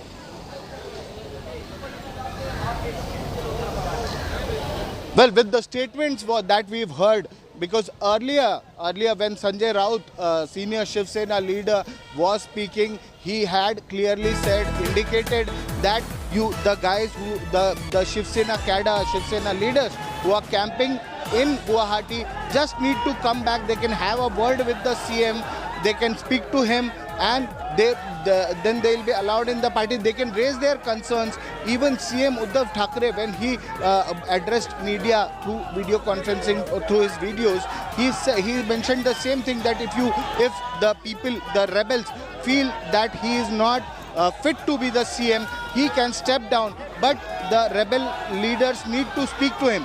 But again, there came another statement where they again mentioned this thing. Sanjay Raut also mentioned, and Uddhav Thackeray had also mentioned, that they are not going to forgive these rebels. And that is why now it seems that the period where they could be forgiven, the rebels could be forgiven, is over. The disqualification process has been initiated for 16 MLAs, and there could be action against them. There could be action initiated by Uddhav Thackeray and his loyal cadres against the rebels. There could be disqualification also. A legal battle could start very soon between the rebel leaders and Uddhav's Shiv Sena. Meanwhile, these protesters, as we see over here, have gathered in support of Eknath Shinde. This is a show of strength being done by the local supporters of Eknath Shinde. And as you pointed out, that there could be in future, there could be trouble between the supporters of Uddhav Shiv Sena and the supporters of Eknath Shinde. So it is suspected by the police, and that is why measures are being taken by police officials. Section 144 is being imposed. Security is being beefed up at residences of these leaders. The huge police presence can be seen in areas, in sensitive areas where huge presence of Shiv Sena workers is there from both the sides, and that is why police has also imposed sections like 144 and few other sections, so that no untoward incident happens, so that no law and order situation happens. Give me a moment. I quickly want to cut across to Guwahati, even as we continue this conversation in Mumbai. Polami Saha joins us on a very crucial meeting that's taking place in the Eknath Shinde camp. The 38 rebels plus the 9 or 10 independent MLAs who are there in Guwahati. Polami, bring us details of this conference. What's this about now? Well, this is a very crucial meeting that is started inside the Hotel Radisson Blue. This is the Eknath Shinde camp, meeting and strategizing the future course of action. They will obviously be discussing details of, the notices which are yet to be received by them. Of course, we are reporting that there shortly to be issued from the Deputy Speaker's office that 16 of these rebel MLAs are expected to receive. So exactly how are they going to proceed forward with that, especially now with the Deputy Speaker also rejecting the no confidence motion that they've moved against him around the 22nd of June, because they believe that his decision to in fact remove Eknath Shinde as leader of the Shiv Sena Legislative Party and appoint Ajay Chaudhary was an invalid and illegal decision, and that has now been dismissed by the Deputy Speaker. So he, of course, is going to take further action now after, of course, issuing summons to them to appear before him in the Maharashtra Legislative Assembly. So they're going to discuss all of that, and at 4 p.m. there will be a press conference that will be addressed, a video press conference that will be addressed through a video link by Deepak Kesarkar, a rebel MLA who is, of course, inside Radisson Blue. He is a former MOS home as well. So we will, of course, know at that 4 p.m. briefing, Gaurav, exactly what has been decided by this faction in Guwahati. And so far, the rebel faction says that the national executive meeting of the Shiv Sena is pressure tactics. That is what Deepak Kesarkar said a short while back in that conversation with India Today's Sahil Joshi. Is that how the rebel camp views this? Polami, also the information that that Sanjay Raut gave, saying that at least 10 of these rebels are in touch with Uddhav Thackeray, and they were in touch with Uddhav Thackeray even as that conversation was happening between Uddhav Thackeray and Sharad Pawar and NCP top leadership. Is there an apprehension some of them could actually go back to the Uddhav Sena fold?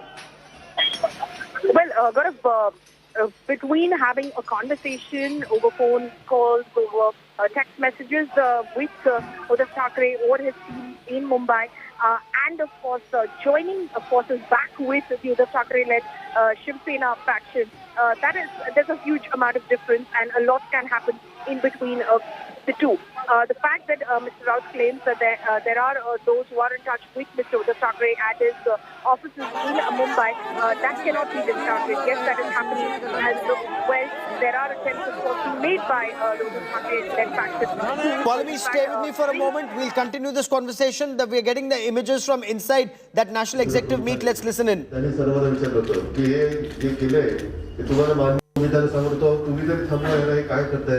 मला म्हणे मी मध्ये पडणार नाही, त्यांचा निर्णय त्याला घेऊन मी नाही मध्ये पडणार. मग तो ठराव मंजूर झाल्यानंतर शेवटच्या सत्रात जेव्हा शिवसेना प्रमुख आले, त्यांनी सर्वांना विचारलं होतं की हे जे केलंय ते तुम्हाला मान्य. मी त्यांना सांगतो तुम्ही जरी थांबला हे काय करताय. मला म्हणे मी मध्ये पडणार नाही, त्यांचा निर्णय त्यांना घेऊन मी नाही बरे पडणार. मग तो ठराव मंजूर झाल्यानंतर शेवटच्या सत्रात जेव्हा शिवसेना प्रमुख आले त्यांनी सर्वांना विचारलं होतं की हे जे केलंय ते तुम्हाला मान्य. मी त्यांना सांगतो तुम्ही जरी थांबवा हे काय करताय. मला म्हणेल मी मध्ये पडणार नाही. त्यांचा निर्णय त्यांना घेऊन मी नाही बरे पडणार. मग तो ठराव मंजूर झाल्यानंतर शेवटच्या सत्रात जेव्हा शिवसेना प्रमुख आले त्यांनी सर्वांना विचारलं होतं की हे जे केलंय ते तुम्हाला मान्य. मी त्यांना सांगतो तुम्ही जरी थांबवा हे काय करताय. मला म्हणेल मी मध्ये पडणार नाही. त्यांचा निर्णय त्यांना घेऊन मी नाही बरे पडणार. मग तो ठराव मंजूर झाल्यानंतर शेवटच्या सत्रात जेव्हा शिवसेना प्रमुख आले त्यांनी सर्वांना विचारलं होतं की हे जे केलंय ते तुम्हाला मान्य. मी त्यांना सांगतो तुम्ही जरी थांबवा हे काय करताय. मला म्हणेल मी मध्ये पडणार नाही. त्यांचा निर्णय त्यांना घेऊन मी नाही बरे पडणार. मग तो ठराव मंजूर झाल्यानंतर शेवटच्या सत्रात जेव्हा शिवसेना प्रमुख आले त्यांनी सर्वांना विचारलं होतं की हे जे केलंय ते तुम्हाला मान्य. मी त्यांना सांगतो तुम्ही जरी थांबवा हे काय करताय. मला म्हणेल मी मध्ये पडणार नाही. त्यांचा निर्णय त्यांना घेऊन मी नाही बरे पडणार. मग तो ठराव मंजूर झाल्यानंतर शेवटच्या सत्रात जेव्हा शिवसेना प्रमुख आले त्यांनी सर्वांना विचारलं होतं की हे जे केलंय ते तुम्हाला मान्य. मी त्यांना सांगतो तुम्ही जरी थांबवा हे काय करताय. मला म्हणेल मी मध्ये पडणार नाही. त्यांचा निर्णय त्यांना घेऊन मी नाही बरे पडणार. मग तो ठराव मंजूर झाल्यानंतर शेवटच्या सत्रात जेव्हा शिवसेना प्रमुख आले त्यांनी सर्वांना विचारलं होतं की हे जे केलंय ते तुम्हाला मान्य. मी त्यांना सांगतो तुम्ही जरी थांबवा काय करताय. Polemy, a show of strength taking place at two different locations. Eknath Shinde camp in Guwahati and Uddhav Thackeray addressing the national executive meet of the Shiv Sena in Mumbai, talking about his father and the legacy. Polemy. That's right. In fact, that is what Uddhav Thackeray has been invoking in the past as well. Yesterday, when he, in fact, via video conference, he was speaking to the Shiv Senics and his leaders of the party who are with him at the moment. He said the same thing, that this is the blood and sweat of Balasaheb Thackeray. And what they've done today is betray that while, of course, going ahead. How can they call themselves, in fact, followers of Balasaheb Thackeray when they basically are using abusive language, making baseless allegations against the same Thackeray family itself? He, in fact, challenged them that indeed, if you have the courage to fight it out on your own, and you do believe that you are mass leaders, then you should go out there and basically give up the name of Balasaheb Thackeray, give up the name of Shiv Sena, and then go fight on your own mind, and then, of course, bring voters on board with you as well. So he has been invoking the legacy of Balasaheb Thackeray, and he, of course, has been speaking about how he has no sense of attachment to anything. It took him, he said, just a snap decision to walk out of Russia and move back to Maharashtra, because it was not his choice. As he said, he never had a lust for power. It was not his choice to become the chief minister. It was, of course, the decision of all the allies who asked him to become the chief minister. He said, this is not what I dreamt about ever, to becoming the chief minister. If someone else wanted to be the chief minister, they could have spoken to me, they could have had a conversation and a dialogue with me, because this is not what I was thirsting for. This power, I was not thirsting for it. But for them to have betrayed me when I was unwell, when I was recovering, I had to go through back-to-back operations and surgeries. For them to have betrayed me at such a crucial time when this state was battling the COVID-19 pandemic, was one of the worst affected, and our entire energies and resources were dedicated towards it, and because of which I couldn't meet people at that point of time. As their challenge and their allegation is that I don't meet people. We were facing pandemic. We were facing COVID-19 pandemic soon after we came to power in November 2019. In 2020, the pandemic hit us, and that is what I was battling with. I had to keep some amount of distance, but it doesn't mean that I wasn't taking decisions. It doesn't mean that I wasn't listening to the people on the ground. I, in fact, convened a cabinet meeting straight away 1 week after coming out of the Operation Theatre. So this is how I have been working, and that is the emotional sort of appeal. Of course, he went on to say yesterday, specifically, that I'm not using emotional blackmail. I am not binding you. I'm not holding you back. It is entirely your decision. It is a democracy. You have every right to think about yourself and then take a call for yourself. I'm not going to bind you, but do realize that this is betrayal. This is backstabbing. This is you not following in the footsteps of Balasaheb Thackeray. And as far as Shiv Sena is concerned, it is like a big badam cheese, as he said. Stay with me, Polemy. Give me a moment. There's a big story we are breaking here on India Today as we show you images of the Sena versus Sena war spilling out to newer areas across Maharashtra. The Shinde Sena has demanded that Uddhav Thackeray break the alliance with the Congress and with the NCP. There are protests and there are counter-protests that are taking place. So while Shiv Seniks loyal to Uddhav Thackeray are using ink and black paint to tarnish and cover the face of, blacken the face of Eknath Shinde. This is happening in Palghar. We're showing you one image of Palghar on your television screen. There are massive protests outside Shinde's home in Thane in favor of Eknath Shinde against the alliance with the Congress and the NCP. What we are also being told is Ramdas Kadam's son, Yogesh Kadam, his office has also been vandalized and Shinde's son's office is also being vandalized. So massive protests are now breaking out in different parts of Maharashtra.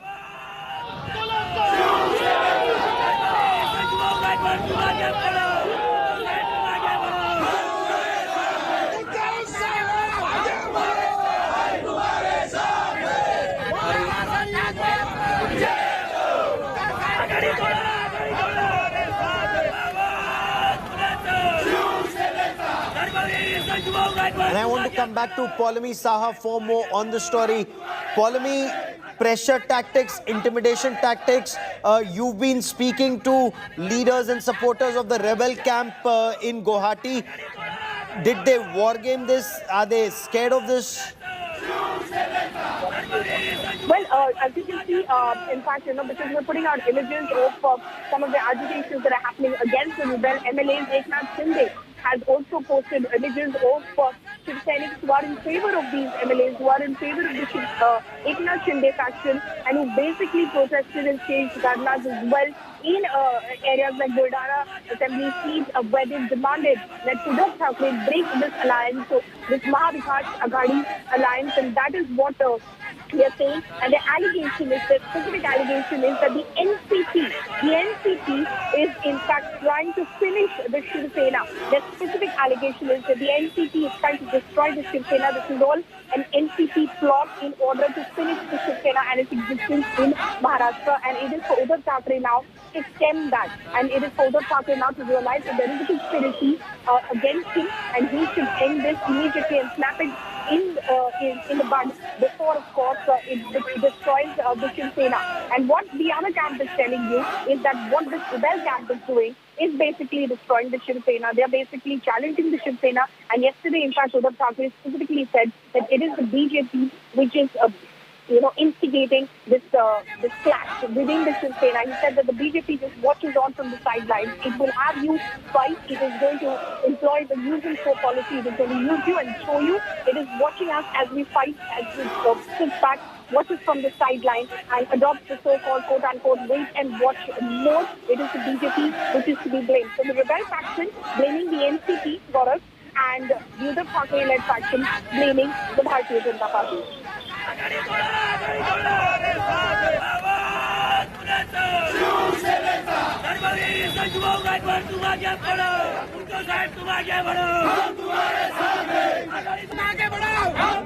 As you can see on your screens right now, are of protests that have broken out across the state, agitations that are happening across the state of members of both factions who have stepped out in order to register their agitation. There are two camps that are protesting out on the streets. One is the camp of Uddhav Thackeray, which is out on the streets and is even engaging in vandalism, is in fact attacking the offices of Shiv Sena MLAs, rebel MLAs who are in fact in the Radisson Blu Hotel. As you can see, there are images of those vandalism as well that happened in Mangesh Kuralkar's office in Thane. Now Yogesh Kadam, who is in fact the son of Ramdas Kadam, a very senior and a stalwart member of the Shiv Sena, who's in fact been upset with the Shiv Sena for a very, very long time.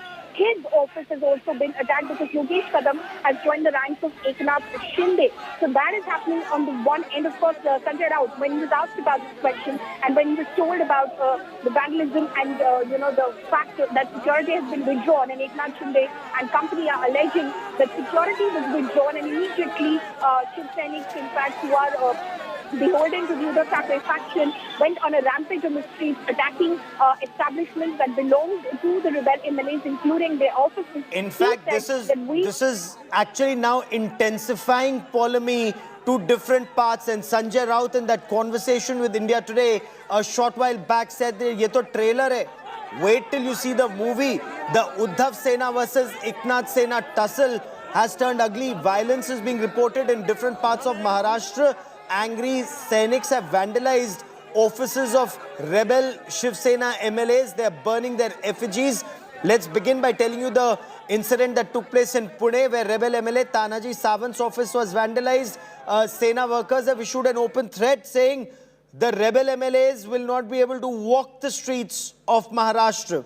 Uddhav Sena workers also vandalized rebel MLA Mangesh Kudalkar's office in Kurla. They threw black ink and eggs at posters of Eknath Shinde, angry at what they said was Uddhav Thackeray being stabbed in the back at a time when he wasn't even well. Shiv Sena MP Sanjay Raut, in an exclusive conversation with India Today, said this was just a trailer. The real picture is yet to unfold. Meanwhile, Union Minister Ramdas Athavale has condemned this violence, and he said it is for the law and order machinery to ensure that there is no violence on the streets of Maharashtra. ये भी कहा जा रहा है कि कानूनी पेच जो है लगातार फंसा हुआ है और कानूनी कोर्ट का सहारा ले सकते हैं विधायक, जिस तरह से उनको डराया धमकाया, जो चेतावनी किसी को डराया धमकाया नहीं है। ये फालतू का काम हम नहीं करते, सिर्फ डराना और धमकाना। हम एक्शन वाला काम कर लेते हैं, सीधा एक्शन करते हैं। हाँ करेंगे ना, उसमें क्या है, कर लेंगे। ऐसे आप करेंगे तो वो डरेंगे आने से।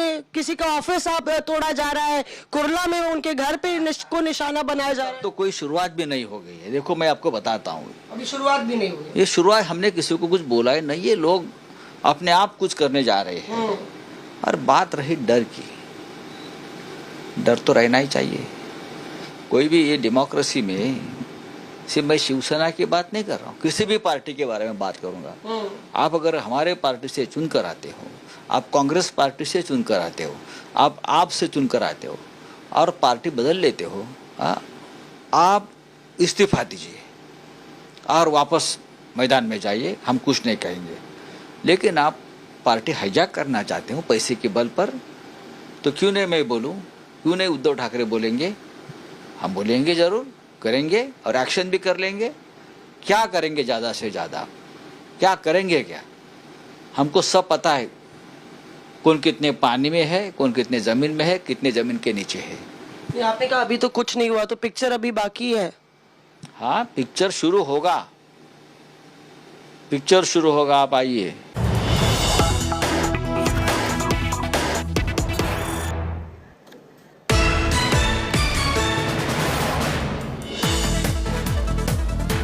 Uddhav Sena's big strike on the Shinde Sena. A resolution has been passed in the party's national executive meet. Shiv Sena will move the election commission to ensure that Bala Saheb Thackeray's name is not misused.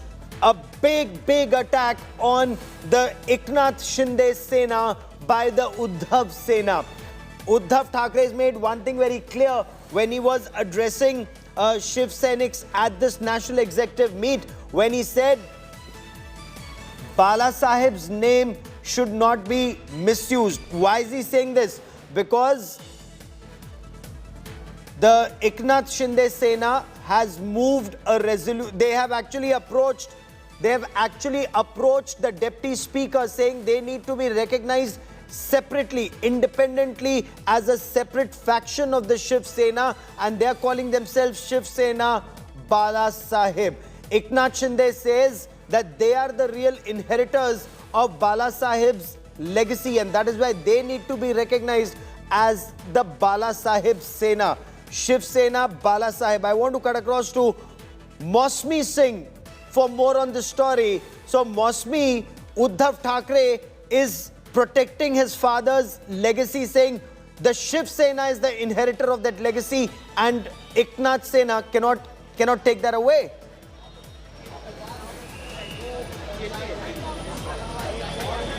Yes, Gaurav, you know, in fact, the blueprint of this entire meeting that is underway at the Shiv Sena Bhavan was prepared earlier on. In fact, yesterday, you know, and when we spoke to Sanjay Rawat, he also towed the same line that Shiv Sena is Thackeray and Thackeray is Shiv Sena. So clearly, at this point of time, we've also spoken to Anil Desai, who stressed on the fact that action would be taken against the specific leaders who have rebelled against the party, and this is about not only the MLAs, but it is about the Shiv Sena as a whole, which is a party, and the MLAs are just a wing of the party. So Uddhav Thackeray there reinforcing his legacy, reinforcing his existence and presence in that meeting, clearly outlining that without the Thackeray's, the Shiv Sena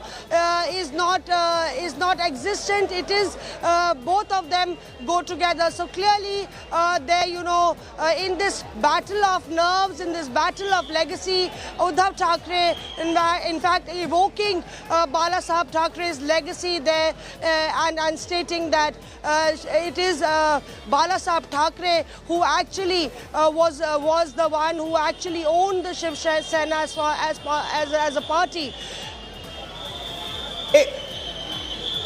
The Shinde Sena says they are the inheritors of Bala Sahib's legacy. They are following Bala Sahib Thackeray's ideology. They are following Bala Sahib Thackeray's Hindutva. And Bala Sahib Thackeray did not want to go, would never have gone with the Congress, is something that Union Minister Piyush Goyal said in a conversation with India Today while talking about a video that was going viral. Let me also tell you news that is just coming in.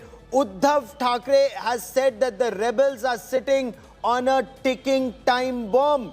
Latest information coming in from inside this national executive that's taking place at the Shiv Sena headquarters in Mumbai. A resolution has been passed in the party's national executive meet. Shiv Sena is to move the election commission to ensure Bala Sahib Thackeray's name is not misused by the Eknath Shinde Sena. So, Mosmi, there is this very clear fight over inheritance of Bala Sahib's legacy. Uddhav Thackeray inherits it or Eknath Shinde inherits it, and Uddhav Thackeray is trying his best to ensure that election commission moves in so that Eknath Shinde Sena doesn't get recognition as Shiv Sena Bala Sahib.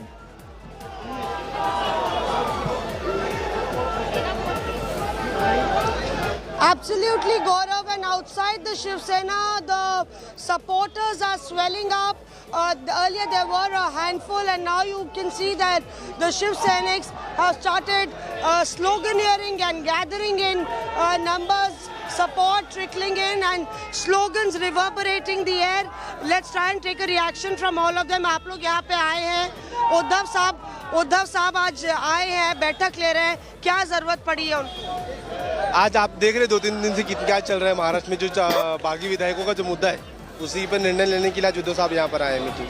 Eknath Shinde भी कह रहे हैं कि उनका जो camp है वही असली शिवसेना है, तो कौन सी असली शिवसेना दिख रही है ना आपको? कौन सी असली शिवसेना है?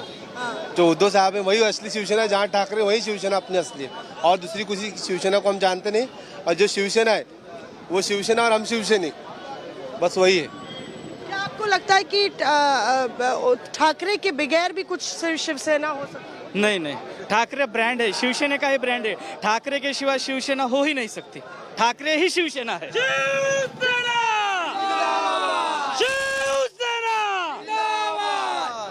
आदित्य ठाकरे आज युवाओं की बैठक ले रहे हैं, युवाओं की रैली कर रहे हैं, तो क्या आदित्य ठाकरे ही विरासत शिवसेना की आगे कमान संभालेंगे? जरूर, क्यों नहीं संभालेंगे, उनका हक बनता है, वो खुद संभालेंगे।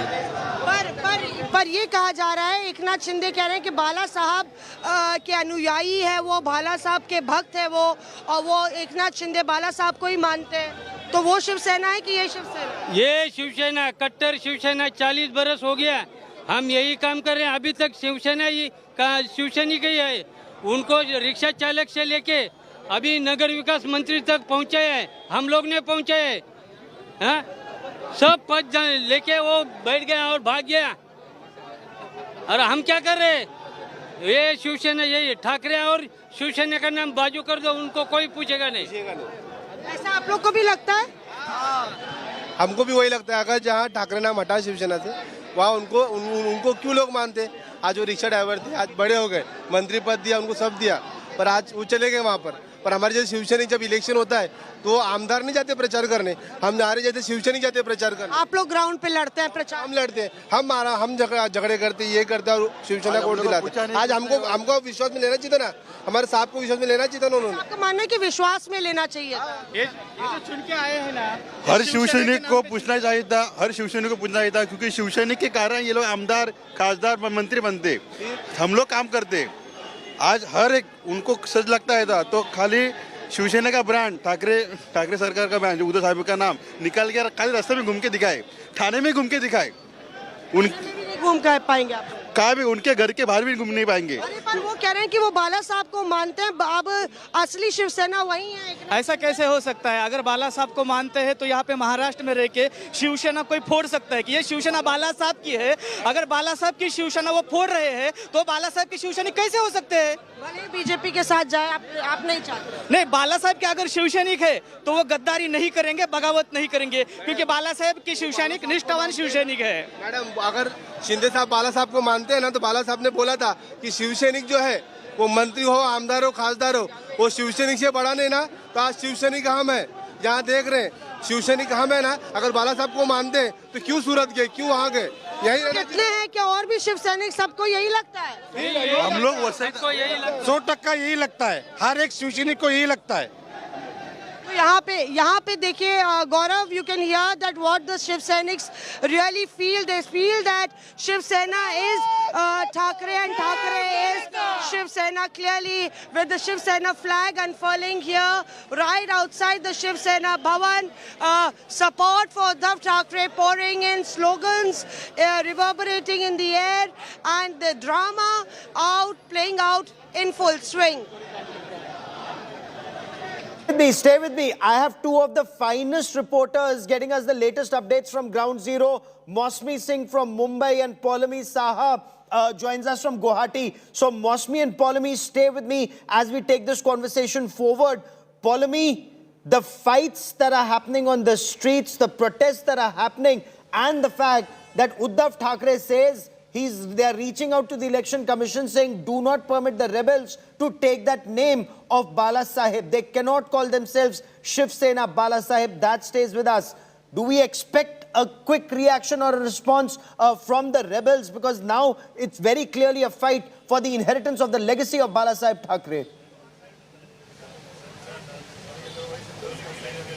Well, definitely, because the rebel camp will be holding a press conference via video link at 4 p.m. today. So in a short while from now, in about 45 minutes from now, in fact, Deepak Kesarkar, rebel MLA, will be addressing a press conference after that meeting that the Eknath Shinde faction is holding right now as we speak inside Hotel Radisson Blu in Guwahati. Remember, it is a proposal that Mr. Deepak Kesarkar referred to in that interview to India Today, where he said that the proposal is that, we name the party, name our group, Shiv Sena Bala Sahib. But that is something which remains to be seen if Eknath Shinde, of course, like I spoke to some of the MLAs inside and they said it will be Eknath Shinde's decision. So it remains to be seen what emerges out of that meeting if indeed they go forward and call their group this new name of Shiv Sena Bala Sahib. But we've been speaking to experts as well who are, of course, following the legalities and the nitty-gritties of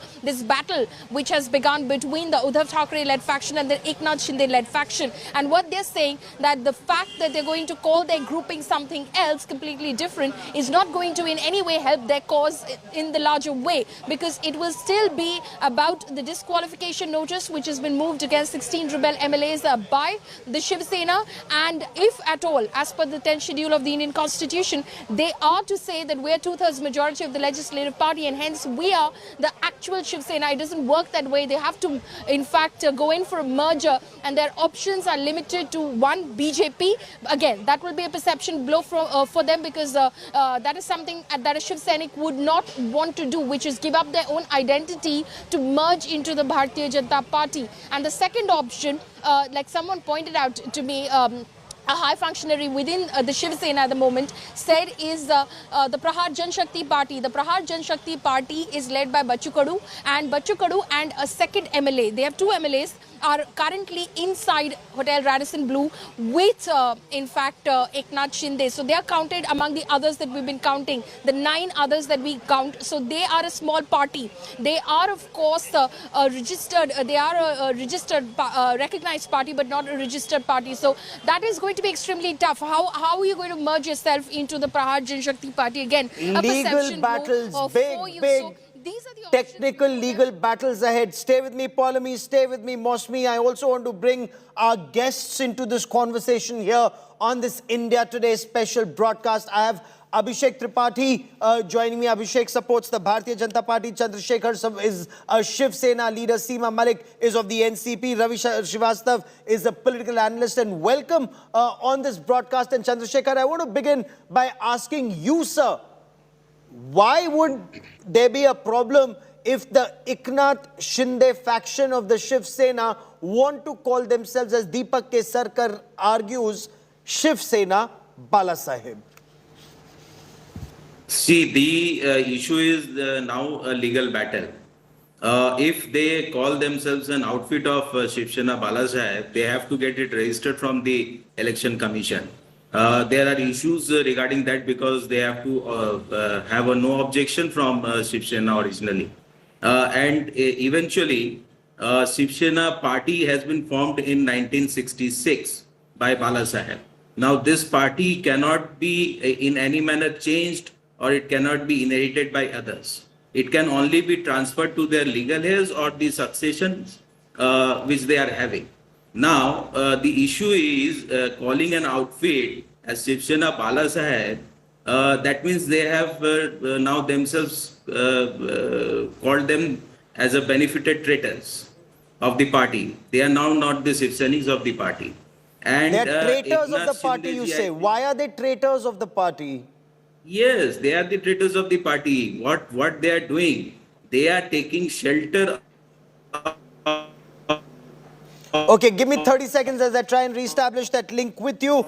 Ravi Srivastav, is this leading to a fratricide on the streets of Maharashtra? Is it now very clearly Sena versus Sena in Maharashtra? Offices of rebel leaders being vandalized and rebel leader supporters also taking to the streets now, like in Thane. Gaurav, I think now Eknath Shinde is treading on a thin ice.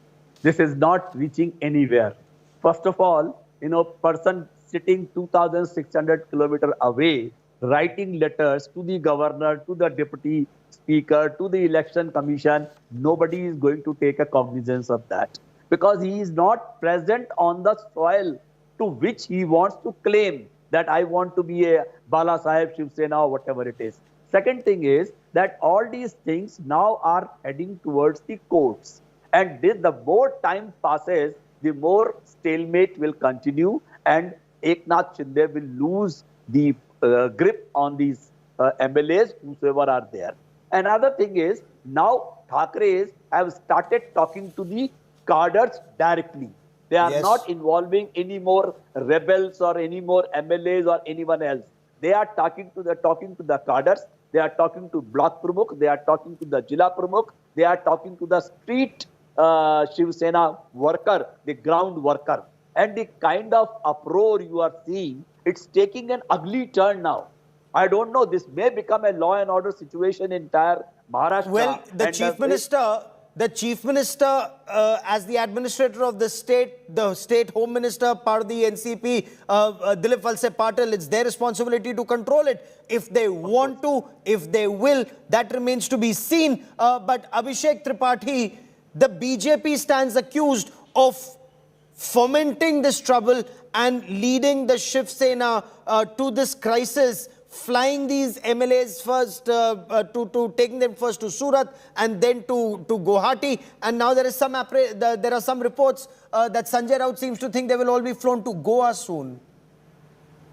I don't understand, Gaurav. I fail to understand why are they accusing Bharatiya Janata Party. They lost Rajya Sabha election on 10th of June. They lost MLC election on 20th. So they can't take and they can't stand such things, especially in Mumbai and Maharashtra. And see what's happening today in the streets of Mumbai. There's vandalism. There's gundaism. They're breaking things. They're putting up fires everywhere. This is the real Shiv Sena, is what Honorable CM, also the chief of the Shiv Sena, Uddhav Thackeray ji, is this the real Shiv Sena that he wants to claim to? This is how we see Mr. Sanjay Raut openly challenging and threatening the rebel MLAs to come to Mumbai if they have the guts to. So if they've come to this kind of resort, I think this is highly unfortunate by the so-called Shiv Sena. And why are you sheltering them? You tell that also. What? Okay, Mr. Chandrasekhar of the Shiv Sena is asking you, why are you sheltering our rebels? Why are you sheltering Shiv Sena rebels? See, these kinds of accusations will go lifelong. I don't understand on what basis. BJP is the single largest party in Maharashtra. What about the announcements made by Mr. Devendra Fadnavis? He is moving to Delhi. What BJP is doing? Let also be all those things become on record. He can go to Delhi. He can meet the senior leadership in Delhi. He is not threatening anybody like Mr. Sanjay Raut. He is not saying anybody to let these people come to Mumbai and then we'll see them. He's not doing anything of that type. He has a full authority. He is ex-CM. He is leader opposition. He has all the right to travel to senior This is an Operation Black Lotus and nothing else. And this is these kinds of terms. Brain of Mr. Amit Shah and nothing else. What you are telling? This kind of Mr. Chandrasekhar, if I may, okay, allow me to moderate and one by one. But Mr. Chandrasekhar, any operation, Kamal, that you may allege that this will not succeed if your house is in order, and the indication is your house is not in order. That is why this is happening. And Abhishek Tripathi says whether it is okay. Latest information coming in before I come back to my guest. Disqualification notices have been issued against the 16 rebel MLAs. India Today has accessed the disqualification notice. India Today gets you more details of the disqualification notice, and this has been issued to 16 MLAs who are in Guwahati of the 38.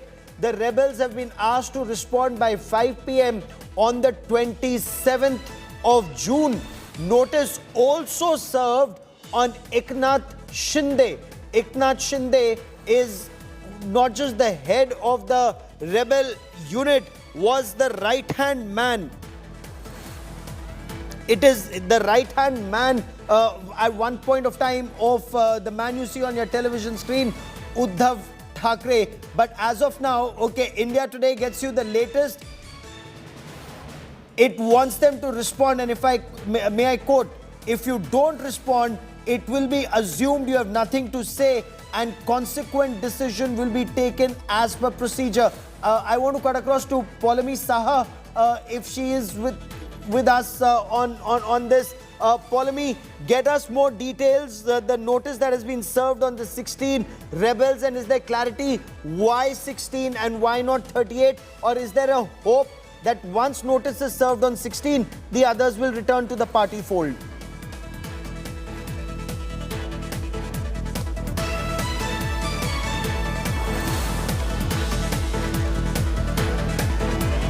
Give me a moment as I try and reestablish that link with Paulami Saha. But India Today's access details of that notice that has been sent to the 16 rebels. Mr. Chandrasekhar, why just notice to the 16 rebels? Why not to all 38?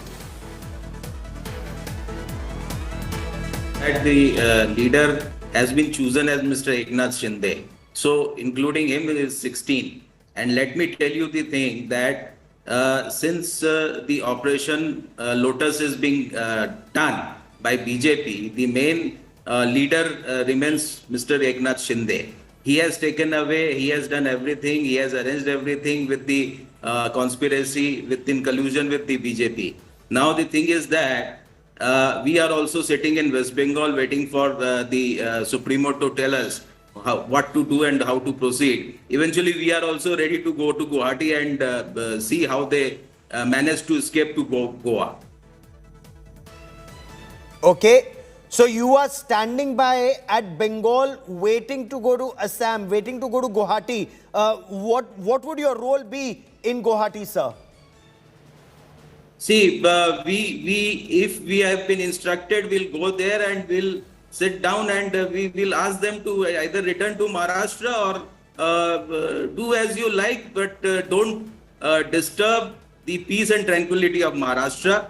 First thing, and if you are a Shiv Sainik, if you believe in the party, if you believe in the head of the party, you should go and talk to them. Okay. Okay. I want to bring in Polami Saha for a moment. Polami, bring us details of the notice. You've accessed the notice that has been sent to 16 rebel leaders, including Eknath Shinde. Bring us details. That's right. The notice basically which has been issued by the office of the Deputy Speaker of Maharashtra Legislative Assembly, Narhari Zarwal, basically sets a deadline of 27th of June, 5:30 p.m., which basically states that this is the request, the plea, the disqualification plea that we've received from Mr. Sunil Prabhu, who is the whip of the Shiv Sena, the Uddhav Thackeray-led faction. Of course, the Eknath Shinde faction appointed Bharat Gogavle in his place. But Sunil Prabhu's request is to disqualify this. You are requested to present your response, your written response by the 27th of June, 5:30 p.m. along with any sort of supporting documents that you might want to in fact put forth before the Deputy Speaker's office. And if at all you do not submit your response by the set deadline, then it will be presumed that you have nothing to say in response, and consequent action or decision by the Deputy Speaker's office on the plea submitted by Sunil Prabhu will be taken. Gaurav. And in about 30 minutes, we will officially hear from Deepak Kesarkar on the response of the rebel faction. But Polami, since you've been speaking to them at length, what is their strategy? Because the Uddhav Sena is mounting a multi-pronged offensive.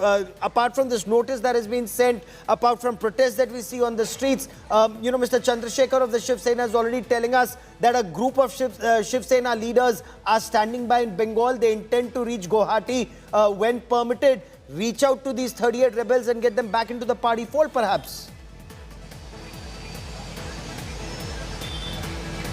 Well, like you said, in 30 minutes from now, we will find out what exactly is the Eknath Shinde faction's stand vis-a-vis this notice. Now it has been issued. Of course, it will arrive in their email boxes shortly as well. So they will be able to see those responses, and of course, written copies of the same, hard copies of the same will go to their registered addresses in Maharashtra as well. But of course, they have been strategizing about this already. It was anticipated that the deadline would be about 48 hours from now, which is June 27th of 5:30 p.m. is the deadline which has been set for the responses to come in. It is expected that obviously all of these MLAs will send in their responses, but it remains to be seen whether, of course, the Deputy Speaker of the House finds it satisfactory or not, because already the live images of Shiv Sena Supremo and the Maharashtra Chief Minister Uddhav Thackeray after the National Executive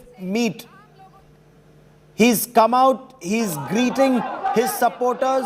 There you see Aditya Thackeray just behind Uddhav Thackeray. Aditya Thackeray is also taking pictures of the large number of Shiv Sena leaders, workers and supporters outside. But there you see, this is very clearly a massive show of strength being put out by Uddhav Thackeray. Clearly a message, Ravi Srivastav, if I may, a message that Uddhav Thackeray is truly in control of his party. If even if he's lost control of 2/3 MLAs? Gaurav, I think that what some Shiv Sainik was just now speaking over your channel, that is synonyms. The Shiv Sena name is synonym with the Thakres. Without Thakres, there is no Shiv Sena. So I think that factor is very, very strong. And anybody trying to claim or say something like, Bala Saheb, Shiv Sena or something like that is not going to work. And I think Election Commission is not going to take any cognizance of even such requests. I think Uddhav Thackeray is firmly in the chair. And after this disqualification notice is sent, I think this will have a spine-chilling effect on these MLAs. And we can hope that they'll come back. Okay. I also want to bring in NCP Seema Malik joining us on the broadcast. Ma'am, it was being said that Sharad Pawar has advised Uddhav Thackeray to deal very strongly with the rebels. Is that what you see happen? Is Sharad Pawar actually pulling the strings of the Mahavikas Aghadi at one level and of the Shiv Sena at the other? Yeah, I'll say in my own words that we stand. This is the talk between the two big leaders. So I'm no one authorized to say that what he has said and what he has not said. But I know that my party is standing firmly with Shiv Sena and Uddhav Thackeray ji, and we are going to fight politically and legally. Legally we are dealing with all these things, and this is the situation. It's something very unfortunate, and as somebody said before me, I can't see that really it is very difficult to imagine a Shiv Sena without Thackeray's. And it is I think well said that. Okay, ma'am, give me 2 seconds. India Today's Vidya joins me now. Vidya, okay, Vidya is speaking to Priyanka Chaturvedi. Let's listen in. And we will teach them a lesson of their lives. What about those people who have decided कि नाम लेंगे ठाकरे का वो कोशिश तो करें, हिम्मत तो करें. क्या नहीं कर फैसला लिया गया. कोशिश तो करें, like I said. मैम क्या सुनाइए, यहाँ पे प्रियंका चतुर्वेदी बार बार कह रही हैं कि नाम लेने की कोई कोशिश तो करे, कोई नहीं ले पाएगा. ठाकरे का नाम सिर्फ शिवसेना से जुड़ा है, जुड़ा था और रहेगा. So very, very clearly an extremely aggressive Shiv Sena there. You heard Priyanka Chaturvedi, the deputy leader of the party in the Rajya Sabha. What is she saying? Priyanka Chaturvedi is saying, we will fight, we will teach them a lesson of their life. Very, very strong words. Abhishek Tripathi, the Shiv Sena is extremely aggressive on day 4 on these rebels, perhaps even their supporters. This is what we are getting to see, Gaurav. Threatening from every quarter, every leader of Shiv Sena is threatening and openly threatening. We just got to know there is Section 144 imposed in Mumbai and Thane, and this is happening because of the Shiv Sainiks of the government, Shiv Sainiks of Uddhav Thackeray. So this is highly unfortunate. It is unsafe to travel in Mumbai right now and around areas and around the cities of Mumbai. So this is not done. I don't know where will this lead to, because the situation is not really good, and this is not a way to deal with something. This is illegal that you have gone for a disqualification of 16 rebel MLAs, but make sure they will go to the court, and this will be a legal battle very soon. A battle that will be fought in courts and on streets is what Sanjay Raut had said. But Chandrasekhar ji, is that what is happening? You heard Priyanka Chaturvedi. We will fight. We will teach them a lesson of their life. Naam lene ki koshish to kare. Okay, let's once again cut across to Mosmi Singh speaking to Priyanka Chaturvedi. All right, Gaurav, Priyanka, we are joined by Priyanka Chaturvedi, and we'll try and understand what is the action that has been proceeded in this entire meeting. We are told that action was done against the rebel. We have taken unanimous decision that Shiv Sena will work under the leadership of Shri Uddhav Balasaheb Thackeray, and whatever he deems fit in terms of action, in terms of reaction, in terms of legalities, in terms of technicalities, in terms of politically, we all stand firmly behind him. This comes at a time when the Deputy Speaker has summoned Eknath Shinde that he cannot take a call. He should come here and speak to the Deputy Speaker. And on the other hand, continuously Shiv Sena leaders are issuing warnings to the rebel camp. Is it right that the way the law and order situation is deteriorating? How is law and order situation getting messed up in the city? Are you feeling unsafe in the city? Am I not roaming easily in the city? Who are those who are feeling unsafe? There are those who have, I'll tell you, those who have gone against the mandate of the people, gone against the symbol that they have voted into power, are the ones people are angry towards. So be rest assured, Mumbai's law and order is absolutely in control. We have a good police commissioner who's handling it. Eknath Shinde is saying that we are the real Shiv Sena. Bala Sahab Thackeray's Sena is the Shinde Sena. It's such a joke. It's such a joke.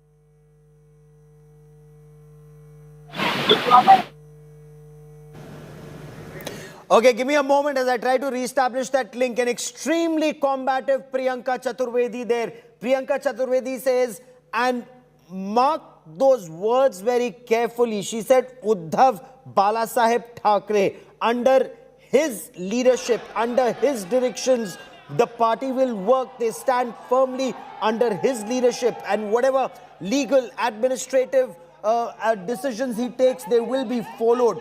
Who's feeling unsafe in Mumbai? Only those who went against the mandate and the symbol under which they were elected.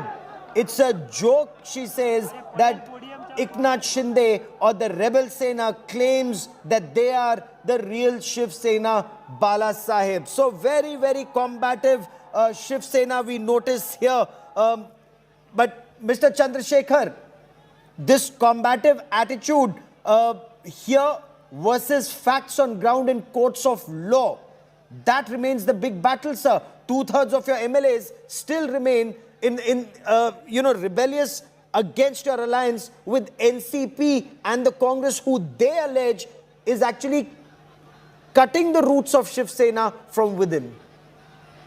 See, nobody can cut the roots of Shiv Sena, first thing. And there is no Uddhav Sena. Let me remind you, it's Shiv Sena. And you know, and everybody knows what Shiv Sena can do. And we have stand for Hindustan. And let me remind you that if BJP is doing this kind of politics, that will not be tolerated, and we will see everything and everyone who has become a traitor of this party. And we will take actions against them. And as far as I am concerned, our team is sitting in West Bengal. As soon as the instruction comes, we'll visit them. Okay, Abhishek Tripathi, respond. The threat is from the BJP and not from the NCP or the Congress. Uddhav Thackeray said this repeatedly, that NCP and the Congress are standing with them. It's the rebels, apne log dur chale gaye, and the blame is squarely being laid at the BJP's door. I don't know why it's coming on BJP's door. अपने लोग जो दूर चले गए हैं, उनकी समस्या का समाधान करना चाहिए था 2.5 साल से, तो अपने लोग दूर नहीं जाते. The problem is national biggest party. अरे आप क्या चीज की बात कर रहे हैं? आप उनको बीजेपी स्टेट रूल में क्यों रखे हैं? आप बंगाल में रखिए, आप उनको दूसरे स्टेट में रखिए. The thing is, they had written कोशिश करेंगे. इतने बेवकूफ तो कोई है नहीं. इंडिया की पब्लिक देख रही है. Okay, sir, give me a moment. Let's listen into Sanjay Raut. Sir, give me a moment. सर्व सदस्य हजर होते. कार्यकारिणीमध्ये 6 महत्त्वाचे ठराव मंजूर झाले. काही कायदेशीर प्रक्रिया पूर्ण केल्या. त्याच्यात माननीय उद्धव ठाकरे यांच्या नेतृत्वावरती विश्वास, त्यांनी आतापर्यंत केलेल्या शिवसेना पक्षप्रमुख म्हणून आणि मुख्यमंत्री म्हणून केलेल्या कार्याचा गौरव करणारे ठराव मंजूर झाले. पण 2 अत्यंत महत्त्वाचे राजकीय ठराव या कार्यकारिणीमध्ये मंजूर झाले. त्यातला पहिला ठराव क्रमांक 5. तो ठराव असा आहे की शिवसेना ही हिंदू हृदय सम्राट शिवसेना प्रमुख बाळासाहेब ठाकरे यांचीच आहे व राहील. शिवसेना बाळासाहेब ठाकरे यांच्या प्रखर हिंदुत्वाच्या विचारांचं जे धोरण आहे ते पुढे घेऊन जाईल. त्या विचाराशी कधी प्रतारणा झाली नाही आणि होणार नाही. शिवसेना अखंड महाराष्ट्राचा आणि मराठी अस्मितेचा जो विचार आहे त्याच्याशी कधीही प्रतारणा करणार नाही, यापूर्वी केली नाही. त्याचबरोबर या ठरावात पुढला जो विषय तो महत्त्वाचा आहे, ज्यांनी शिवसेनेशी बेईमानी केली ते कोणत्याही पदावर असेल त्यांच्यावर तात्काळ कठोर कारवाई करण्याचे सर्वाधिकार हे माननीय Uddhav Thackeray which have been taken by the Shiv Sena National Executive, one of them prominently being that Shiv Sena was Bala Sahib's Shiv Sena and it will stay Bala Sahib's Shiv Sena and it will follow in the steps of Bala Sahib's set ideology of Hindutva. कोणत्याही राजकीय संघटनेला वापरता येणार नाही. हे नाव शिवसेनेचं आहे ते शिवसेनेबरोबर नाही. कोणताही बेईमान कोणताही गद्दार या नावानं अशा प्रकारे आपलं राजकारण आपला स्वार्थ करू शकत नाही. त्यानंतर भाषणामध्ये माननीय उद्धव ठाकरे यांनी एकच मुद्दा जो महत्त्वाचा मला वाटतो तो मांडला. जर तुम्हाला मतं मागायची आहे तर तुमच्या बापाच्या नावानं मागा, शिवसेनेच्या बापाच्या नावानं मागू नका. एकनाथ शिंदे कारवाई काय करणार? Go out there and ask in your own father's name. That is what Uddhav Thackeray had to say. शिवसेनेच्या पदावर कोण राहिलं या संदर्भामध्ये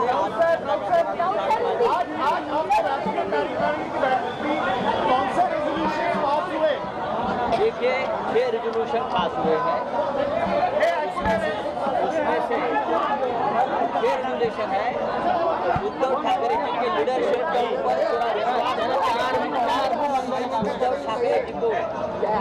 उद्धव ठाकरे जी को 6 resolutions passed, one stamping Uddhav Thackeray's leadership.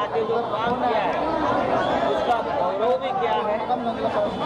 Shiv Sena के लीडरशिप के नेतृत्व में सभी चुनाव हम लड़ेंगे और जीतेंगे, चाहे नगरपालिका हो, महानगरपालिका हो, लोकल बॉडीज हो.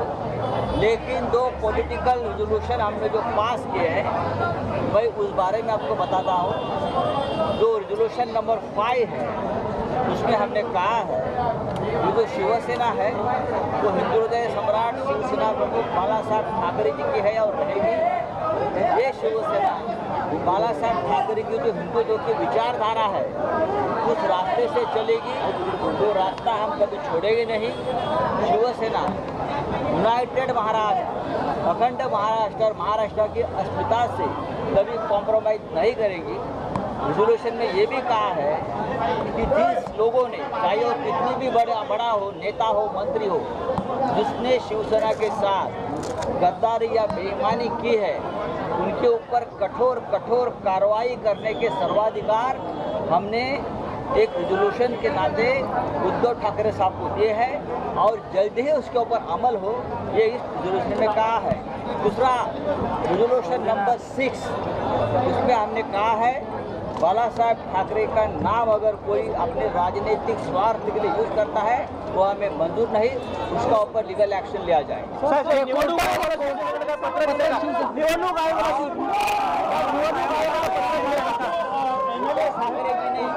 डिस्क्वालिफिकेशन के लिए उनको तो हो जाएगा बताया है, तो मतलब उनको क्या वापस आना पड़ेगा?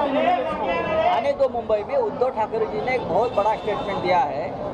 अगर जो छोड़कर गए हैं वो लोग शिवसेना का नाम से भीख मत मांगे और अगर वोट मांगते हैं तो अपने खुद के बाप के नाम पर मांगे. शिवसेना के बाप, हमारे बाप उद्धव बाला साहब ठाकरे के नाम पर मत मांगने का आपको अधिकार नहीं. आप अपने बाप के नाम से वोट मांग सकते हैं. कायदेशीर लढाई पूर्णपणे सुरू आहे. शिवसेना कालही मी सांगितलं लढाई सुद्धा आम्ही लढू आणि कायदेशीर लढाई सुद्धा शिवसेना कुठेही कमी पडणार नाही. दोन्ही लढायांमध्ये फक्त शिवसेनेचा विजय होईल. महाविकास आघाडी एकजूट आणि एकसंघ आहे. Mahavikas Aghadi is united.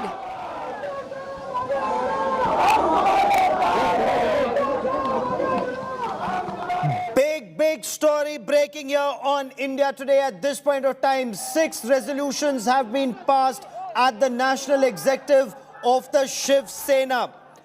Those who stabbed Shiv Sena in the back, strongest action against them. Uddhav Thackeray remains boss, empowered to take all decisions. Shiv Sena will work on the part of Hindu Hriday Samrat Balasaheb Thackeray. Legal action if rebels use Balasaheb's name for political use.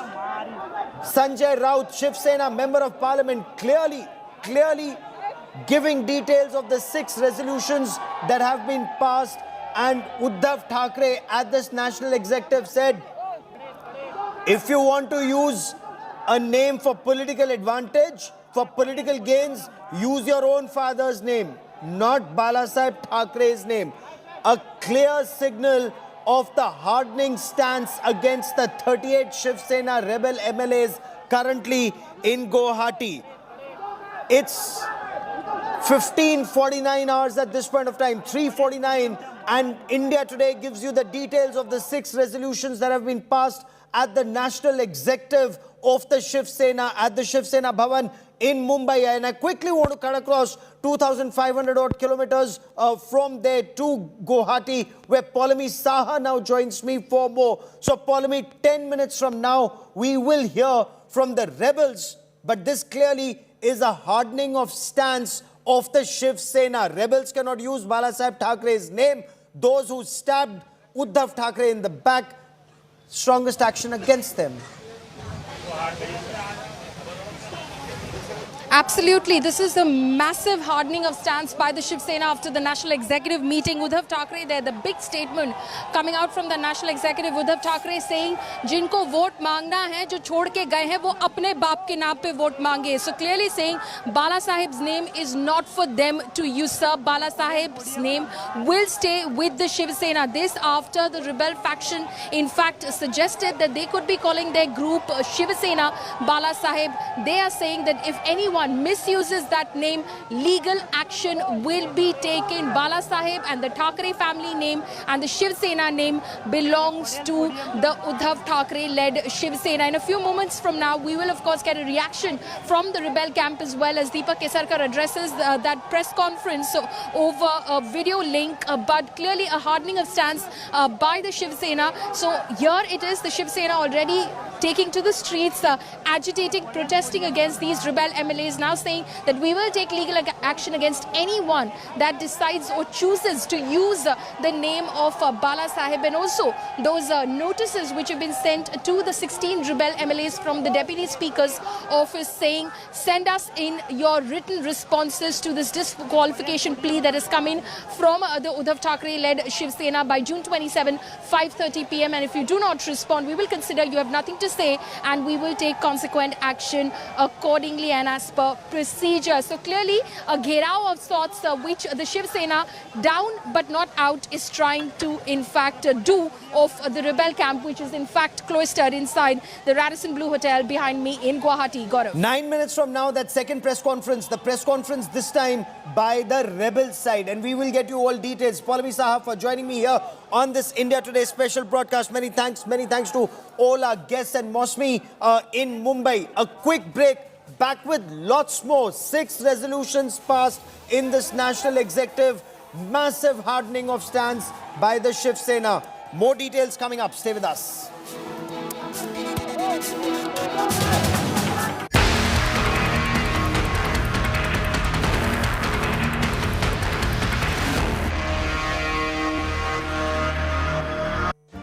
Make your media plan smarter with India Today Live TV on your connected devices. Amplify your brand with 100 million smart internet viewers. To advertise, mail us at sales@aajtak.com or call 9999892171.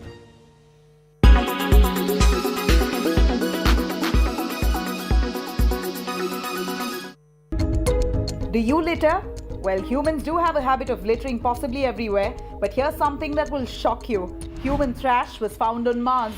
Yes, we aren't kidding. NASA's Perseverance rover is on a mission to explore Mars planet, and while exploring, it found a piece of human trash.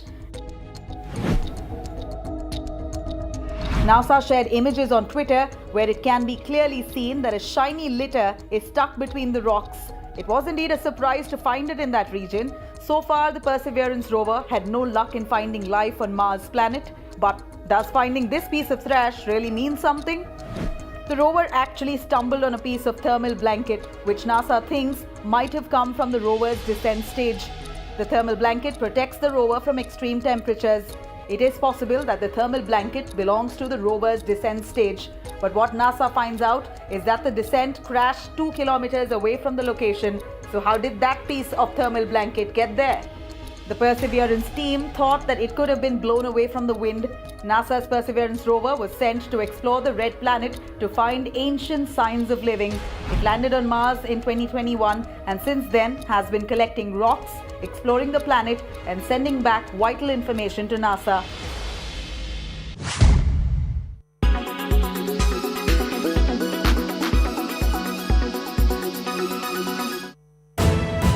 You are watching India Today.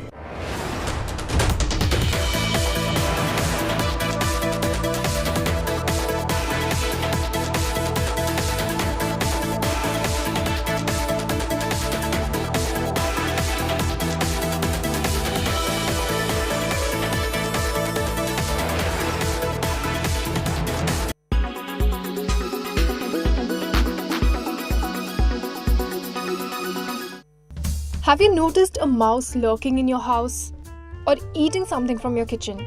It's so tempting to catch them, but these are evasive creatures. What you're going to hear next will drive you bananas. Scientists recently made a strange discovery. The smell of bananas terrified male mice. Yes, you heard that right. The solution to your problems was lying under your nose all this while. Scientists were studying the reaction of male mice to pregnant and lactating female mice when they unintentionally stumbled upon this fact. Researchers from McGill University found that the scent of bananas creates a stress response in the male mice. They also found that pregnant and lactating female mice responded to stranger male mice with aggression and urine marking. The male mice began acting weird around the pregnant female mice in the lab. It was because the female mice used chemosignaling or the scent of their urine to protect their children from predators and infanticide by male mice. And strangely enough, the compound found in the male mice's urine, N-pentyl acetate, is the same one that gives bananas its distinctive smell. Rodents and a lot of mammals other than humans are reliant on their olfactory senses. While olfactory messages are commonly sent from males to females, there are fewer examples of females sending them to males. So as it goes in the science world, they had to test this theory out. Scientists bought banana oil from a local supermarket and put it inside the cages. The stress levels of the male mice then increased significantly. The study also found that virgin male mice were more likely to be stressed out by the presence of N-pentyl acetate, whether in bananas or mouse urine. So it turns out food really is the solution to all our problems.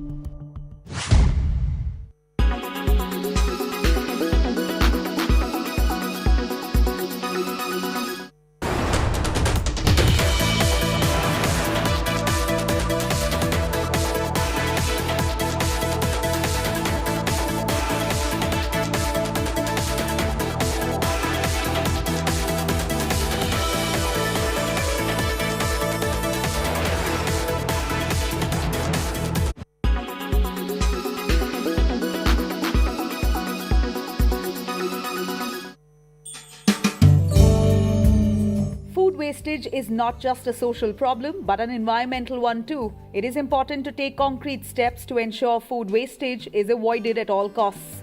Why we shouldn't waste food? When we waste food, we waste the labor, the effort, investment, and precious resources. It also increases greenhouse gas emissions and contributes to climate change. What you can do? Reduce. Be more mindful of food you buy. Buy what you use and use it all. Improve food storage and reduce wastage at home. Reuse. If you don't eat everything you make, freeze it for later. Use the leftovers as an ingredient in another meal. Recycle.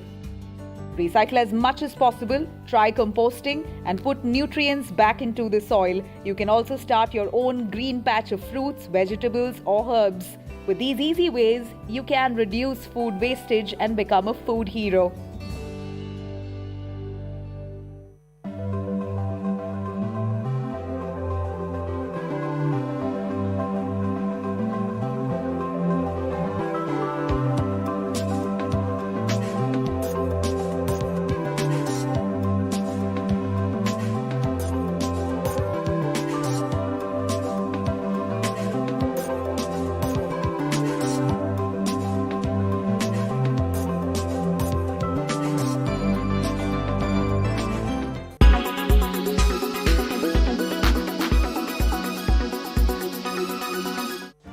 Make your media plan smarter with India Today Live TV on your connected devices.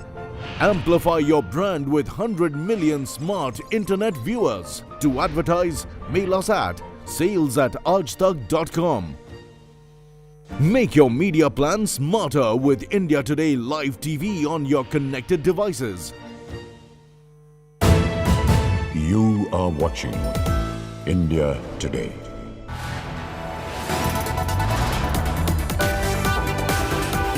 You are watching India Today.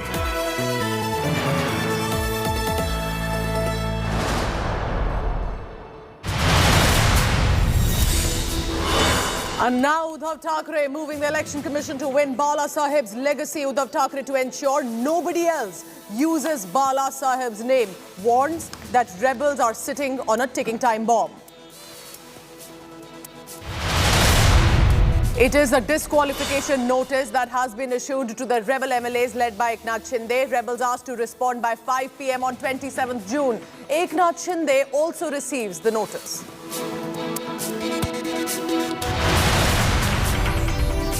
But Shinde makes a big claim in a fresh letter, says security cover has been withdrawn for all the rebel MLAs, but the Agadi government has dismissed this claim for now. The Shiv Sena is resorting to an all-out hooliganism on the streets, vandalizing even rebel MLA office in Pune.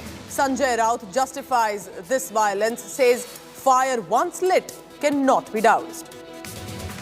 बात रही डर की, डर तो रहना ही चाहिए। हमारा गुस्सा अगर हम नहीं निकालेंगे तो कैसा होगा कि हम क्या नामर्द है? हम नामर्द नहीं है। क्या होगा? सत्ता चली जाएगी ज़्यादा से ज़्यादा, और क्या होता है? And after the Supreme Court vindicates Prime Minister Narendra Modi in the Gujarat riots case, Home Minister Amit Shah speaks out, says he saw PM Modi suffer quietly for 20 years, lashes out at the opposition parties for conspiracy. Bharatiya Janata party की विरोधी राजनीतिक पार्टियां, कुछ ideology के लिए राजनीति में आए हुए पत्रकार और कुछ एनजीओ ने मिलकर, एक त्रिकूट ने मिलकर ये आरोपों को इतना प्रचारित किया। In other news, after claiming he was dead for years, Pakistan now finally detains mastermind of 26/11 Mumbai terror attacks. Sajid Mir taken to custody after India and United States of America mount pressure.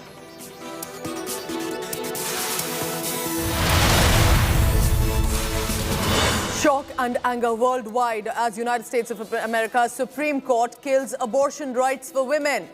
Obama's Biden condemned the order that struck down 50 years of federal abortion rights for the women in U.S.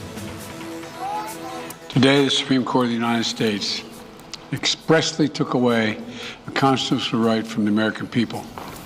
It's a sad day for the court and for the country.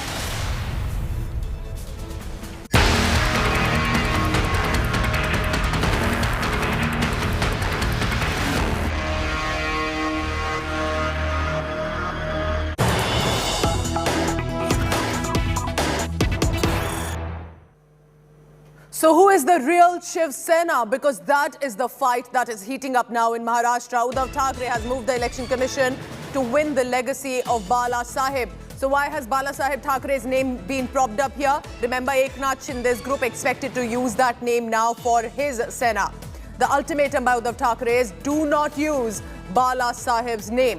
This is while Shinde is already moving out to claim Bala Sahib's name for his party. But the rebels, as according to Uddhav saying, they are sitting on a ticking time bomb. The Sena has told to the rebel MLAs, fight on your father's name. So that's now becoming the big issue. Remember, Bala Sahib Thackeray, the founder, the patriarch of the Shiv Sena, now becoming the legacy war issue. Will it be Eknath Shinde who will carry forward the Bala Sahib Thackeray's name as his new group of the Shiv Sena? Or will Uddhav Thackeray manage to ensure Eknath Shinde may have taken the MLAs, will not be able to take away the name of his father?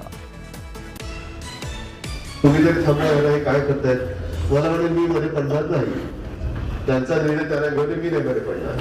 तुम्ही जर थांबला हे काय करतायत, मला म्हणे मी बरे पडणार नाही. त्यांचा निर्णय त्याला घेऊन मी नाही बरे पडणार. बाला साहब ठाकरे का नाम अगर कोई अपने राजनीतिक स्वार्थ के लिए यूज करता है वो हमें मंजूर नहीं, उसका ऊपर लीगल एक्शन लिया जाए. मैंने तो मुंबई में उद्धव ठाकरे जी ने एक बहुत बड़ा स्टेटमेंट दिया है, अगर जो छोड़कर गए हैं वो लोग शिवसेना का नाम से भीख मत मांगे, और अगर वोट मांगते हैं तो अपने खुद के बाप के नाम पर मांगे. शिवसेना के बाप, हमारे बाप बाला साहब ठाकरे के नाम पर मत मांगने का आपको अधिकार नहीं. आप अपने बाप के नाम से वोट मांग सकते हैं. ये जो शिवसेना है वो हिंदू हृदय सम्राट शिवसेना प्रमुख बाला साहब ठाकरे जी की है और रहेगी. ये शिवसेना बाला साहब ठाकरे की जो हिंदुत्व की विचारधारा है उस रास्ते से चलेगी. वो रास्ता हम कभी छोड़ेंगे नहीं.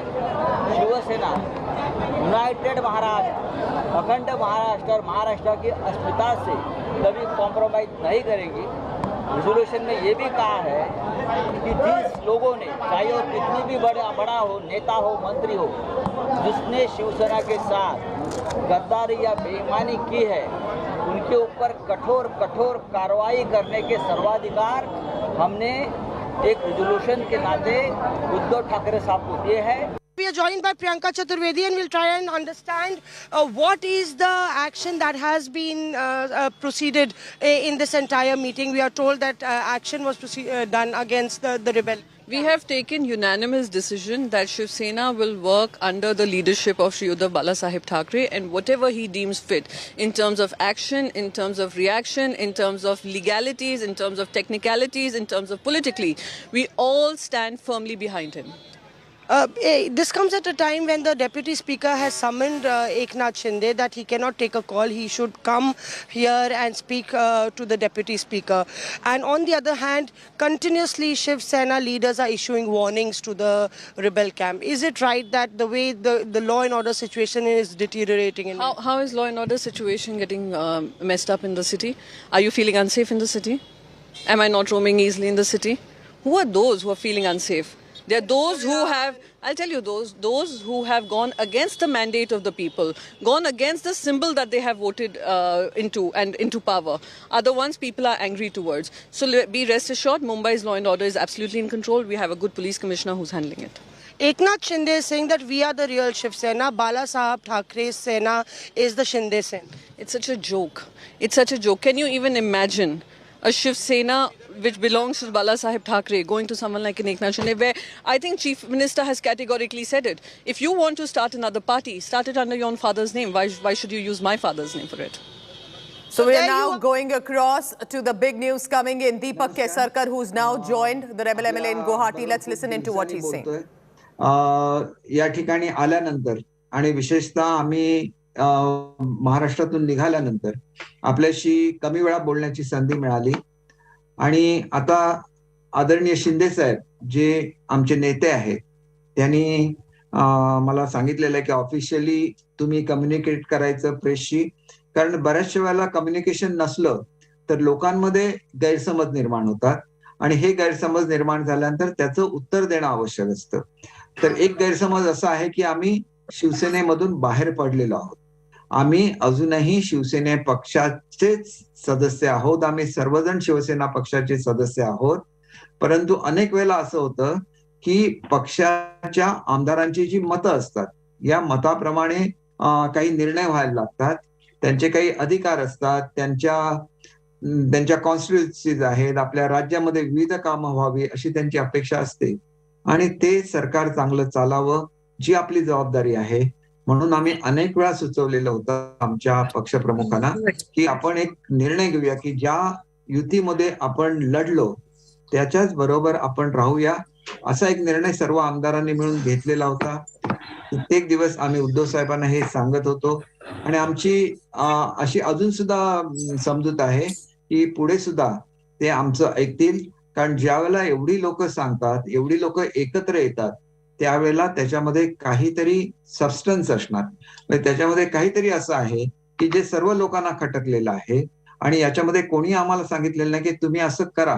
आम्ही स्वतःहून हा निर्णय घेतलेला आहे आणि शिंदे साहेब हे मुळातच आम्हाला नेते म्हणून आदरणीय उद्धव साहेबांनी दिलेले आहे आणि त्याच्यामुळे त्यांच्या संपर्कामध्ये सर्व आमदार होते आणि सर्वांनी मिळून ठरवलं की आपण आपलं जे मत आहे हे आपण मत असंच ठेवावं आणि आम्ही आमचं मत तसंच ठेवणार आहोत. जे 2/3 बहुमताचा जो विषय आहे हा कॉन्स्टिट्युशनल रिक्वायरमेंट आहे की घटनात्मक तरतूद अशी आहे की तुम्हाला तुमचं मत वेगळं मांडायचं असेल तर तुम्हाला ते 2/3 बहुमत लागतं आणि ते 2/3 बहुमत आमच्याकडे आहे आणि त्याच्याचमुळे ज्या मीटिंग पूर्वीचे नेते बदलण्याच्या संदर्भात सुद्धा ज्या मीटिंग झाल्या त्याच्यामध्ये 16 ते 17 आमदार उपस्थित होते. त्यावेळेला एखाद्या पक्षाचं रजिस्ट्रेशन होतं, त्यावेळेला जेवढे निवडून आलेले आमदार असतात सगळे आपल्या पक्षाचं आणि त्या गटाचं रजिस्ट्रेशन करतात.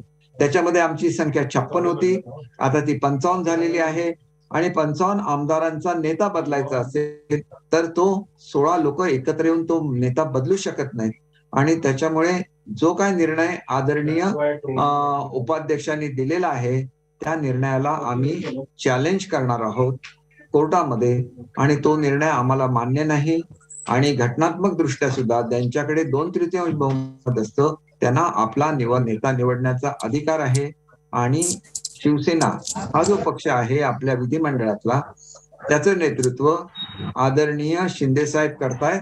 कोणीही आपला पक्ष सोडलेला नाही आहे आणि पक्षाचं नाव काय असेल तर आम्ही अनेक लोकांची चर्चा केली, हे पक्षाचं नाव नाही आहे. आम्ही स्वतःला काय म्हणायचं की आम्ही असंच म्हटलं की शिवसेनेपेक्षा आम्ही वेगळे आहोत का? नाही, तर आम्ही बाळासाहेबांचा विचार मांडणारी लोक एकत्र आलेलो आहोत. त्याच्यामुळे आम्ही आमच्याकडे म्हणताना हे म्हणतो, परंतु आम्ही काय गटाचं नाव असं वेगळं मागितलेलं नाही. शिवसेनेमध्ये ही जी आपले सदस्य आहेत या सदस्यांची संख्या 2/3 पेक्षा जास्त असल्याने त्याचे नेते हे एकनाथजी शिंदे असतात.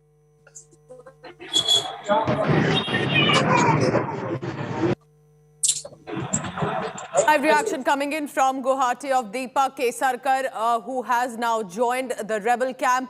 Remember, he was one of the prominent names and had also said that BJP is the option now. Listen in. त्याच्यामधल्या ज्या तरतुदी आहे, तुम्हाला जर पक्षाने व्हीप काढला आणि व्होटिंग मध्ये किंवा व्होटिंग साठी ऍबसेंट राहून तुम्ही जर तो व्हीप मडला सदनामध्ये विधानसभेमध्ये तरच तुम्हाला डिस्क्वालिफिकेशन अट्रॅक्ट होतं. परंतु घाबरवण्यासाठी म्हणून आमच्या मिटिंगला नाही आला तरी तुम्ही डिस्क्वालिफाय होता असं सांगितलं जातं आणि ते ऍप्लिकेशन स्वीकारले जातात. हे योग्य नाही असं मला वाटतं आणि त्याच्यामुळे कुठल्याही परिस्थितीमध्ये ज्या वेळेला निवडून येतो, आमच्यामधलेच एक सभापती होतात, आमच्यामधलेच एक उपसभापती होतात, आमच्यापैकीच एक अध्यक्ष होतात आणि आमच्यापैकीच एक उपाध्यक्ष होतात, परंतु आमच्या बरोबर तो बदलतो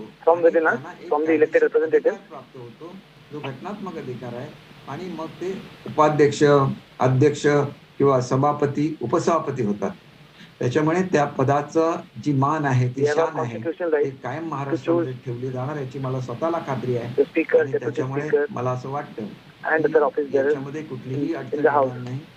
आम्ही कोणीही पक्ष सोडलेला नाही आहे आणि त्याच्यामुळे जे महाराष्ट्रामध्ये चुकीचं वक्तव्य केलं जातं आणि लोकांना रस्त्यावर उतरण्याची जी भाषा केली जाते ही भाषा चुकीची आहे आणि त्याच्यामुळे सर्वांनाच आवाहन करतो, महाराष्ट्रातल्या शिवसैनिकांना आवाहन करतो की आपण रस्त्यावर येण्याची काहीही गरज नाहीये. आपल्याला जे सांगितलं जातं ते आणि प्रत्यक्षातली वस्तुस्थिती ही वेगळी आहे. whatever you've been told and the facts are completely different. समजून घ्याल कुठल्याही परिस्थितीमध्ये बाळासाहेबांचा जो विचार आहे तो विचार and people of Maharashtra will understand. याची मी आपल्याला या माध्यमातून carrying forward the thoughts of Bala Saheb. Deepak ji, मैं दिनेश मौर्य हिंदी पहले जरा मराठी में मैंने जी बात दीपक जी एक प्रश्न की तुम्ही या सरकारचा समर्थन कधी काढणार आहे त्याबाबत काही निर्णय झाला का? सर मैं गुवाहाटी से हूँ जी, सलाम का हिंदी में काढण्याबाबत काही निर्णय झाला का? Post unmute.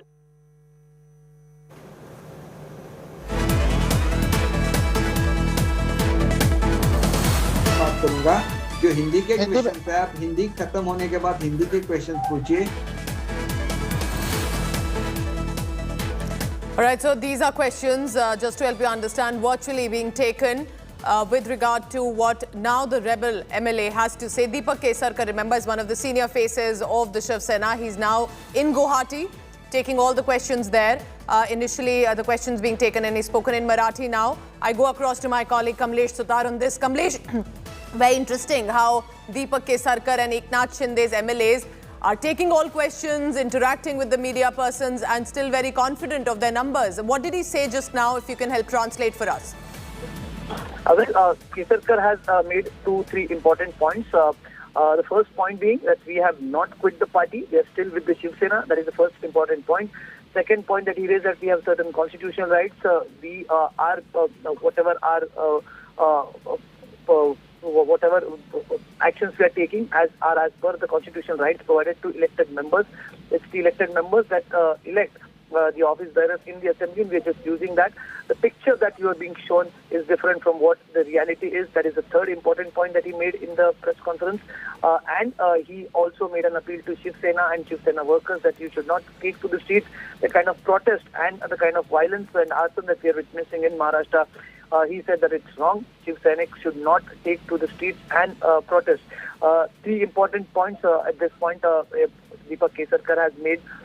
He is one of the important faces from the Eknath Shinde camp. He is an MLA from the Konkan region, from the Uddhav district, and being the former Minister of State for Home during the Devendra Fadnavis cabinet. He spoke to India Today earlier, and he said that he has been of the opinion that Shiv Sena and BJP should tie up. And now Deepak Kesarkar addressing that press conference after that all-important meeting of the rebel camp that took place in Guwahati just a while before. We've seen the visuals of that meeting on India Today just a while before. And Deepak Kesarkar now telling the media, he's addressing a press conference. This is perhaps the first press conference addressed by the Shinde camp from Guwahati. They are taking questions from the media, interacting with the media, and Deepak Kesarkar making some important points. So he also mentioned another important point, that we have approached Uddhav Thackeray with this. We have gone to Uddhav Thackeray with the issues that the MLAs are facing, and he also made a point that if such a large number of MLAs are making one point, then it means that there is a substance to the issue raised by that, but our side wasn't heard. That is what Deepak Kesarkar is saying. An all-important press conference. He's making a point. On one hand, we've seen Shiv Sena. So Kamlesh, eventually it will come down to, as it is starting to, about the Bala Sahib legacy. Why do you think precisely now Kesarkar is even willing to take all questions, literally a press conference virtually? Is this also about how after Uddhav Thackeray got a show of strength of his, whether it's national executive or the Shiv Sainiks on the streets, Eknath Shinde's groups is also interacting and stating they are very confident. What are you picking up on the Bala Sahib name issue that is now cropping up about the group of Eknath Shinde taking that? Uddhav Thackeray and his Shiv Sena have approached, that's what we're learning from our sources, they'll be approaching the election commission, barring the rebel group of Eknath Shinde from using the name of either Bala Sahib or Shiv Sena in the rebel camp group. So that is one thing that the Shiv Sena would like to do. And as you earlier asked, Are they going to go to the court regarding that? They're also thinking on that line.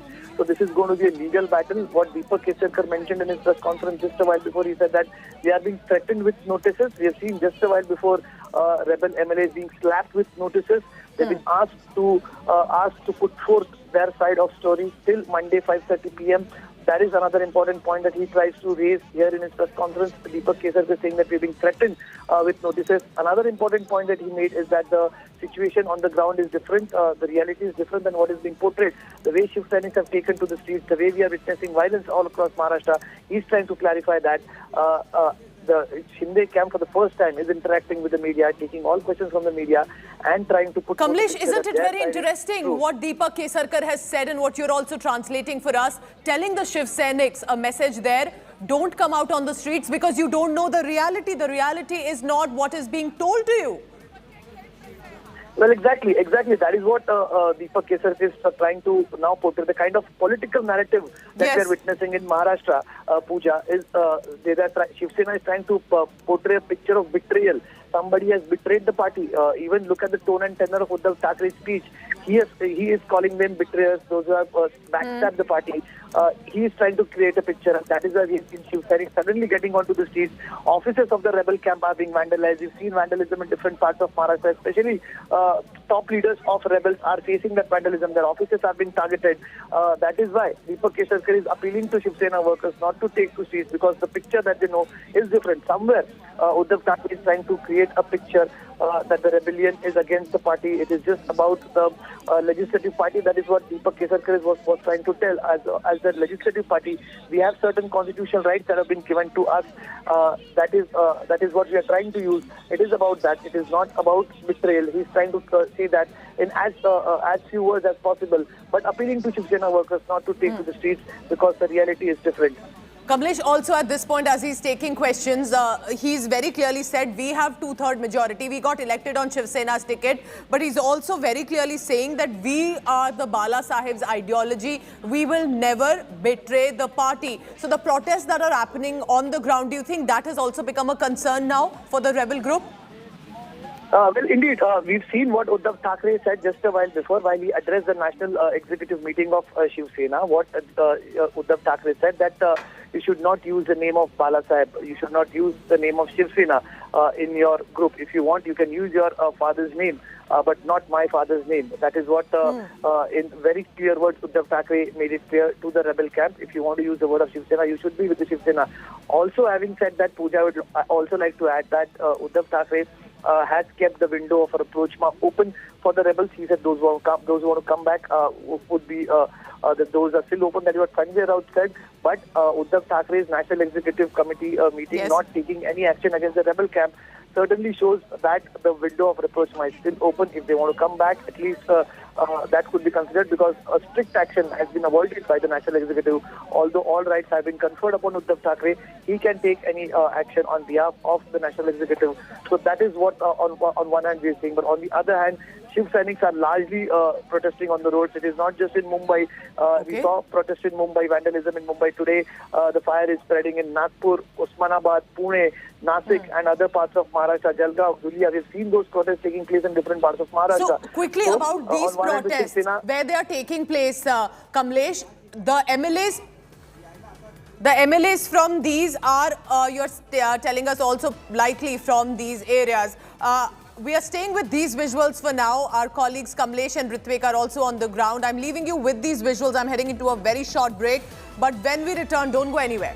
The only channel that's actually telling you what's happening in Maharashtra is India Today. Now, Deepak Kesarkar says, do not come on the streets, Shiv Senics. You do not know the reality. What reality does Deepak Kesarkar know about? Leaving you with these visuals. Stay tuned. I'll be right back.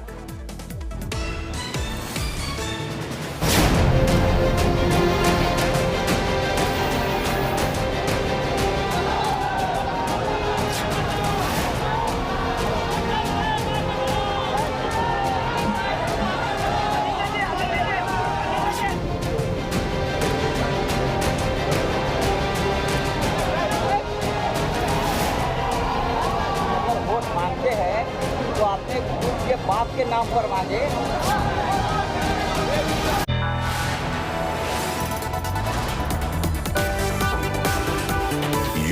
are watching India Today.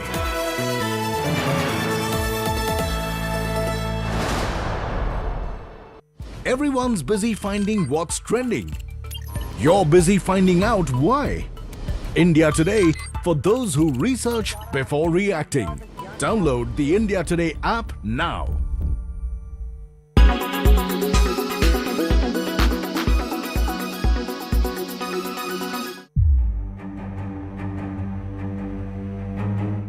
Do you want to hear dead people?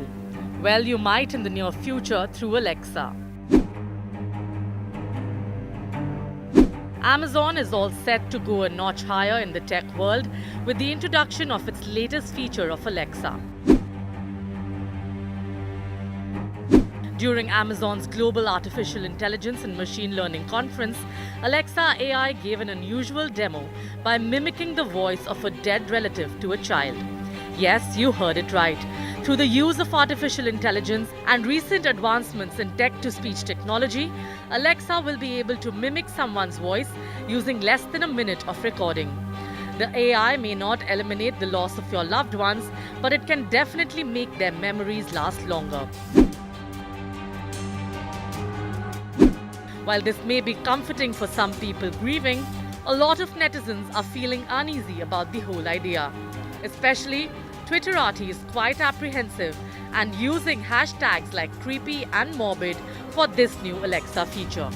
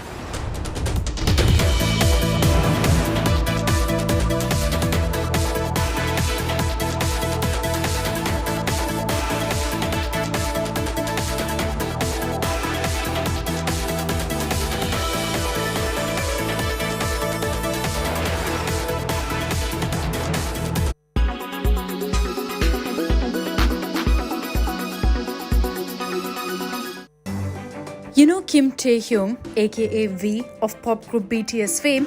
Well, he's simultaneously 26, 27 and 28 years old. Confused? How old were you when you were born? 0? 1? In South Korea, you'd be 1 year old.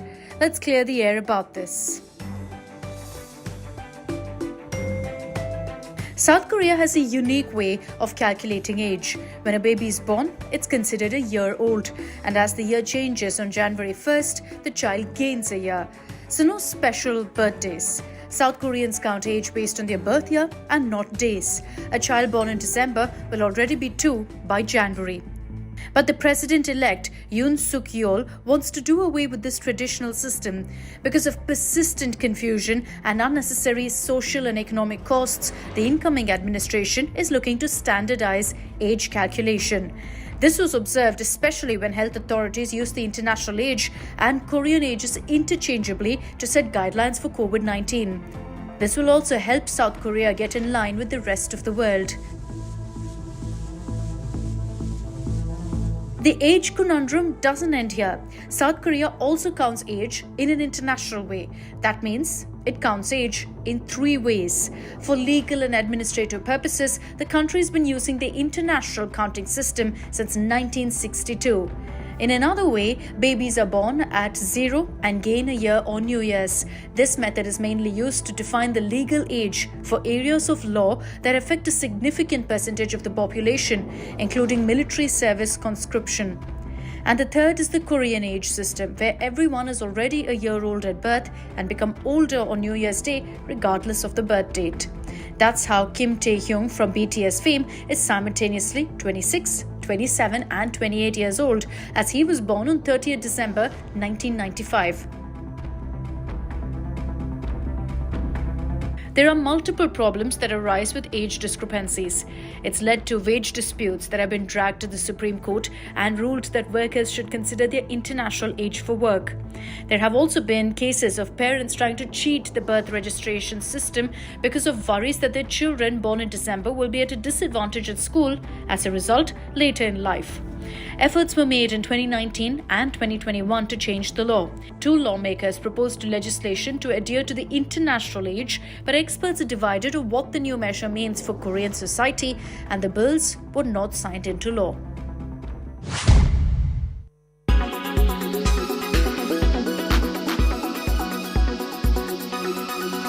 Make your media plan smarter with India Today Live TV on your connected devices.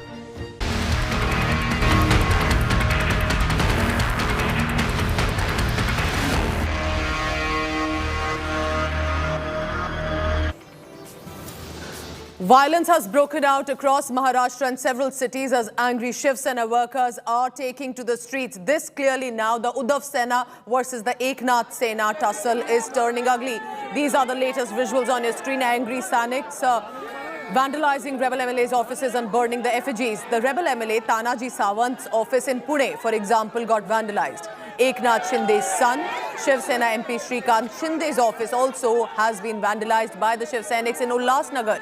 Not just that, as you clearly can see on the visuals here on your screen, the Sena workers have also issued open threats to rebel MLAs saying they will not be able to walk on the streets of Maharashtra. On Friday, angry Uddhav Sena workers vandalized rebel MLA Mangesh Kudalkar's office in Kurla as well, even threw black ink and eggs at the posters and banners of Eknath Shinde in Nashik, shouting and venting their anger against the rebel group. Shiv Sena Member of Parliament Sanjay Raut downplaying the violence by the Shiv Sainik, saying this is just a trailer, real picture abhi baki hai. Union Minister, meanwhile, Ramdas Uddhav condemned Sena workers' violence, calling it a matter of concern that violence is taking place in front of police deployed. Meanwhile, as Eknath Shinde's supporters watching what is unfolding on the streets also hit the streets at the Buldana, shouting slogans in support of their rebel neta. ये भी कहा जा रहा है कि कानूनी पेच जो है लगातार फंसा हुआ है और कानूनी कोर्ट का सहारा ले सकते हैं विधायक, जिस तरह से उनको डराया धमकाया, जो चेतावनी किसी को डराया धमकाया नहीं है। ये फालतू का काम हम नहीं करते, सिर्फ डराना और धमकाना। हम एक्शन वाला काम कर लेते हैं, सीधा एक्शन करते हैं। हाँ करेंगे ना, उसमें क्या है, कर लेंगे। ऐसे आप करेंगे तो वो डरेंगे आने से। किसी का ऑफिस आप तोड़ा जा रहा है, कुरला में उनके घर पे को निशाना बनाया जा रहा है। तो कोई शुरुआत भी नहीं हो गई है। देखो मैं आपको बताता हूँ, अभी शुरुआत भी नहीं हुई। ये शुरुआत हमने किसी को कुछ बोला है नहीं, ये लोग अपने आप कुछ करने जा रहे हैं। और बात रही डर की, डर तो रहना ही चाहिए। कोई भी ये डेमोक्रेसी में, सिर्फ मैं शिवसेना की बात नहीं कर रहा हूँ, किसी भी पार्टी के बारे में बात करूंगा। आप अगर हमारे पार्टी से चुन कर आते हो, आप कांग्रेस पार्टी से चुन कर आते हो, आप से चुन कर आते हो और पार्टी बदल लेते हो, आप इस्तीफा दीजिए और वापस मैदान में जाइए, हम कुछ नहीं कहेंगे। लेकिन आप पार्टी हाईजैक करना चाहते हो पैसे के बल पर, तो क्यों नहीं मैं बोलूँ, क्यों नहीं उद्धव ठाकरे बोलेंगे? हम बोलेंगे जरूर, करेंगे और एक्शन भी कर लेंगे। क्या करेंगे ज़्यादा से ज़्यादा, क्या करेंगे क्या, हमको सब पता है। कौन कितने पानी में है, कौन कितने ज़मीन में है, कितने ज़मीन के नीचे है। आपने कहा अभी तो कुछ नहीं हुआ, तो पिक्चर अभी बाकी है। हाँ पिक्चर शुरू होगा, पिक्चर शुरू होगा, आप आइए। हिंसा ही रास्ता है क्या? क्योंकि जिस तरह से जो तस्वीरें आ रही हैं, जिस तरह से तोड़फोड़ हो रही है, लोगों का गुस्सा है। महाराष्ट्र में ये नहीं चलता है, ये गुस्सा है, गुस्सा रहेगा और गुस्सा रहना भी चाहिए। ये आग है शिवसेना, हम इस आग को कभी बुझने नहीं देते। ये बाला साहब ठाकरे जी ने हमको कहा है, ये राख नहीं होनी चाहिए शिवसेना, ये आग ही रहनी चाहिए और उसमें आप हमेशा आग जलने के लिए जो भी डालना है उसमें वो डालते रहिए समिधा। तानाजी सावंतांचं आज ज्या पद्धतीने ऑफिस फोडलं ही महाराष्ट्रामध्ये झालेली सुरुवात आहे आणि येणाऱ्या काळामध्ये जे जे गद्दार आहेत त्या प्रत्येकाचं ऑफिस त्या ठिकाणी फुटलं जाईल। शिवसैनिक हा महाराष्ट्रातील जनतेच्या डोळ्यातील अश्रू आणि उद्धव साहेबांच्या डोळ्यातील अश्रू बघू शकत नाही, म्हणून शिवसैनिक जागा झालाय आणि या गद्दारांना धडा शिकवल्याशिवाय शिवसैनिक शांत बसणार नाही। छोड़ दीजिए ये बात, अभी भी मौका नहीं गया है। कल भी रात को शरद पवार साहब और अजित पवार साहब, जयंतराव पाटिल, प्रफुल्ल पटेल सब मातोश्री पे आए थे।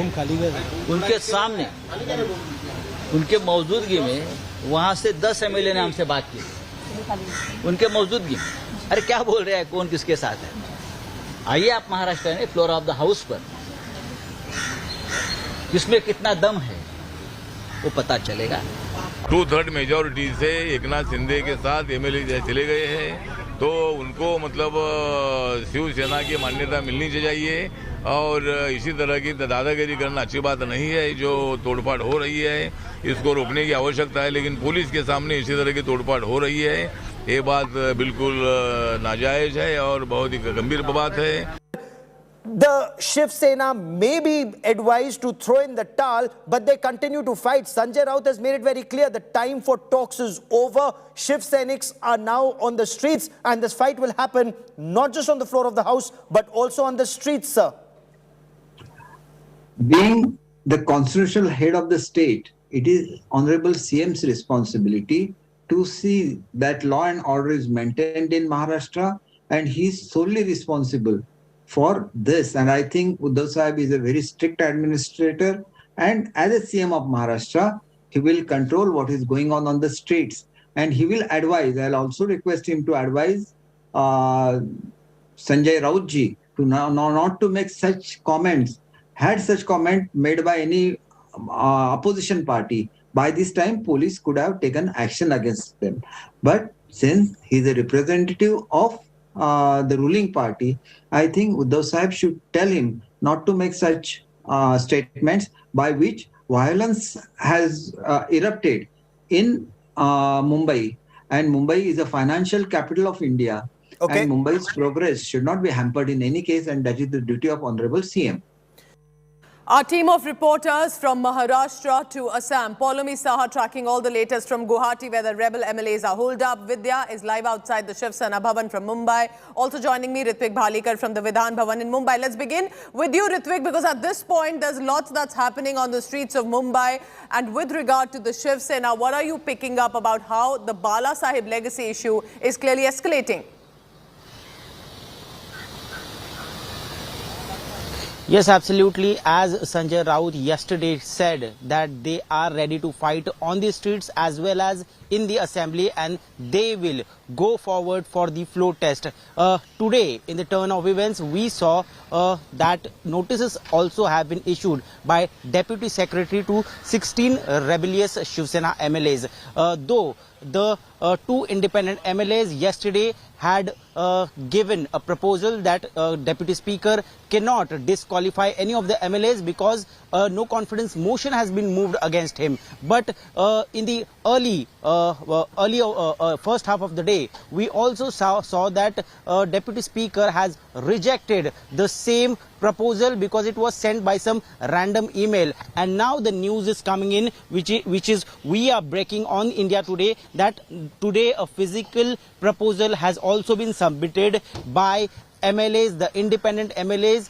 No confidence motion has been physically submitted to the Deputy Speaker office here in Vidhan Bhavan, Mumbai. So we have to see that how does this disqualification process also moves forward.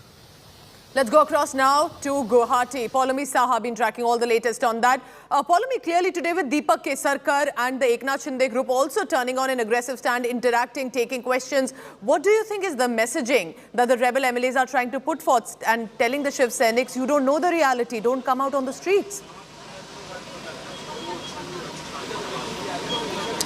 Well, basically the message that they're trying to send out is that there is a lot as far as what meets the eye really, as far as what is playing out on the face of it and what's playing out behind. They've of course asked the Shiv Seniks to not come out on the streets because they're telling them that you don't know the reality. There is a lot that's going on. We've not either hijacked the Shiv Sena or in fact betrayed its ideology. We're still very much a part of the Shiv Sena. It's just that our sentiments are different. We do not believe that the Shiv Sena should be a part of the Maha Vikas Aghadi government. We believe that the NCP has tried to destroy the Shiv Sena. It has been a calculated strategy of the NCP to destroy the Shiv Sena. It is the NCP which is trying to hijack the party, and we, the two-third members of the legislative party of the Shiv Sena, believe that we have the numbers in order to go ahead and make our sentiments known to everyone. We're not in any sense betraying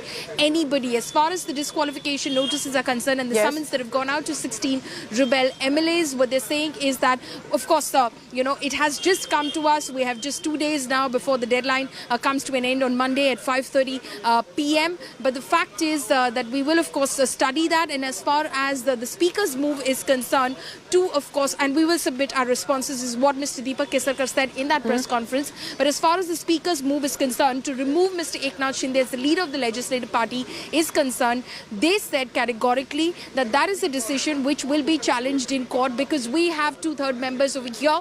That is the number we have. So 16 or 17 MLAs who sat down one day and decided to, in fact, remove Mr. Eknath Shinde of the position of leader of the legislative party can't do so because the numbers are with us right now. Maximum of them are here. So how is a minority group taking a decision?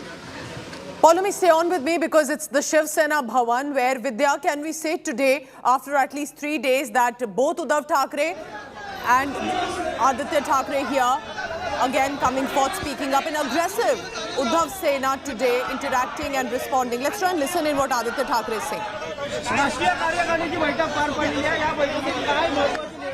आपल्याला कार्यकारिणीची बैठकीची मुद्दा सगळे माहिती आहेत, सगळे बाहेर आलेले आहेत. महत्त्वाची गोष्ट म्हणजे गद्दारी खपून गेली जाणार नाही. शिवसेना विजयी होणार म्हणजे होणारच. ये सत्य और असत्य की लड़ाई है. जो भाग के गए हैं उनके खिलाफ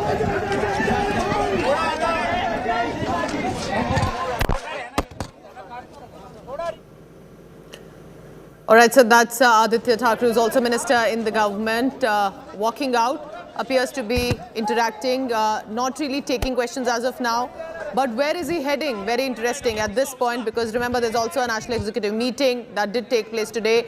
Aditya Thackeray, unlike Uddhav Thackeray, who had an emotional message, is smiling. Again, after 3 days as well, from the first day, Aditya Thackeray ensuring that he comes across as a confident young Thackeray minister in the government, and as Shiv Sena stands today, despite possibly facing a decimation of this camp, fist thumping, acknowledging supporters, ensuring that he comes across as a confident, smiling young Thackeray. As Uddhav Thackeray on the other side saying, I have been facing ill health.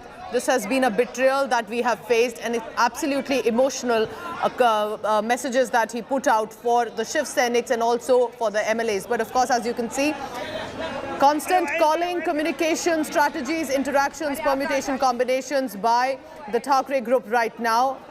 And a lovely visual there as Aditya Thackeray goes in the reflection of the vehicle is Bala Saheb Thackeray's banner.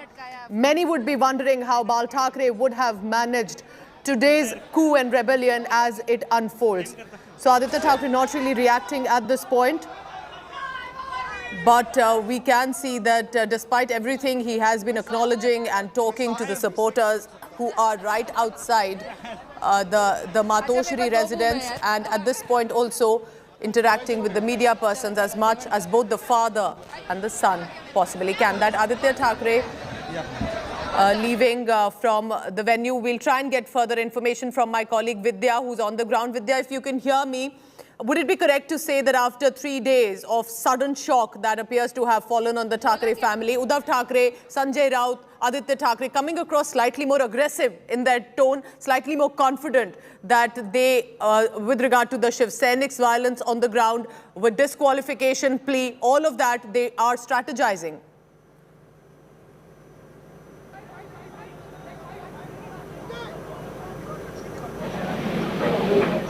All right, and I also correct myself there that Aditya Thackeray left from the Shiv Sena Bhavan just about few minutes ago, not the Matoshri, which is the ancestral residence of the Thackeray family. But what you clearly see today, take a look at this, Sanjay Raut, Aditya Thackeray, Uddhav Thackeray, the father, 3 days on after surviving the initial shock, putting forth a disqualification plea to the Deputy Speaker, also stating that, we will respond if required by the anger of Shiv Senics. It's understandable. आपल्याला कार्यकारिणीची बैठकीची मुद्दा सगळे माहिती आहेत, सगळे बाहेर आलेले आहेत. महत्त्वाची गोष्ट म्हणजे गद्दारी खपून गेली जाणार नाही.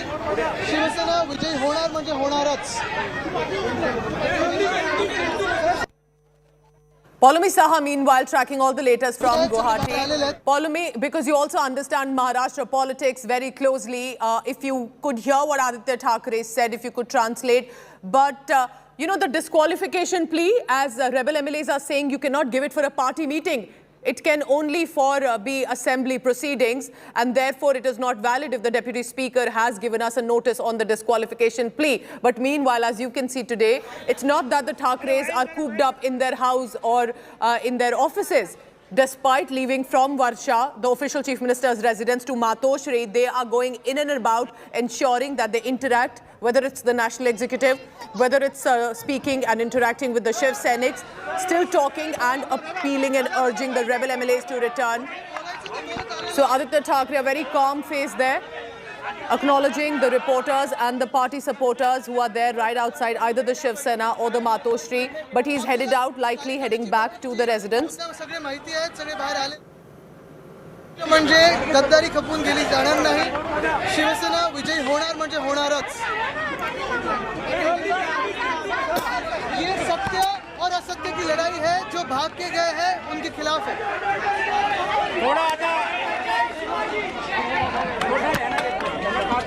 Aditya Thackeray there says ये सत्य और असत्य की लड़ाई है. जो भाग के गए हैं उनकी तरफ ये मैसेजिंग है. This is a war or a battle between truth and untruth. So that is one statement that Aditya Thackeray very clearly saying ये सत्य और असत्य के बीच की लड़ाई है. So making it of course a moral fight that this Thackeray family is with the right while they are with the untruth, the rebel MLAs led by Eknath Shinde. Let's go across quickly to Guwahati. Poulomi Saha joining all the latest. Poulomi, so rebel MLA saying you cannot give us a disqualification notice because it's only for assembly proceedings, not for a party meeting. But Aditya Thackeray here right now just saying that this is Satya or Asatya ki ladai. I am also joined by Mausami because Mausami is in Mumbai tracking all the latest from the Shiv Sena Netas. So you've been speaking to Priyanka Chaturvedi, who says, where's the law and order? Aditya Thackeray says this is about truth and untruth, the fight that we are fighting, and of course claiming we are with the Satya here. Mausami.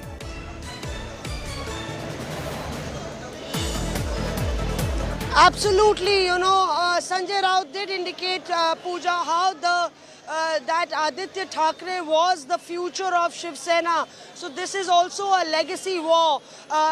Even as Uddhav Thackeray reiterated that this was a party of his father, and if Eknath Shinde wanted to lay claim, then he should actually talk about laying claim to his father's name, not Balasaheb Thackeray. So clearly a legacy war to reclaim the legacy of Balasaheb Thackeray has also broken out, and Aditya Thackeray a very important element in that entire claim, because somewhere in the picture, as far as the functioning of the Shiv Sena is concerned, as far as making him an office bearer is concerned, there was a lot of dissension over Aditya Thackeray's role, with the old guard, not having a great rapport with him. Correct, yes. So really, yeah, but Uddhav Thackeray has taken charge as far as, coming to the Shiv Sena Bhavan is concerned, after he left Varsha, really sending across a message that he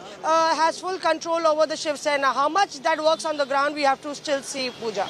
Mosmi, when today Aditya Thackeray says this is a fight between truth and falsehood, do you see, and can we say here that after 3 days of initial shock, the Thackerays or even the camp that stands with Uddhav right now have become slightly more aggressive compared to how Eknath Shinde was more confident earlier? This remaining group has also ensured they come out with strong statements and do not look meek today.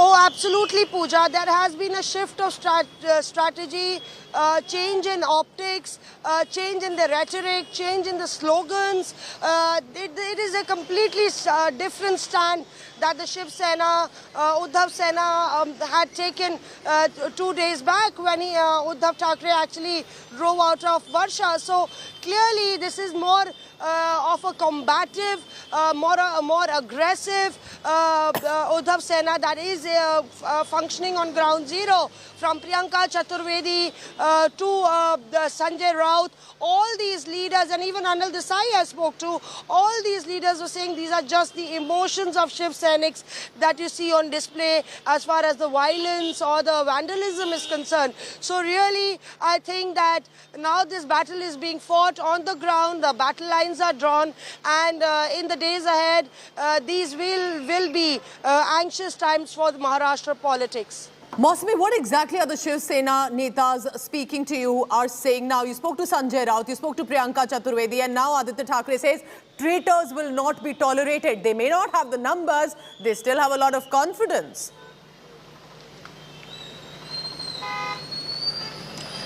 Pooja, many do believe that, perhaps Uddhav Thackeray could have spoken more aggressively yesterday, could have been more stern yesterday.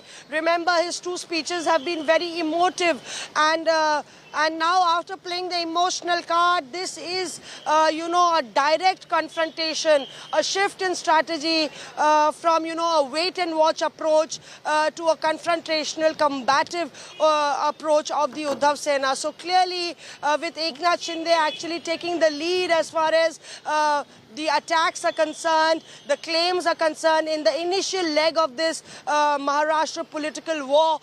Now this leg hugely and majorly belongs to the Uddhav Sena, that is throwing one card after the other, making public statements. Now it is almost certain that the bridges have been burnt, and these are threats that are being issued which are having a direct impact on ground zero, whether it is Kurla, or you saw how an office was vandalized of a local satrap MLA in Pune. So really, we will have to wait and watch how this really turns, but a nightmare of sorts for the Maharashtra police.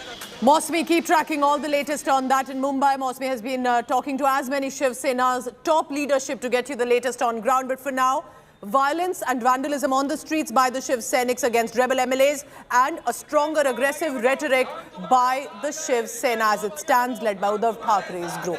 Leaving you with these visuals, both from Guwahati, where the rebel MLAs are meeting, interacting with the media persons, on the other vandalism, violence, and a smiling, confident, as it looks like, Aditya Thackeray there leaving the Sena Bhavan. Our reporters getting you all the latest. Stay tuned to India Today. Wrapping up this bulletin. See you at 5 p.m.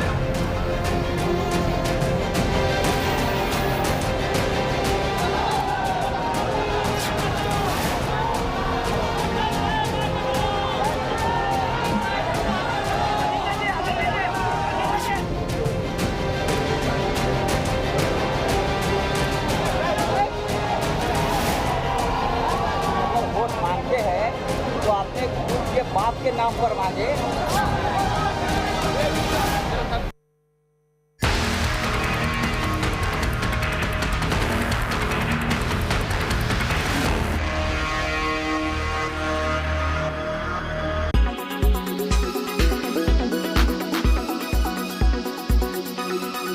If we can't ban assault weapons, as we should, we must at least raise the age to be able to purchase one to 21. For the first time in 28 years, US Senate passed a gun violence bill. This historic move comes right after the US saw raging incidents of gun violence. The measure would toughen background checks for youngest gun buyers and keep firearms away from more domestic violence offenders.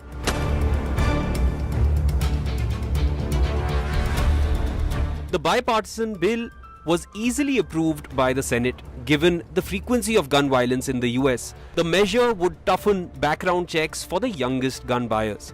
$15 billion in federal funding for mental health programs and school security upgrades, and implement red flag laws to remove firearms from people considered a threat. People convicted of domestic abuse who are current or former romantic partners of the victim would be prohibited from acquiring firearms. For years, a robust gun control law was thwarted. Now, it's a significant move considering both the Democrats and Republicans equally supported proposed gun control measures. Historically, Democrats have sought gun control laws while the Republicans have thwarted them. The new bill also comes right after the Apex Court overturned a New York gun law, which may prove to be a setback for stricter gun control. The law in New York required people to show a specific reason for carrying a gun. They can carry only if they prove a particular reason. Then people receive a license to carry a gun in a concealed manner in public. This ruling will result in more people becoming legally armed.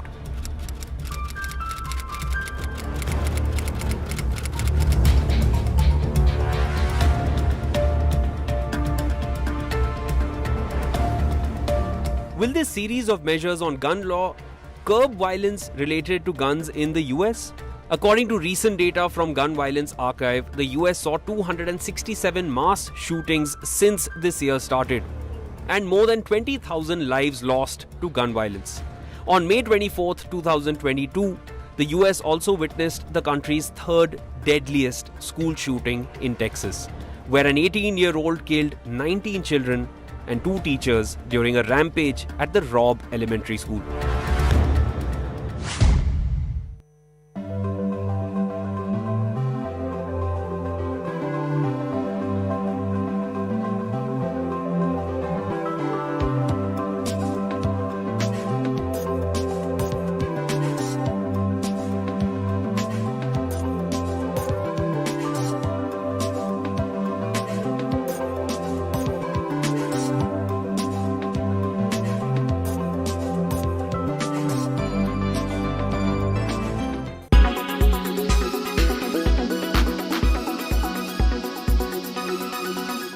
Everyone's busy finding what's trending.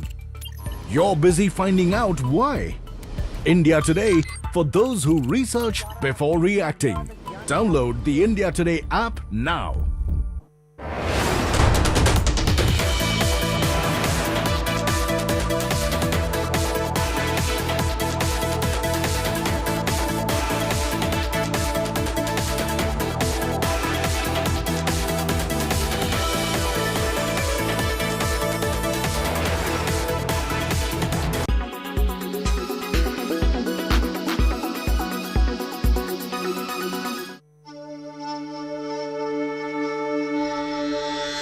Four days after Russian forces invaded Ukraine, Zelensky applied for EU membership.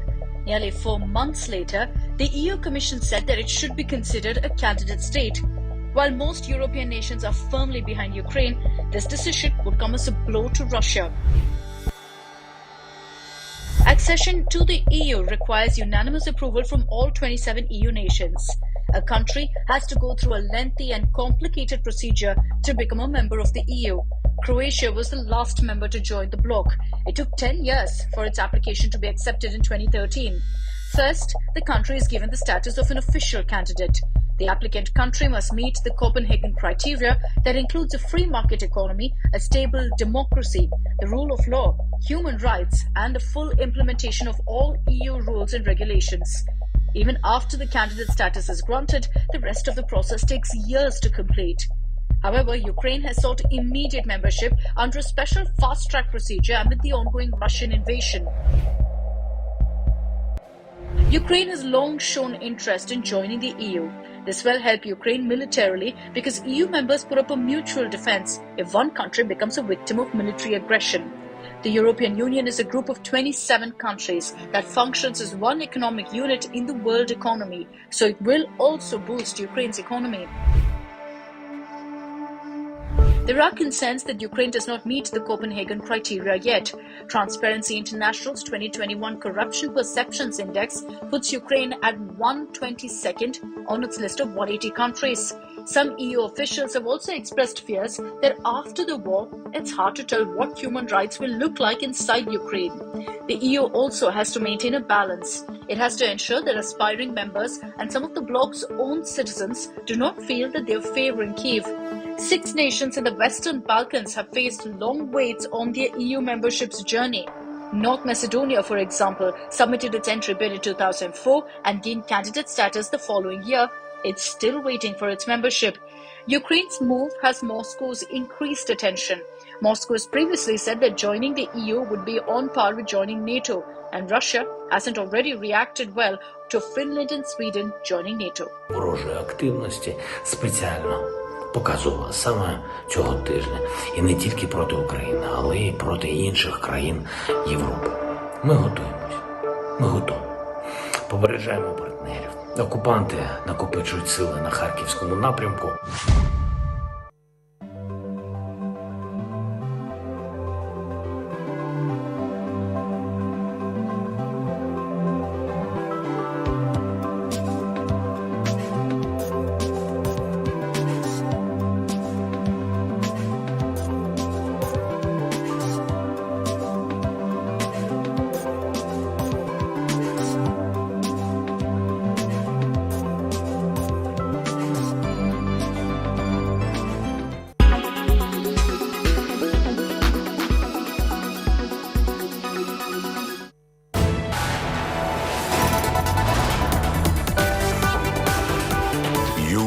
Watching India Today.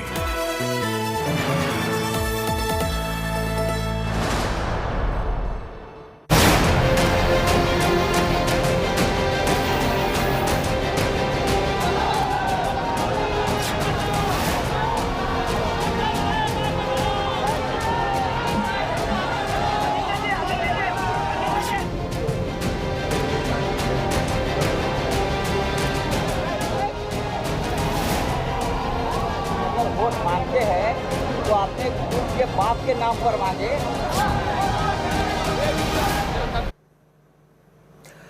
What's unfolding in Maharashtra politics right now is no less than a political thriller. There's climax, anti-climax, and all sorts of twists and turns. Good evening and welcome. I'm Pooja Shali. I'll be taking you through all the latest. First, the headlines. Uddhav Thackeray moves the Election Commission to win Bala Sahib legacy. Uddhav Thackeray, to ensure nobody will be able to use Bala Sahib's name, warns rebels are sitting on a ticking time bomb. Disqualification notice issued to the rebel MLAs. Rebels asked to respond by 5 p.m. on 27 June. Eknath Shinde also gets a notice. Shinde makes a big claim in fresh letter, says security cover withdrawn for all rebel MLAs, but the Aghadi government dismisses the claim.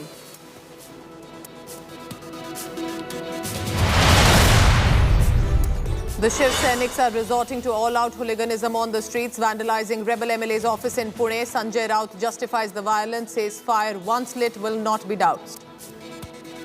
डर की डर तो रहना ही चाहिए। हमारा गुस्सा अगर हम नहीं निकालेंगे तो कैसा होगा कि हम क्या नामर्द है? हम नामर्द नहीं है। क्या होगा? सत्ता चली जाएगी ज़्यादा से ज़्यादा, और क्या होता है? After Supreme Court vindicates PM Modi in the Gujarat riots case, Home Minister Amit Shah speaks out, says he saw PM Modi suffer quietly for 20 years, lashes out at opposition for conspiracy. Bharatiya Janata party की विरोधी राजनीतिक पार्टियां, कुछ ideology के लिए राजनीति में आए हुए पत्रकार और कुछ एनजीओ ने मिलकर, एक त्रिकूट ने मिलकर ये आरोपों को इतना प्रचारित किया। After claiming he was dead for years, Pakistan now finally detains mastermind of 26/11 Mumbai terror attacks. Sajid Mir taken into custody after India and America mount pressure.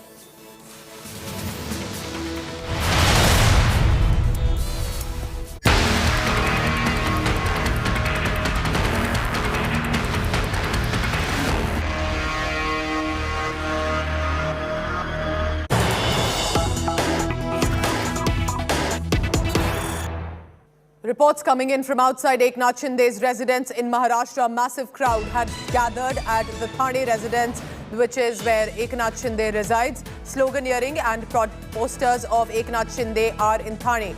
Now, Eknath Shinde's son also is present right now there. We're getting these latest visuals coming in on the screen. We'll try and dip in and try to listen to what the protesters and the crowd of people are saying.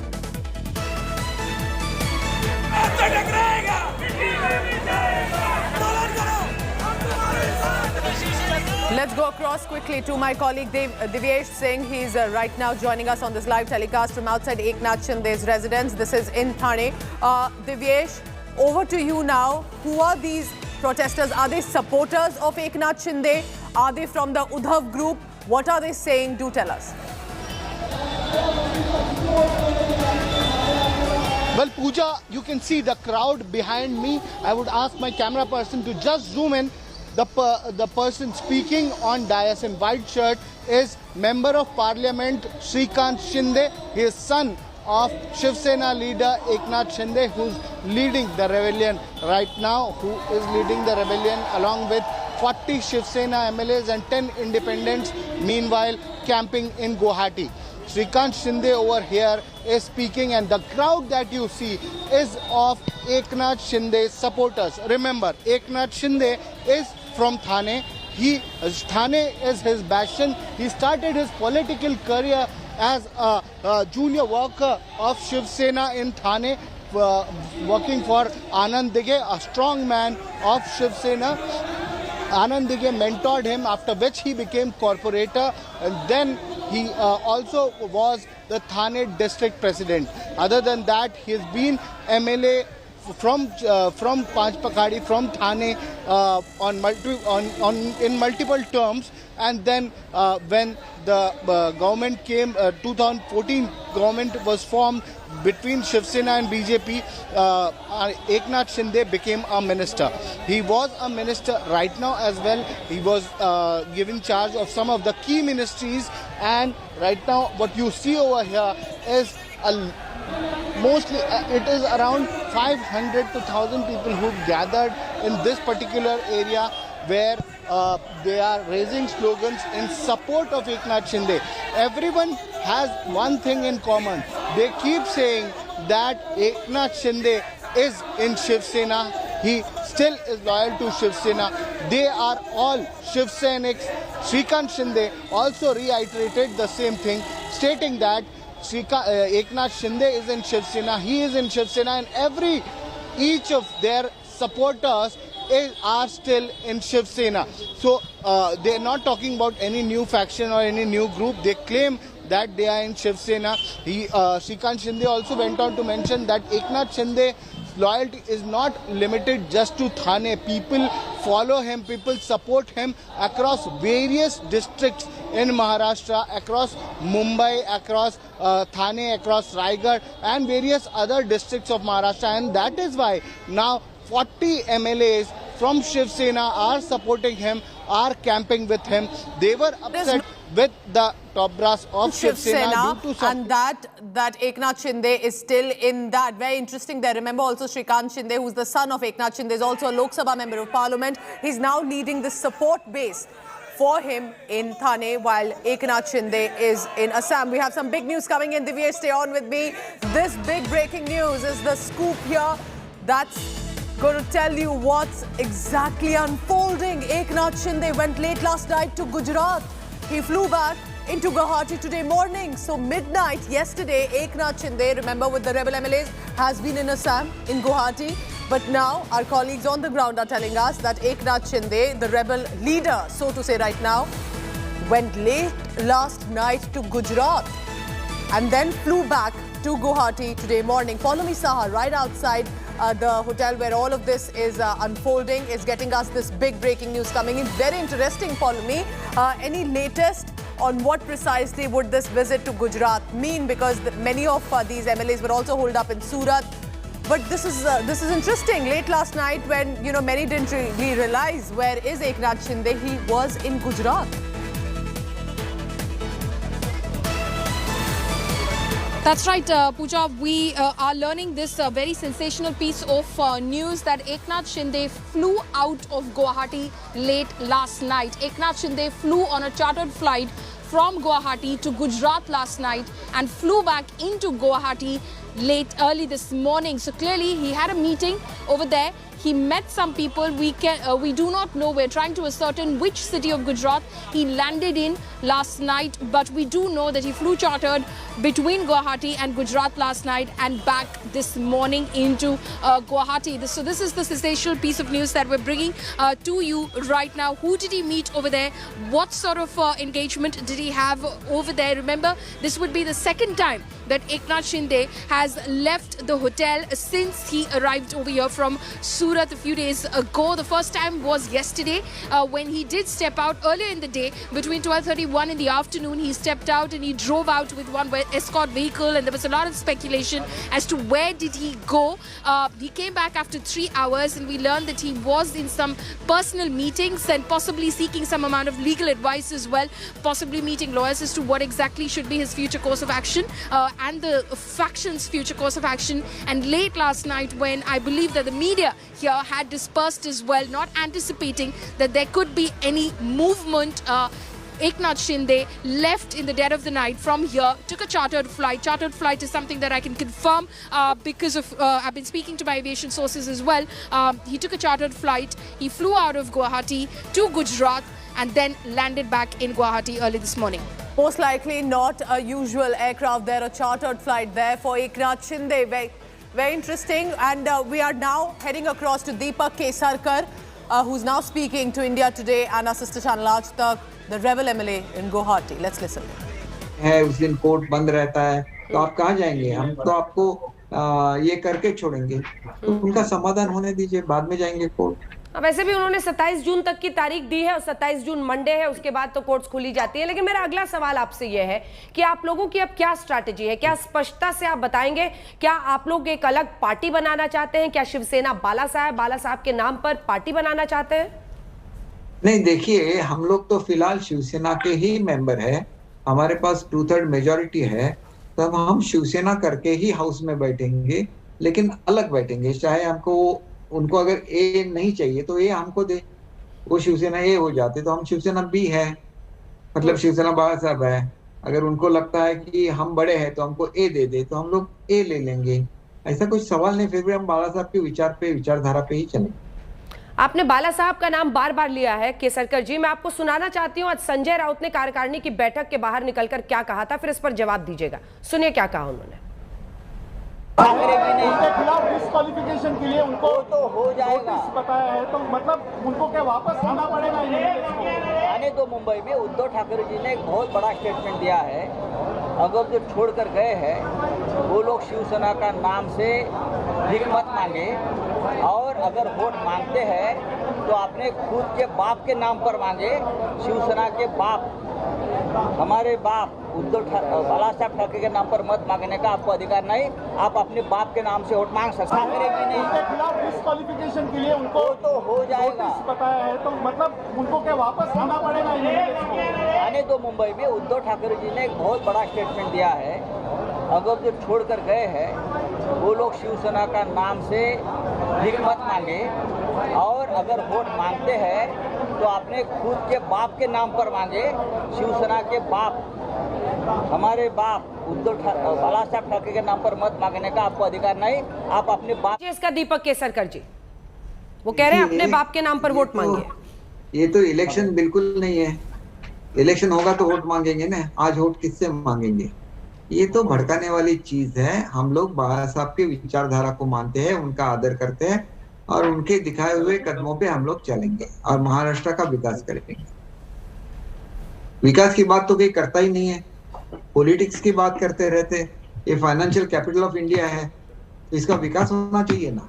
तो विकास पे बोलिए और विकास कीजिए। आप सत्ता में है, विकास करना आपका काम है और कीजिए, इसीलिए आपको सत्ता में लाया जाता है। लेकिन आप लोग सीधी चुनौती तो उद्धव ठाकरे को दे ही रहे ना। अगर इतने बागी विधायक चले गए हैं वहां पर आप लोगों के साथ 2/3 से ज्यादा, जो कि 38 है, तो ये सीधा सीधा उद्धव ठाकरे को ही तो चुनौती है। देखिए, घर में कुछ नाराज होता है तो टूट के चला जाता है ना, उसको मनाने का भी तरीका होता है। उस तरीके से उसको मनाया जाता।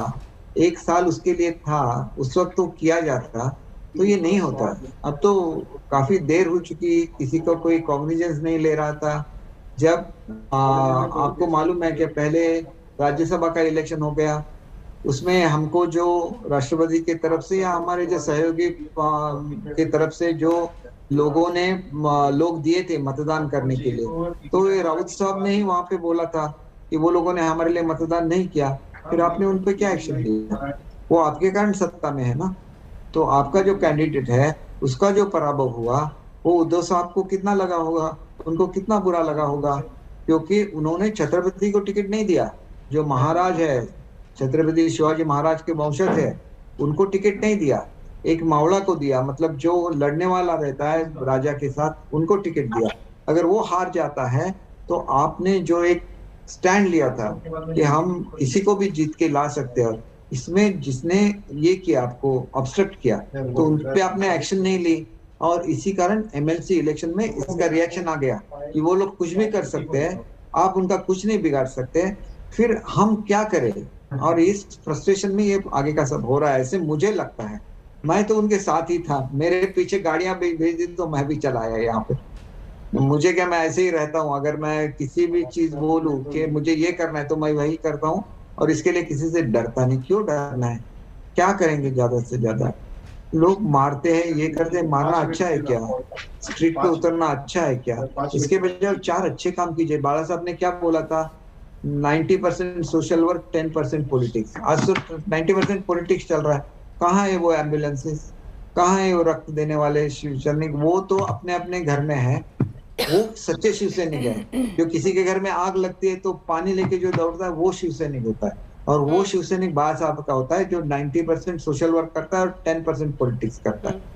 तो अभी तो लेकिन ठीक है, ये देख के तो हम लोग शिवसेना में आए, नहीं तो मुझे शिवसेना में आने की क्या जरूरत थी? अभी तो लेकिन आपके अपने ही घर के अंदर आग लगी हुई है। मेरा सवाल आपसे ये है कि 2.5 साल बाद जो ये आप लोगों का ज्ञान चक्षु खुला है कि कांग्रेस और एनसीपी के साथ शिवसेना का हिंदुत्व डाइल्यूट हो रहा है, इसको शिवसेना कहती है कि ईडी का प्रताप है।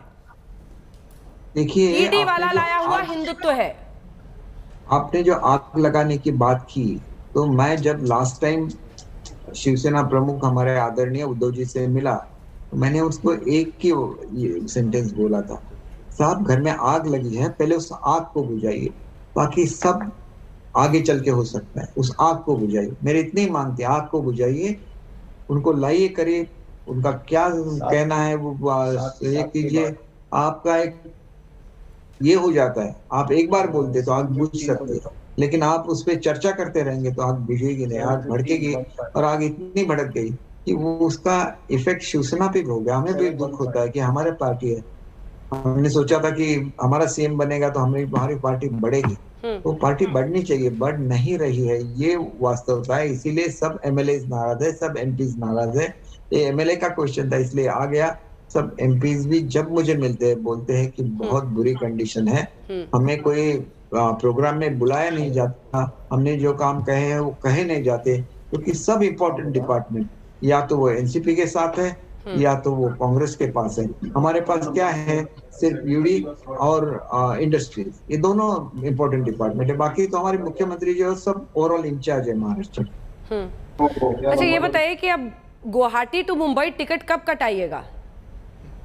जब भी महाराष्ट्र में शांति होगी हम जरूर आएंगे। अगर स्पीकर हमको बोलेंगे कि आपके गुट को मैं मान्यता दे रहा हूँ, आप आपके 39 मेंबर्स दिखाइए, हम सबको लेके उनके साथ परेड करेंगे 39 मेंबर्स की। और जिसके पास 39 मेंबर्स है उनको डिस्क्वालिफिकेशन करने की क्या बात है? वो डिस्क्वालिफिकेशन वहां पे अप्लाई ही नहीं होता। आपके पास एप्लीकेशन दिया हुआ है, आप बोल रहे किसी आदमी ने ईमेल पे आ गया इसलिए हम लोग इसको नहीं ले रहे, तो आप उनको बोलिए ना, आप पर्सनली आके दीजिए, तो पर्सनली आके देंगे, लेकिन उसका रिकॉर्ड तो होना चाहिए कि हमको ये मिल गया, उतना तो कीजिए। नहीं तो ऐसा करेंगे कि आप मिला भी नहीं ऐसे बोलेंगे तो कैसे चलेगा? नहीं, डेप्यूटी स्पीकर ने कहा पिछली बार जो चिट्ठी मिली थी हस्ताक्षर देखकर उन्होंने कहा नितिन देशमुख के हस्ताक्षर नकली है, ये उन्होंने खुद कहा है, इसीलिए वो बाकियों पर यकीन नहीं कर रहे हैं। देखिए महाराष्ट्र का फैसला महाराष्ट्र में होगा ना सर, थोड़ा ना गुवाहाटी या सूरत में होगा। नितिन देशमुख ने जब साइन किया तो उनका फोटोग्राफ है, उनका वीडियो है, तो क्या कर रहे थे? उनपे कोई जबरदस्ती कर रहा था क्या? वो अपने मर्जी से कर रहे थे साइन कि उनको इंजेक्शंस लगाया था, वो जान बचा के भाग गए। उनको डिलीट कर दीजिए, उनको डिलीट कर दीजिए, दूसरा ले लीजिए। क्या आप लोगों ने, ठीक है, जो तस्वीरें हम दिखा रहे हैं दीपक जी, वहां पर काफी तोड़फोड़ है, तो आप बोलिए कि ये नहीं है और आप और एक लाइए, हम लोग लाएंगे, हमारे पास तो 50 है। ये बागी विधायकों के दफ्तरों पे तोड़फोड़ की तस्वीरें आ रही हैं, क्या आप लोगों ने सुरक्षा की भी मांग की है, परिवारों के लिए कुछ किया है ऐसा? बिल्कुल ये करना ही पड़ेगा मैडम, ये कायदे का राज है, यहाँ पे कायदे का अमल चलता है, ऐसे ये करना ही ये जो राज्य का मुख्यमंत्री होता है उनका कर्तव्य रहता है। और आज हमारे आदरणीय मुख्यमंत्री जी वहाँ पे बैठे हुए हैं, उन्होंने शपथ ली है कि सब लोगों की वो रक्षा करेंगे, चाहे वो किसी के बारे में ममत्व या किसी के बारे में वैर न रखते हुए सबको समान न्याय देंगे, ऐसी उनकी शपथ है। तो चाहे वो किसी भी आदमी का, चाहे वो शिवसेना का एमएलए हो या बीजेपी का एमएलए हो या कि ऑर्डिनरी आदमी हो, किसी का भी घर कोई जला रहा है तो उस पर एक्शन लेना as a head of the state उनका कर्तव्य है। वो ऐसा नहीं करे इसलिए अपील करना उनका कर्तव्य है, और वो बहुत ही कर्तव्यदक्ष मुख्यमंत्री है, तो ये करेंगे, क्योंकि एक रोल अलग है जो पक्ष प्रमुख का रोल है और एक रोल अलग है जो मुख्यमंत्री का है, और वो मुख्यमंत्री का रोल निभाना। अब आप लोग मुख्यमंत्री रहने कहाँ दे रहे हैं उन्हें? मुख्यमंत्री रहने कहाँ दे रहे हैं? जो बगावत हो गई है, लेकिन जब तक वो मुख्यमंत्री है उनको अपना कॉन्स्टिट्यूशनल ड्यूटी तो निभाना पड़ेगा। ठीक है, आखिरी सवाल, देवेंद्र फडणवीस को मुख्यमंत्री बनाएंगे, उप मुख्यमंत्री बनेंगे एकनाथ शिंदे, गृह मंत्रालय, क्या क्या स्ट्रैटेजी कुछ तो बनाई होगी? मैं कैसे बोल सकता हूँ मैडम, उन्होंने तो शिंदे साहब ने बोला इतना टाइम आप लोग बैठे गुवाहाटी में 5 स्टार होटल में सर, कभी तो बात होती होगी ना, चर्चा तो करते ही होंगे क्या क्या मांगना है। चर्चा करते हैं, हमने पूरा अधिकार शिंदे साहब को दिया है, वो जो भी निर्णय देंगे वो हम लोग उस पर अमल करेंगे, और हमारी गवर्नमेंट आएगी महाराष्ट्र में और वो शिवसेना की गवर्नमेंट होगी, इतना ही मैं बोल सकता हूँ। बीजेपी के साथ इसके मैडम 2 ही ऑप्शन है, आइदर कांग्रेस राष्ट्रवादी या तो बीजेपी। तो बीजेपी के साथ आप सरकार बनाएंगे? मैंने ऐसा कभी बोला है, वो तो शिंदे साहब डिसाइड करेंगे किसके साथ कराना है। आप कह रहे हैं आपकी सरकार आएगी, आप कब आएंगे ये बताने की स्थिति में है आप? 2 दिन, 3 दिन, 4 दिन?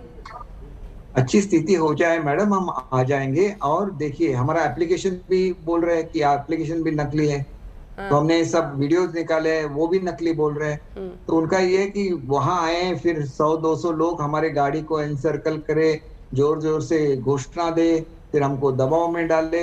फिर अगर देखिए ऐसा होता है तो कौन आना चाहेगा? हम तो कोर्ट से प्रोटेक्शन ले लेंगे, हम तो सेंट्रल गवर्नमेंट से प्रोटेक्शन ले लेंगे। अगर आप नहीं दे रहे हैं तो कोई ना कोई तो होगा जो प्रोटेक्शन देगा, क्योंकि लॉ एंड ऑर्डर ये हर एक का हक है, हमें भी वो मिलना चाहिए जी। एक कॉन्स्टिट्यूशनल राइट है हमारा 2/3 का मेजॉरिटी प्रूव करने का, हमें मिलना चाहिए। ठीक है, क्यों पेंडिंग रखा है उसको? जी बहुत बहुत धन्यवाद आपका। Guwahati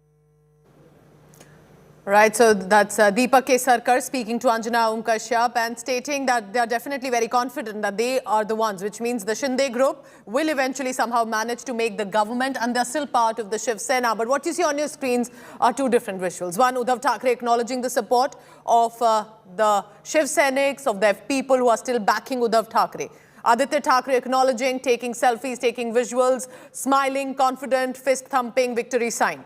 On the other, you see the group of rebel MLAs now sitting in Guwahati in Assam. Constantly, Eknath Shinde's group sending out these videos to remind Uddhav Thackeray and his group and Sanjay Raut they have the numbers and count as much as you want, but the 2/3 majority is now visibly with them, is their claim. So what's stopping then the Shinde camp to go ahead and start to have the party on their side and possibly take the stake to claim to the government in the next few weeks as well? So what's happening right now? As you see, it is a split of the Shiv Sena. And therefore, when it is a split of a party that was founded by Bala Saheb Thackeray, what happens to Bal Thackeray's legacy?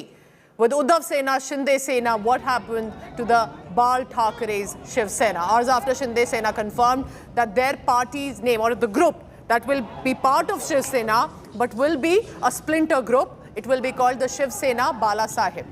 Uddhav Thackeray is warning the rebels do not use the name of Bal Thackeray, and will also be ensuring that he's moving the election commission to ensure that Bal Thackeray's name cannot be included in a splinter group or otherwise.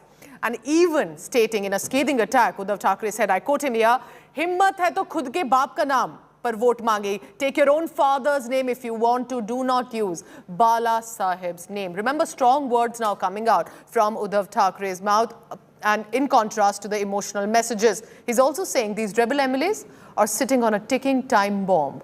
Take a look now of how all of this is unfolding, reactions that are coming in, because Uddhav faction has moved the election commission, and in that letter Uddhav Sena and the group says they strongly object to any party being created in the name of using the names either of Shiv Sena or Bala Sahib Thackeray.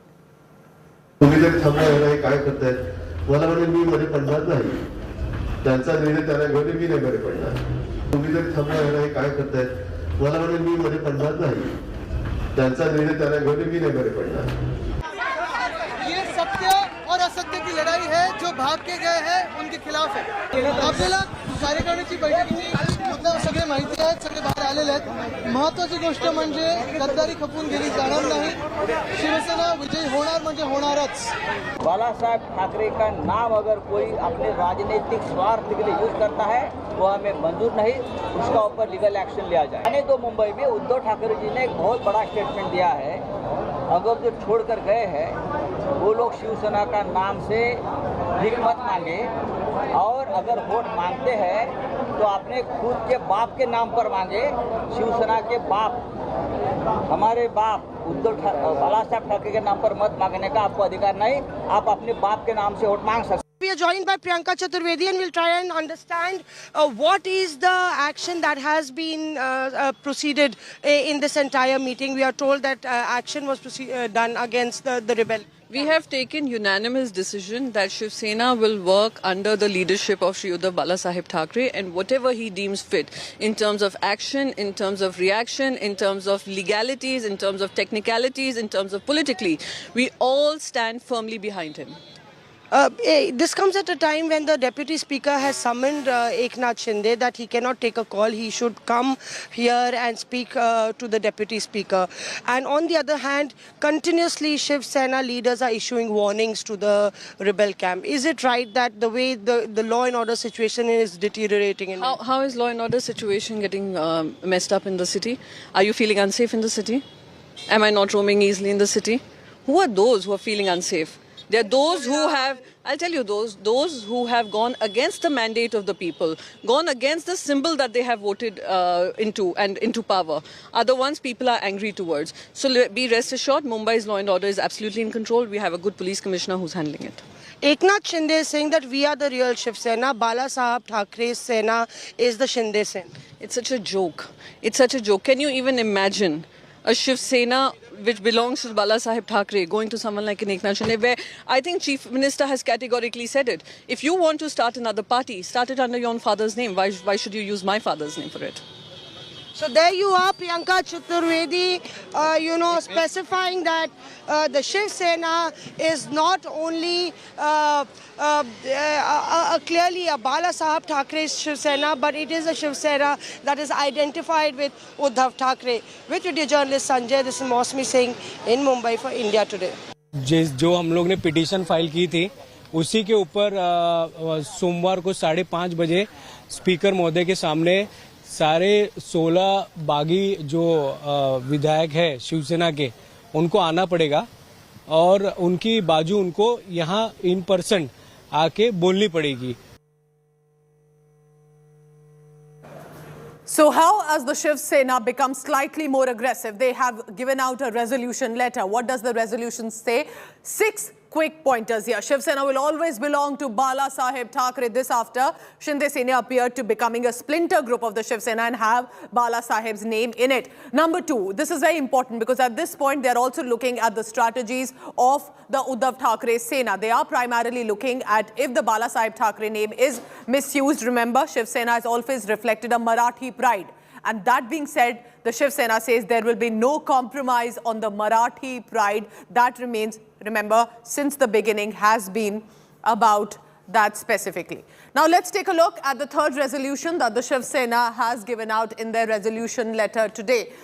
They're also looking at how precisely the next letter to the Election Commission will be to object the use of Bala Saheb's name. That is, if Eknath Shinde decides to go ahead with it. And there will be action against the rebel group, either for using the name of Bal Thackeray or just if they can be disqualified also for missing the meetings.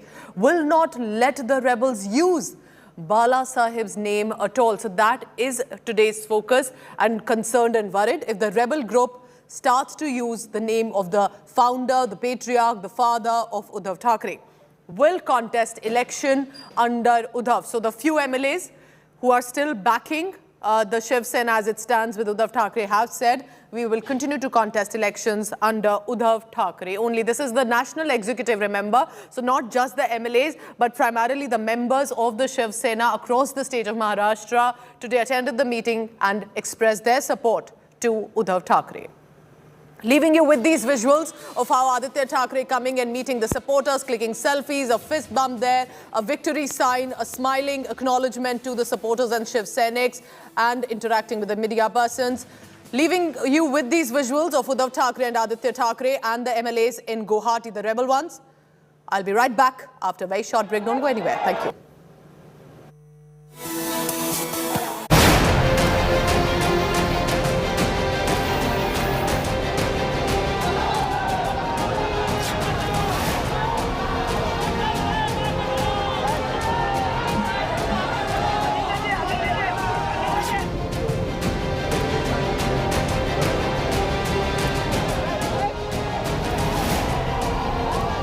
Vote मांगते हैं तो अपने group के बाप के नाम पर मांगे।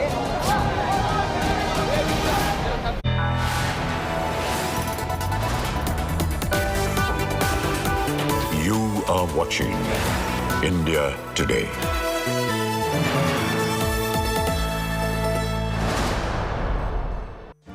Make your media plan smarter with India Today Live TV on your connected devices. Amplify your brand with 100 million smart internet viewers. To advertise, mail us at sales@aajtak.com or call 9999892171.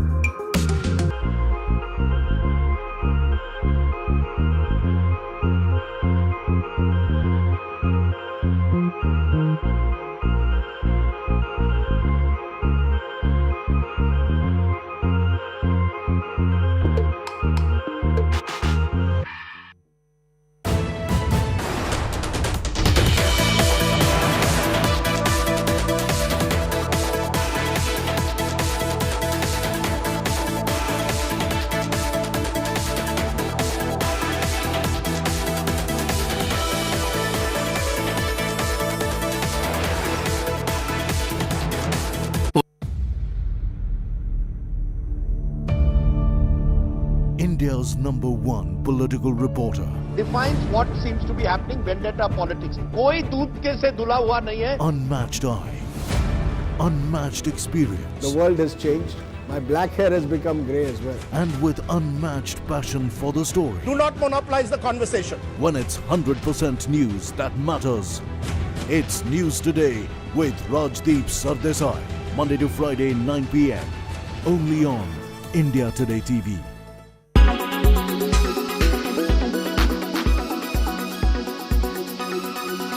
इसके कारण ये हुआ है कि दिल्ली एयरपोर्ट अभी world के leading airports में है, जहां की हमारा हाईएस्ट रेटिंग है एयरपोर्ट काउंसिल इंटरनेशनल द्वारा।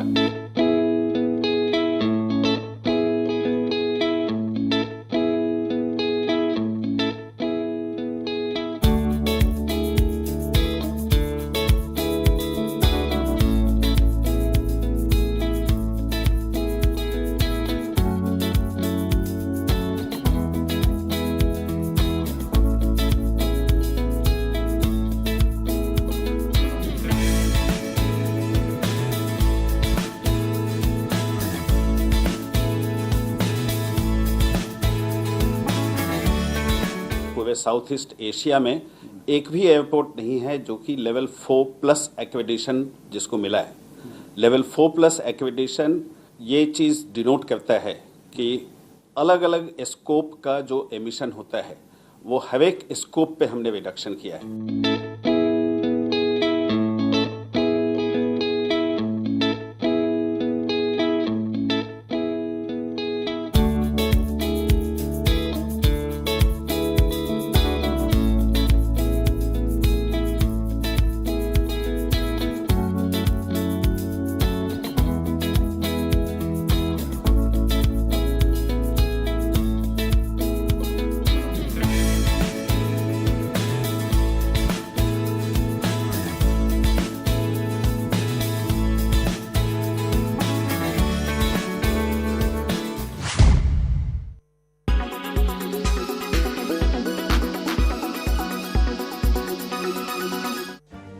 Make your media plan smarter with India Today Live TV on your connected devices.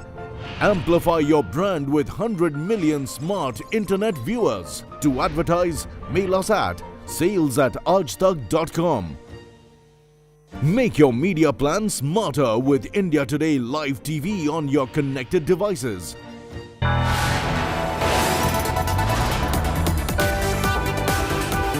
You are watching India Today.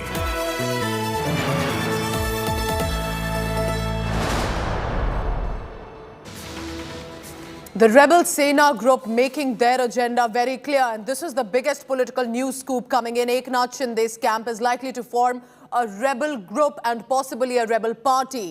Shinde's group has sought recognition as a separate party. In an exclusive conversation with India Today, rebel MLA Deepak K. Sarkar said Eknath Shinde has sent a letter to the Deputy Speaker and they want now to be recognized as, and I quote that here, a Shiv Sena of the Bala Sahib Thackeray. While having a conversation with India Today, this rebel group dropped this massive hint of supporting possibly the Bharatiya Janata Party to eventually form a government in the state of Maharashtra, and that will be with the Shiv Sena of the Bala Sahib group. लेकिन जो 2003 में amendment हुआ है इस कानून में, उसके तहत एक ही पार्टी के 2 गुट असेंबली में नहीं बैठ सकते। इसीलिए बार बार ये कहा जा रहा है कि आपका ये शिवसेना बाला साहिब नाम का जो कोई गुट बनेगा, जिसको मान्यता शायद मिल भी जाए, वो गुट अपने आप को उनको मर्ज करना पड़ेगा किसी पॉलिटिकल पार्टी में। तो या तो नहीं है, हो सकती है या आपकी कोई और, ये नहीं है। अच्छा, ऐसे बिल्कुल नहीं है, ऐसा कुछ प्राविधान नहीं है। वो तो अलग गट करके आप बैठ सकते हैं और वैसे हम लोग बैठेंगे। आज जो सिर्फ चल रहा है प्रेशर टैक्टिक्स चल रहा है महाराष्ट्र में, और ऐसे कोई भी नहीं है। जो भी प्रोविजंस हो गए कायदे की, उसकी हम लोग अमल बजावनी करेंगे। आप बीजेपी को समर्थन देंगे? आपका गुट बीजेपी को सरकार बनाने के लिए समर्थन देगा? हमारी मांग ये थी कि आप इनके साथ मत रहिए।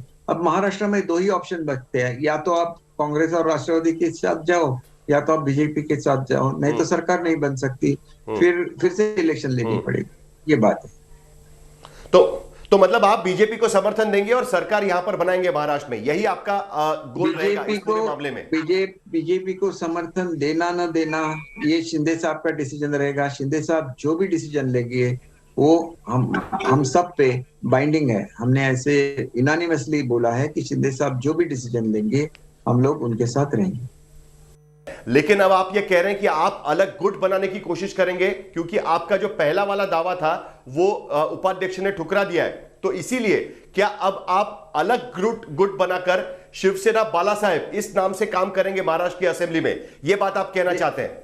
देखिए, पहला जो एप्लीकेशन था वो डिफरेंट था, वो गठ नेता के बारे में था, और गठ नेता जब चुना जाता है तो जो असेंबली में चुने हुए लोग हैं, जो पार्टी सिंबल पे जीत के आए हैं, समझिए अगर शिवसेना है तो 56 लोग ऐसे हैं MLA जो जीत के आए थे शिवसेना के सिंबल पे। तो उन्होंने अपनी ये दी है डिक्लेरेशन कि हम लोग शिवसेना के नाम से हमारा पक्ष रहेगा और एकनाथ शिंदे साहब हमारे गठ नेता रहेंगे। अगर 56 लोग लिख के देते हैं, अगर उसमें से एक एक्सपायर हो जाते हैं तो हमारी संख्या बचती है 55। अगर 55 में से आपको चेंज करना होगा तो at least 28 signatures you must have. This is a simple logic. और उसको आप टुकड़ा देते हैं तो उसके बारे में भी कोर्ट में जाना चाहिए। तो हर बार कोर्ट में जाना इट्स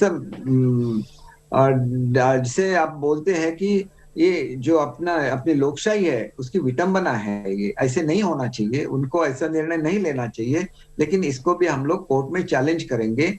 आजकल हम लोग देख रहे हैं कि ताराजी सावंत जो आपके साथ वहां पर है, उनके घर पे तोड़फोड़ की गई है। मंगेश कुडालकर उनका दफ्तर तोड़ा गया है। कई जगह पर शिवसैनिक आपके विधायकों के घरों पर जाकर हमला करने की कोशिश कर रहे हैं, उनकी तोड़फोड़ कर रहे हैं। संजय राउत धमकी दे रहे हैं। आपको आज नेशनल एग्जीक्यूटिव की मीटिंग भी है शिवसेना की, उसमें यह तय होगा कि आगे की कार्रवाई किस तरीके से हो सकती है। आपकी क्या प्रतिक्रिया इन सारी चीजों पर?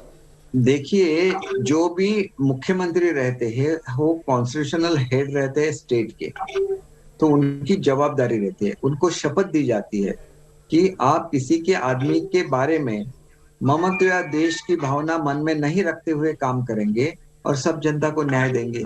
तो अगर अपनी शपथ नहीं निभा रहे हैं तो वो गलत चीज है। उनको ये सोचना चाहिए कि वो सब अभी पक्ष प्रमुख है, लेकिन वो अभी उस रोल में नहीं है जब तक वो महाराष्ट्र के मुख्यमंत्री है। तो महाराष्ट्र के मुख्यमंत्री होने के कारण उनको जो भी एक्शन लेना है वो एक्शन लेना चाहिए। अगर जरूरी हो और राउत साहब पे एक्शन लेना पड़े तो वो भी लेना है, क्योंकि ऐसे भड़काऊ वक्तव्य वो कर रहे हैं। और अपने जो पार्टी वर्कर्स है उनको उन्होंने क्लियर आदेश देना चाहिए कि आप शांत रहिए, महाराष्ट्र शांत रहना चाहिए, कोई भी लॉ एंड ऑर्डर का प्रॉब्लम महाराष्ट्र में नहीं आना चाहिए। So will the real Shiv Sena please stand up now, because Eknath Shinde is moving in for the kill. They are pushing for a new splinter group that will be called Shiv Sena Bala Sahib. Uddhav Thackeray is digging in his heels. He's hitting out at Shinde camp saying Shiv Sena and Thackeray's are synonymous and action will be taken because there's only one Shiv Sena, and that right now is under the leadership of Uddhav Thackeray. Take a look at this story. Which is the real Shiv Sena? Who will inherit Bala Sahib Thackeray's legacy? And who will rule Maharashtra? This raging political Mahabharat has now entered a legal battleground. Both Chief Minister Uddhav Thackeray and rebel Eknath Shinde are staking claim as the rightful heir of Shiv Sena. Shiv Sena कदापि हिंदुत्वापासून आणि हिंदुत्व कदापि शिवसेनेपासून दूर होऊ शकत नाही, कारण शिवसेना प्रमुखांनी जो एक कानमंत्र दिलेला है कि हिंदुत्व हा आमचा श्वास है। अभी तो हम लोग तो कल भी हम बाला साहब ठाकरे जी के सैनिक थे, आज भी है, कल भी रहेंगे। लेकिन क्या फिर अभी बाला साहब ठाकरे जी की जो आइडियोलॉजी है, उनकी भूमिका है, उसे ही हम लोग आगे लेके जाना चाहते हैं। One thing is clear, a split in Shiv Sena is now inevitable. Shinde and 37 MLAs have broken rank from the Uddhav Sena. They are now the majority, leaving the original Shiv Sena to be reduced to a minority party. And now, Shinde Sena is moving in for the kill. by laying claim to the bow and arrow symbol of the original Shiv Sena. जब MLA लोगों की जो constitution में अगर कोई काम नहीं होता है या उनके ऊपर अन्याय होता है तो अन्याय के खिलाफ लड़ने की सीख जो है हमारे को बाला साहब ठाकरे जी ने दी है. The Shinde camp is reportedly forming a new rebel party called Shiv Sena Bala Sahib, another resounding message that they are carrying forward Bala Sahib's Hindutva ideology. हम आज भी विचारधारा से जुड़े हुए हैं, इसलिए हमने ये नाम रखा है कि शिवसेना बाला साहेब, क्योंकि शिवसेना वहां पे वो पार्टी का नाम है शिवसेना बाला साहेब गट करके नाम रखा है और उस गट को रिकॉग्निशन देना चाहिए. Uddhav Thackeray too is digging in his heels, hitting out at Shinde camp, saying Shiv Sena and Thackerays are synonyms. Thackeray आणि शिवसेना ही दोन शब्द वेगळे करून तुम्ही शिवसेना चालून दाखवाच. माझं आज सुद्धा आव्हान आहे. कारण बाळासाहेबांचाही फोटो वापरायचा नाही, मी तर नालायकच आहे, माझा फोटो लावूच नका. पण बाळासाहेबांचाही फोटो न लावता तुम्ही शिवसेना नावाने जगून दाखवा. But who decides which is the real Shiv Sena? The matter can be only decided by the Election Commission. Election Commission will also decide on allotment of party symbol on set rules if Eknath Shinde seeks official recognition. Till then, the war of words, war for legacy and the war for power will only get bigger. Bureau Report, India Today. So meanwhile, what are other political parties up to in this maha-political crisis? Union Minister Ramdas Athavale met former Chief Minister Devendra Fadnavis in Mumbai. Ramdas Athavale slammed Uddhav Thackeray government for vandalism and threats of a street fight against the rebel MLAs. He's urging Uddhav Thackeray's government to tighten the noose around Shiv Senics who are resorting to violence. He's also asked Uddhav Thackeray to resign from the position of Chief Minister, assuring full support to the rebel faction. But he appreciated the efforts of Eknath Shinde and 38 rebel MLAs, saying 2/3 of the legislators are supporting clearly for a reason to Eknath Shinde. Further adding, rebel faction should now get recognitions. So speculation is rife. If possibly this is a clear indication of BJP's support to Eknath Shinde faction to eventually stake claim for the Maha throne in Maharashtra. मुख्यमंत्री ने इस्तीफा देना चाहिए, लेकिन अभी मुख्यमंत्री बोल रहे हैं हम हाउस में मेजोरिटी दिखाएगी. अभी इतनी माइनॉरिटी में गए हैं और मेजोरिटी कहाँ से दिखाएंगे? तो हाउस में दिखाना है तो हाउस में दिखा सकते हैं, लेकिन फिलहाल माननीय देवेंद्र फडणवीस जी ने बताया कि हमें कोई जल्दबाजी बिल्कुल नहीं है, हम वेट एंड वॉच पर हम लोग हैं. 2/3 मेजोरिटी से एकनाथ शिंदे के साथ MLA चले गए हैं, तो उनको मतलब शिवसेना की मान्यता मिलनी चाहिए. और इसी तरह की दादागिरी करना अच्छी बात नहीं है. जो तोड़फाड़ हो रही है इसको रोकने की आवश्यकता है, लेकिन पुलिस के सामने इसी तरह की तोड़फाड़ हो रही है, ये बात बिल्कुल नाजायज है और बहुत ही गंभीर बात है.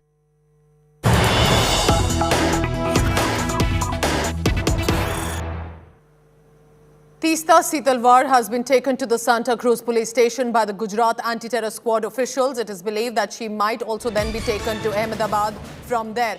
Activist Teesta Setalwar taken to the Santa Cruz police station by the Gujarat ATS and then possibly thereon could be taken from Ahmedabad. She's currently based in Maharashtra in Mumbai. And we'll try and get more details about what exactly is the reason behind the ATS team there and have now taken her to the Santa Cruz police station.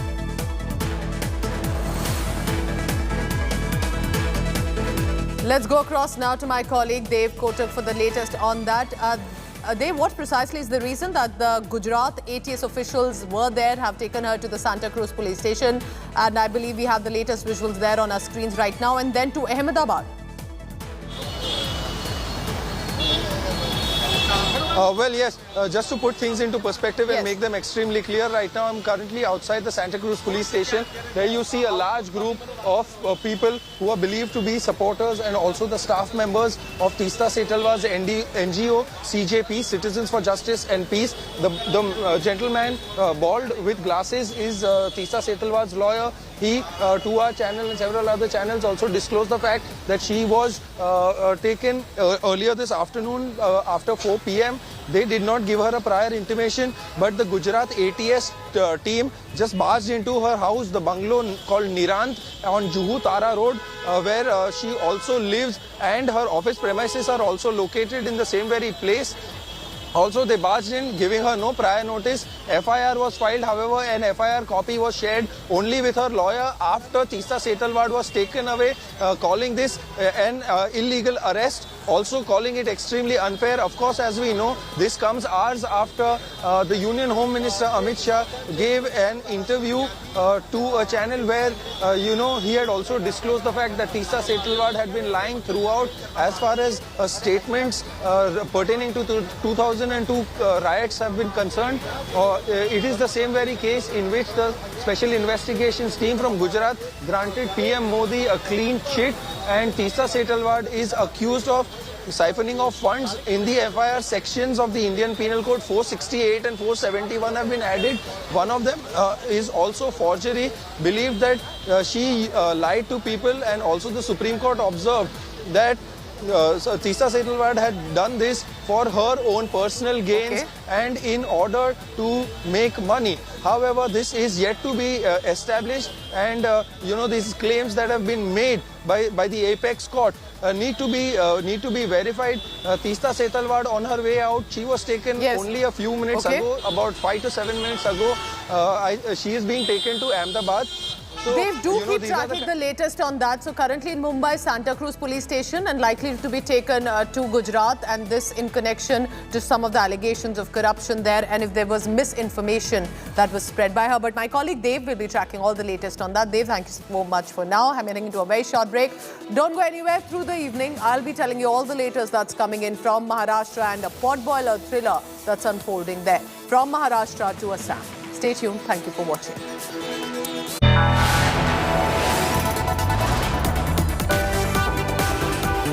You are watching India Today.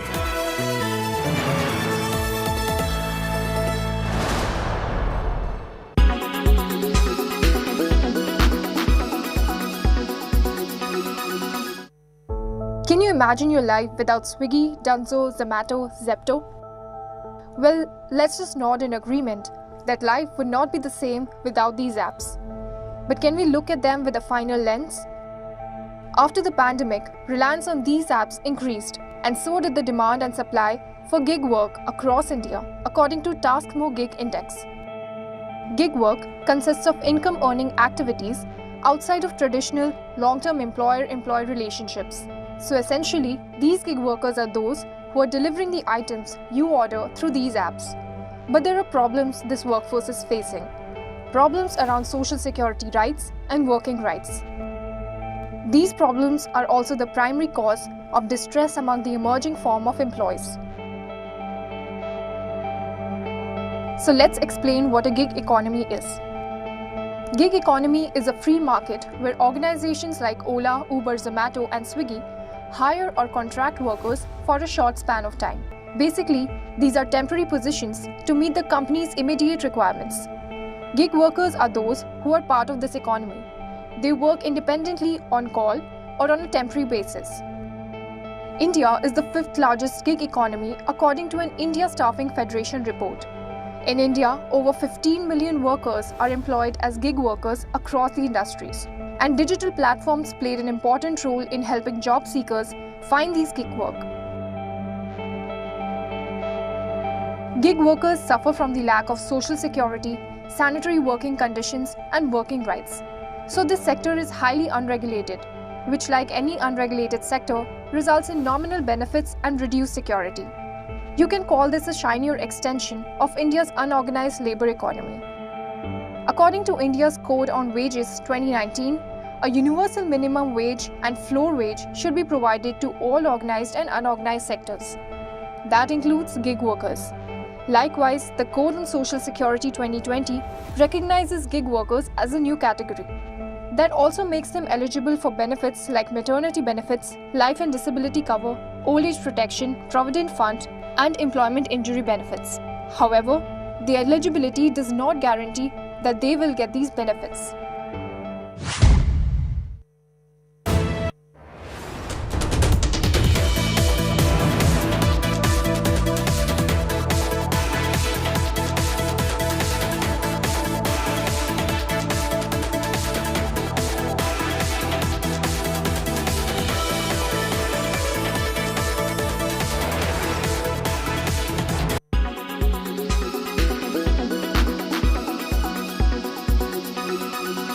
I bought a toothpaste and a Marmite and I saw it finish. And then I went to the shop to buy again and I was like, I haven't seen a toothpaste finish for the last 15 years.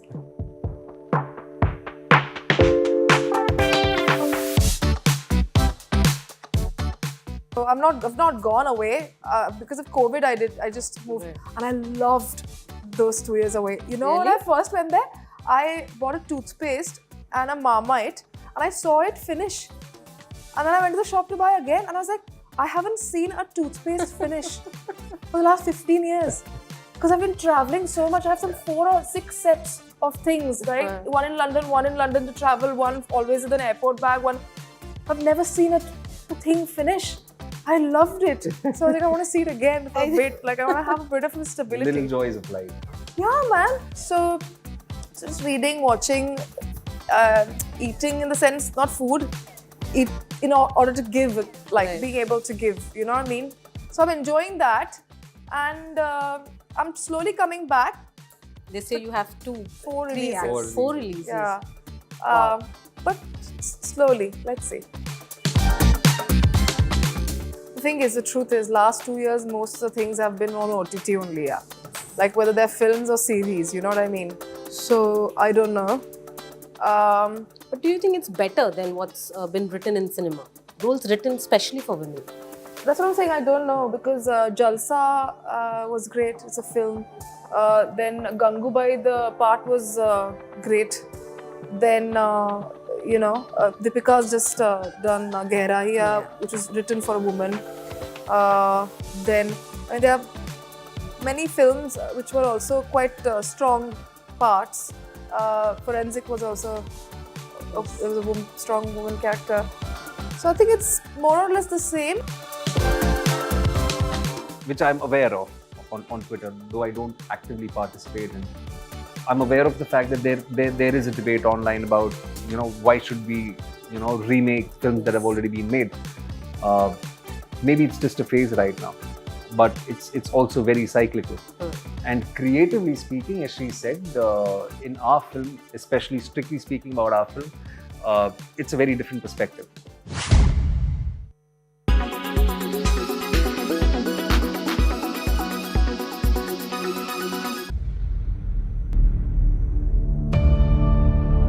India's #1 political reporter. Defines what seems to be happening, vendetta politics. कोई दूध के से धुला हुआ नहीं है. Unmatched eye, unmatched experience. The world has changed. My black hair has become grey as well. And with unmatched passion for the story. Do not monopolize the conversation. When it's 100% pure prime time. It's News Today with Rajdeep Sardesai. Monday to Friday, 9 p.m. Only on India Today TV. Presented by Aditya Birla Group, Big in Your Life. Co-presented by Star Health Insurance, the health insurance specialist. Co-presented by JK Panchurghat Tire. Ab hawa nahi niklegi. Powered by NECC. Sunday ho ya Monday, roz khao ande.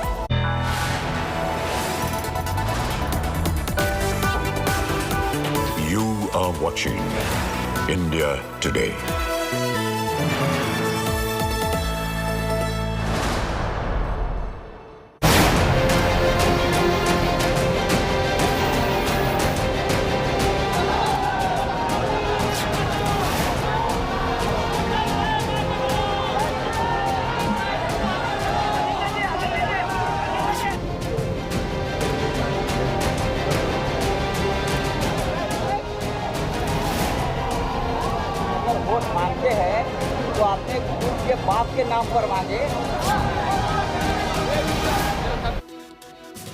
Good evening and welcome. Never-ending twists and turns coming in from Maharashtra. I'm Pooja Shali. Let's begin first with the headlines. Uddhav Thackeray moves the Election Commission to win Bala Sahib's legacy. Uddhav Thackeray to ensure nobody uses Bal Thackeray's name. Warns the rebels are sitting on a ticking time bomb. Disqualification notice has been issued to the rebel MLAs. Rebels asked to respond by 5 p.m. on 27 June. Eknath Shinde also receives the notice. But Shinde makes a big claim, says security cover has been withdrawn for all the rebel MLAs, but the Aghadi government has dismissed this claim for now. Shiv Senics resorting to all-out hooliganism on the streets, vandalizing rebel MLAs' offices in Pune. Sanjay Raut justifies the violence, says fire once lit cannot be doused. डर तो रहना ही चाहिए. हमारा गुस्सा अगर हम नहीं निकालेंगे तो कैसा होगा कि हम क्या नामर्द है? हम नामर्द नहीं है. क्या होगा? सत्ता चली जाएगी ज्यादा से ज्यादा. और क्या होता है? After Supreme Court vindicates Prime Minister Narendra Modi in the Gujarat riots case, Home Minister Amit Shah speaks out, says he saw Prime Minister Modi suffer quietly for 20 years, lashes out at opposition for conspiracy. Bharatiya Janata party की विरोधी राजनीतिक पार्टियां, कुछ ideology के लिए राजनीति में आए हुए पत्रकार और कुछ एनजीओ ने मिलकर, एक त्रिकूट ने मिलकर ये आरोपों को इतना प्रचारित किया. Gujarat anti-terror squad takes activist Teesta Setalwar to Santa Cruz police station in Mumbai for allegations on corruption in the Gujarat riots case. Teesta may also be taken to Gujarat later.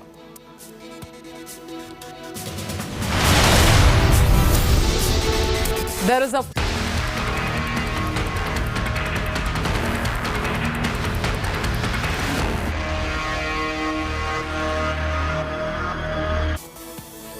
So will the real Shiv Sena now stand up? Because it's all about Bal Thackeray's legacy about and between Uddhav Sena versus the Shinde Sena in Maharashtra. Hours after, the Shinde group confirmed that their new splinter group or party will be called Shiv Sena Bala Sahib. So Uddhav Thackeray has now warned the rebel MLAs. In this warning, Uddhav Thackeray wrote and said, nobody can use Bala Sahib's name. A scathing attack on rebel Shinde. Also, he said, and I quote him here, "Himmat hai to khud ke baap ke naam par vote mange. Take the vote in your father's name, not on my father's name, Bala Sahib Thackeray." In this stern message, he has added that Shinde Sena could also now be sticking on a ticking time bomb. This after a resolution was passed to stop the Shinde group from using Bala Sahib's name in their group or a new party eventually. Uddhav faction and therefore has now moved the Election Commission so that appealing against the misuse of Bal Thackeray's name. In a letter written to the Election Commission, Uddhav's group has mentioned they strongly object to any such party being created in the name or using the name of the Shiv Sena or Bala Sahib Thackeray. तुम्ही जर थांबणार काय करतायत मला म्हणे मी मध्ये पडणार नाही त्यांचा निर्णय त्यांना घेऊन मी नाही मध्ये पडणार तुम्ही जर थांबणार काय करतायत मला म्हणे मी मध्ये पडणार नाही त्यांचा निर्णय त्यांना घेऊन मी नाही मध्ये पडणार. ये सत्य और असत्य की लड़ाई है. जो भाग के गए हैं उनके खिलाफ है. आपल्याला कार्यकारिणीची बैठकीची मुद्दा सगळे माहिती आहेत, सगळे बाहेर आलेले आहेत. महत्त्वाची गोष्ट म्हणजे गद्दारी खपून गेली जाणार नाही. शिवसेना विजयी होणार म्हणजे होणारच. बाला साहब ठाकरे का नाम अगर कोई अपने राजनीतिक स्वार्थ के लिए यूज करता है वो हमें मंजूर नहीं, उसका ऊपर लीगल एक्शन लिया जाए. मैंने तो मुंबई में उद्धव ठाकरे जी ने एक बहुत बड़ा स्टेटमेंट दिया है, अगर जो छोड़कर गए हैं वो लोग शिवसेना का नाम से भीख मत मांगे और अगर वोट मांगते हैं तो अपने खुद के बाप के नाम पर मांगे. शिवसेना के बाप, हमारे बाप बाला साहब ठाकरे के नाम पर मत मांगने का आपको अधिकार नहीं. आप अपने बाप के नाम से वोट मांग सकते. We are joined by Priyanka Chaturvedi and we'll try and understand what is the action that has been proceeded in this entire meeting. We are told that action was done against the rebel. We have taken unanimous decision that Shiv Sena will work under the leadership of Shri Uddhav Bala Sahib Thackeray and whatever he deems fit in terms of action, in terms of reaction, in terms of legalities, in terms of technicalities, in terms of politically, we all stand firmly behind him. This comes at a time when the Deputy Speaker has summoned Eknath Shinde that he cannot take a call. He should come here and speak to the Deputy Speaker. And on the other hand, continuously Shiv Sena leaders are issuing warnings to the rebel camp. Is it right that the way the law and order situation is deteriorating? How is law and order situation getting messed up in the city? Are you feeling unsafe in the city?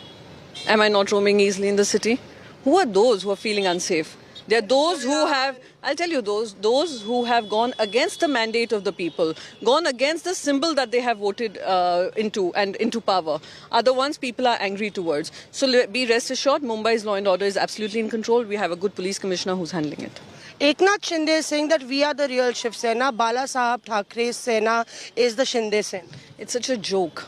It's such a joke. Can you even imagine a Shiv Sena which belongs to Bala Sahib Thackeray going to someone like an Eknath Shinde, where I think Chief Minister has categorically said it. If you want to start another party, start it under your own father's name. Why should you use my father's name for it? So there you are, Priyanka Chaturvedi, specifying that the Shiv Sena is not only clearly a Bala Sahab Thackeray's Shiv Sena, but it is a Shiv Sena that is identified with Uddhav Thackeray. With video journalist Sanjay, this is Mosmi Singh in Mumbai for India Today. जो हम लोग ने petition file की थी, उसी के ऊपर सोमवार को 5:30 बजे स्पीकर महोदय के सामने सारे 16 बागी जो विधायक है शिवसेना के, उनको आना पड़ेगा और उनकी बाजू उनको यहाँ इन पर्सन आके बोलनी पड़ेगी. Let's go across now to my colleague Mustafa Sheikh, tracking all the latest on that. Mustafa, eventually it will be about whether the Shinde Sena can manage that splinter group of Bala Sahib. But do you think Uddhav Thackeray and his group ensuring that they don't get that opportunity at all?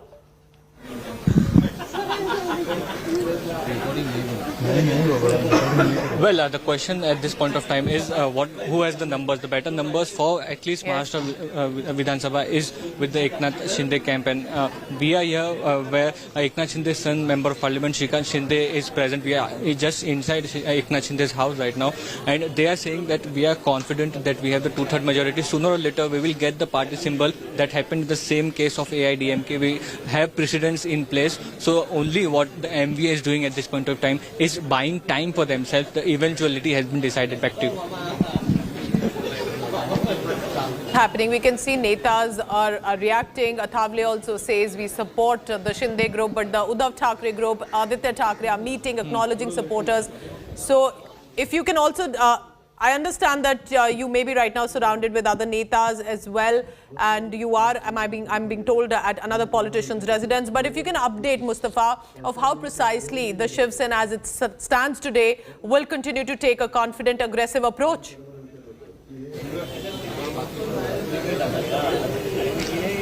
Well, what Shiv Sena is doing right now under Uddhav Thackeray is trying to gather as much as Shiv Sainik as possible to understand the situation, to understand what has been the damage to the party. Remember, in the Maharashtra Assembly, there has been huge damage. 2/3 is the number which Eknath Shinde has. Somewhere, Shiv Sena and Uddhav Thackeray is assuming and hoping that some of the MLAs jump ship from Eknath Shinde's camp. That is only which can save, which can affect anti-defection law. If that does not happen, then it's a clear 2/3 majority, and hence Shiv Sena at this point of time is planning and motivating and boosting its cadre, because even if the government is lost, Shiv Sena will again have to fight the upcoming BMC elections on the cadre which is left. It's possible that this rift extends from the Maharashtra Assembly and goes on the local levels where corporations will also be distributed and people will shift loyalty. So that is something that the Shiv Sena is bracing for. Back to you. Mustafa, keep tracking the latest on that. So, of course, a lot of strategies, permutations and combinations that are on. But Uddhav Thackeray, remember, had a national executive meeting today. Turning their stand slightly aggressive, what does the Shiv Sena under the leadership of Uddhav Thackeray say today in their resolution letter? 6 important points, the highlights here, the takeaways.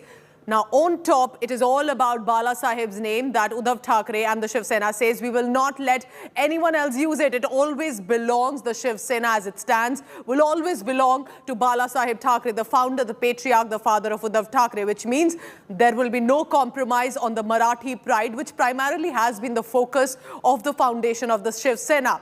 But why specifically about the Marathi pride? They are stating that nobody will be allowed to misuse the name of Bala Saheb Thackeray, and therefore any such reference or action on it will be objected to. And that is why a letter has been written to the Election Commission by Uddhav Thackeray and the Shiv Sena, objecting to anyone's use of that name, which means if the rebel group decides to go ahead and misuse it, they will be disqualified, there will be action taken against it. Now, number 5 is very important. Will not let the rebels use Bala Saheb's name, making it very clear that this is our point of the resolution today of the National Executive of the Shiv Sena, which includes not just the MLAs, but the members there all across for the party. But number 6, eventually expressing support, saying we will contest only under the leadership of Uddhav Thackeray as it stands with regard to the Shiv Sena. So the national executive members coming out in support for Uddhav Thackeray. So some of those party netas they're ensuring and members of the party to continue to show support for Uddhav Thackeray, but it will be, as you can see, a legacy war on Bala Saheb's name now. Because Eknath Shinde is clearly moving in for the kill, pushing for a new name, at least of a splinter group, and he will be aiming to call it Shiv Sena Bala Saheb. Uddhav Thackeray, digging in his heels, will not accept any of that happening and hits out at the Shinde camp, saying Shiv Sena and the Thackerays are synonymous with each other and is threatening the rebel group against using the name of his father.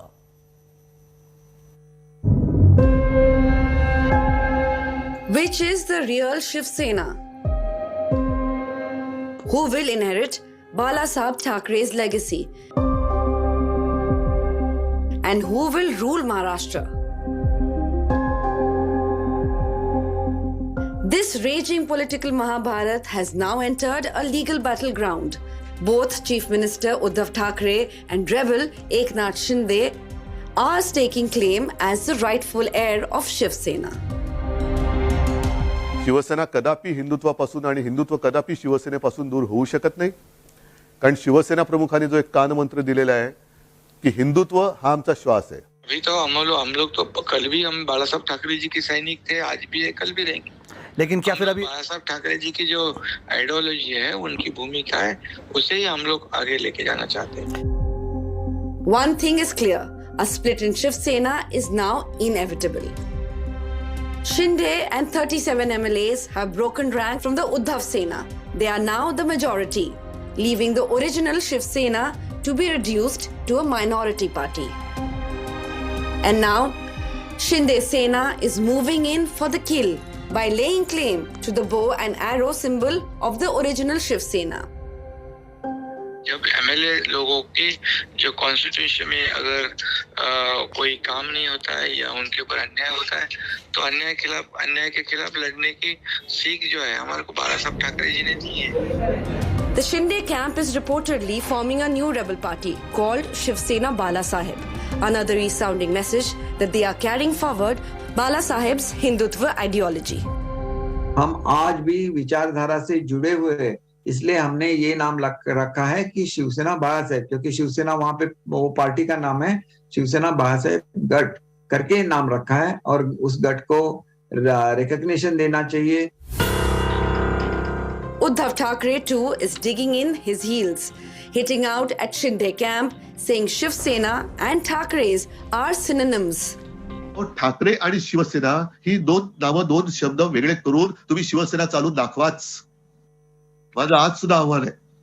काळा बाळासाहेबांचाही photo वापरायचा नाही, मी तर नालायकच आहे, माझा photo लावूच नका, पण बाळासाहेबांचाही photo न लावता तुम्ही शिवसेना नावाने जगून दाखवा. But who decides which is the real Shiv Sena?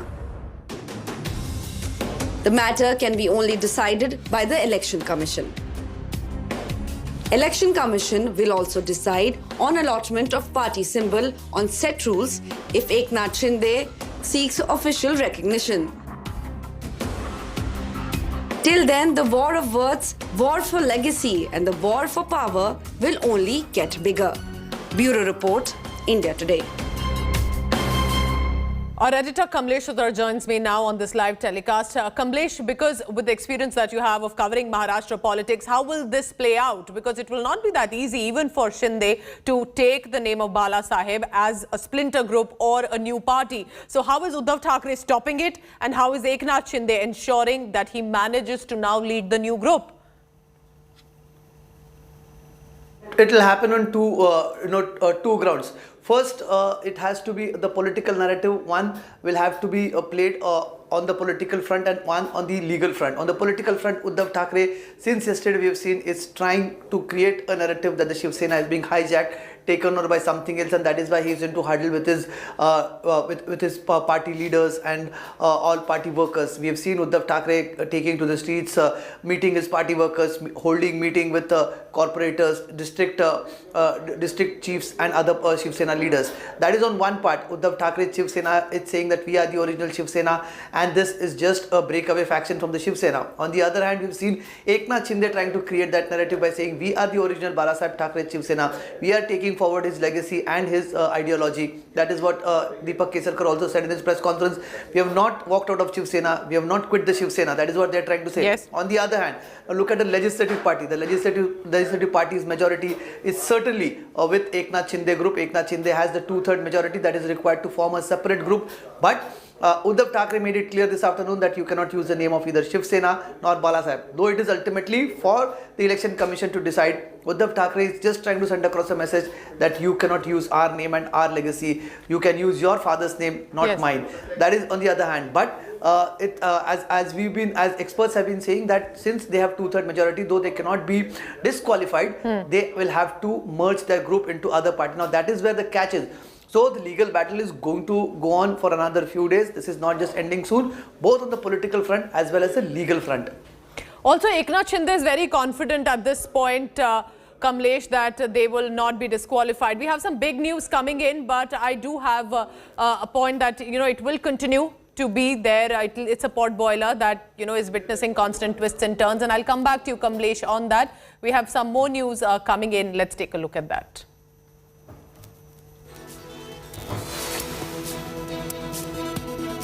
All right, what we are having and details coming in from Maharashtra. Remember, it's a developing story. Kamlesh, as you continue to be with me.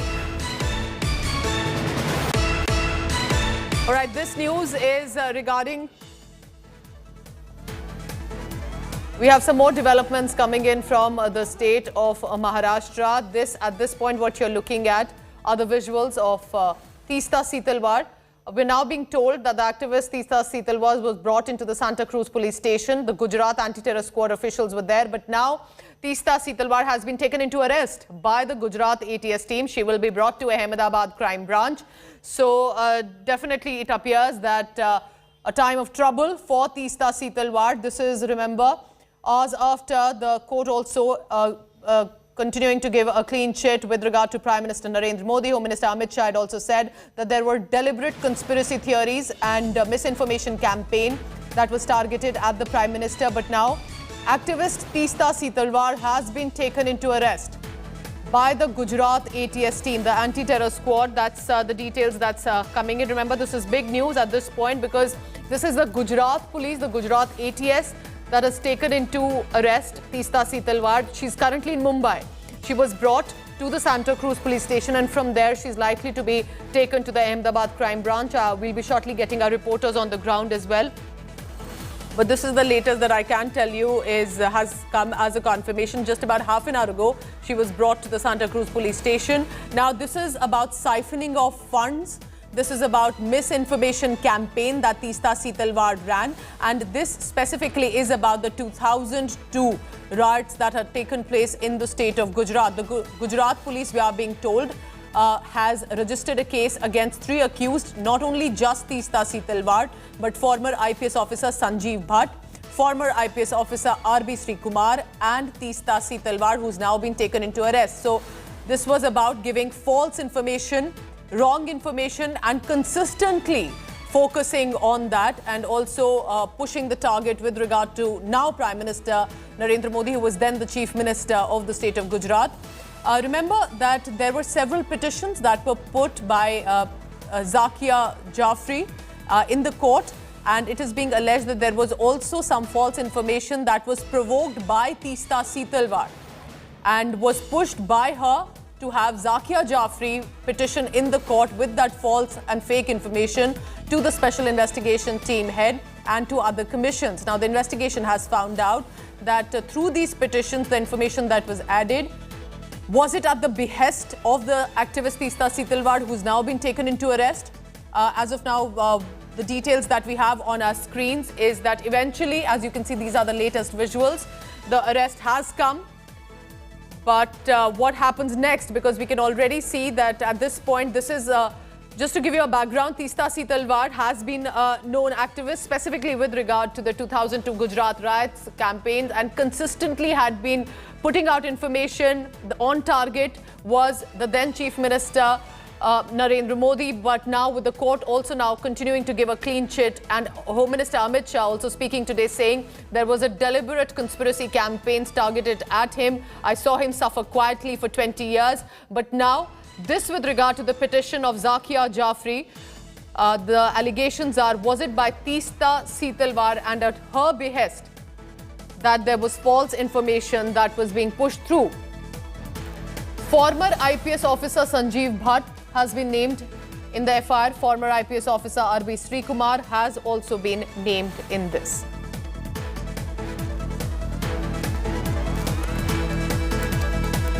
So we are staying with these story right now, the big news that is coming in, because at this point, remember, Teesta Talwar had gained a lot of prominence with her campaigns with regard to the 2002 riots case. But now, as it appears, that could there have been false and incorrect information that had been pushed out. But this is specifically about her NGO. Teesta Talwar runs an NGO, Citizens for Peace, and that also has faced siphoning of funds and incorrect information that she had been spreading. So there are two different cases here that has been referenced to. Initially, she was detained by the Gujarat Anti-Terror Squad officers who had reached her residence, had taken her to the Santa Cruz police station, which is as per protocol.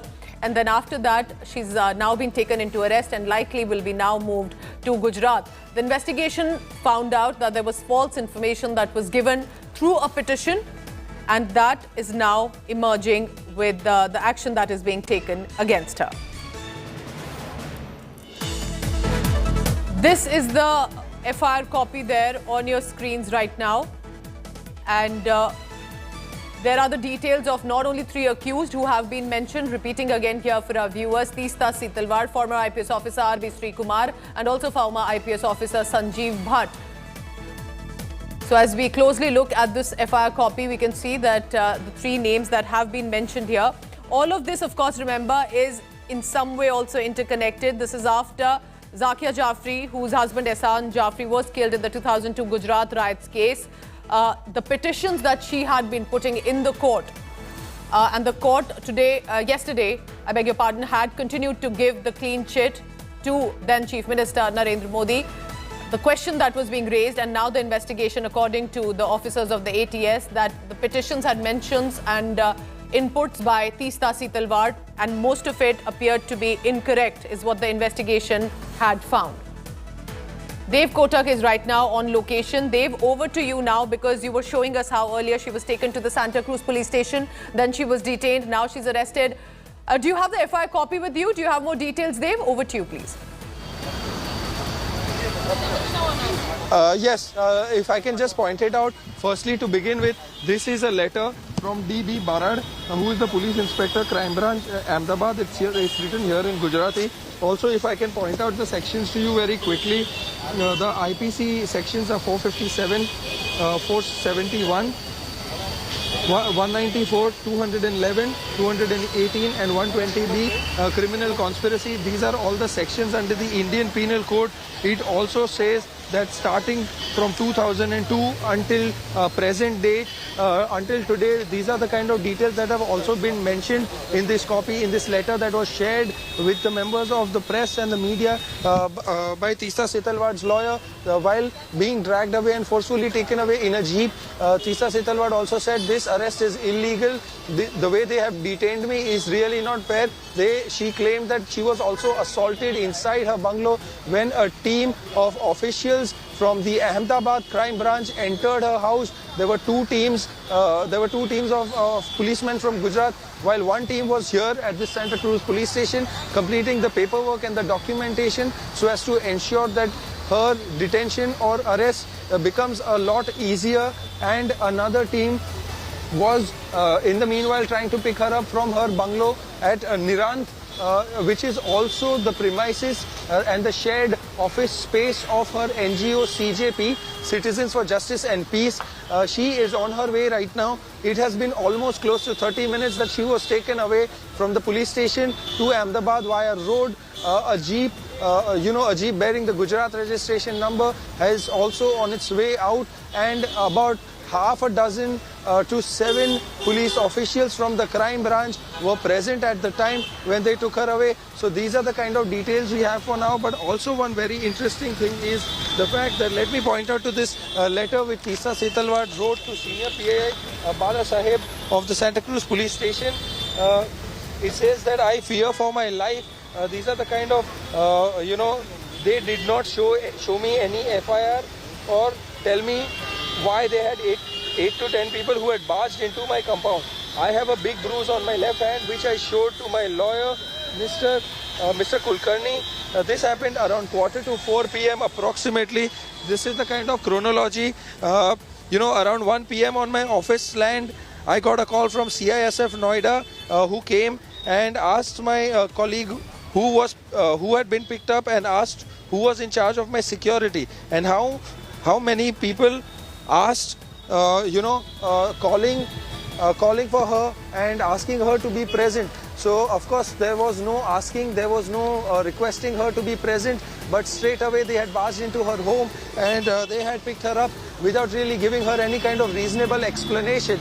And she was brought here, like I mentioned earlier, at the Santa Cruz police station. And also she is being transported from Maharashtra to Gujarat because the team of Ahmedabad crime branch was here to personally and physically take custody of the activist who has been in question, especially since Mr. Amit Shah, the Union Home Minister, gave an interview to a news channel, rubbishing all her claims as baseless. So these are the kind of details that Dave, we have keep for now. tracking all the latest, because as I'm reading through this specific FIR that you also have a copy and access to, very clearly here the crime branch is saying that it clearly shows that Sanjeev Bhatt, RB Srikumar, Tista Setalwad had conspired to abuse the process of law by fabricating false evidence to make several persons to be convicted for an offence that is punishable, and also adding that constantly by Zakia Jafri's petitions that were filed, whether it was the SLP or the petition in 2006,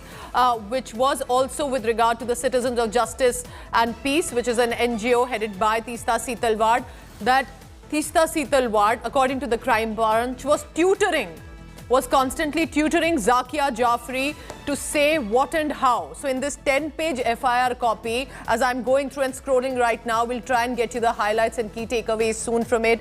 It claims to state very clearly here, establishing that Sanjeev Bhatt was lying that he attended a meeting on 27th February, but he wasn't there. RB Srikumar also stated incorrect information, and Tista Setalwad tutored some of those survivors. Listen in to what the lawyers are saying. Tista Setalwad, human rights activist, and who has been helping the victims of Gujarat riots and across the country in many other cases, has been arrested today. She has been taken by Gujarat ATS right now, and the sections which they are applying is 468 and 471. We don't know the full details of the case as yet. We were not informed. They barged into, they assaulted her and they have taken her. Forgery का case है, तो हमको अभी detail नहीं मालूम है कि क्या forgery का केस है. 468 और 471 बोला गया है. Tista Setalwad officially taken into arrest by the Gujarat ATS. This in Mumbai. She'll be then taken to Ahmedabad shortly. Leaving you with these visuals and the FIR copy. We'll be tracking the latest from Maharashtra. Heading into a very short break. Stay tuned. You're watching India Today. Thank you.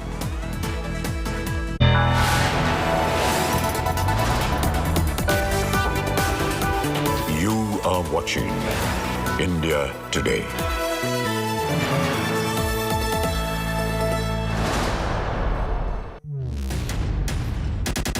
men and women who built Indian industry,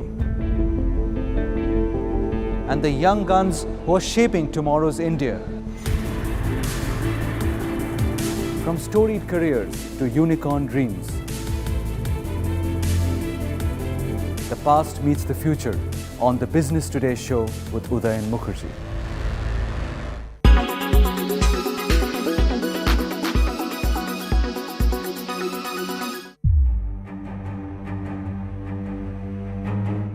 Do you want to hear dead people? Well, you might in the near future through Alexa. Amazon is all set to go a notch higher in the tech world with the introduction of its latest feature of Alexa. During Amazon's Global Artificial Intelligence and Machine Learning Conference, Alexa AI gave an unusual demo by mimicking the voice of a dead relative to a child. Yes, you heard it right. Through the use of artificial intelligence and recent advancements in text-to-speech technology, Alexa will be able to mimic someone's voice using less than a minute of recording. The AI may not eliminate the loss of your loved ones, but it can definitely make their memories last longer. While this may be comforting for some people grieving, a lot of netizens are feeling uneasy about the whole idea. Especially Twitterati is quite apprehensive and using hashtags like creepy and morbid for this new Alexa feature.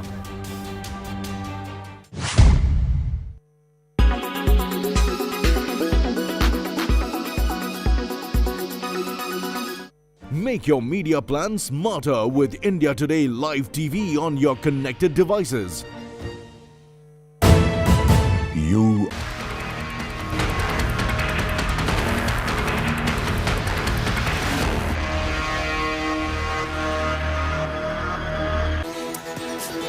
Question on everyone's mind right now for Maharashtra politics is, will Eknath Shinde be the next big leader of the Shiv Sena led with the name of Balasaheb Thackeray, or Uddhav Thackeray will manage to stop it? Right now, remember, the rebellion is on. The question is, who will win this time? Take a look at the special report.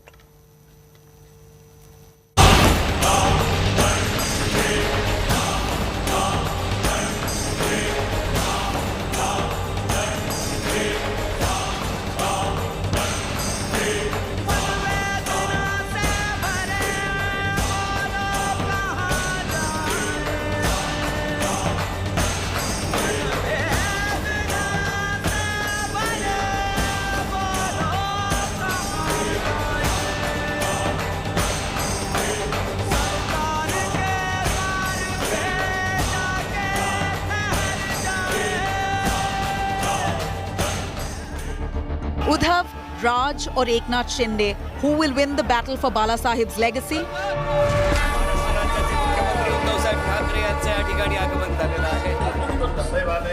With the rebel camp numbers swelling, Eknath Shinde is all set to give a double blow to Uddhav Thackeray. Not just is he all set to push him off the Chief Minister's chair, but is also likely to end Uddhav Thackeray's reign in the Shiv Sena. With the rebel camp near close to proving two-third majority, the question is if Eknath Shinde will now float his own party. Eknath Shinde claims to be a true Shiv Sainik and has promised to work on the ideals of Balasaheb Thackeray. सभी लोग जो है, हम बाला साहब ठाकरे जी का जो हिंदुत्व है इस और उनकी जो भूमिका है उसको हम लोग आगे ले जाना चाहते हैं.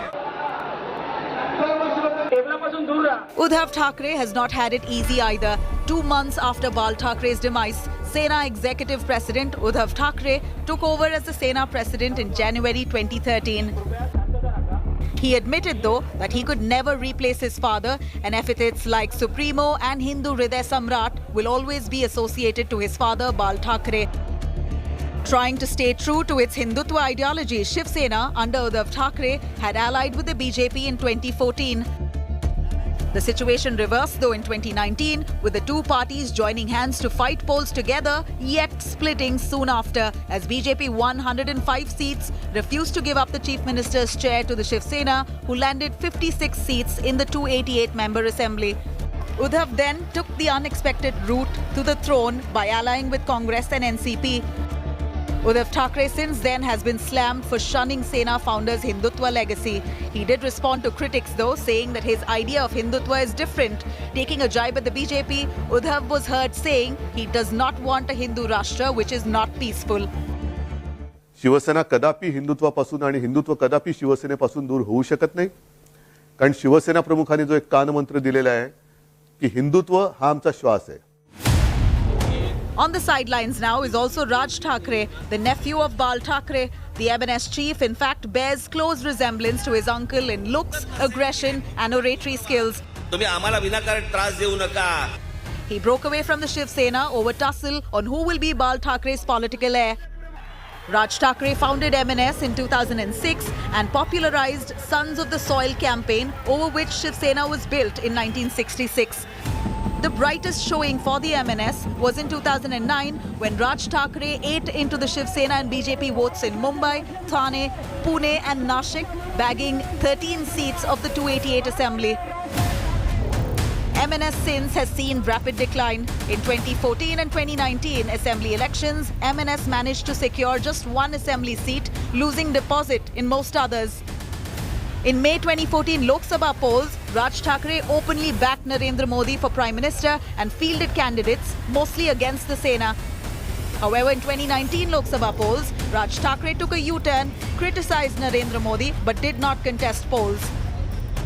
Well, Uddhav Thackeray had till lately been the popular choice to take forward Bal Thackeray's legacy. But of all the revolts that the Shiv Sena has faced in over 50 years of its existence, the current one, led by Eknath Shinde, looks the most threatening. Uddhav now needs nothing short of a miracle to salvage his party. Vijay Kumar for India Today.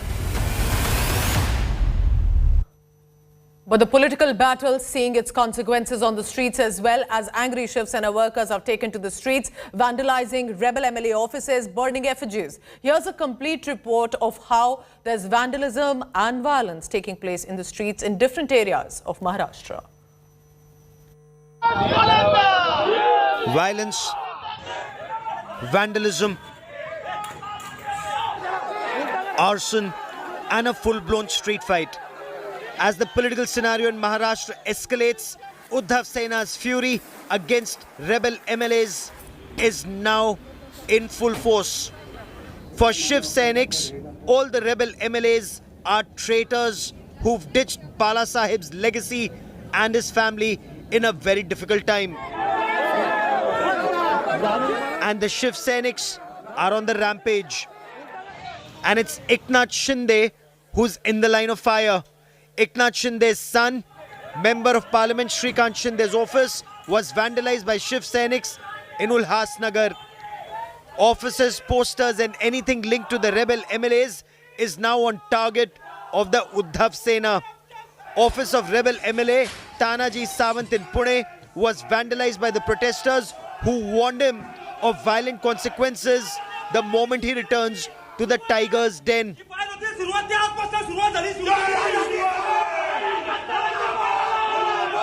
Shiv Senics were also seen breaking window panes, shouting slogans against Tanaji Sawant.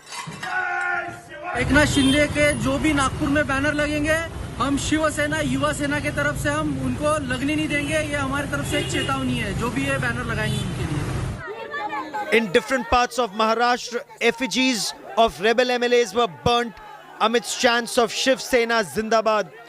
This is in the first instance when offices of rebel Sena MLAs have been targeted. On the 23rd of June, Shiv Senics vandalized hoardings of rebel Sena MLAs in Mumbai. Hoardings of rebel MLA Mangesh Kudalkar were damaged and posters of MLA Dilip Lande were also smeared with ink. The situation is such that Mumbai police has had to issue not just an alert but also prohibitory orders across police stations in Mumbai and Thane, trying to ensure security at all political offices in the city. As tempers rise, Shiv Sena MP Sanjay Raut threatened the Eknath Shinde faction, asking them to be prepared for more. देखिए, महाराष्ट्र में सब कुछ ठीक है. Law and order की बात करें, शांतता हो, सब कुछ ठीक है. लेकिन लोगों का गुस्सा, अभी देखिए अग्निवीर का मामला है, लोग गुस्से में है, लोग सड़क पर उतर गए.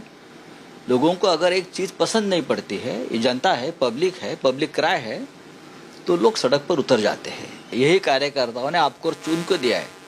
आप शिवसेना के उम्मीदवार बने, शिवसेना ने आपको टिकट दिया, शिवसेना के कार्यकर्ताओं ने खून पसीना बहाया, सब कुछ दिया, पैसा भी दिया चुनने के लिए, आपको विधायक बनाया और अब भाग जाते हो। तो कार्यकर्ता तो गुस्से में हो गए। मैंने क्या कहा कल कि आप मुंबई में आइए, ये अल्टीमेटम की बात नहीं है। मैंने कहा आप आपके घर के हैं, आप हमारे बच्चे हैं, दोस्त है, भाई है। वहाँ सूरत में भागते हो, गुवाहाटी में भागते हो, अब मुझे किसी ने बोला कि गोवा में जा रहे हो। ये दर की ठोकरें खाने की जरूरत क्या है? आप घर में आइए।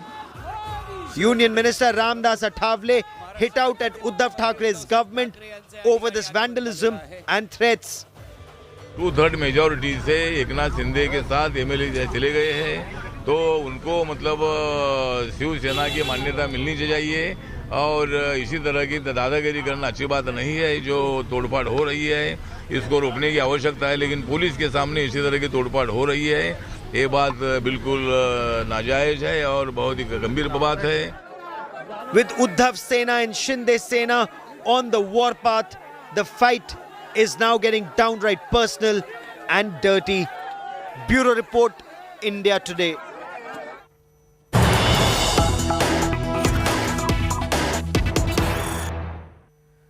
And on the biggest midnight scoop here on India Today, we have more details of Eknath Shinde's secret visit last night to Gujarat and how he flew back again to Guwahati in Assam. Details are emerging and sources are telling us that there was an Eknath Shinde and Devendra Fadnavis meeting. So could that be the first big signal of the rebel group and the Bharatiya Janata Party faction finally meeting? Could they be all set to make the first move? We are being told that late last night and likely after midnight, Eknath Shinde travels to Vadodara in Gujarat in a chartered aircraft and then met Devendra Fadnavis. All of this, is the big update coming in on this. We are now joined by the latest with my colleague Ankit on that. Ankit, very interesting. So Vadodara and a meeting with Devendra Fadnavis.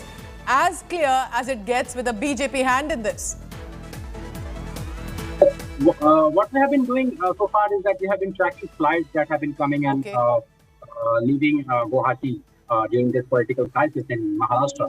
What we observed and what later was confirmed by sources by our Mumbai bureau chief Sahil is that there was indeed a late night meeting in Vadodara involving top leaders of not only of BJP but also Shinde was participated in that meeting. What we did was we tracked the flight data and we observed that at least 4 different private jets took off from Guwahati, from Delhi, from Mumbai, and then it went via Indore to Vadodara. It all started at around 8 p.m. in yesterday evening when a private jet that flew from Delhi landed at Guwahati. It stayed there for about 2.5 hours. At around 10:30 p.m. yesterday evening, it flew back to Delhi. It stayed there for 15 minutes only. And then another private jet that was waiting at Delhi airport, that flew to Vadodara. That stayed there for about half an hour and then went back to Delhi. Then what we saw on the flight data was that another private jet that took off from Mumbai landed at Indore, that also reached Vadodara. Ankit, I request you to please stay on with me. Ankit Kumar tracking all the latest. Remember, he's one of our best investigative reporters and he was able to track down that the aircraft flew to Vadodara and there was a meeting with Devendra Fadnavis, after which early in the morning, the aircraft returned to Guwahati. Arvind Sawant, Shiv Sena MP, is joining me now. Sir, clearly at this point, when we look at this development, as is being confirmed by India Today, could this be perhaps a clarity more that the Bharatiya Janata Party is all out to support Eknath Shinde and the rebel group? Yeah, it's the truth. The truth. Everyone knows it. That since beginning, the BJP is behind it. We were knowing it. The BJP is only doing it. You just think of it. How much money is being spent on this? From there only you can make out who can do that. Who has got so much of power? Who has got so much of money? That shows now the politics is being ruined in the country. But the Bharatiya Janata Party says... destroying the culture. Yeah. So the BJP says we have nothing to do with this. We are not in a hurry. We are waiting. It is up to the Shiv Sena to decide. So this is their official stand. Yes. This is again a deceptive way of expressing their views. You know, the fact is that why they go to went to Surat. Who's there? Who's ruling in Surat? Who is ruling in Assam? Which party is ruling over there? That itself shows it. BJP is being, because unless, see how come the Gujarat police gives the support to such an extent? There are around 200, they say 300, 400 police officers were there. That shows it's BJP, nothing else, nothing. No, you don't need any investigation in this. Sir, as my colleague Ankit Kumar is giving us details, said the aircraft went to Vadodara, not Ahmedabad, the city there, but also in giving details that it's Devendra Fadnavis who the meeting was with. But at this point, Mr. Arvind Sawant, it's not that they can immediately stake claim to the government. So what do you think the secret meetings are for? They will have to have their own party. Important issue is that, okay, we don't bother. We have the power to come again, fly like a Finnish bird. So through ashes we will fly again. We have experiences in the past. This type of blows Shiv Sena has experienced in the past also. So we know how to come up with all these things. But the greed of the people for the power is being seen by the country over here. And for the power, what a party of a difference behaves. Party of a difference is behaving. The way they are behaving, they are destroying the democratic culture of the country. Arvind Sawant, I request you to stay on. Our senior executive editor Sahil Joshi is also now joining me. Sahil, a big scoop there, and Arvind Sawant, the Shiv Sena MP, is joining us. Over to you if you would like to take also a question here. Well, Mr. Sawant, what it seems now that Mr. Shinde has the numbers. They are saying that they have 2/3 MLAs with them. 38 MLAs they are claiming to have with Shinde. If they have the numbers, nobody can stop them from at least forming a separate group. May not be the Shiv Sena Legislative Party group, but some other group, and eventually if they decide, they can merge with other party. What it seems is that your government seems to be in the minority at this point of time. Do you accept that you don't have the numbers at this point of time, or you still think that once these MLAs are back in Mumbai, you can still gather them together and form the government again, or to save your government again? The latter part of your statement is much more important. You know, the fact is that there are number of MLAs who are in touch with us. They are saying that we are being forcibly confined to the hotel. They are not allowed to go anywhere. And you see the way it was, they were kept under the cage at Gujarat, again at Assam, and you have seen it the way they are. The police is manhandling the people over there, and therefore we are today also we have said our doors are open. If they come, it's okay. If they don't come, still we are ready to face the situation. We don't bother even if there's 2/3 and other thing. But take it from me that the law says they cannot remain a separate group. They cannot be, their existence will not be a separate group. They will have to merge with someone. The moment they show that they are more than 2/3, they will have to merge with someone. Either it is a BJP or it may be a party, wherever they. But they cannot remain as a Shiv Sena. Okay. Keep it in mind. Okay, Mr. Sawant, you are saying this is a deceptive way of telling the people we are Shiv Sena, we are Shiv Sena, we are Balasaheb Kattar Shiv Sena. All those are bogus statements. You know, they are the liars. They were liars. They are liars, and future also they will go. Mr. Sawant, what about those people who were there in Mumbai? They didn't go to Surat on the first day. On Tuesday, they were here in Mumbai. They were part of your meeting in Varsha. They were part of the meeting in Shiv Sena Bhavan. They were even protesting against Eknath Shinde. And the next day, what we saw is that they were... You must have heard the Mr. Chief Minister of Maharashtra and the party chief has said. He said, I don't feel that the people should be confined forcibly. If they don't have a will to continue, let them go. And in our meeting, earlier meeting also he said, if they desire to go, don't force them to stay in the hotel, let them go. And that is why we have given the freedom. And they have been sold out. Everyone knows it. But you people don't have daring to speak about it. Everyone is knows Do it. you They have have been confidence offered. to take They the have no been offered confidence? huge amount, you- which they never dreamt of. They were never dreamt of.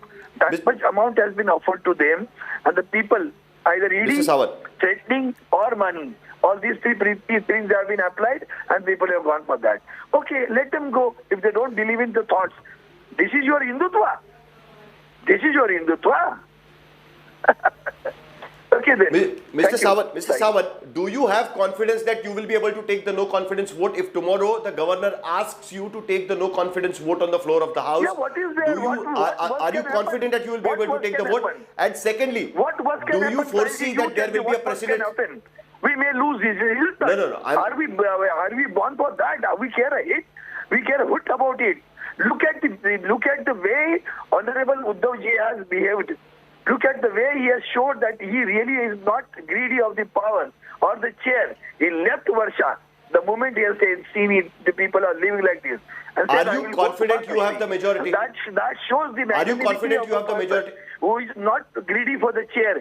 Those who are greedy for the chair and sold out commodity has gone to Goa. Are you confident that you have the numbers? You have the numbers? Are you confident you have the we numbers? don't bother. I said just to. Are you listening to me or not? I care a hoot. No, I'm listening to you. Yeah. Then I care a hoot for it, I said. Even if we lose, we don't bother about it. We want people to be loyal. And these are not the loyal people that they see what has happened in the past. How many people have left Shiv Sena? How many people have left in other parties? What has happened to them? What has happened to them? Just go through the history of it. The political party and the will Shiv stay. Sena is Party will strongly always behind. stay. It will Party will not stay. get any harm out of it. You don't worry that Eknath Shinde will try to take on the symbol or the name and all that stuff. You have no worry about that because he's saying that he also has the support of the Forget cabinet. about law. Don't you apply logic at least? How can you take a symbol just because few MLAs are gone? Is it the symbol of the MLAs? There are not No, it's a elected legislative other party. members. We There understand are that. members of parliament. Yeah. There are other Yeah. MLAs.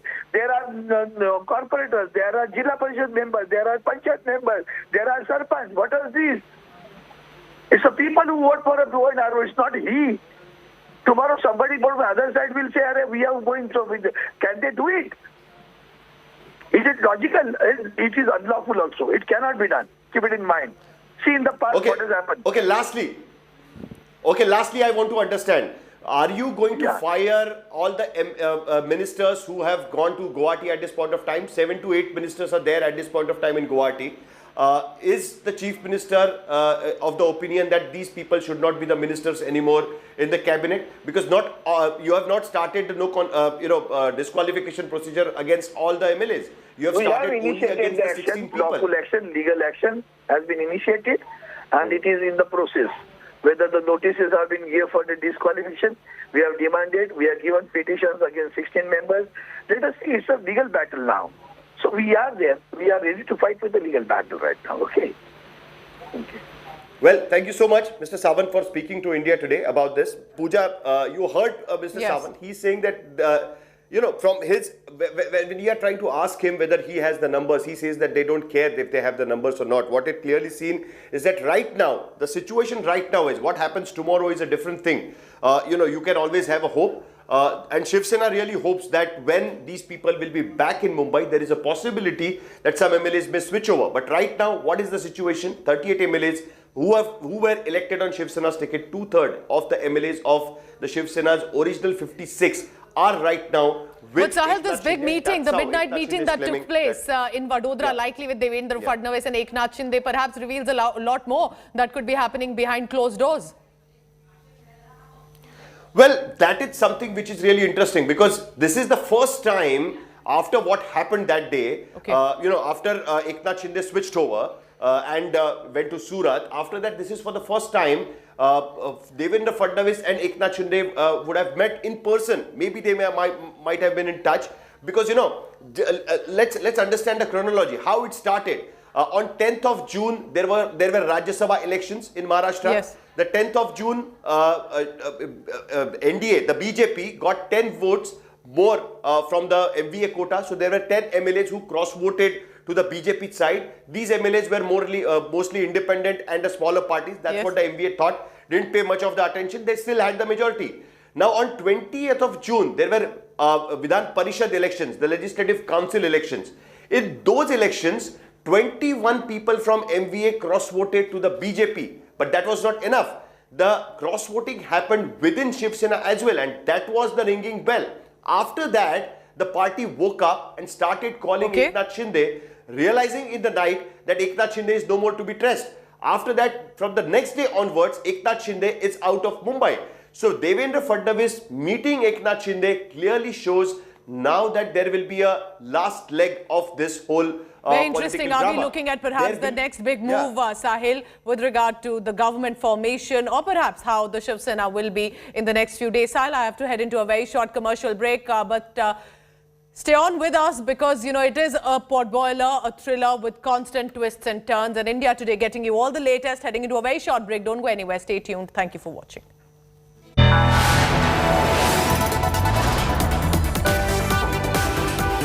You are watching India Today.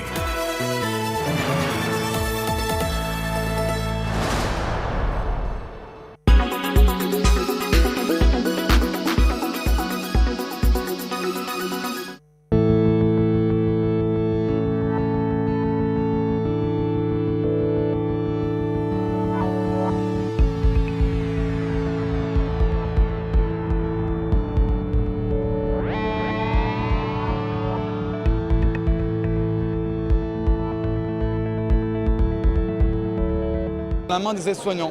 Pourquoi? Parce que les aides-soignants aujourd'hui, ils sont globalement sous l'eau. Ils ne peuvent plus faire leur métier qui est de soigner. Et donc nous, Emobots, on leur fournit cette information de l'état émotionnel. Ils vont pouvoir mieux comprendre l'évolution de l'émotion de leurs résidents, de leurs patients. Et derrière, on sera aussi capable d'objectiver. C'est-à-dire qu'aujourd'hui, quand on fait un test pour la dépression, c'est un test normé, ponctuel, où on demande à la personne de verbaliser les informations. Et donc ça pose plein de problèmes. Et notamment des difficultés pour les personnes qui ne peuvent pas verbaliser.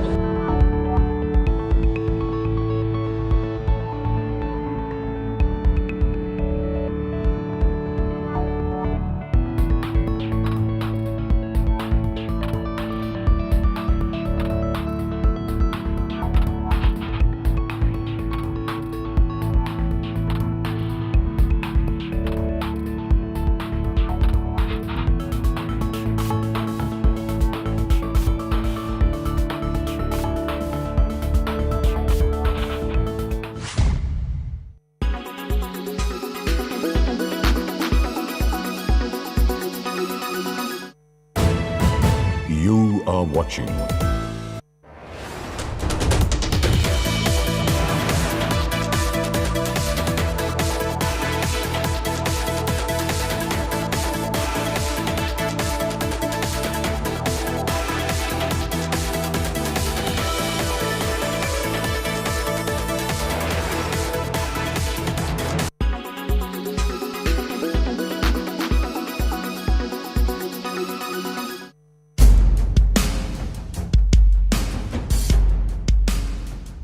Facial recognition is a biometric technology used to authenticate or identify an individual from a photograph or a facial image. The technique makes it possible to authenticate identity to check that an individual is who he or she claims to be. The image is compared to an existing image in a database. A person can also be identified in a group, place, image or database. From a still or from video, software generates an image based on the face's unique traits, the base of the ears, the distance between the two pupils, the shape of the nose, eyebrows and mouth, and the even skin grain. Hair and clothes are not taken into account. The next step is to compare the face print with images in the database. To reduce the margin of error, the quality of the image must be good. The face must be well lit, full face at a correct distance from the lens. Originally used to fight crime, facial recognition now has more mundane uses such as accessing bank accounts and social media platforms. But there are worries it could also present a threat to privacy and individual liberties. The technology also raises questions about the use of databases.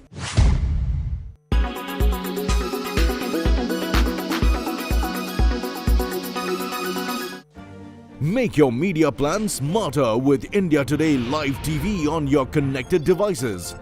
Amplify your brand with 100 million smart internet viewers. To advertise, mail us at sales@aajtak.com.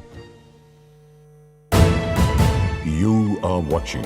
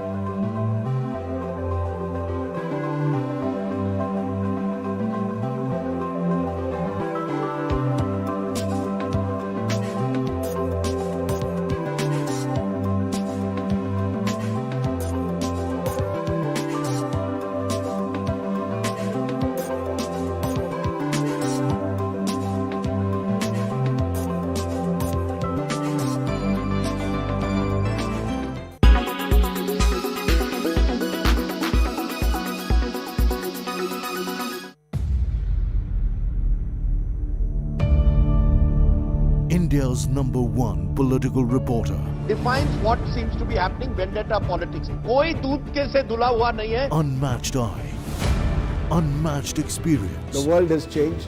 My black hair has become grey as well. And with unmatched passion for the story. Do not monopolize the conversation. When it's 100% pure prime time. It's News Today with Rajdeep Sardesai. Monday to Friday, 9 p.m. Only on India Today TV. Make your media plan smarter with India Today Live TV on your connected devices. Make your media plan smarter with India Today Live TV on your connected devices. You are watching India Today. You are watching India Today.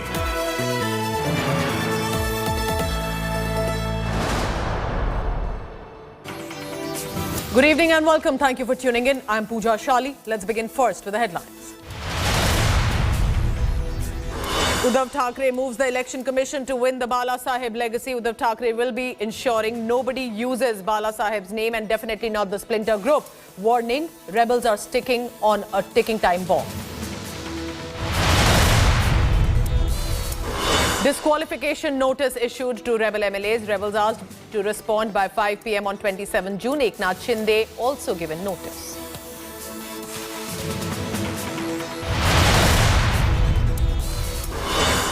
Shinde makes a big claim in a fresh letter, says security cover withdrawn for all the rebel MLAs, but the Maha Vikas Aghadi government has dismissed this claim. Shiv Sena resorting to hooliganism on the streets, vandalized rebel MLA's office in Pune. Sanjay Raut justifies the violence, says fire once lit cannot be doused.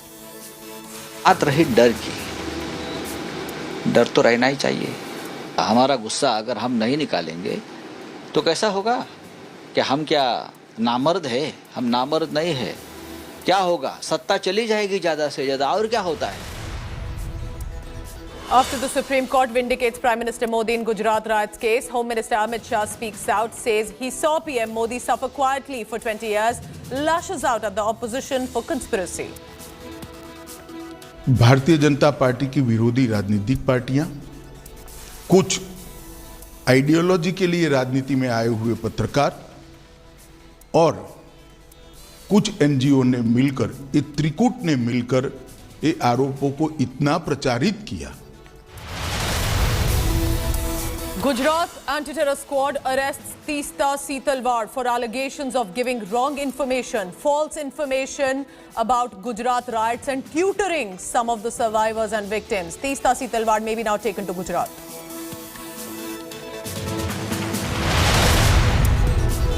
And after claiming he was dead for years, Pakistan finally detains the mastermind of 26/11 Mumbai terror attack. Sajid Mir has been taken into custody after India and America mounted pressure.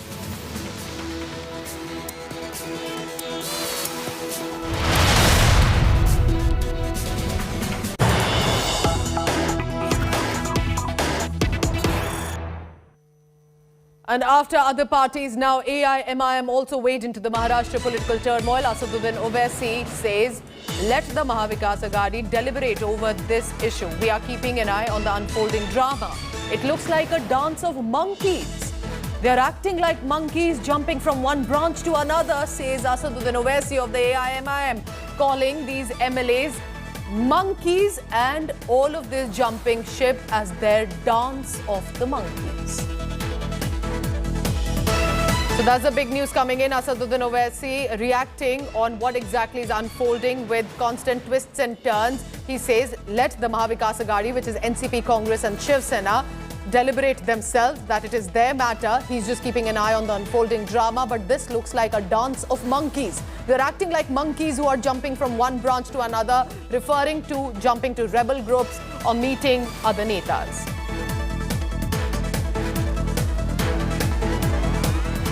There is a full-blown war over Bala Sahib's legacy. Maharashtra Chief Minister Uddhav Thackeray said no one should use Bal Thackeray's name. This after the rebel group led by Eknath Shinde announced that they will likely be trying to name their splinter group as Shiv Sena Bala Sahib.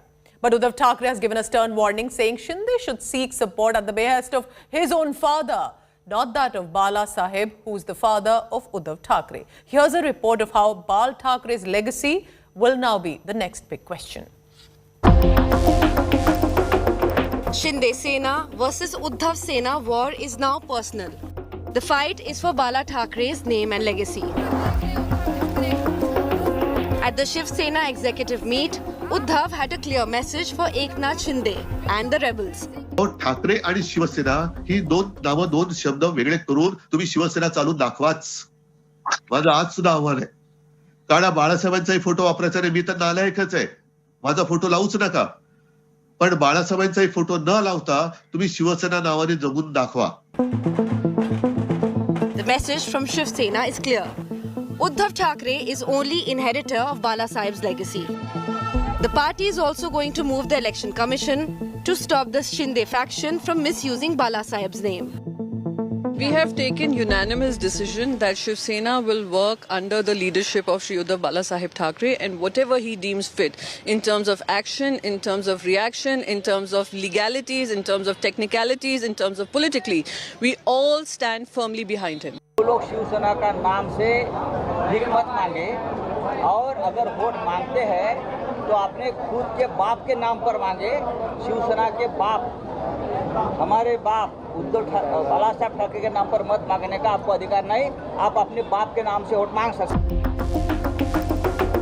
The Sena roar has been triggered after India Today's exclusive political news break. India Today was the first to report that Shinde and the rebels are going to form a separate faction and will name it Shiv Sena Bala Sahib. In an exclusive conversation with India Today, rebel MLA Deepak Sarkar claimed that Shinde had sent a letter to the deputy speaker seeking recognition as a separate party. हम लोग अभी भी शिवसेना में हैं. जो एक misunderstanding फैली जा रही है कि हम लोगों ने शिवसेना छोड़ी है, ऐसी कोई भी बात नहीं है. हम सिर्फ अपना गट अलग कर रहे हैं, और जो बाला साहब की विचारधारा है कि हम किस दिशा में जाना चाहते हैं, इसके बारे में हमने हमारे पक्ष प्रमुख जी को बार-बार विनती की थी. Dropping a massive hint, rebel MLA Deepak Sarkar also asserted that rebel camp has only two options now, either to support the NCP or join hands with the BJP. आपका ये शिवसेना बाला साहिब नाम का जो कोई गुट बनेगा, जिसको मान्यता शायद मिल भी जाए, वो गुट अपने आप को उनको मर्ज करना पड़ेगा किसी पॉलिटिकल पार्टी में. तो या ये तो नहीं है, हो सकती है या आपकी कोई और, ये नहीं है. अच्छा, ऐसे बिल्कुल नहीं है. ऐसे ऐसा कुछ प्राविधान नहीं है. वो तो अलग गट करके आप बैठ सकते हैं, और वैसे हम लोग बैठेंगे. आज जो सिर्फ चल रहा है प्रेशर टैक्टिक्स चल रहा है महाराष्ट्र में, और ऐसे कोई भी नहीं है. जो भी प्रोविजंस होंगे कायदे की, उसकी हम लोग अमल बजावनी करेंगे. This comes after Maharashtra Deputy Speaker rejected the no confidence motion moved against him by the Shinde camp. 16 rebels have also been served disqualification notices. They have been asked to respond by June 27th, 5 p.m. Uddhav has declared he's the rightful heir of Bala Sahib's legacy, but Shinde remains defiant. जो हम लोग ने petition file की थी, उसी के ऊपर सोमवार को 5:30 बजे स्पीकर महोदय के सामने सारे 16 बागी जो विधायक है शिवसेना के, उनको आना पड़ेगा, और उनकी बाजू उनको यहाँ इन पर्सन आके बोलनी पड़ेगी. The real question remains unanswered. Who is the real Shiv Sena? Bureau Report, India Today. And now joining me on this live telecast is Kamlesh Sutar, live from Mumbai. Also Ritwik Bhalekar, he's right outside the Vidhan Bhavan. Ritwik, first over to you. What does the present situation look like? Because this is today an aggressive stand by the Shiv Sena as it stands under Uddhav Thackeray. They are trying to send out threats, a resolution letter against the rebel MLAs. What are you witnessing? How do the streets of Mumbai look like today?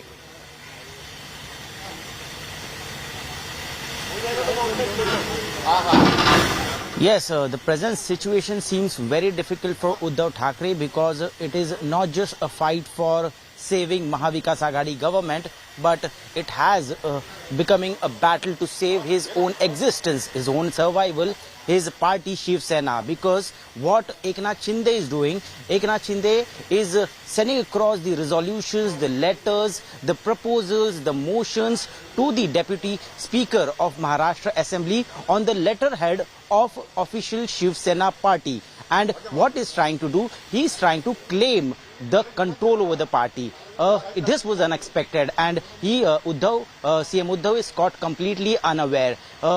We, from the sources of Shiv Sena, got to know that they were knowing that there is discontent in the party, there are disagreements, but at the most only 20 to 25 MLAs would go and join Shinde camp. But this turned out to be a huge coup because more than 35 MLAs are with Shinde, Eknath Shinde. Stay on with me, Ritvik, because our editor Kamlesh Sutar also for a perspective on this. Kamlesh, how do you look at this aggressive stand by the Shiv Sena, at least for the past few hours?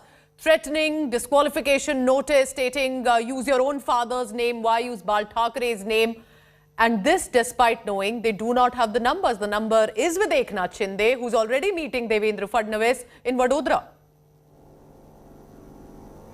Well, if you look at Sanjay Raut's statement yesterday, Sanjay Raut made a very cryptic statement yesterday, and that can be seen fanning out today. Sanjay Raut said that we'll win the battle on the floor of the house as well as on the streets. We see Shiv Sena workers taking to the streets, and then there's vandalism that is happening.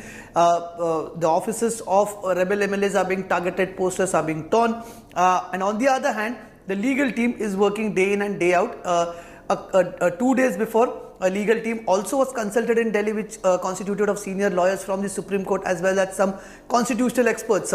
Their opinion was sought on what next can be done, whether these MLAs could be disqualified, what if they challenge, how long is this going to continue, whether a disqualification notice can be issued to the entire chunk of rebel MLAs or just a part of it. 16 MLAs have been served with that notice. We saw that today. They have been asked to present their side by Monday evening. Now, if that happens, the Shiv Sena is also weighing all the legal options. The more this gets delayed, a section in Shiv Sena and NCP, rather in Maha Vikas Aghadi, believes that the more such cases delay, more the possibility of the rebel camp getting anxious. So they want to take it. They want to take the legal route.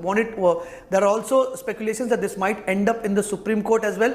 But the rebel camp and perhaps a group that is with them is trying to finish it off as early as possible. Before any action could be taken against that rebel MLA, they would like to take the further step, and perhaps that is why we saw a late night meeting, a very secret meeting between Devendra Fadnavis and Eknath Shinde taking place in Vadodara last night. Maybe they must have strategized, but this perhaps could be going in further direction where we can see some concrete steps being taken by a sign of the times to come. We have some big news coming in here in the evening bulletin. More inside scoop into Eknath Shinde's Gujarat visit late last night. The details are emerging of this Gujarat visit, a secret visit. But now India Today brings you all the latest. What our sources have confirmed that late last night, Eknath Shinde met Devendra Fadnavis of the Bharatiya Janata Party, and Shinde travelled to Vadodara in a chartered aircraft. All of this was secret. Nobody knew where Eknath Shinde had flown back to. But before the news could go out, he was back in Guwahati early morning. And this is now the details coming in that we have from Vadodara, that Eknath Shinde did meet Devendra Fadnavis in Vadodara. And this precisely, as of now, there was no confirmation if it was just Devendra Fadnavis who he definitely met, or were there any senior leaders from the BJP, or was there any other central minister as well in that meeting. But now more sources are telling us that at that point last night, Home Minister Amit Shah was also in Vadodara at about 10 to 11 p.m. and around midnight in Vadodara yesterday. But there's no confirmation or clarity yet if Eknath Shinde met Home Minister Amit Shah also. But as of now, it appears that there was definitely Devendra Fadnavis and Home Minister Amit Shah yesterday in Vadodara, and so was Eknath Shinde. Saurabh Akhtania tracking all the latest this from Mumbai for us. Saurabh, because you're covering both the politics in Gujarat, also in Maharashtra, and getting us this big scoop details, do tell us what's happening. Was there a meeting between Eknath Shinde and Devendra Fadnavis, or was it just too much of a coincidence that late last night when he flew to Vadodara, there was Devendra Fadnavis in the city? There was also Home Minister Amit Shah at the same time. So, well, Pooja, what we know from our sources is that Devendra Fadnavis was in Vadodara, Mr. Amit Shah was in Vadodara, and Eknath Shinde too was in Vadodara. Now, Eknath Shinde actually escaped the whole media outside the Guwahati hotel without any security and without such high cars and anything. We have been told that he left from the back gate without anyone knowing, and through a special flight from Guwahati, he reached Vadodara, and at Vadodara, he met former Chief Minister of Maharashtra, Devendra Fadnavis. Now, this was a closed-door meeting and just few hours meeting, which were very important aspects were discussed, because we know that the Uddhav Sena is trying to delay the whole process, but the Shinde camp and the BJP themselves know that delaying the whole procedure can break the MLAs in the rebel camp, and therefore, very soon some decision has to be taken, say by Monday or Tuesday. What we know that this was a very crucial piece of. So, Saurabh, bringing us that latest, that there was Home Minister Amit Shah, there was also Devendra Fadnavis, the former Chief Minister of Maharashtra. I want to go back to Kamlesh Sutar on this. Kamlesh, very interesting. We have some of the visuals running about Home Minister Amit Shah, who was in Vadodara yesterday. So was Eknath Shinde. So should we just see this as a coincidence, or any more details if there was a meeting, in fact, between these netas? As Saurabh was pointing out, we cannot ascertain that Amit Shah, Eknath Shinde and Devendra Fadnavis met. But yes, in politics, such coincidences can never be ignored. Amit Shah's very presence in Vadodara the same evening when Devendra Fadnavis took that route via Indore to Vadodara, and Eknath Shinde took the chartered flight from Guwahati to Delhi to reach to Vadodara. This just cannot be a coincidence, or in politics, such coincidence can never be ignored. They may have met, they may not have met, but the three were in Vadodara the same evening, the same late night. Remains one important aspect of the entire political development. Perhaps till now we haven't seen an official involvement on the political drama in Maharashtra, but this perhaps could be one of the major developments and major meeting that would decide on in which direction is the political crisis in Maharashtra is heading. If for the benefit of our viewers, yes, involved, then we might just see some more development. While we cannot confirm if there was a meeting directly between all these three netas, but we can confirm here in India today that late last night, Home Minister Amit Shah, as you can see, some of the visuals will be right there on your screen, was in Vadodara yesterday at about till midnight. There was also Devendra Fadnavis, who's the former Chief Minister of Maharashtra. He's a BJP neta. And so was rebel MLA Eknath Shinde, who's leading this group of 40 MLAs. And Kamlesh Sutar is telling us more about that. But Kamlesh, everyone is also wondering, the clock is ticking. So either the Eknath Shinde group or the BJP, which has maximum number in the state assembly, will have to make the next move. Indeed. And what initially was happening, what we saw, Pooja, is that Uddhav Thackeray was maintaining a stoic silence. Either he didn't attack Eknath Shinde, or he was taking a back seat, making only appeals to the rebel camp to come back, sit across the table and discuss. But since last 2 days, we've seen suddenly the Shiv Sena has become aggressive. Uddhav Thackeray started meeting people the moment he left Varsha, came back to his residence Matoshri. Shiv Sainiks are taking to the streets. Uddhav Thackeray is aggressively addressing his party leaders. Even Aditya Thackeray is doing that. So the Shiv Sena has suddenly decided to fight it back. Initially, that may have been part of their strategy, but now Uddhav Thackeray is very vocal about the rebel camp and is taking them heads on. On the political front, Uddhav Thackeray is taking the camp, and on the other hand, we're seeing the legal action that has been taken by Shiv Sena and the Mahavikas Aghadi has also gained momentum. Notices are being issued for disqualification of the MLAs. Also, other legal formalities are being completed here before the rebel camp can go and claim a separate group. Before that happens, they are seeing to it that the MLAs, the rebel groups, a section of the MLAs will be disqualified so that it doesn't go to a certain point where they will claim that the government is in minority and may come and meet the governor of Maharashtra. This is all happening. This is a developing news. It's all dynamic. So any moment, anything can happen, and perhaps the meeting last night could have been the decider on what the next step of the rebel camp is going to be. We'll just have to maybe wait for a couple of days, maybe, when we can see some more action, some concrete steps being taken by the Eknath Shinde camp. So now let me take you through to my colleague Ankit Kumar, and Ankit was very interestingly tracking those aircrafts. It appeared to be a secret visit, but Ankit was tracking at what time did which flight flew from Guwahati and then landed in Vadodara. Ankit, do tell us the latest about what did you exactly pick up from how you were tracking these aircrafts and how we have now the confirmation about these chartered planes that did go from Guwahati to Vadodara and back to Guwahati by morning. Well, it all started with a flight that took off yesterday evening and reached Guwahati at around 8. It was a Cessna class private jet.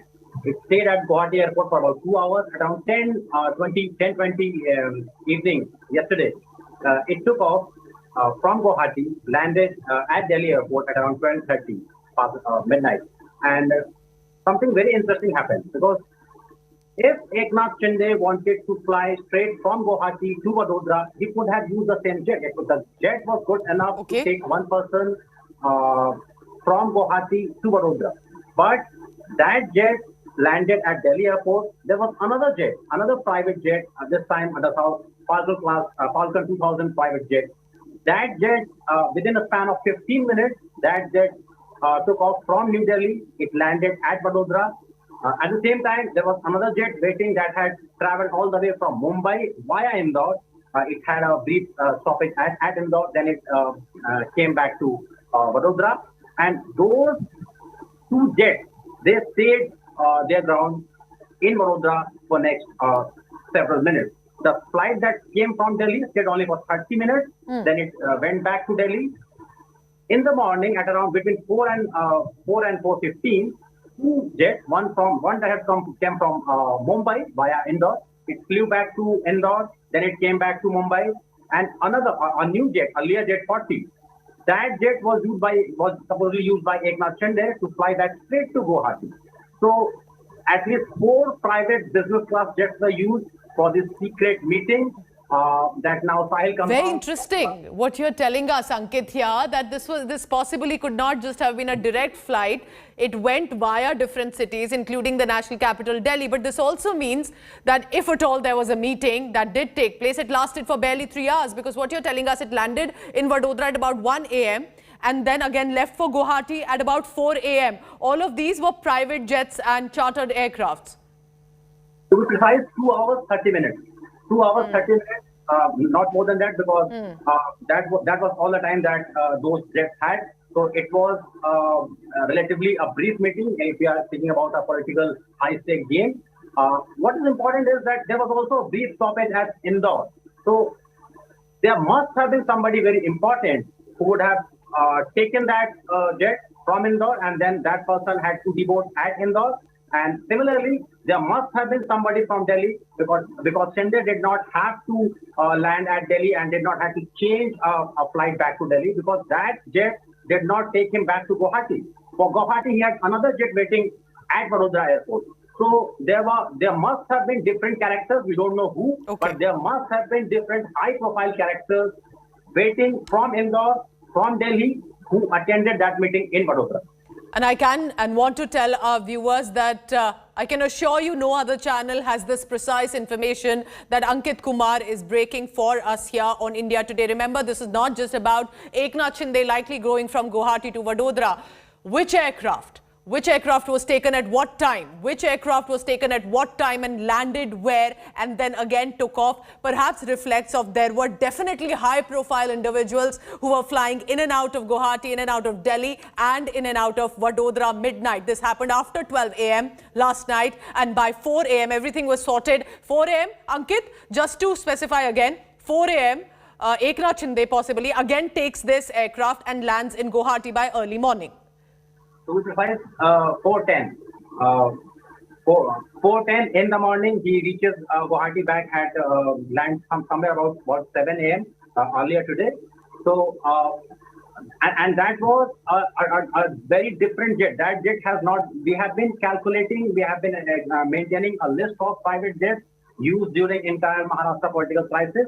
So far, we have counted 11 jets, 11 private jets, including one Boeing 737 that was hired from SpiceJet. Apart from that, 10 small business class jets. So the total number of private jets, chartered jets that we are speaking about during this Maharashtra political crisis is now 11. 11 jets, imagine, and at least 4 of them were used yesterday. So you can understand the gravity, the importance of that meeting. There must have been very important Ankit, issues. if I may ask you here, for someone who's listening to you right now, and we are breaking down one by one of the city interchange, the travel time, why do you think it's precisely the reason that it wouldn't be a direct chartered aircraft from one city to another, but goes through different cities, and in a short span of time, it has managed to cover 3 cities, the exact time? All of this needs a lot of coordination, but is this also reflecting that these are not perhaps random individuals? They are definitely high profile. They have a profile that required all of this coordination. Well, we have been speaking to a lot of industry insiders, aviation sector insiders. Yes. And we have also brought a story on how much does it cost to hire one of these jets. So let's just set the record straight. No common person can hire those jets. The prices are so high. If you take into account the route, neither Guwahati nor Indore, neither Surat nor Vadodara, these are not positioned places where these jets are positioned. So if in case you need a jet in Guwahati, you will have to ask that jet to fly from a metropolitan city like Chennai or Bangalore. Now that adds to the cost. So it can go up to 40 to 50 lakh rupees. These jets are flying at a very odd time. So 3 a.m., 4 a.m., those are not, those are not general traffic, general business timing, 1 a.m., 2 a.m. kind of flight. Besides that, we are also corroborating a lot of information that we are getting from our political reporters in Guwahati. Our Mumbai bureau chief, Sahil Joshi, he broke this information that Devendra Fadnavis was seen, his car was seen moving towards airport last night. And then our Kolkata bureau chief, Anupam Mishra, he confirmed that the car that was used by Shinde in Guwahati, that was seen moving towards Guwahati airport yesterday evening. So apart from the open source data that we are receiving from open source flight tracking websites, we are also connecting a lot of political insights that we are getting from our reporters, and then we are coming up with these additional details for us to make sense as to what is happening. So what Ankit Kumar is explaining, I'll briefly help our viewers to understand that this is one about open source tracking software that was used, and Ankit Kumar has been proficient in it, ensuring that what nobody else is focusing on, we can bring you this other angle that actually breaks down what could have happened late last night. Apart from that, our reporters on the ground also corroborating information about the vehicles that were seen in different cities, about how important that was in reference to these big netas you see on your screen. So, Ankit, we also have the confirmation that there was not only Eknath Shinde, who was in Vadodara, there was also Devendra Fadnavis, there was also Home Minister Amit Shah. Too much of a coincidence, of course, we do not have the clarity if all 3 of them met, but at least all 3 of them were in Vadodara, has been confirmed. That's right, and that's what we are trying to make sense of. Although, of course, we do not have a confirmation on whether or not Amit Shah was part of this meeting or not, because that has not been confirmed through political sources. But what we can conclusively say is that at least 4 very important people from 4 different cities, that is Guwahati, Delhi, Indore, and Mumbai, they, for some very important reason, decided to meet in Vadodara for 2 hours to discuss something that must have been very important, because it was between 2 and 4 a.m. in late night or early morning. And all of them then had to go back to their original places. The Delhi flight went back just after half an hour.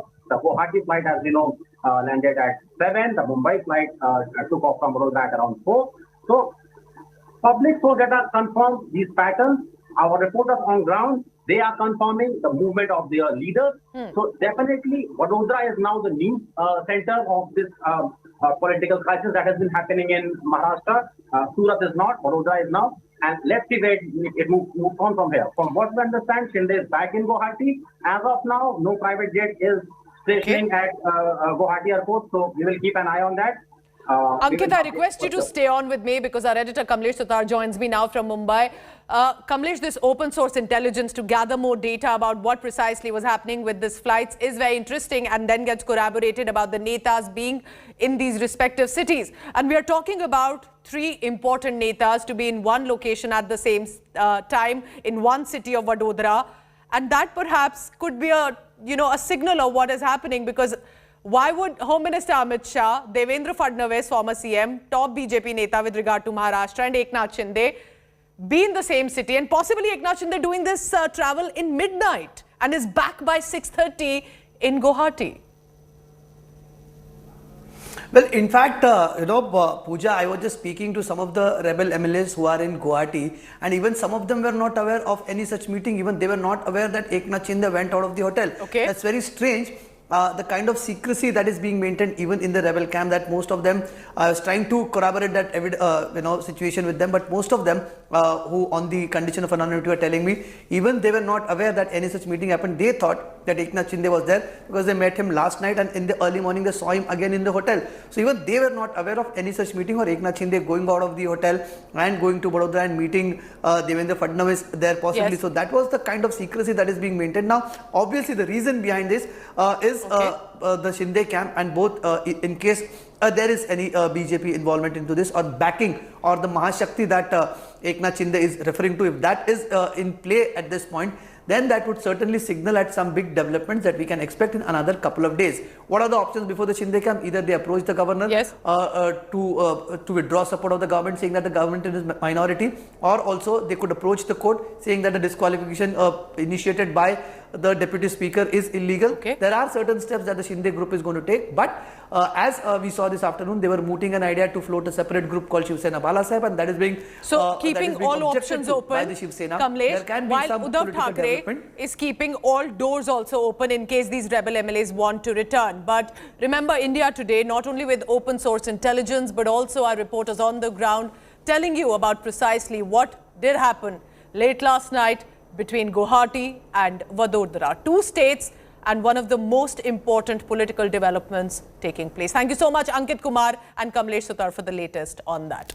So amid this ongoing tussle in the state of Maharashtra, the question is, will the real Shiv Sena stand up? Because Eknath Shinde is very confident, says they are pushing to name a new splinter group or even a rebel party, and they will want to name it Shiv Sena Balasaheb.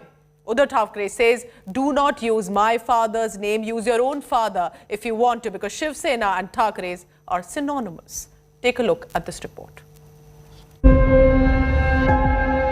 Which is the real Shiv Sena? Who will inherit Balasaheb Thackeray's legacy?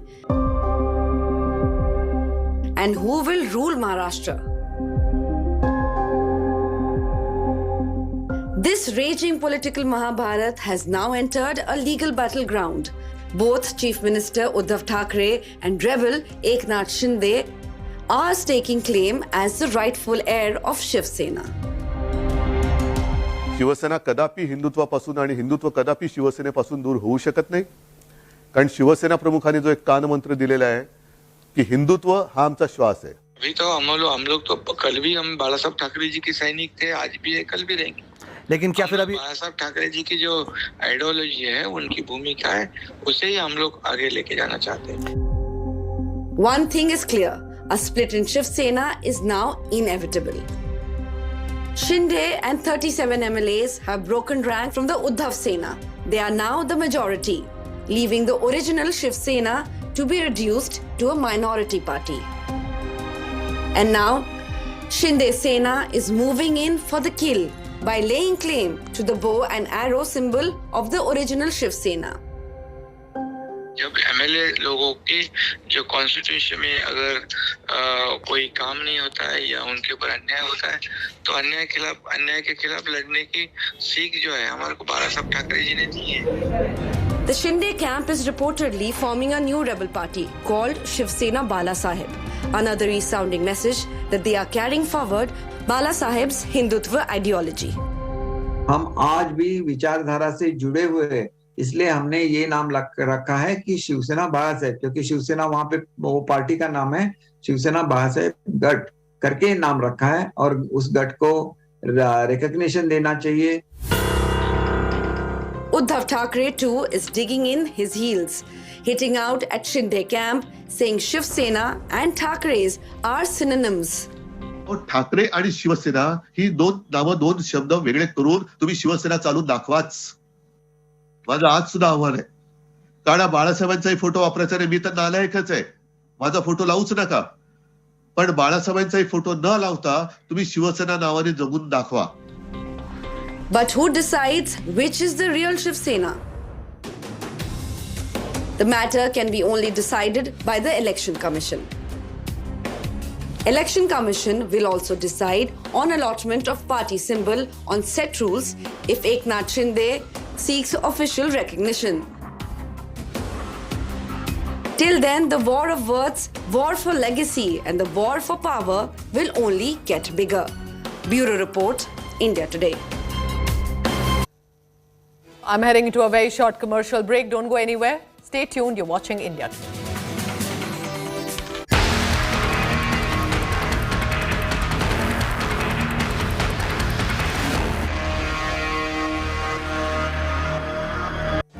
Make your media plan smarter with India Today Live TV on your connected devices.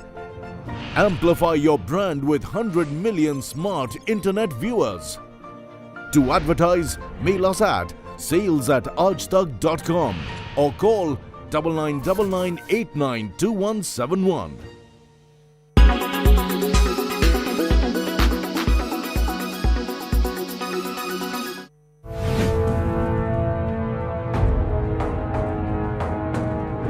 Climate change is real. The long-term shifts in temperatures and weather patterns are constantly taking place, and it will affect you. If you are still not bothered about it, here are some facts which you should know. The world's polar ice caps are shrinking little by little.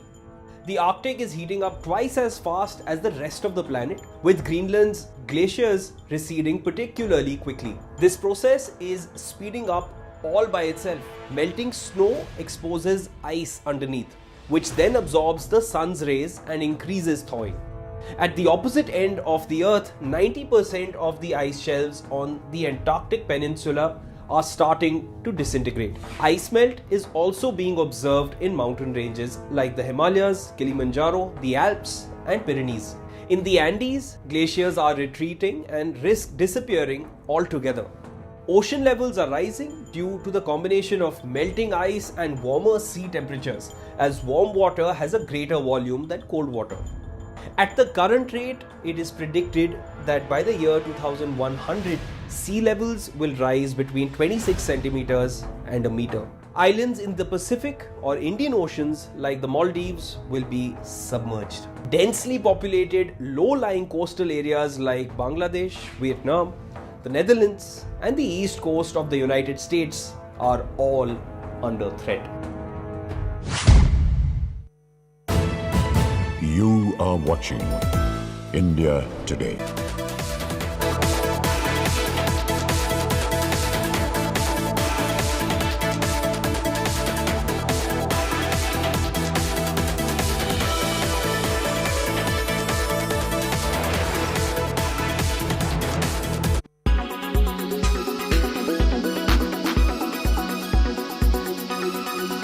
इसके कारण ये हुआ है कि Delhi airport अभी world के leading airports में है, जहां की हमारा हाईएस्ट रेटिंग है एयरपोर्ट काउंसिल इंटरनेशनल द्वारा।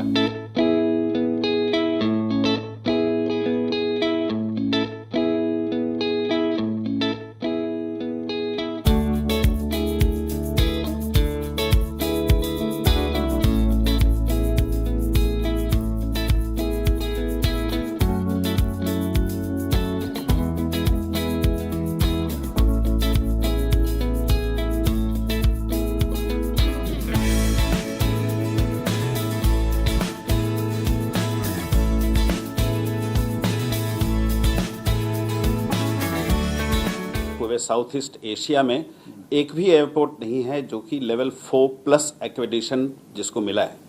लेवल 4+ एक्रेडिटेशन ये चीज़ डिनोट करता है कि अलग अलग स्कोप का जो एमिशन होता है वो हर एक स्कोप पे हमने रिडक्शन किया है।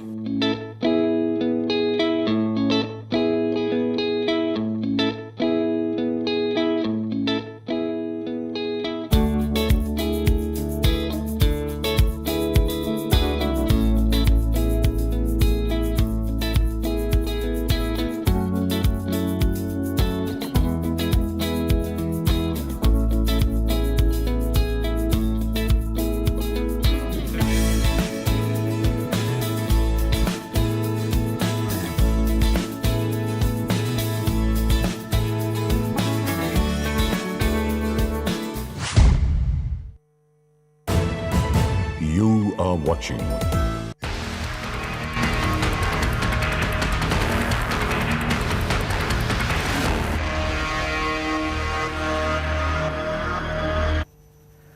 Take a look now at all the latest developments coming in on the Maharashtra political crisis tussle. And on top is Uddhav Sena versus the Eknath Sena tussle turning ugly. Violence breaks out as angry Shiv Sena workers take to the streets. Angry Sainiks vandalizing rebel MLA offices, burning effigies. Security has been tightened outside the residence of Shinde in Thane.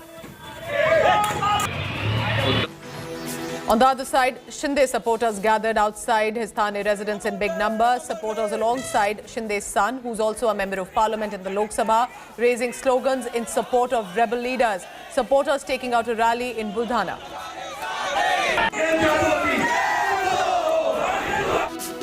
Amid the ongoing crisis in Maharashtra, Mumbai police has imposed Section 144 in the city. Security tightened at residence and offices of all political parties, MPs, MLAs and corporators. Earlier, Section 144 was imposed in Shinde's stronghold area of Thane. Sena has objected to Shinde's faction possibly to use the name of Shiv Sena Bala Sahib for their proposed group or party. Uddhav Thackeray's Sena moves the Election Commission over this issue, also passed a resolution in the National Executive meeting.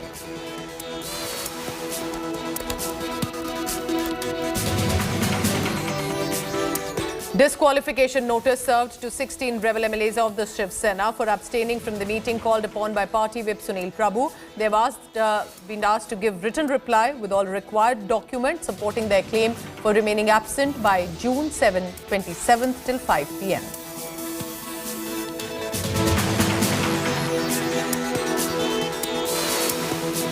So what does Maharashtra look like today? Amid this Uddhav Sena versus Eknath Sena tussle that is turning ugly, there was vandalism and violence reported from some areas in the state of Maharashtra. Shiv Sena workers taking to the streets, angry Shiv Sainiks vandalized the rebel MLA offices, even burning effigies while they were protesting. Here's the full report on what unfolded in the past few hours. Violence, vandalism, arson and a full-blown street fight. As the political scenario in Maharashtra escalates, Uddhav Sena's fury against rebel MLAs is now in full force. For Shiv Sainiks, all the rebel MLAs are traitors who've ditched Bala Sahib's legacy and his family in a very difficult time. And the Shiv Sainiks are on the rampage. And it's Eknath Shinde who's in the line of fire. Eknath Shinde's son, member of parliament Shrikant Shinde's office, was vandalized by Shiv Sainiks in Ulhasnagar. Offices, posters and anything linked to the rebel MLAs is now on target of the Uddhav Sena. Office of rebel MLA Tanaji Sawant in Pune was vandalized by the protesters who warned him of violent consequences the moment he returns to the tiger's den.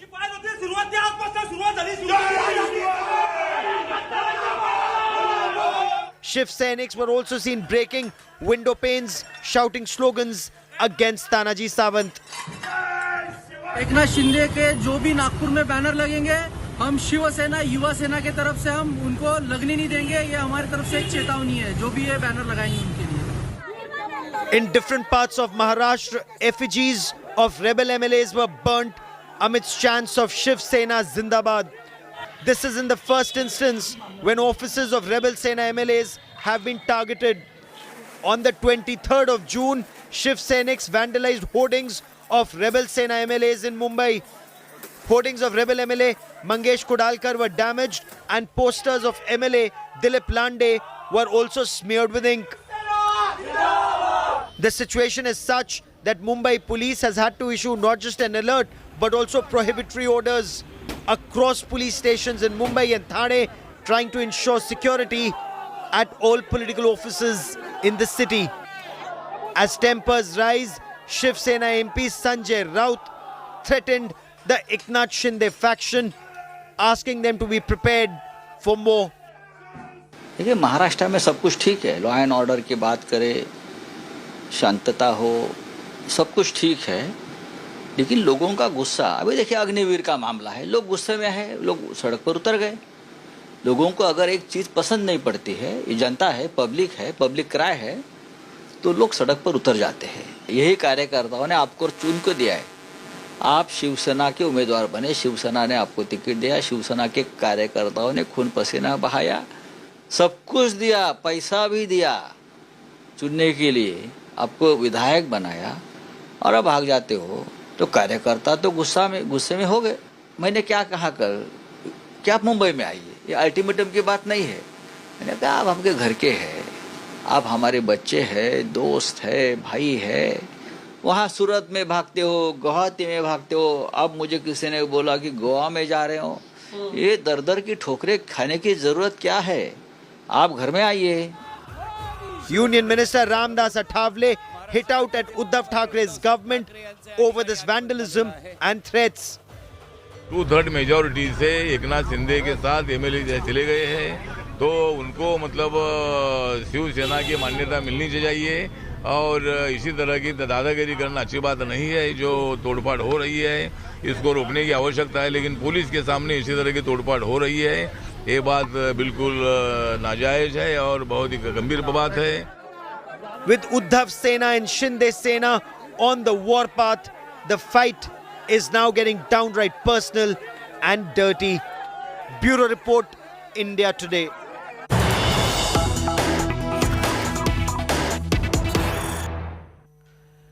And India Today, Aaj Tak news break getting confirmed with more additions now coming in. Sources have confirmed to India Today that Devendra Fadnavis left from Delhi post 9 p.m. last night in a private aircraft. Devendra Fadnavis went to Indore first. From there, he went to Vadodara. Fadnavis then returned to Mumbai from Vadodara around 5:45 a.m. At a similar time when he returned to returned to Mumbai, it was the same time almost when Eknath Shinde returned to Guwahati early in the morning. So very interesting developments there. We can now confirm to you that late last night after 9 p.m. Devendra Fadnavis left from Delhi in a private aircraft. He did eventually reach Vadodara where Eknath Shinde was, but he went via Indore. First he was in Indore, then from there he went to Vadodara and returned to Mumbai from Vadodara in Gujarat around 5:45 a.m. By around 6:30, Eknath Shinde had reached back to Guwahati in his hotel. And as our reporters on the ground are confirming that it was Devendra Fadnavis there, and there was also Eknath Shinde almost at the same time in the city, and also there was, as we are being told, Home Minister Amit Shah. But was there a meeting that took place? That is not yet confirmed. Clarity, we are still ascertaining and waiting for that to come. But remember, this could be a big signal. Is it too much of a coincidence? Both Devendra Fadnavis and Eknath Shinde in Vadodara through the night and then by morning had reached back to the respective cities. And also very importantly, remember, many of the rebel MLAs holed up in the hotel in Guwahati themselves were not aware that Eknath Shinde had left late last night from Guwahati to Vadodara and was even back by the time they had woken up. And then it broke on India Today that this specific flight had been taken, a chartered aircraft, a private jet by Eknath Shinde from Guwahati to Vadodara and then back by morning. Now we can confirm to you that Devendra Fadnavis also was in Vadodara, and that from Mumbai. I repeat, he went from Delhi post 9 p.m.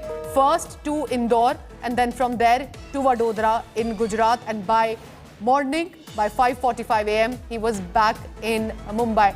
I want to reiterate again for our viewers here that Devendra Fadnavis left from Mumbai post 9 p.m. last night in a private aircraft. Just giving you a background and helping it breaking for you. 1. Eknath Shinde, the rebel MLA, leaves Guwahati late last night, lands in Vadodara, back to Guwahati. So Guwahati to Vadodara and back for Eknath Shinde. For Devendra Fadnavis, the former Chief Minister of Maharashtra, one of the tall leaders of the BJP in Maharashtra, left from Mumbai post 9 p.m. in a private jet to Vadodara via Indore and is back in Mumbai by morning. So Mumbai to Vadodara for Devendra Fadnavis and Guwahati to Vadodara for Eknath Shinde. Let's go across quickly to my colleague Munish Pandey, who is tracking all the latest on this from Mumbai. Munish, very interesting. India Today is tracking all the latest on this from our open source intelligence, also corroborating the information by our reporters on the ground. But this was a secret huddle, if at all there was, but therefore definitely a secret visit by Eknath Shinde, to suddenly go from Guwahati all the way to Vadodara.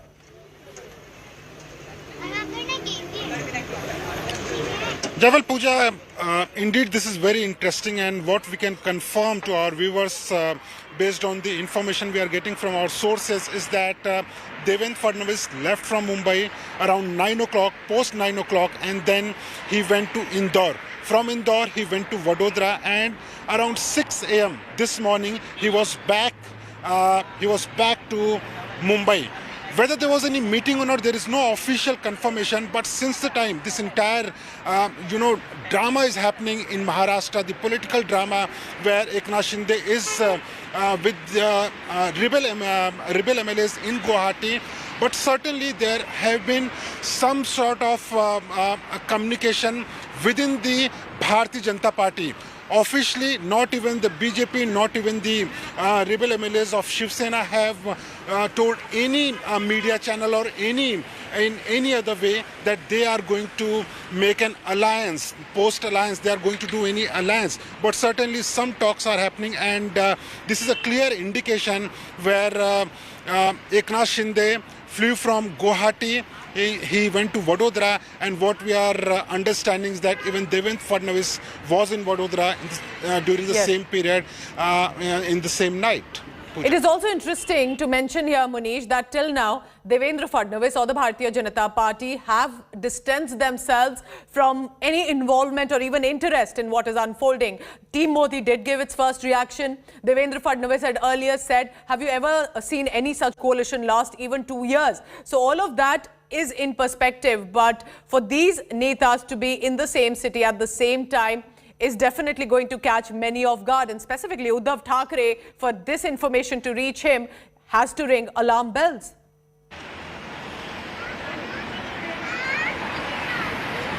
Absolutely, Pooja, and since the time this entire drama unfolded, the official line of BJP is that they are monitoring the situation.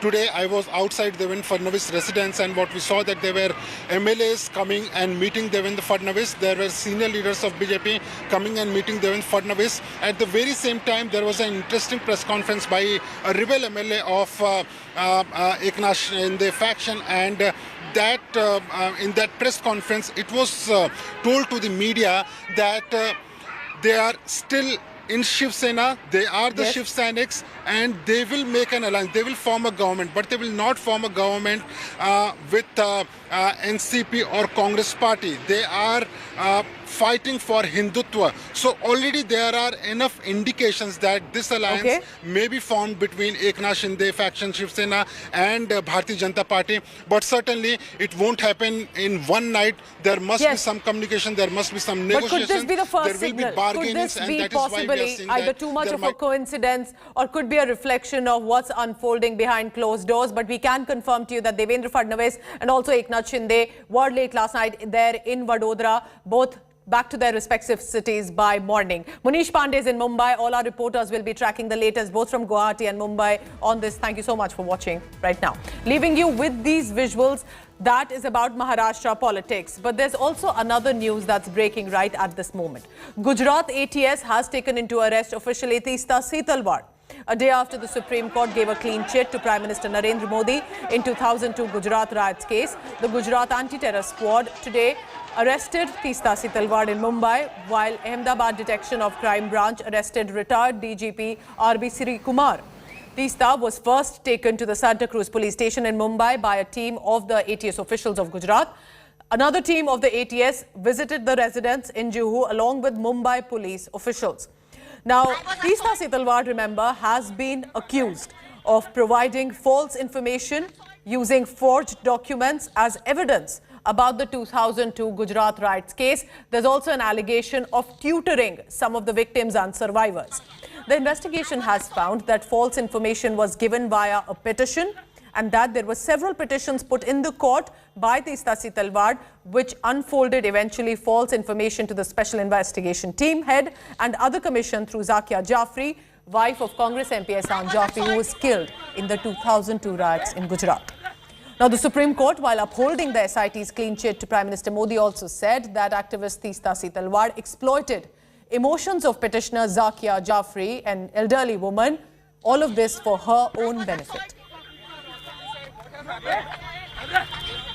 Teesta Si Talwar, the human rights activist and who has been helping the victims of Gujarat riots and across the country in many other cases, has been arrested today.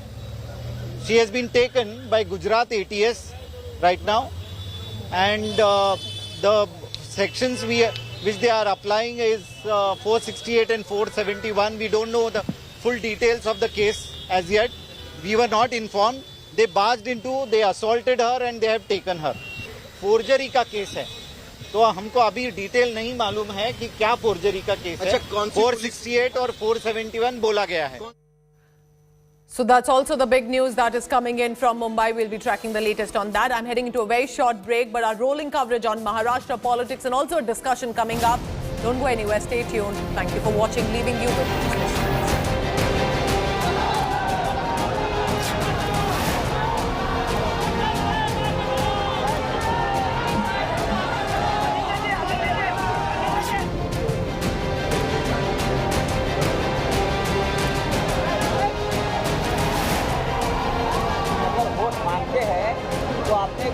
बाप के नाम पर मांगे.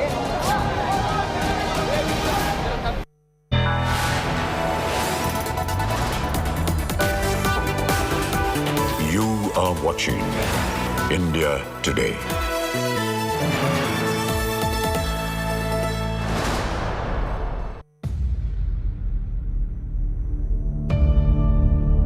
India's #1 political reporter. Defines what seems to be happening, vendetta politics. कोई दूध के से धुला हुआ नहीं है. Unmatched eye, unmatched experience. The world has changed. My black hair has become grey as well. And with unmatched passion for the story. Do not monopolize the conversation. When it's 100% news that matters. It's News Today with Rajdeep Sardesai. Monday to Friday, 9 p.m. Only on India Today TV.